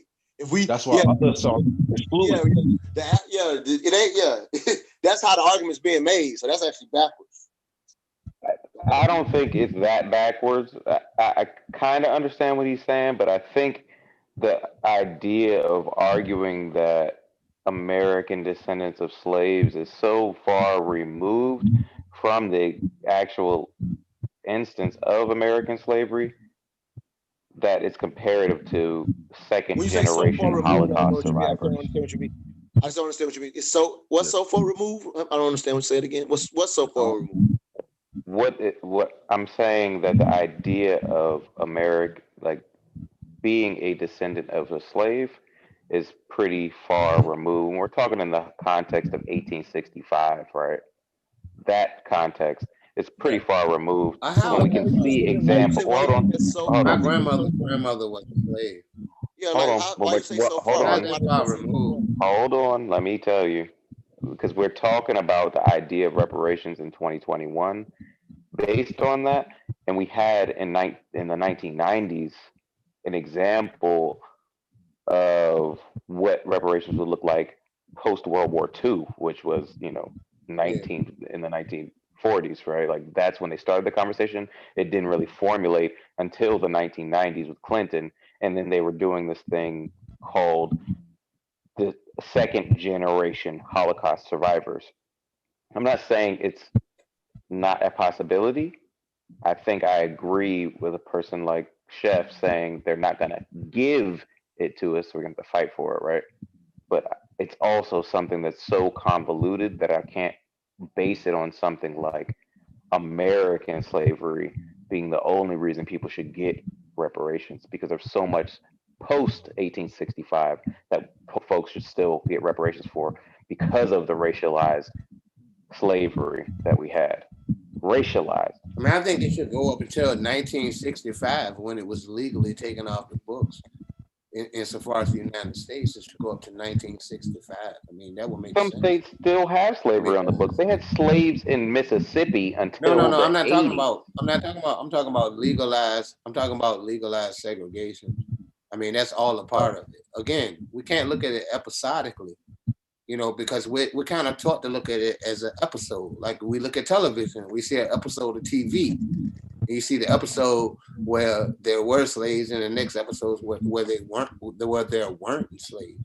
No, this was a very transformative time in America. The what they call it, the antebellum Reconstruction. Initially, like right after the Civil War, that's when public schools were formed and everything else. You know what I'm saying? We don't talk about any of that because we don't know any of that. But that's when the public school system started and everything. You know what I'm saying? So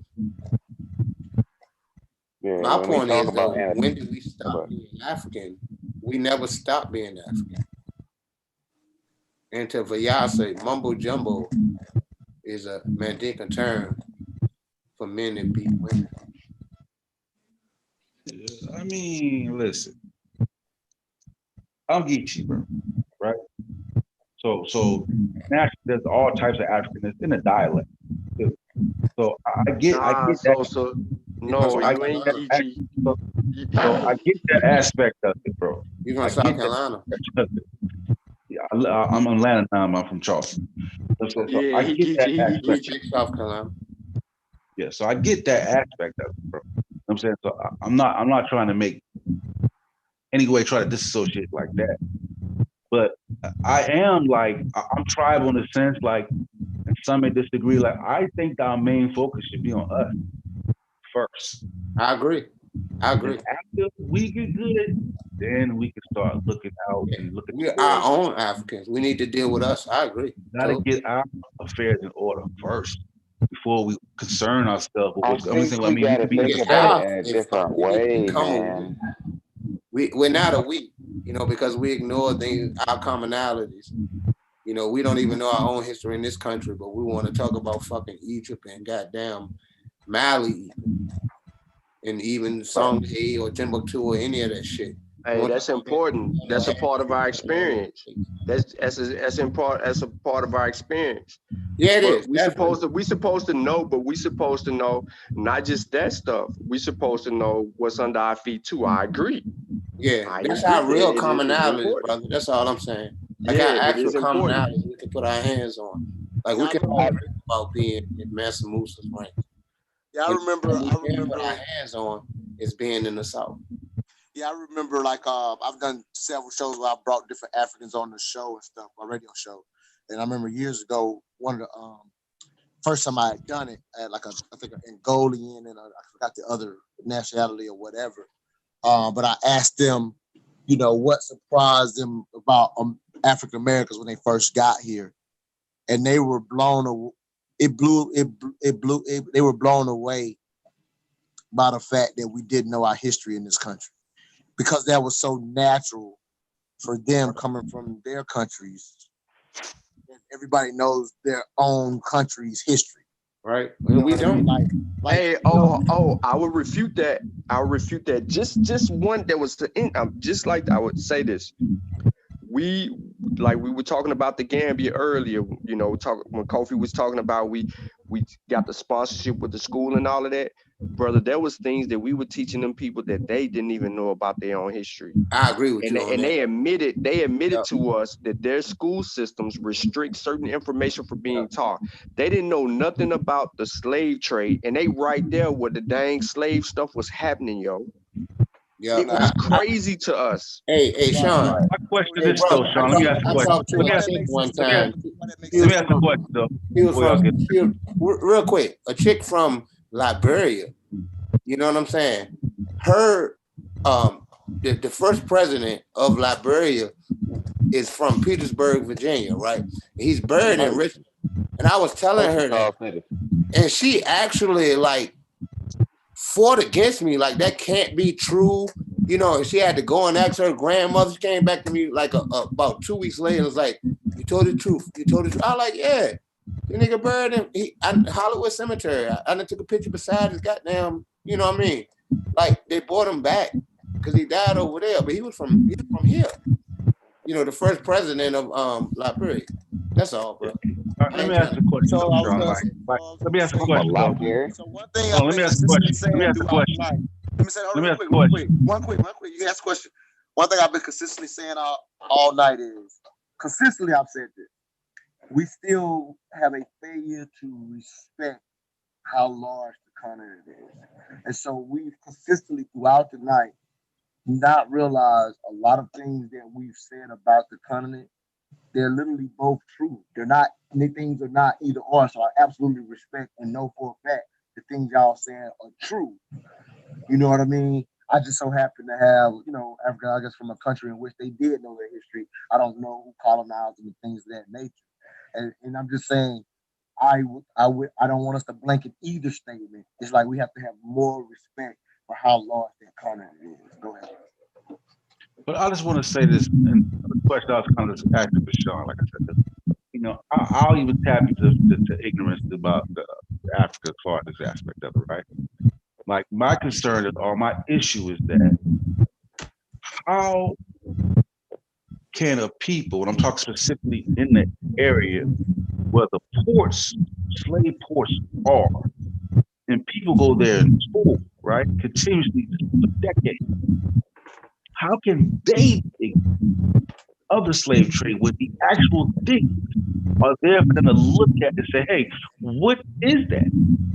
Why is that there? Why are all these foreigners, black people from America, come looking at this? Like how can that be privileged? Because I can understand how somebody in another area would not know, because I don't know what goes on in Canada. You know what I'm saying? So I can see how some places, but in the places where those structures are, that shit should be common knowledge. So they teach it as tourist attractions. Let me answer. You got to understand the Anglophone. Let me answer the question first. Y'all can go ahead and because I'm just trying to get clarity on that aspect of Sean, because I'm thinking in that area it would have to, in Ghana, it would have to be common knowledge. No. But why is it not though? Think about why. Yeah, it's politically it's not common knowledge to none of them people. You know what I'm saying? Like they literally were rejecting to teach these things. The Anglophone countries, they're former British colonists, so they learn it from a British perspective. Mm-hmm. You know, the monument from an American perspective. That's how come I say they're not any more African than me. But hold on though, the monuments are there. They see it. They see people go over there and visit it. All right, where you from, bro? Where you from, bro? You from Charleston, right? Okay, yeah, I'm from Richmond, right? That's why I made it specific. Real quick though. The people in the area. I don't want to. I can talk to the majority of niggas I know that live in Richmond right now who don't know who Bill Bojangles Robinson is. If I say Bojangles to a nigga from Richmond, they just gonna think I'm talking about the restaurant. But Bilbo Jenkins Robinson was like one of the first black entertainers to ever exist. That's not the same thing. But we don't know anything about him. A lot of people in Richmond, we live here, we got a statue to the nigga in Jackson Ward and some old shit. That's not the same thing. That'd be different. So I think what I'm talking about a big ass build. So I want you to answer your own question. Why you think that is? Like if you think about it harder, are you talking to me? It makes sense. No, that's what I'm trying to think. I'm talking about in that area. I'm trying to figure out like. So I think what Cujo was trying to get at is no. Let's answer the question before everybody throwing. I'm trying to get clear. Let Sean speak on that before everybody jump. Go ahead, Sean. It's still on. Okay, so I'll try to answer it while we're waiting on Sean. What Cujo was trying to get at, that whatever town you're in right now, the people around you will walk past a statue of something that's super significant to African or Africans in American history and not understand the implications of that thing or not understand the history of the area they're in. I live in Richmond, Virginia too. In the statue, there's a million black people named General Lee or whatever, you know what I'm saying? Like black people named George Washington, all of these things in America, and they still don't understand how the Revolutionary War was fought over slavery, as was. But that's the different. That's what I'm saying. That's a different context to a particular building. It's the same thing. Where thousands of people come. Listen, where thousands of people come, tourists. I'm talking about money is coming in from these tourists visiting a particular area, but decades. For decades? What, since the 80s? That won't shit. That's still crack ain't I mean, like, I don't know how to say that. I mean, like, a decade is a decade, bro. I can't decade ain't shit. Nigga, crack ain't older than the 80s. 40, I remember when crack came out. Crack is really like, fuck now. And crack ain't older than the 80s. I don't want to get to sidewalk. That shit ain't stopped to the 80s, bro. Don't oversell it. I mean, we oversell it like that. And I think that's gonna happen as it goes on and on. We're gonna oversell it, yo. That shit wasn't that long ago. Like, I'm not. I understand time frame. I get that, bro. That's what I'm trying to figure out. How old are you? How is that? I'm in my 40s. I'm in my 40s, bro. You're in your 40s? I'm not young. Yeah, so I'm not like a young buck. If you're in your 40s, you should definitely feel me, bro. Yeah, but the whole point of what I'm saying is that even it's like how, like the things that we know, right? A lot of stuff that we know weren't taught to us in schools, bro, because we're under a lot of the same system, right? And we took the time to dig deeper. But most of our people have not, though. We the only reason we the suckers is on this thing for 4-5 hours is because we the few people that do it. Most people have not. Like, you got to be realistic about what people really do in their daily lives. Bro, this shit ain't new though. I will say. Yeah, but I'm not talking about. I ain't talking about. I'm not talking about learning. It's still rare. Like a lot of us think it's not rare because we sit around in our echo chambers. But I'm gonna tell you, bro. Like, I've been waiting for this shit since I was 8 years old. You know what I'm saying? I've been waiting to talk to niggas randomly about shit like this since I was 8. You know what I mean? Not that I was waiting. News is rare. You've been waiting that long. So it ain't a lot since of '84, bro. Since 1984. Internet, Cujo. We gonna talk to a bunch of niggas randomly with a goddamn dial-up telephone. Nah, hey, niggas in Richmond can vouch for me. Whoever said they from Richmond, ask about Bubba J, nigga. Niggas know who I am. That's me. Yeah. We had the technology to talk to niggas in mass like that. Making assumptions. I'll meet up with you anytime, bro. If you're in Richmond, anytime, bro. We can meet up. I didn't make an assumption. I'm saying like there wasn't a technology. There wasn't even I'm just saying there wasn't a technology for you to talk to niggas in mass, like, you know what I'm saying, like we do now. You feel me? I get the concept though. I said it wasn't that technology wasn't around for you to talk to niggas in mass like that. You know what I'm saying? I mean, you don't know it. I think that a lot of African Americans are informed, and we're not giving enough of them credit. Now, they may not be as informed up to all the damn minutiae of it, but I live in Atlanta, and I don't know. I just don't live in that world here. Live in Atlanta, where all these damn slave movies was underground and goddamn, like, come on, man. The slave movies are like the least, like the way we look at slavery, like damages the way we look at everything. Because we don't understand slavery because we're ashamed of it. And we don't want to really look at slavery. You know what I'm saying? We think stupid shit like light-skinned people were in the house. That's some bullshit. Yeah, that's not based on any type of factual information. No factual whatsoever. But people say it because of the made up fake Willie Lynch. Yeah, because of the movies and because in the early 1900s, people did want lighter skinned servants because that was what was in vogue at the time. You know what I'm saying? The same Asian and Cuban and Hispanic servants are in vogue now. You know, that's all it is. You know what I'm saying? Like the master impregnated that's what it was, but like as far as slavery goes, there was no light-skinned people in the house and light-skinned people outside. And the whole house nigga thing that Malcolm X brought to the table, why it was a great analogy, it really wasn't whatsoever. And we run with that shit. We run with blacks ain't informed. I'm not saying that babies, bro. I'm saying that kill babies. I get that. Listen, but listen, I understand that. Listen, but there can still be an argument made though that the master, right, who had a child with a slave, right, could be prone to raise that child in the household more proudly than that child would put in the field. That make a lot of sense to me and you, because that's how we would do our children, right? But the slave narrative don't agree with that. You have countless accounts rather, of white people selling their own fucking children, right? Their own children who were mixed with blacks. So I mean, yeah, that sounds good. Like from the way we look at the world, sometimes we look at it from our perspective too much. I add this on to it too.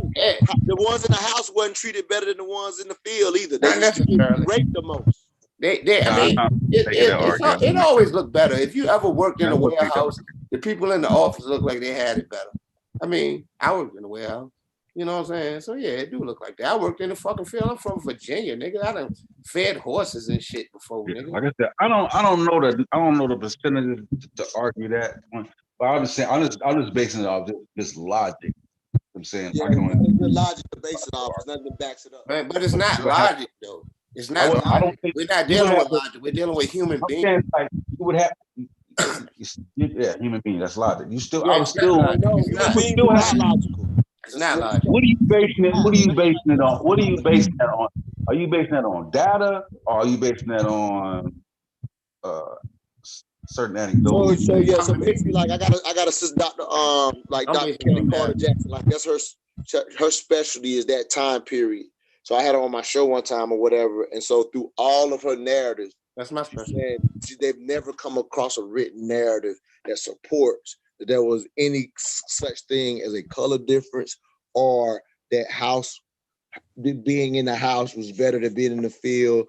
And it's pretty standard that it was relatively interchangeable. Yep. Now you have different quote unquote slave masters, which wasn't, which was a small percentage of whites, if you're going to be honest. But you have definitely examples of different slave masters who were nicer than others, but it was never based off of some consistent thing within blacks that made that slave master.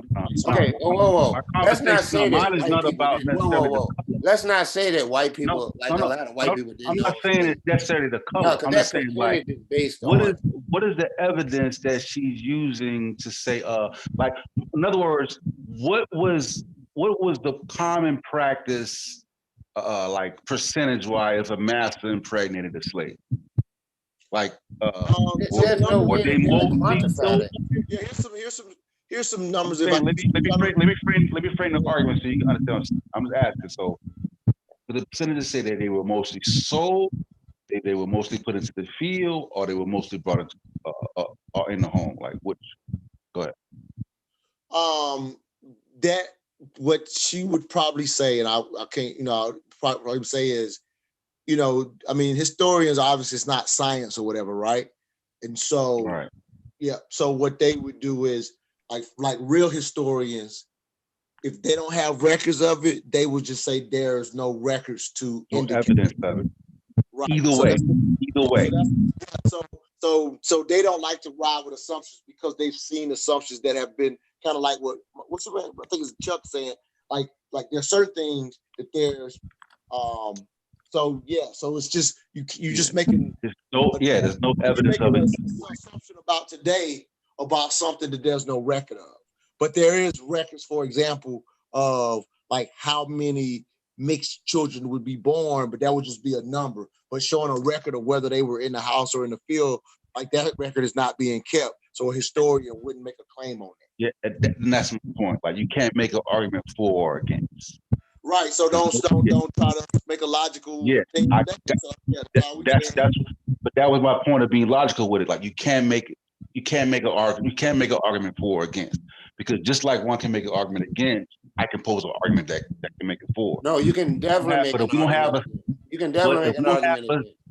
I'm saying if you have a statistic. No. I've read. We don't have a statistical analysis to examine that. We can't make an argument either. No, we got to say what? I mean, no, we're not talking about that long ago, bro. I mean, like if light-skinned people worked in the house, that's something that we would know. We would know that. But I'm saying in the slave narrative, that is not the case. No, that was never indicated in the slave narrative. I've seen the opposite more than I've seen the affirmative in the slave narrative. Yeah, the slave narrative. We can go through all of them, and I can point it out. The slave narrative was a small. I mean, that's what I'm saying. Like, I get the argument. I'm saying that you can't make the argument for. I mean, so you make an argument for. What supports your argument for that?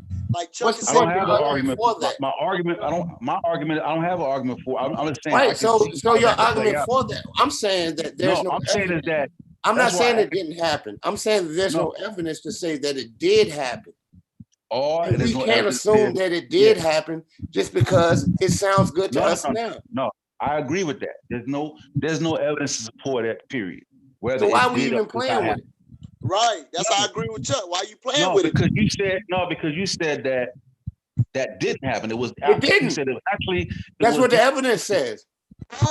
Right. You're playing with something that you now trying to flip on us. You playing with something that you shouldn't be saying, and he's saying he got the records don't show that. So why are you saying that? What I'm saying is that what I'm saying to you is this: you're not going to find any records that can produce enough evidence to say that it's for or against, bro. So why you saying that? I can. Why you saying it then? I can show you where it became popular. I didn't make a claim.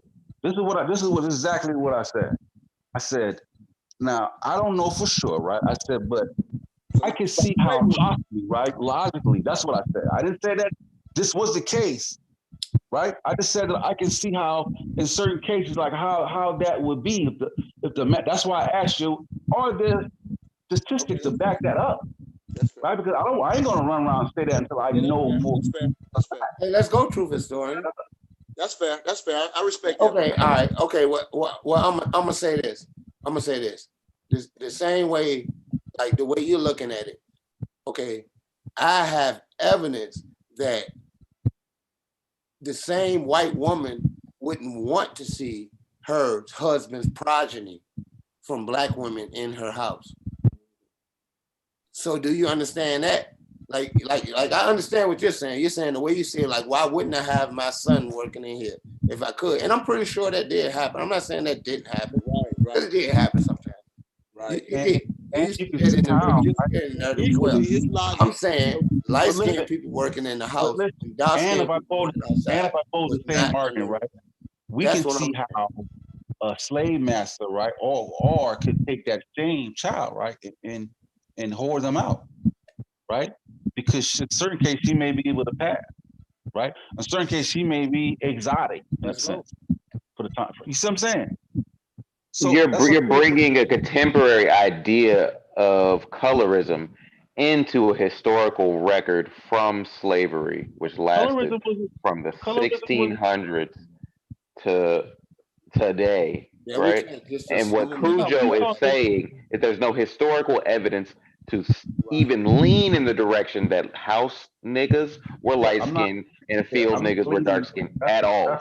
That's why I'm saying I didn't lean. I'm not leaning away.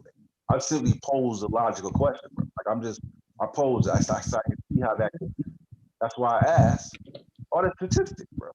So I can view them. So I can say, okay, I see. You know what I'm saying? But the slave narrative itself is not a large enough body of work to make a decision either way. There's plenty of slave narratives. There's hundreds of them. There's hundreds of them, bro. Hundreds, bro. Like hundreds. Primaries. Thousands. But you're getting your question out of nothing, and they're basing their postulation saying that it's not a thing off of actual evidence. You're just saying, but I think it could be a thing, and they're giving you actual evidence that says it is never coming up in this. Don't say the opposite of what I'm saying, then you can't prove me otherwise. I expected to find it, but I didn't find it. Right. It's not there. And like I said, I'm going by, that's her specialty. That's all she's ever studied. She's navigated. She was the first one that put me on that doesn't exist. And you know what I'm saying? And she was like, I'll be glad, like kind of like Cujo saying, she was kind of like, if I found it, I would say it, but there's too many records for it never to show up. Because she was like, she's saying there's so much other shit that shows up, but that never to show up kind of indicates it wasn't existent. It's a modern, colorism is a very modern context. I was surprised. It's not like I went there trying to prove a point. It's not like I went there with a goal.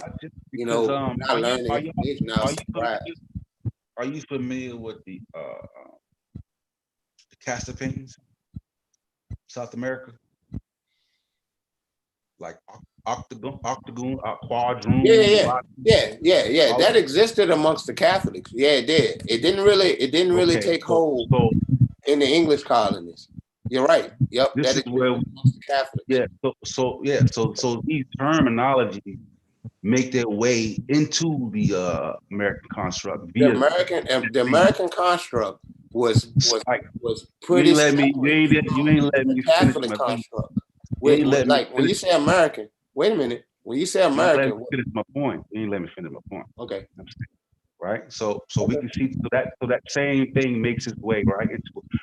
We still got Spanish Florida, right? We still got French and Spanish territory, Louisiana before Louisiana Purchase, right? Mm-hmm. Right. So certain terms start to make its way over, right? That mulatto comes from there, right? Sambo comes, right? No, Sambo, it doesn't come from there. Where does it come from? Where does Sambo come from? Yeah. Where does Sambo come from? You said it come from. Where you say it come from? You just said it didn't come from there, so you got to know what. Saying that it came from like Louisiana or something. No, I said it makes its way out of South. I'm talking about South America. South America? No, it didn't come from there. Where did it come from? It would have come from Virginia. No. Okay, so what is the Sambo? What does that mean? Huh? What does Sambo mean? No, what I'm saying is, I see what you're trying to say. Because I'm asking. Okay. All right, let me preface it. Let me preface what I'm going to say on this. Okay, please. What I think I see it. I mean, because you're looking at it from the Portuguese and the Spanish angle. You know what I'm saying? You're looking at it from the Catholic angle amongst the Catholics. The English were different. You know, the English didn't feel a need to christen their slaves when they stepped on a boat. The English were different. Later, the British were different. When you deal with the Anglican Church, it's different. It's not the same. So we're not dealing with the same white people. Yeah, so I know you're not dealing with the same. Because you did have these octoroon and quadroon societies that did exist. But what I'm saying is that English societies as well. You had it in Virginia, especially. You had it amongst the Chickahominy Indians. You had it amongst the former the Mattaponi Indians, and you had it amongst Monkey Indians, all types of Indians. Got it. But what I'm saying is that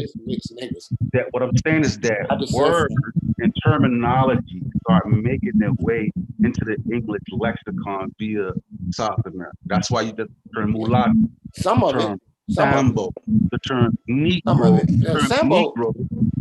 That's what I'm saying. Sambo, the term Sambo probably comes directly from. It could have came from the South America. It could have. I mean, I'm not going to argue against that. That'll be silly. but it could have came from an African aspect as well. You know, but a lot of the slave language means something. because Sambo, let me just explain it. Sambo is a black dog faced monkey, right? That's it's actually Sambo, right? No, I don't think. What you say mean there? It's actually with the Z. You can look up the etymology. No, I mean, right? I think it may have. But when it comes over to the English lexicon, it becomes Sambo. Just like negro becomes negro when it right. So you can see the terminology in the language. Yeah, they're both called transliterations. That's what they're saying. Yeah, but I'm saying it's like I'm not just. What I'm saying is I ain't just making it up. But No, you're not making it up. I'm familiar with it. There's a body of work based on why I'm bringing the whole colorism and how you see it play out over. I'm familiar with it. I think the problem with that way of looking at it is we tend to superimpose the way we look at the world onto the way they looked at the world. And the British people, the English who came in 1607 to Virginia, who would later become the British, you know, those people looked at it a little differently than French and Spanish and the Portuguese did. Yeah, you're talking 1607. I'm talking about as we start moving forward, like 1607. They ain't that many black people there. That's not really an issue then, right? There ain't that many black people. Huh? I'm saying, I'm talking about as we move forward. Montoya, right? meet your now we're mixing, and now we're mixing, and you get mulatto being used for specifically for black entity, right? It wasn't even. I mean, because we get our language from the English who settled North America, right? That's where we get it from, right? That's where we get it from. And the earliest slave traders in the region, in the West, were Portuguese and Spanish. So we would have got a lot of our slave language or language pertaining to black folks from those people. That's it. That's how it works. You know, that's how it works. You know, that's when in 1619, when that ship came into Jamestown or Port Comfort, Virginia, and it said 20 or some odd niggas, the word nigger simply meant black person. It didn't mean anything to insult anyone or anything. It just meant black person. That's what it meant. That's what niggas meant. You know what I'm saying? Because that's what was transliterated from the Spanish and the Portuguese into the Dutch and the English. That's where they got it from. That's how language works. You know, we have to look at the context of what was going on at that time. We can't look at it like now and try to understand it from our perspective. No, I ain't looking. That's what I'm saying. Like the what I'm telling you is not like it's Don't not, tell me. It's not. That's not my opinion. I'm saying there's a body of work. There's a body of work done on it. That's why I know that. That's how I see it creeping over into the language. There's a whole thing done on that whole aspect of it. I mean, like honestly, bro, like I'll attack a body of work. And I know that don't mean nothing because I ain't nobody to y'all, and I'm not. But I'll attack it, and we can do that with your body of work. I stand on mine. I mean, you have to. How you gonna argue with the lexicon? You see it keeping over in the language. Because I'm not arguing with the lexicon. I'm gonna keep going. I'm gonna keep going. Right? What I said easily. What I said makes sense. But I'm saying that. Yeah, I mean that makes sense. But what I'm saying, like you see negro, right, coming over to the lexicon, right? You see sambo, right? You see Seminole, right? That's much later. I mean, you're jumping all over years. What I'm saying is like you see. Yeah, I'm saying like you seeing words and terms transported over. So how are these words and terms in mulatto? They didn't just come up with mulatto starts over in South America. Like how are these terms? How do you say it started in South America when we're talking about Spanish? Yeah, that's what I'm saying. Like you can look at you can. No, listen. Listen. The earliest slave traders were Portuguese. They were Portuguese. The earliest slave traders, the Portuguese ran the slave trade until the British took over. The Dutch put a pretty big dent in the Portuguese, actually, but the Portuguese ran it. When the British took over, they ran the fuck out of it with the Royal African Company. And then after the disbandment of the Royal African Company, the British and the Americans ran it. Well, no Portuguese, but the language that came in the beginning of the slave trade when it was controlled by the Portuguese still persisted into the slave trade, despite you had other people in control of it. Because we talking about something that lasted 300 plus years, bro. You know what I'm saying? So no, I mean, I feel you. Yeah, that's where the language came from. I feel that. We can go book for book, and we can talk to whoever wrote the book that you're talking about. Any scholar would agree with me on that. And you can't find a scholar that would disagree with me on that. What we talking about? He said how we got the language from the Portuguese as far as slavery goes. Which language? How the Which Portuguese language? ran the slave trade. I didn't say that's the thing. You're taking out. I didn't say the language. He was talking about colorisms, right? And he was saying that there was no colorism during slavery, right, in America. I didn't say there was no colorism. I'm saying right, and I was showing it like we think. That's what I said. I said the light-skinned people didn't work in the house. That's what I said. Yeah, and you said because colorism wasn't a thing. No, that's not what he said. What do you say about what do we say about color? Why did I go to the Catholic faith? What colorism wasn't a thing. Go ahead. What was it? No, don't roll with it. Go ahead. I mean, maybe I get clear. I've been drinking. Go ahead. No, I don't want to miss. No, I don't want to miss. Go ahead. I can defend that too. Yeah, but he was saying color. That's why I was tracing it back to the Catholic faith, so you can see these words like these like the octagon, quadroon, and all these words that started with the Catholic paintings and the colorists because they had a whole scale, and then you see these, and then you see that whole format makes it way into the English lexicon because that type of ideology is being spread and is being passed around. No, right? That's how come the English didn't recognize the goddamn when they went to New Orleans, even when the people in New Orleans, the mixed people in New Orleans, said they would fight with the Confederates. The white folks still cut them down. Like, fuck them. They did. No, that's not. They didn't agree with that. The English shit was different. They didn't look at it the same way.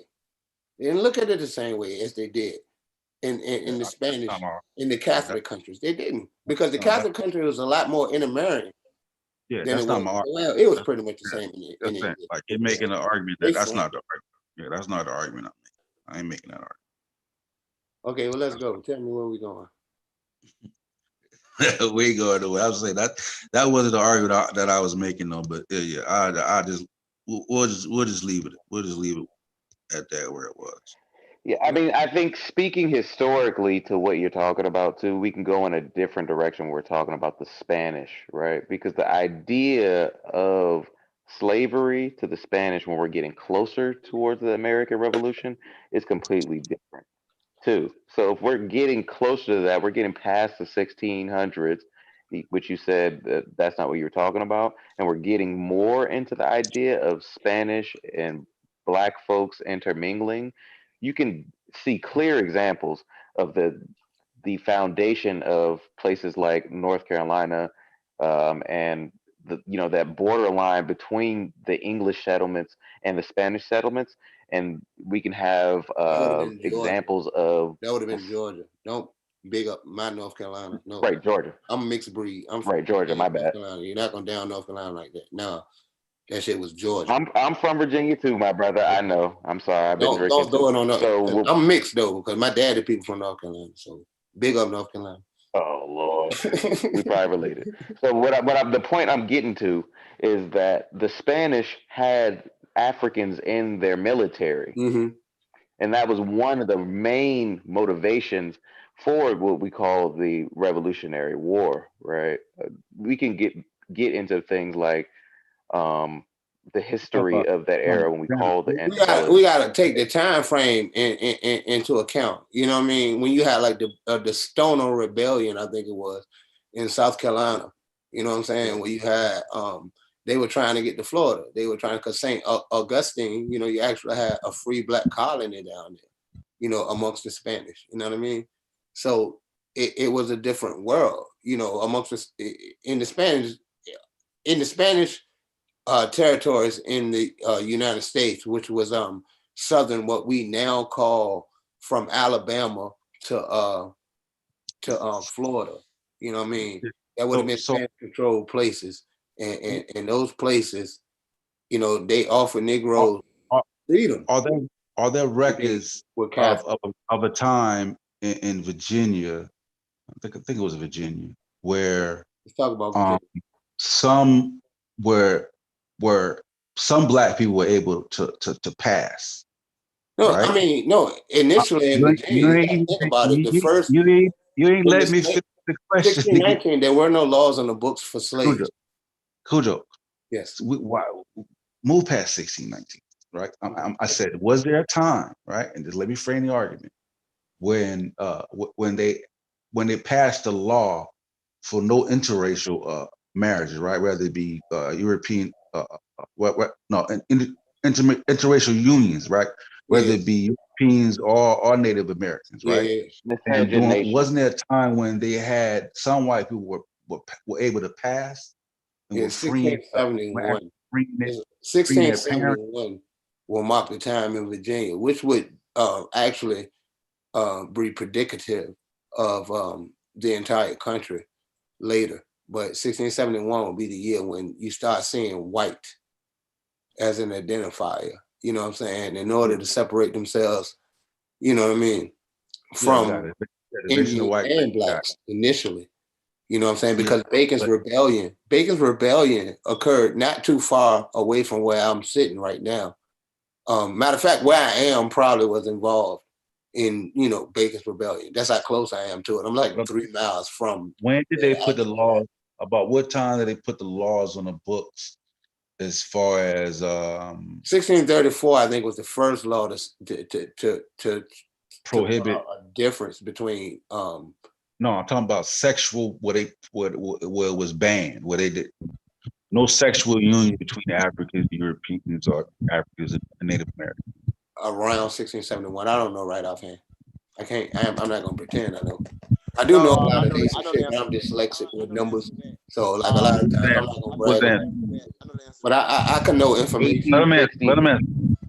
Yeah, believe it or not, the times that the first time they actually legally put it on the record wasn't until like 1912. And what happened was the times that they visited it prior to that, there was a time that they were visiting in Virginia, the idea to put it on the record. And this one guy got up, I forget his name right now, but he got up and said that we basically been finna put all ourselves at risk of being in trouble based on our own histories. So I disagree. There's no way it was that late. The miscegenation laws happened much earlier than 1912. Yeah, I'm familiar with one way back. Yeah, it would have to be much earlier. So I'm looking at one right now. I looked it up since we're talking about it. It's talking about the first was applied to both men and women, enacted in the colony of Virginia in 1691. It was punishable by exile. My bad. Told you. Yeah, 1691. I'm mixing it up with the one 1671. So it wasn't necessarily called miscegenation in 1691. Yeah, the word miscegenation came from Virginia as well, but that was much later. Miscegenation came much later. That came like in the after what's his name? The dude Darwin cousin. I think that's what the miscegenation thing came. So what did the law say that you saw that you were reading now? What did it say then? If it didn't, what did it say instead of miscegenation? It's saying it's just saying that English or other white man or woman being free to intermarry with a Negro, mulatto, or Indian man or woman, bond or free. It was just saying that you could be exiled. And then the individuals attempting to marry would not be held guilty of miscegenation itself, but felony charges of adultery or fornication. So you'd be charged with adultery or fornication if you would. Yeah, my mother's family is actually all mulattoes, and like they say they're Indian. You know what I'm saying? So I grew up my whole life calling myself like Chickahominy, and they are Chickahominy. I'm not gonna take that away from them, but they are really a group of people who maintain mixing with not niggas. Let me say it like that. You know what I'm saying? They really tried not to mix with niggas, and they ostracized my grandmother when she married my black ass grandfather. You know what I'm saying? Which is a reason I used to like shit on, like say fuck them growing up and shit. But now I don't feel like that. because I understand what they were going through with the pressures of the history that they grew up under. You know what I mean? But it's real. It's real here. You know, that's how come like all this fake ass shit I see on TV. I can't. You know, I can't take it because you know I'm living with this shit in real life. You know, I see it with my own eyes. You know what I mean? I see a law probably go back even at the colonial era. It says that first in the 1660s, the first laws of Virginia and Maryland regulating marriage between whites and black only pertaining marriages of whites with black and mulatto slaves in indentured service. In 1664, Maryland criminalized such marriages. In 1681, and then it keeps going on. And it keeps going on. 81, and then I get that starts setting precedent. 81, then it goes 92. Right. And if you Google and if you feel like it, look up Bacon's Rebellion, and you can see why a lot of this shit happened. I'm familiar with Bacon. Yes. I've read the Ambition of the White Race. And that shit happened. It says Henrico County, which now that particular part is Richmond, Virginia. It wasn't at the time. Like Bacon Street is I always wondered when I was a little boy, we never knew why that was Bacon Street. And it's right there in the project. And we never knew why it was Bacon Street. I ain't learned that shit until my teacher told me when I was in the 3rd grade, but I didn't realize significance until much later. You know what I mean? It's right there. I mean, it's straight up in the project, Bacon Street. That's where the whole where 95 run through Richmond now. Don't forget about Gabriel, that's where man. the plantation is. Huh? Yeah, but shit, man. I'm finna slide on y'all, boy, man. Peace to everybody, man. Cujo. Hey, man, thank y'all for having me too, man. Thank you, Respect Baltimore. You know we're running to Maryland in the South, niggas don't want to see it like that. Maryland in the South too. For sure, though. Cujo, I sent you my phone number in the private chat, man. I'm in Richmond. I'm from 75 though. Yeah. All right, I'm gonna look at the joint. That's what's up. Charlotte, we hook up, Charlotte. All right, man. Put that down, bro. Hey, Cujo, you real deal, man. I funks with you, man. Hey, that nigga true historian always talking shit. Yeah. Hey, yeah, they were trying to say that Virginia ain't the South. I wish a nigga would come to Virginia on the South.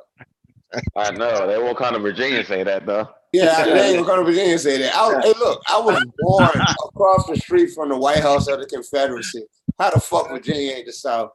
Virginia ain't the South. Oh Lord, come to Virginia and say it. Come to Virginia and say it. Go ahead. Maryland the South too. Yeah, that was funny. I remember that conversation. That was funny as hell. It's like, man, Virginia ain't the South, man. Yeah, we down here.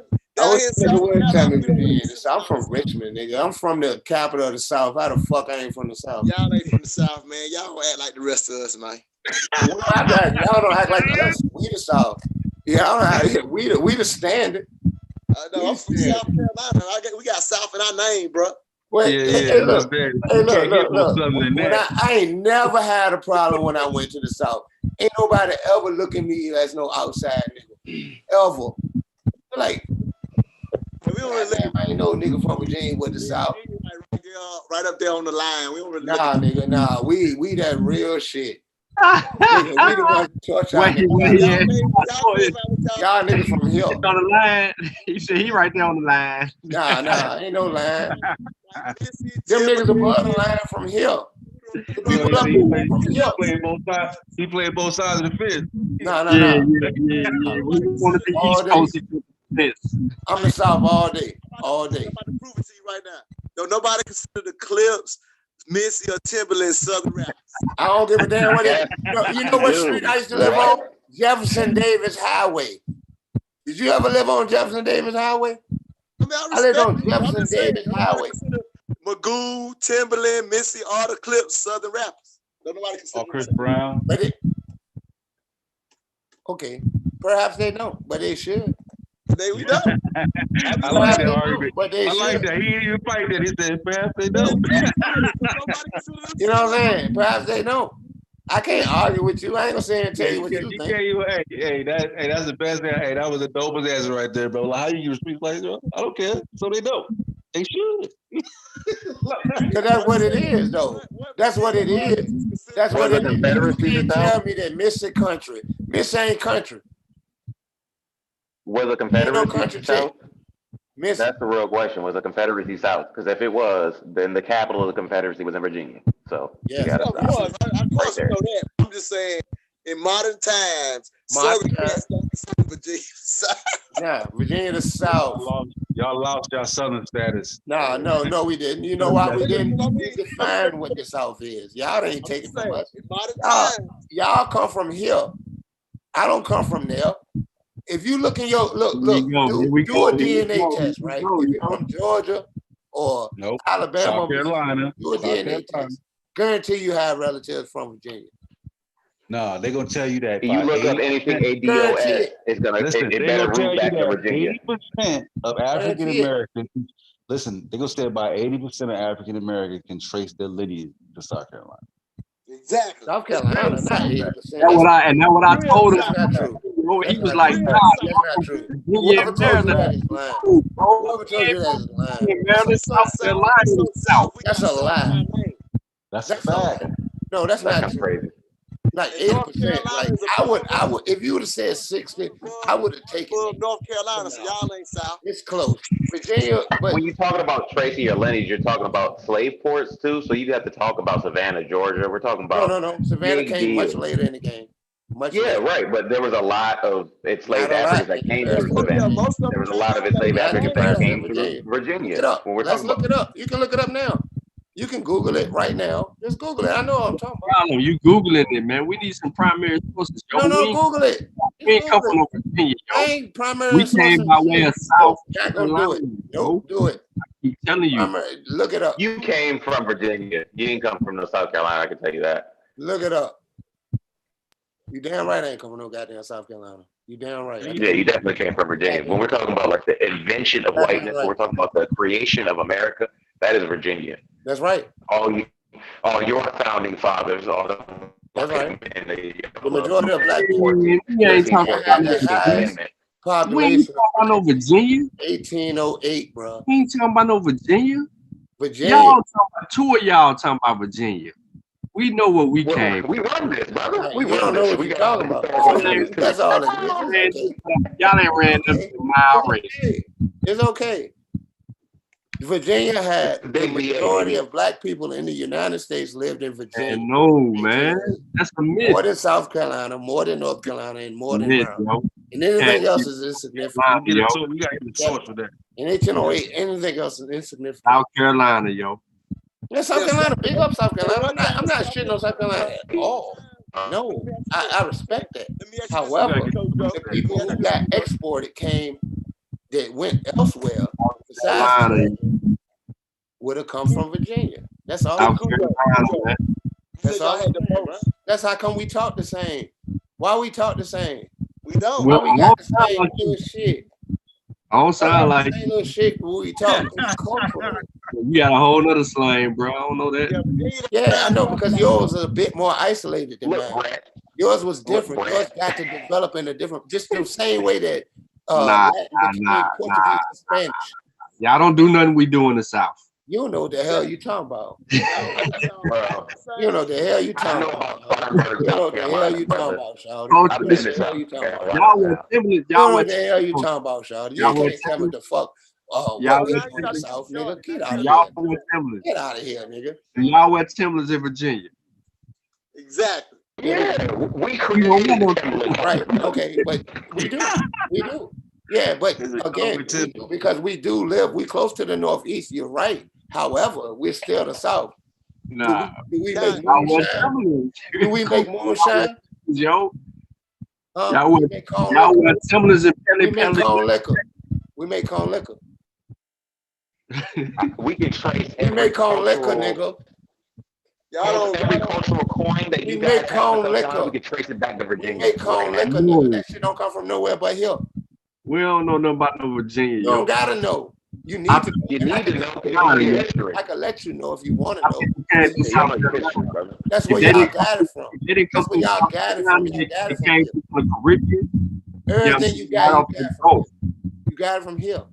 Nah, bro. This is where your great grandmother from. No. My great grandmother, go a whole nother way. She don't go to Virginia.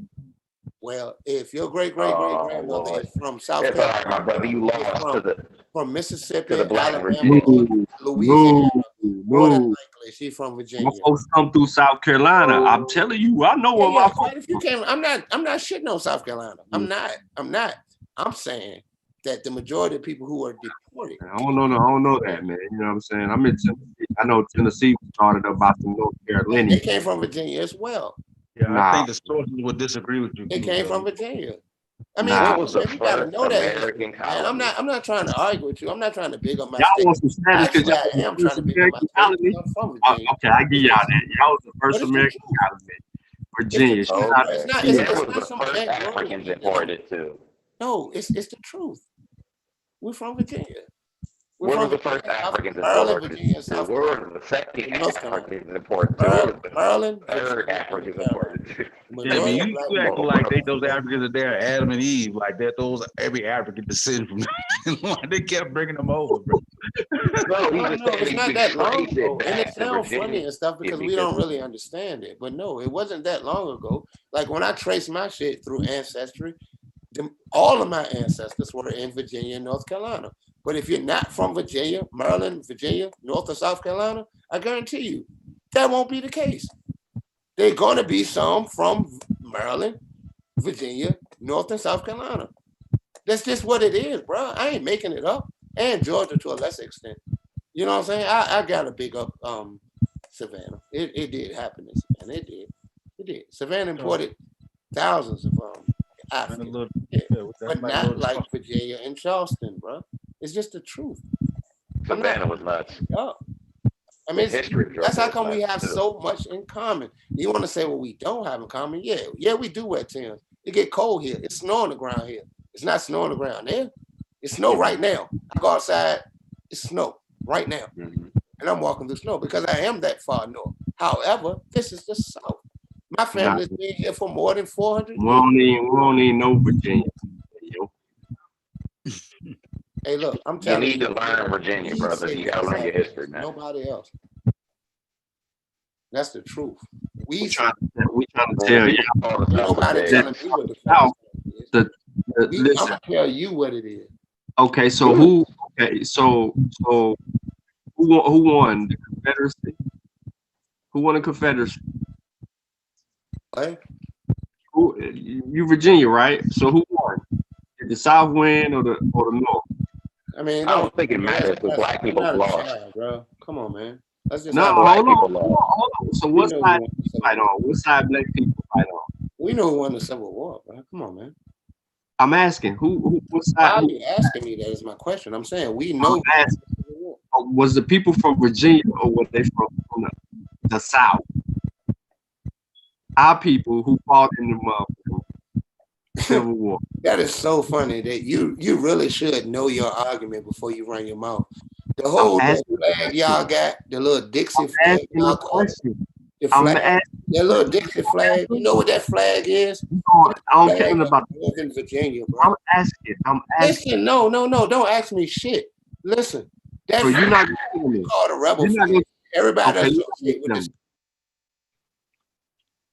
So he's not gonna tell me. I'm just asking a legitimate question. Which side? They was from the South. Were they? Virginia wasn't considered the South at the time when all this Civil War was popping off. Virginia was considered the South when the Civil War happened, bro. Richmond was the capital of the South. What are you talking about? So the people that fought in the Civil War that was in Virginia. Yes. They were, okay. Now listen, I'm asking for clarity. You telling me that them people, black, now I'm talking about our ancestors now. You talking about our ancestors was fighting for the South. No, that's not what he's saying. That is not what he's saying at all. There's literally no historical evidence of black folks fighting on the side of the Confederacy. But yes, I can say that personally, some of my ancestors did fight for the South if you want to get funky. Yeah. You gotta show it to me because I ain't never seen it. Yeah. Hold on, I'm finna. The majority no. All right. So, are you saying that they fought for the North? No, I've not said they fought for the North. I think it depends on what you're talking about. Richmond so I'm was gonna get the capital Hey, of the Confederate States. when I think about the Civil War, the reason that I asked, when I think about the Civil War, I think about the progress that was made in South Carolina at the time, even though it was short-lived at the time. Fort Sumter. From the South. Fort Sumter. Not Fort Virginia. Sumter, yeah, South Carolina was the first state to secede. That's the truth. But you know what they did? When they seceded from the South, when they seceded from the Union, they decided to place their capital in Richmond, Virginia, because Richmond, Virginia had the largest metalworks in the South. In the South. Hold on, nothing about that. Well, you don't know nothing about it, but that's what it was. You can look it up. I ain't lying. You know what I'm saying? They had the largest metalworks in the South, Treasurer. That's what it's called. It's still there now. I don't live that far from it. I can go down and take pictures around if you want me to. I can live stream and you know what I'm saying? All that good shit. You know, right down the street. It ain't far from me. Hey man, listen, Right y'all in the South, y'all are you know what the fuck I'm talking about. Back the fuck up. You know, hey, look, nigga, I respect the fuck out you, bro. I do. Don't fuck with Virginia, bro. Virginia is the East. Yeah, it is the East. You damn right. It's the East. It's the root, nigga. Get your mind right.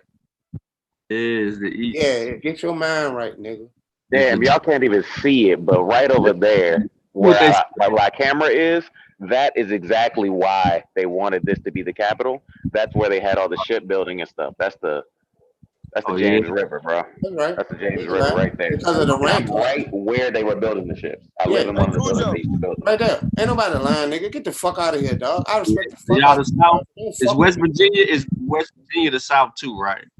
Fuck West Virginia. No, fuck West Virginia. I don't got shit to say about West Virginia. Hey, listen, man, if y'all make West Virginia South, I'm done. I don't give a fuck about West Virginia, nigga. I'm talking about Richmond. West Virginia came I'm talking about the fact that, after. nigga, don't nobody got West Virginia came after. my people, nigga. And this is Maryland and Virginia. This is Maryland and Virginia the South, yo. Nigga, your people are from here. Nah, bro. Okay. If Maryland and Virginia is the South, that means West Virginia is the South too, yo. That's fine. I can roll with that if you want. I don't give a fuck. No, that's not fine. It's not fine at all. I'm telling you what it is. Afterwards. Hey, Cujo. Yes, sir. Hey, what year did you say the most blacks was in Virginia? 1808. Let's go. Look it up. I tried to find. I said 1860. The most was in North Carolina, South Carolina, and some other state. Okay, look up 1808. 1808. Okay.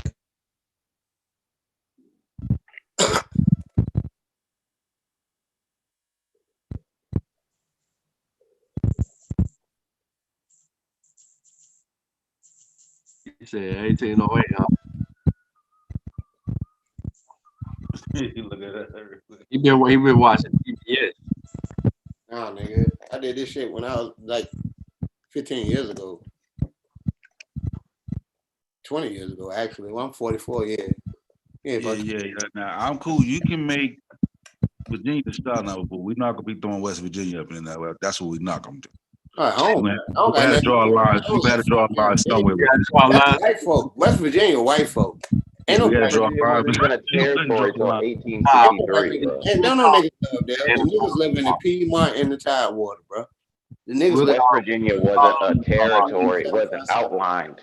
It wasn't outlined until 1863. So we can't consider, say West Virginia, the state that we see it as now, that territory outlined, wasn't a thing when we're talking about this war we're talking about, bro.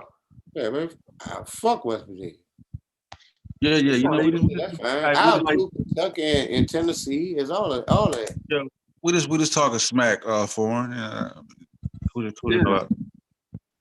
I'm a black Virginian, bro. Y'all know about this. Big on Virginia. Virginia is the home. Y'all gonna play you touch me like that, Shad. Michigan too? You said Michigan? Y'all gonna play Michigan too? Missouri? No, you're talking about the Missouri Compromise. That's what considered Johnstown, not South. Michigan, actually. Virginia went that far up. I think my 4th grade education for that. I also taught school as well, you know, just to give you a little bit of my background. But yeah. You taught school too? Excuse me? You taught school too? Yes, sir. As a substitute, you know what I'm saying? Oh, you a substitute. You deal with all the kids. Yeah, I did it though. You know what I'm saying? I did summer school for some shit. I used to do summer school and shit all the time. I still teach school. I'm schooling you niggas right now. I want to. I mean, I'm trying to get back in. I did the autistic shit before, you know. Spoken just like a Yankee. I swear to God, just how the Yankees do. No, it wasn't Yankee. That's created in New York, man. Nah, nigga, ain't that, nigga, we don't like New York and Richmond. You might can feel niggas in fucking the beach or some shit, but you come to Richmond, nigga, nah, we don't fuck with New York at all. We don't fuck Are y'all culturally Southern? Yeah, no doubt. Yeah. Come up here. Have you ever been to Virginia? I'll cook with Richmond is South, nigga. We ride Cadillacs and fucking Caprices, nigga. It's straight South. Y'all got what y'all cooking? What y'all cooking? Y'all got the Southern Baptist Church? Of course, the first one was here. The first AMC was here. Yeah, I know. AME, rather, was here. Hey, so African Methodist Church. And you can look up. You need to go to the MBK channel and look up the idea. No. I'm familiar with that. I'm familiar with that. What they send the AMC in Philadelphia and all. I'm familiar with. Yeah, he know who I am. They know who I am. Yeah, no, I ain't shitting on what they saying. I'm saying. You ain't going to no MBK. I'm the MBK representative, bro. I'm the MBK representative. No, but I am from Portsmouth, Virginia. Jackson Ward. There's nothing in New York or outside of Virginia, as far as black folks, that's older than Jackson Ward. It's in Richmond. Hey man, we just ain't feeling you, Virginia cats. That's fine. You just don't have to. I don't feel you either, nigga. Yeah, I'm saying like before we let y'all in, y'all gotta get Missy and Timberland on board as Southern rappers and producers. Exactly. Like yeah, we can't just take y'all what about Pharrell? Missy and Chris Brown. What that mean to me? What the fuck you feel? I ain't never seen no Virginia rapper with no goals. You ain't never seen no Virginia rapper with no goals. I don't got no teeth because I got my goals knocked out, nigga. You ain't never seen no Virginia rapper with no gold. Ain't no nigga ever been to Virginia, ain't seen no nigga with no gold teeth, man. Y'all niggas don't know about Virginia, then. You ain't never been to Virginia, brother. You must ain't never been to Virginia because I already got mine in right now. Y'all just don't know. Every time you see me. Yeah, mine got knocked out. That's wrong. Got no teeth right now. Y'all don't ride on Vogue, man. You in Cadillacs, but you ain't on Vogue. The low pro Vogue. We created that, bro. That was created in Virginia. We created all of that. I just seen the chick today with the red Vogues. I was very surprised to see that. You see, you were surprised. You were surprised. It's played out in Virginia. It's played out. We ahead the culture. He was shocked. He was like, "What they doing up here?" Like, what?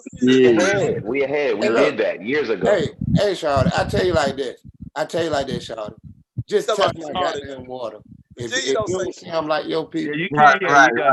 Don't stay Shawty now. Call me out, Now you going too far. Now you going too far with the Shawty. Just touch my goddamn water, nigga. Test it, nigga. Nigga, when I die, I want you to bury me deep, nigga. That's how we grew up, nigga. I'm from Richmond. You listening to Tupac now? We don't play here. We don't play. Hey man, Tupac from Baltimore, man. We don't recognize the rappers. You don't have Tupac from Baltimore, man. Come on, man. He's from the South too. Stop. Come on. For real. Fuck with me, Shad. You like go. Fuck with me, Shad. Hey, cool. I was in the army, nigga. I went through this. I went through this when I was in the army. Like niggas from Mississippi and shit. They should get mad at me. South, man. Huh? Yeah, you ain't from the South. That's what you went through when you was in the army. They told you went from the South. Hey, yeah. They got trees and grass in their projects. We what? They got the real bricks. They got apartments. They call the projects apartments as projects up there. Nigga, you ain't nigga. That's not true. You ain't never been. You ain't never been to Virginia. I swear. Look, hey, if y'all saying projects, if you want to. We're done. This conversation is over. Nigga, it ain't nowhere. It ain't nowhere. What y'all call the projects up there? What? Y'all bro. What'd you say? What y'all call it, yo? What we call what? The bricks up there. What y'all call the brick? We call it a project. See, there you go. There you go. We call them coats. That's what we call them. Y'all got we call them coats. We call them coats. Wookham coat, Mosby coat, Creighton coat, Fairfield coat, Randolph coat. We call them coats. That's what we call them. And it's courts. That's how you say it if you want to say it like white folk. We say coat. That's what we call them. We call them coats here. Yeah. So what we don't say it like you said, nigga. I'm telling you, we define you. You don't define me. I don't know. I'd say that no. Loud and clear. Define me. No. You know how you gonna tell me you define me? I'm telling you. I ain't you don't define me. Anywhere else, and I'm not from the South. Nigga, I'm from the South. I was born across the street again. I was born across the street from the White House of the Confederacy. But listen, the fucking street. If you gotta prove you from the South, you ain't from the South. I don't gotta prove People that from the South, they ain't gotta argue. Up or down. I said it. That's what it is. I just fucking with you, dude. I like fucking with you, bro. No, I appreciate it. I like it. Yeah, you right about 1808. Richmond, Found it. You right. You found it? 1808, large population. About the what was the population back then? What was the population? Make sure I get the right. It might be 1800, but that's still close enough. Hold on, let me tell y'all. Okay, this 1800, but that's still pretty close. Thank you. All right, so 1800. Yeah, Virginia was the most populous state, period. And then as far as unfortunately, as far as enslaved Africans, you're looking at 300,000, and everybody else was like at 100 or less. And it wasn't even like everybody else. It was really just North Carolina and South Carolina both had 140,000, 130,000, and Virginia had 322,000. Exactly what I said, bro. It's all good. Where everybody else came from if they ain't come from here? So then we have to look at that year and the history surrounding that. No, look at the year and the history. What happened after that? The end of the transatlantic slave trade happened in 1808. That's why I said I used 1808. I just threw it out there because I knew 1808 is when the transatlantic slave trade ended. And I knew Virginia had to have black people. So you gonna act like the illegal slave trade wasn't still popping? It was not popping like you trying to front though. Nah, like the scooter, yo. The scooter was still moving. We can assume, okay, let's pretend it. Okay. No, they were still moving. They were still moving. I'm not saying it didn't happen. I'm not saying it didn't happen. Right, I'm saying that the majority of people left Virginia. They sailed down the James River, which I am like 2.3 miles away from right now. They sailed down the James River down to the Chesapeake Bay. They went down to Norfolk, picked up some more niggas, and they went around to New Orleans. Or either they went across land, across Virginia, all the way west across Virginia, to the Mississippi River, where they went through Tennessee and Kentucky. And they sailed down the Mississippi and they went to I think it's called Natchez. I think it's Natchez, Mississippi. Let me help you out. So during the illegal slave trade era, there was people that did ride boats from Virginia down south, and they also rode it back in reverse because they was bringing people from that area down, and then people down from up to South Carolina and things of that nature. But they also were picking up people from the Caribbeans, and they were moving them. They were moving them like that because they were trying to say that they wasn't getting these people from West Africa because it was supposed to be the legal slave trade joint during that time. A lot of times they lied about people. Like the same thing that happened with the Abbotsford tribe. They tried to say that they were from the Caribbean. I'm not saying that it didn't happen. I'm just saying that thousands of my cousins and my uncles, you know what I'm saying, and aunts were sold down south. And that's why I'm related to people in Alabama. When I did my 23andMe, I found people from Mississippi, Louisiana, Alabama. And I thought I would. You know what I'm saying? I did feel somewhat vindicated because I was right. And it's not I'm right, like it's just some shit I figured out. No, and no, this is it's the history is there. It's not something that I made up, bro. You know what I'm saying? So when I find these people, I ask them and I talk to them on the phone, like, boom, do you know any family you have in Virginia? They say no. I don't know of anybody from no goddamn Virginia. They say they chopped out You all said, this other bullshit. aunt. You said aunt. You meant to say aunt. Now I say aunt. Exactly. We say aunt. We don't say aunt. We say aunt. Yeah. Hey, Cujo. Matter of fact, we glad we got y'all. I think we still got the I think it's Cabral or whatever. Hey, so earlier today we was having this argument, and I was just saying we were saying that with DNA stuff now, it's easy to figure out if you was a descendant of a slave or not. And somebody else was saying it wasn't that easy. I was like, it's very easy now. Extremely easy. I said it's not that easy. No way you're not descended from a slave. Your black ass little hair. There's no way. No way. You are in denial. Goddamn slave with the records and shit. Shit. Like just because niggas don't know, don't mean that they can't find out. Easy. Like, I mean, no you're like ain't equivalent to the guy. 1870 is when you'll find a lot of your enslaved ancestors, because the people who signed up for the census of 1870, they would have listed who their parents were. Or Yeah, that's good enough. Yeah, that's the whole point of the conversation. Of like, you trace back to 1870 shit, you smack dab in the middle of it. Yeah, 1870. There wasn't no importation. Like there wasn't like Africans coming. Slavery in 1865. Okay, so the importation ended, and like Sean said, he's right. There wasn't 19. Yeah, but I think it said it's till like 1965. Like the population of Africans coming over immigrant was like less than 1%, like 1965. Yeah, I mean, everybody here prior to that. Got black people from the Caribbean. I'm not discounting any of that. No, but I'm saying is like, so they were saying like basically everybody here at that point was descendant of slaves. Yeah, in Georgia to a lesser extent. Yes. Yeah.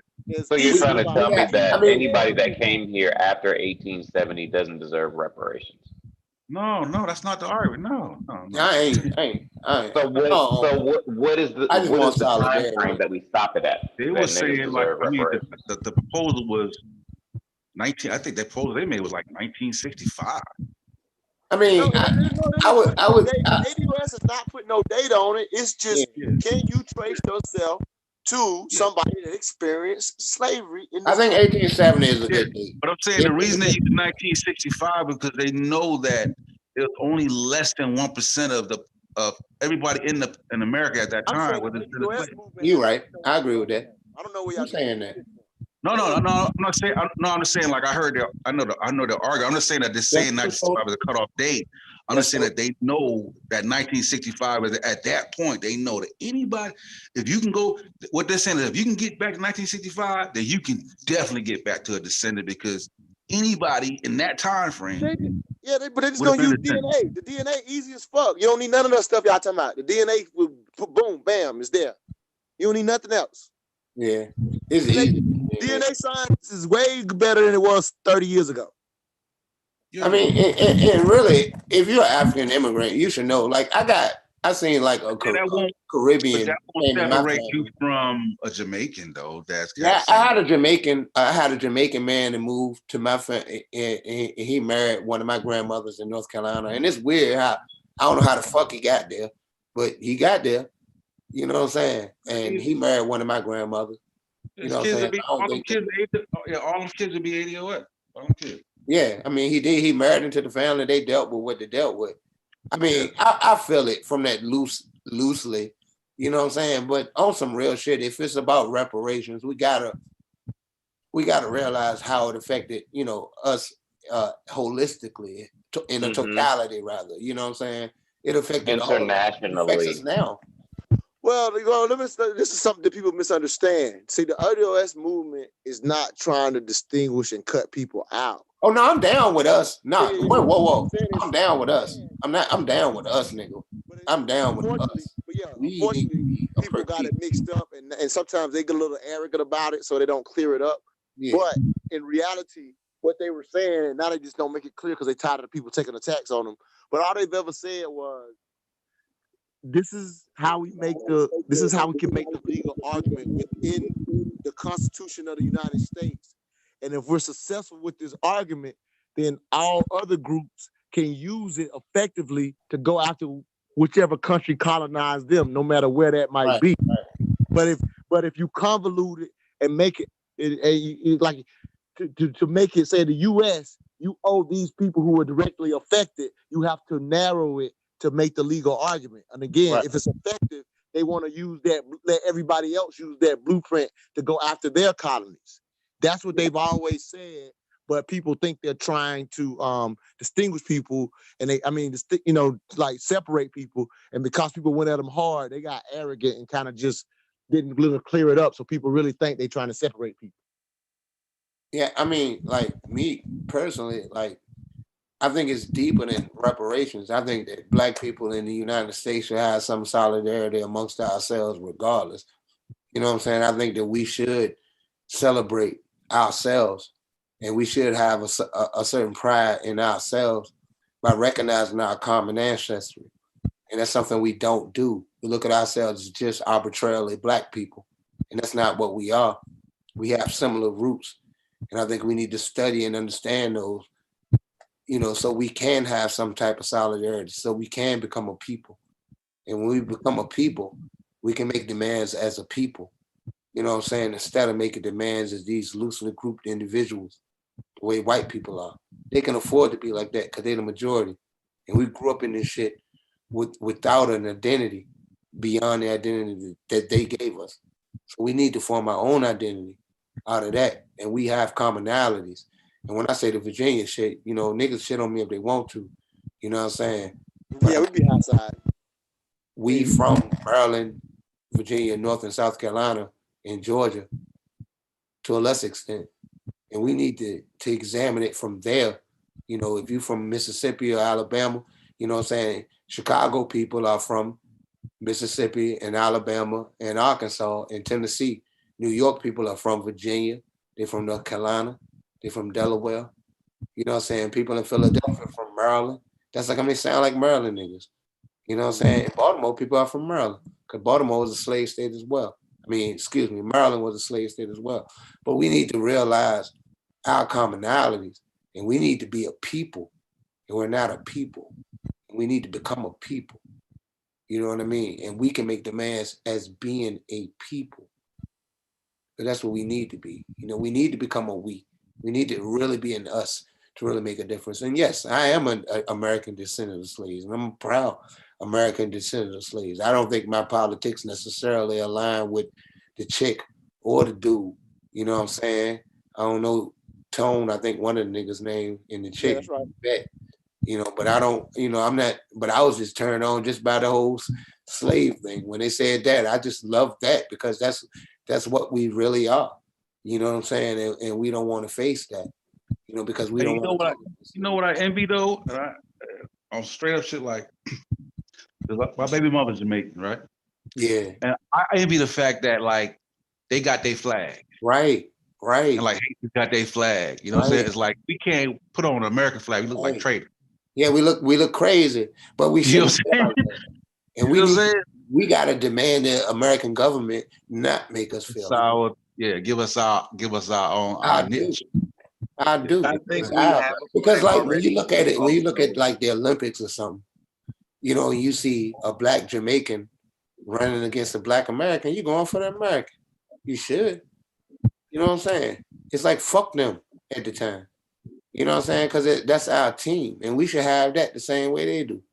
And I had a fake Jamaican girlfriend.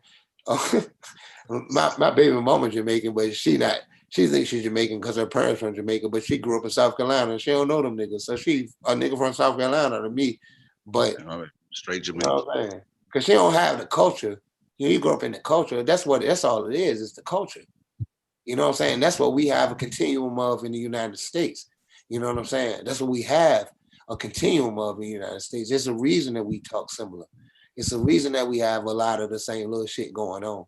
It's the reason why you could just feel shit when we go places. And that shit is in the South. The home is in the South. And y'all niggas can down. But I think the conversation though shows that we ain't gonna be right until we get till we have our identity. I feel like we need our identity. We need our own identity. You know what I'm saying? That way we can have it with pride, like other cultures got it with pride. The same way. I mean, that shit means something, man. Not be They looked at ride like around with traitors. a flag in their car. You know what I'm saying? We want that shit too. That should be dope as hell. That should be fly as Yeah, hell. yeah. I respect the fuck out of that. I can't. I think it's the Yeah, that shit dope as fuck. Let me I just mean, say nigga something from on Haiti, I'd be that like, point. big up Haiti on the strength. You know what I'm saying? Because I respect Haiti. I respect what they do, but it's no reason we should look down on ourselves. You know what I'm saying? Because to be quite honest, you know, the United States is the biggest platform in the West, and we stood on that motherfucker, and we influenced the entire world, including all of them, whether they want to admit it or not. You know what I'm saying? You look up the roots of reggae music, nigga. That's R&B. It's a reason they still redo our songs and shit. It's a reason they still, you know, when you listen to reggae songs, they redo our songs back in the day in the 90s and shit. It's a reason. It's a reason. Nigga, we affected everybody. It's not to take anything away from them either. I'm not taking anything away from them. But I can't sit around and like act like I'm just some flunky of white folks. Nah, nigga, we did this shit. It's us. Yeah, let me just say one thing about the idea of the flag, man. I think like it sounds really good to be like, man, we just need a flag to like hang up and have outside our car or whatever like that.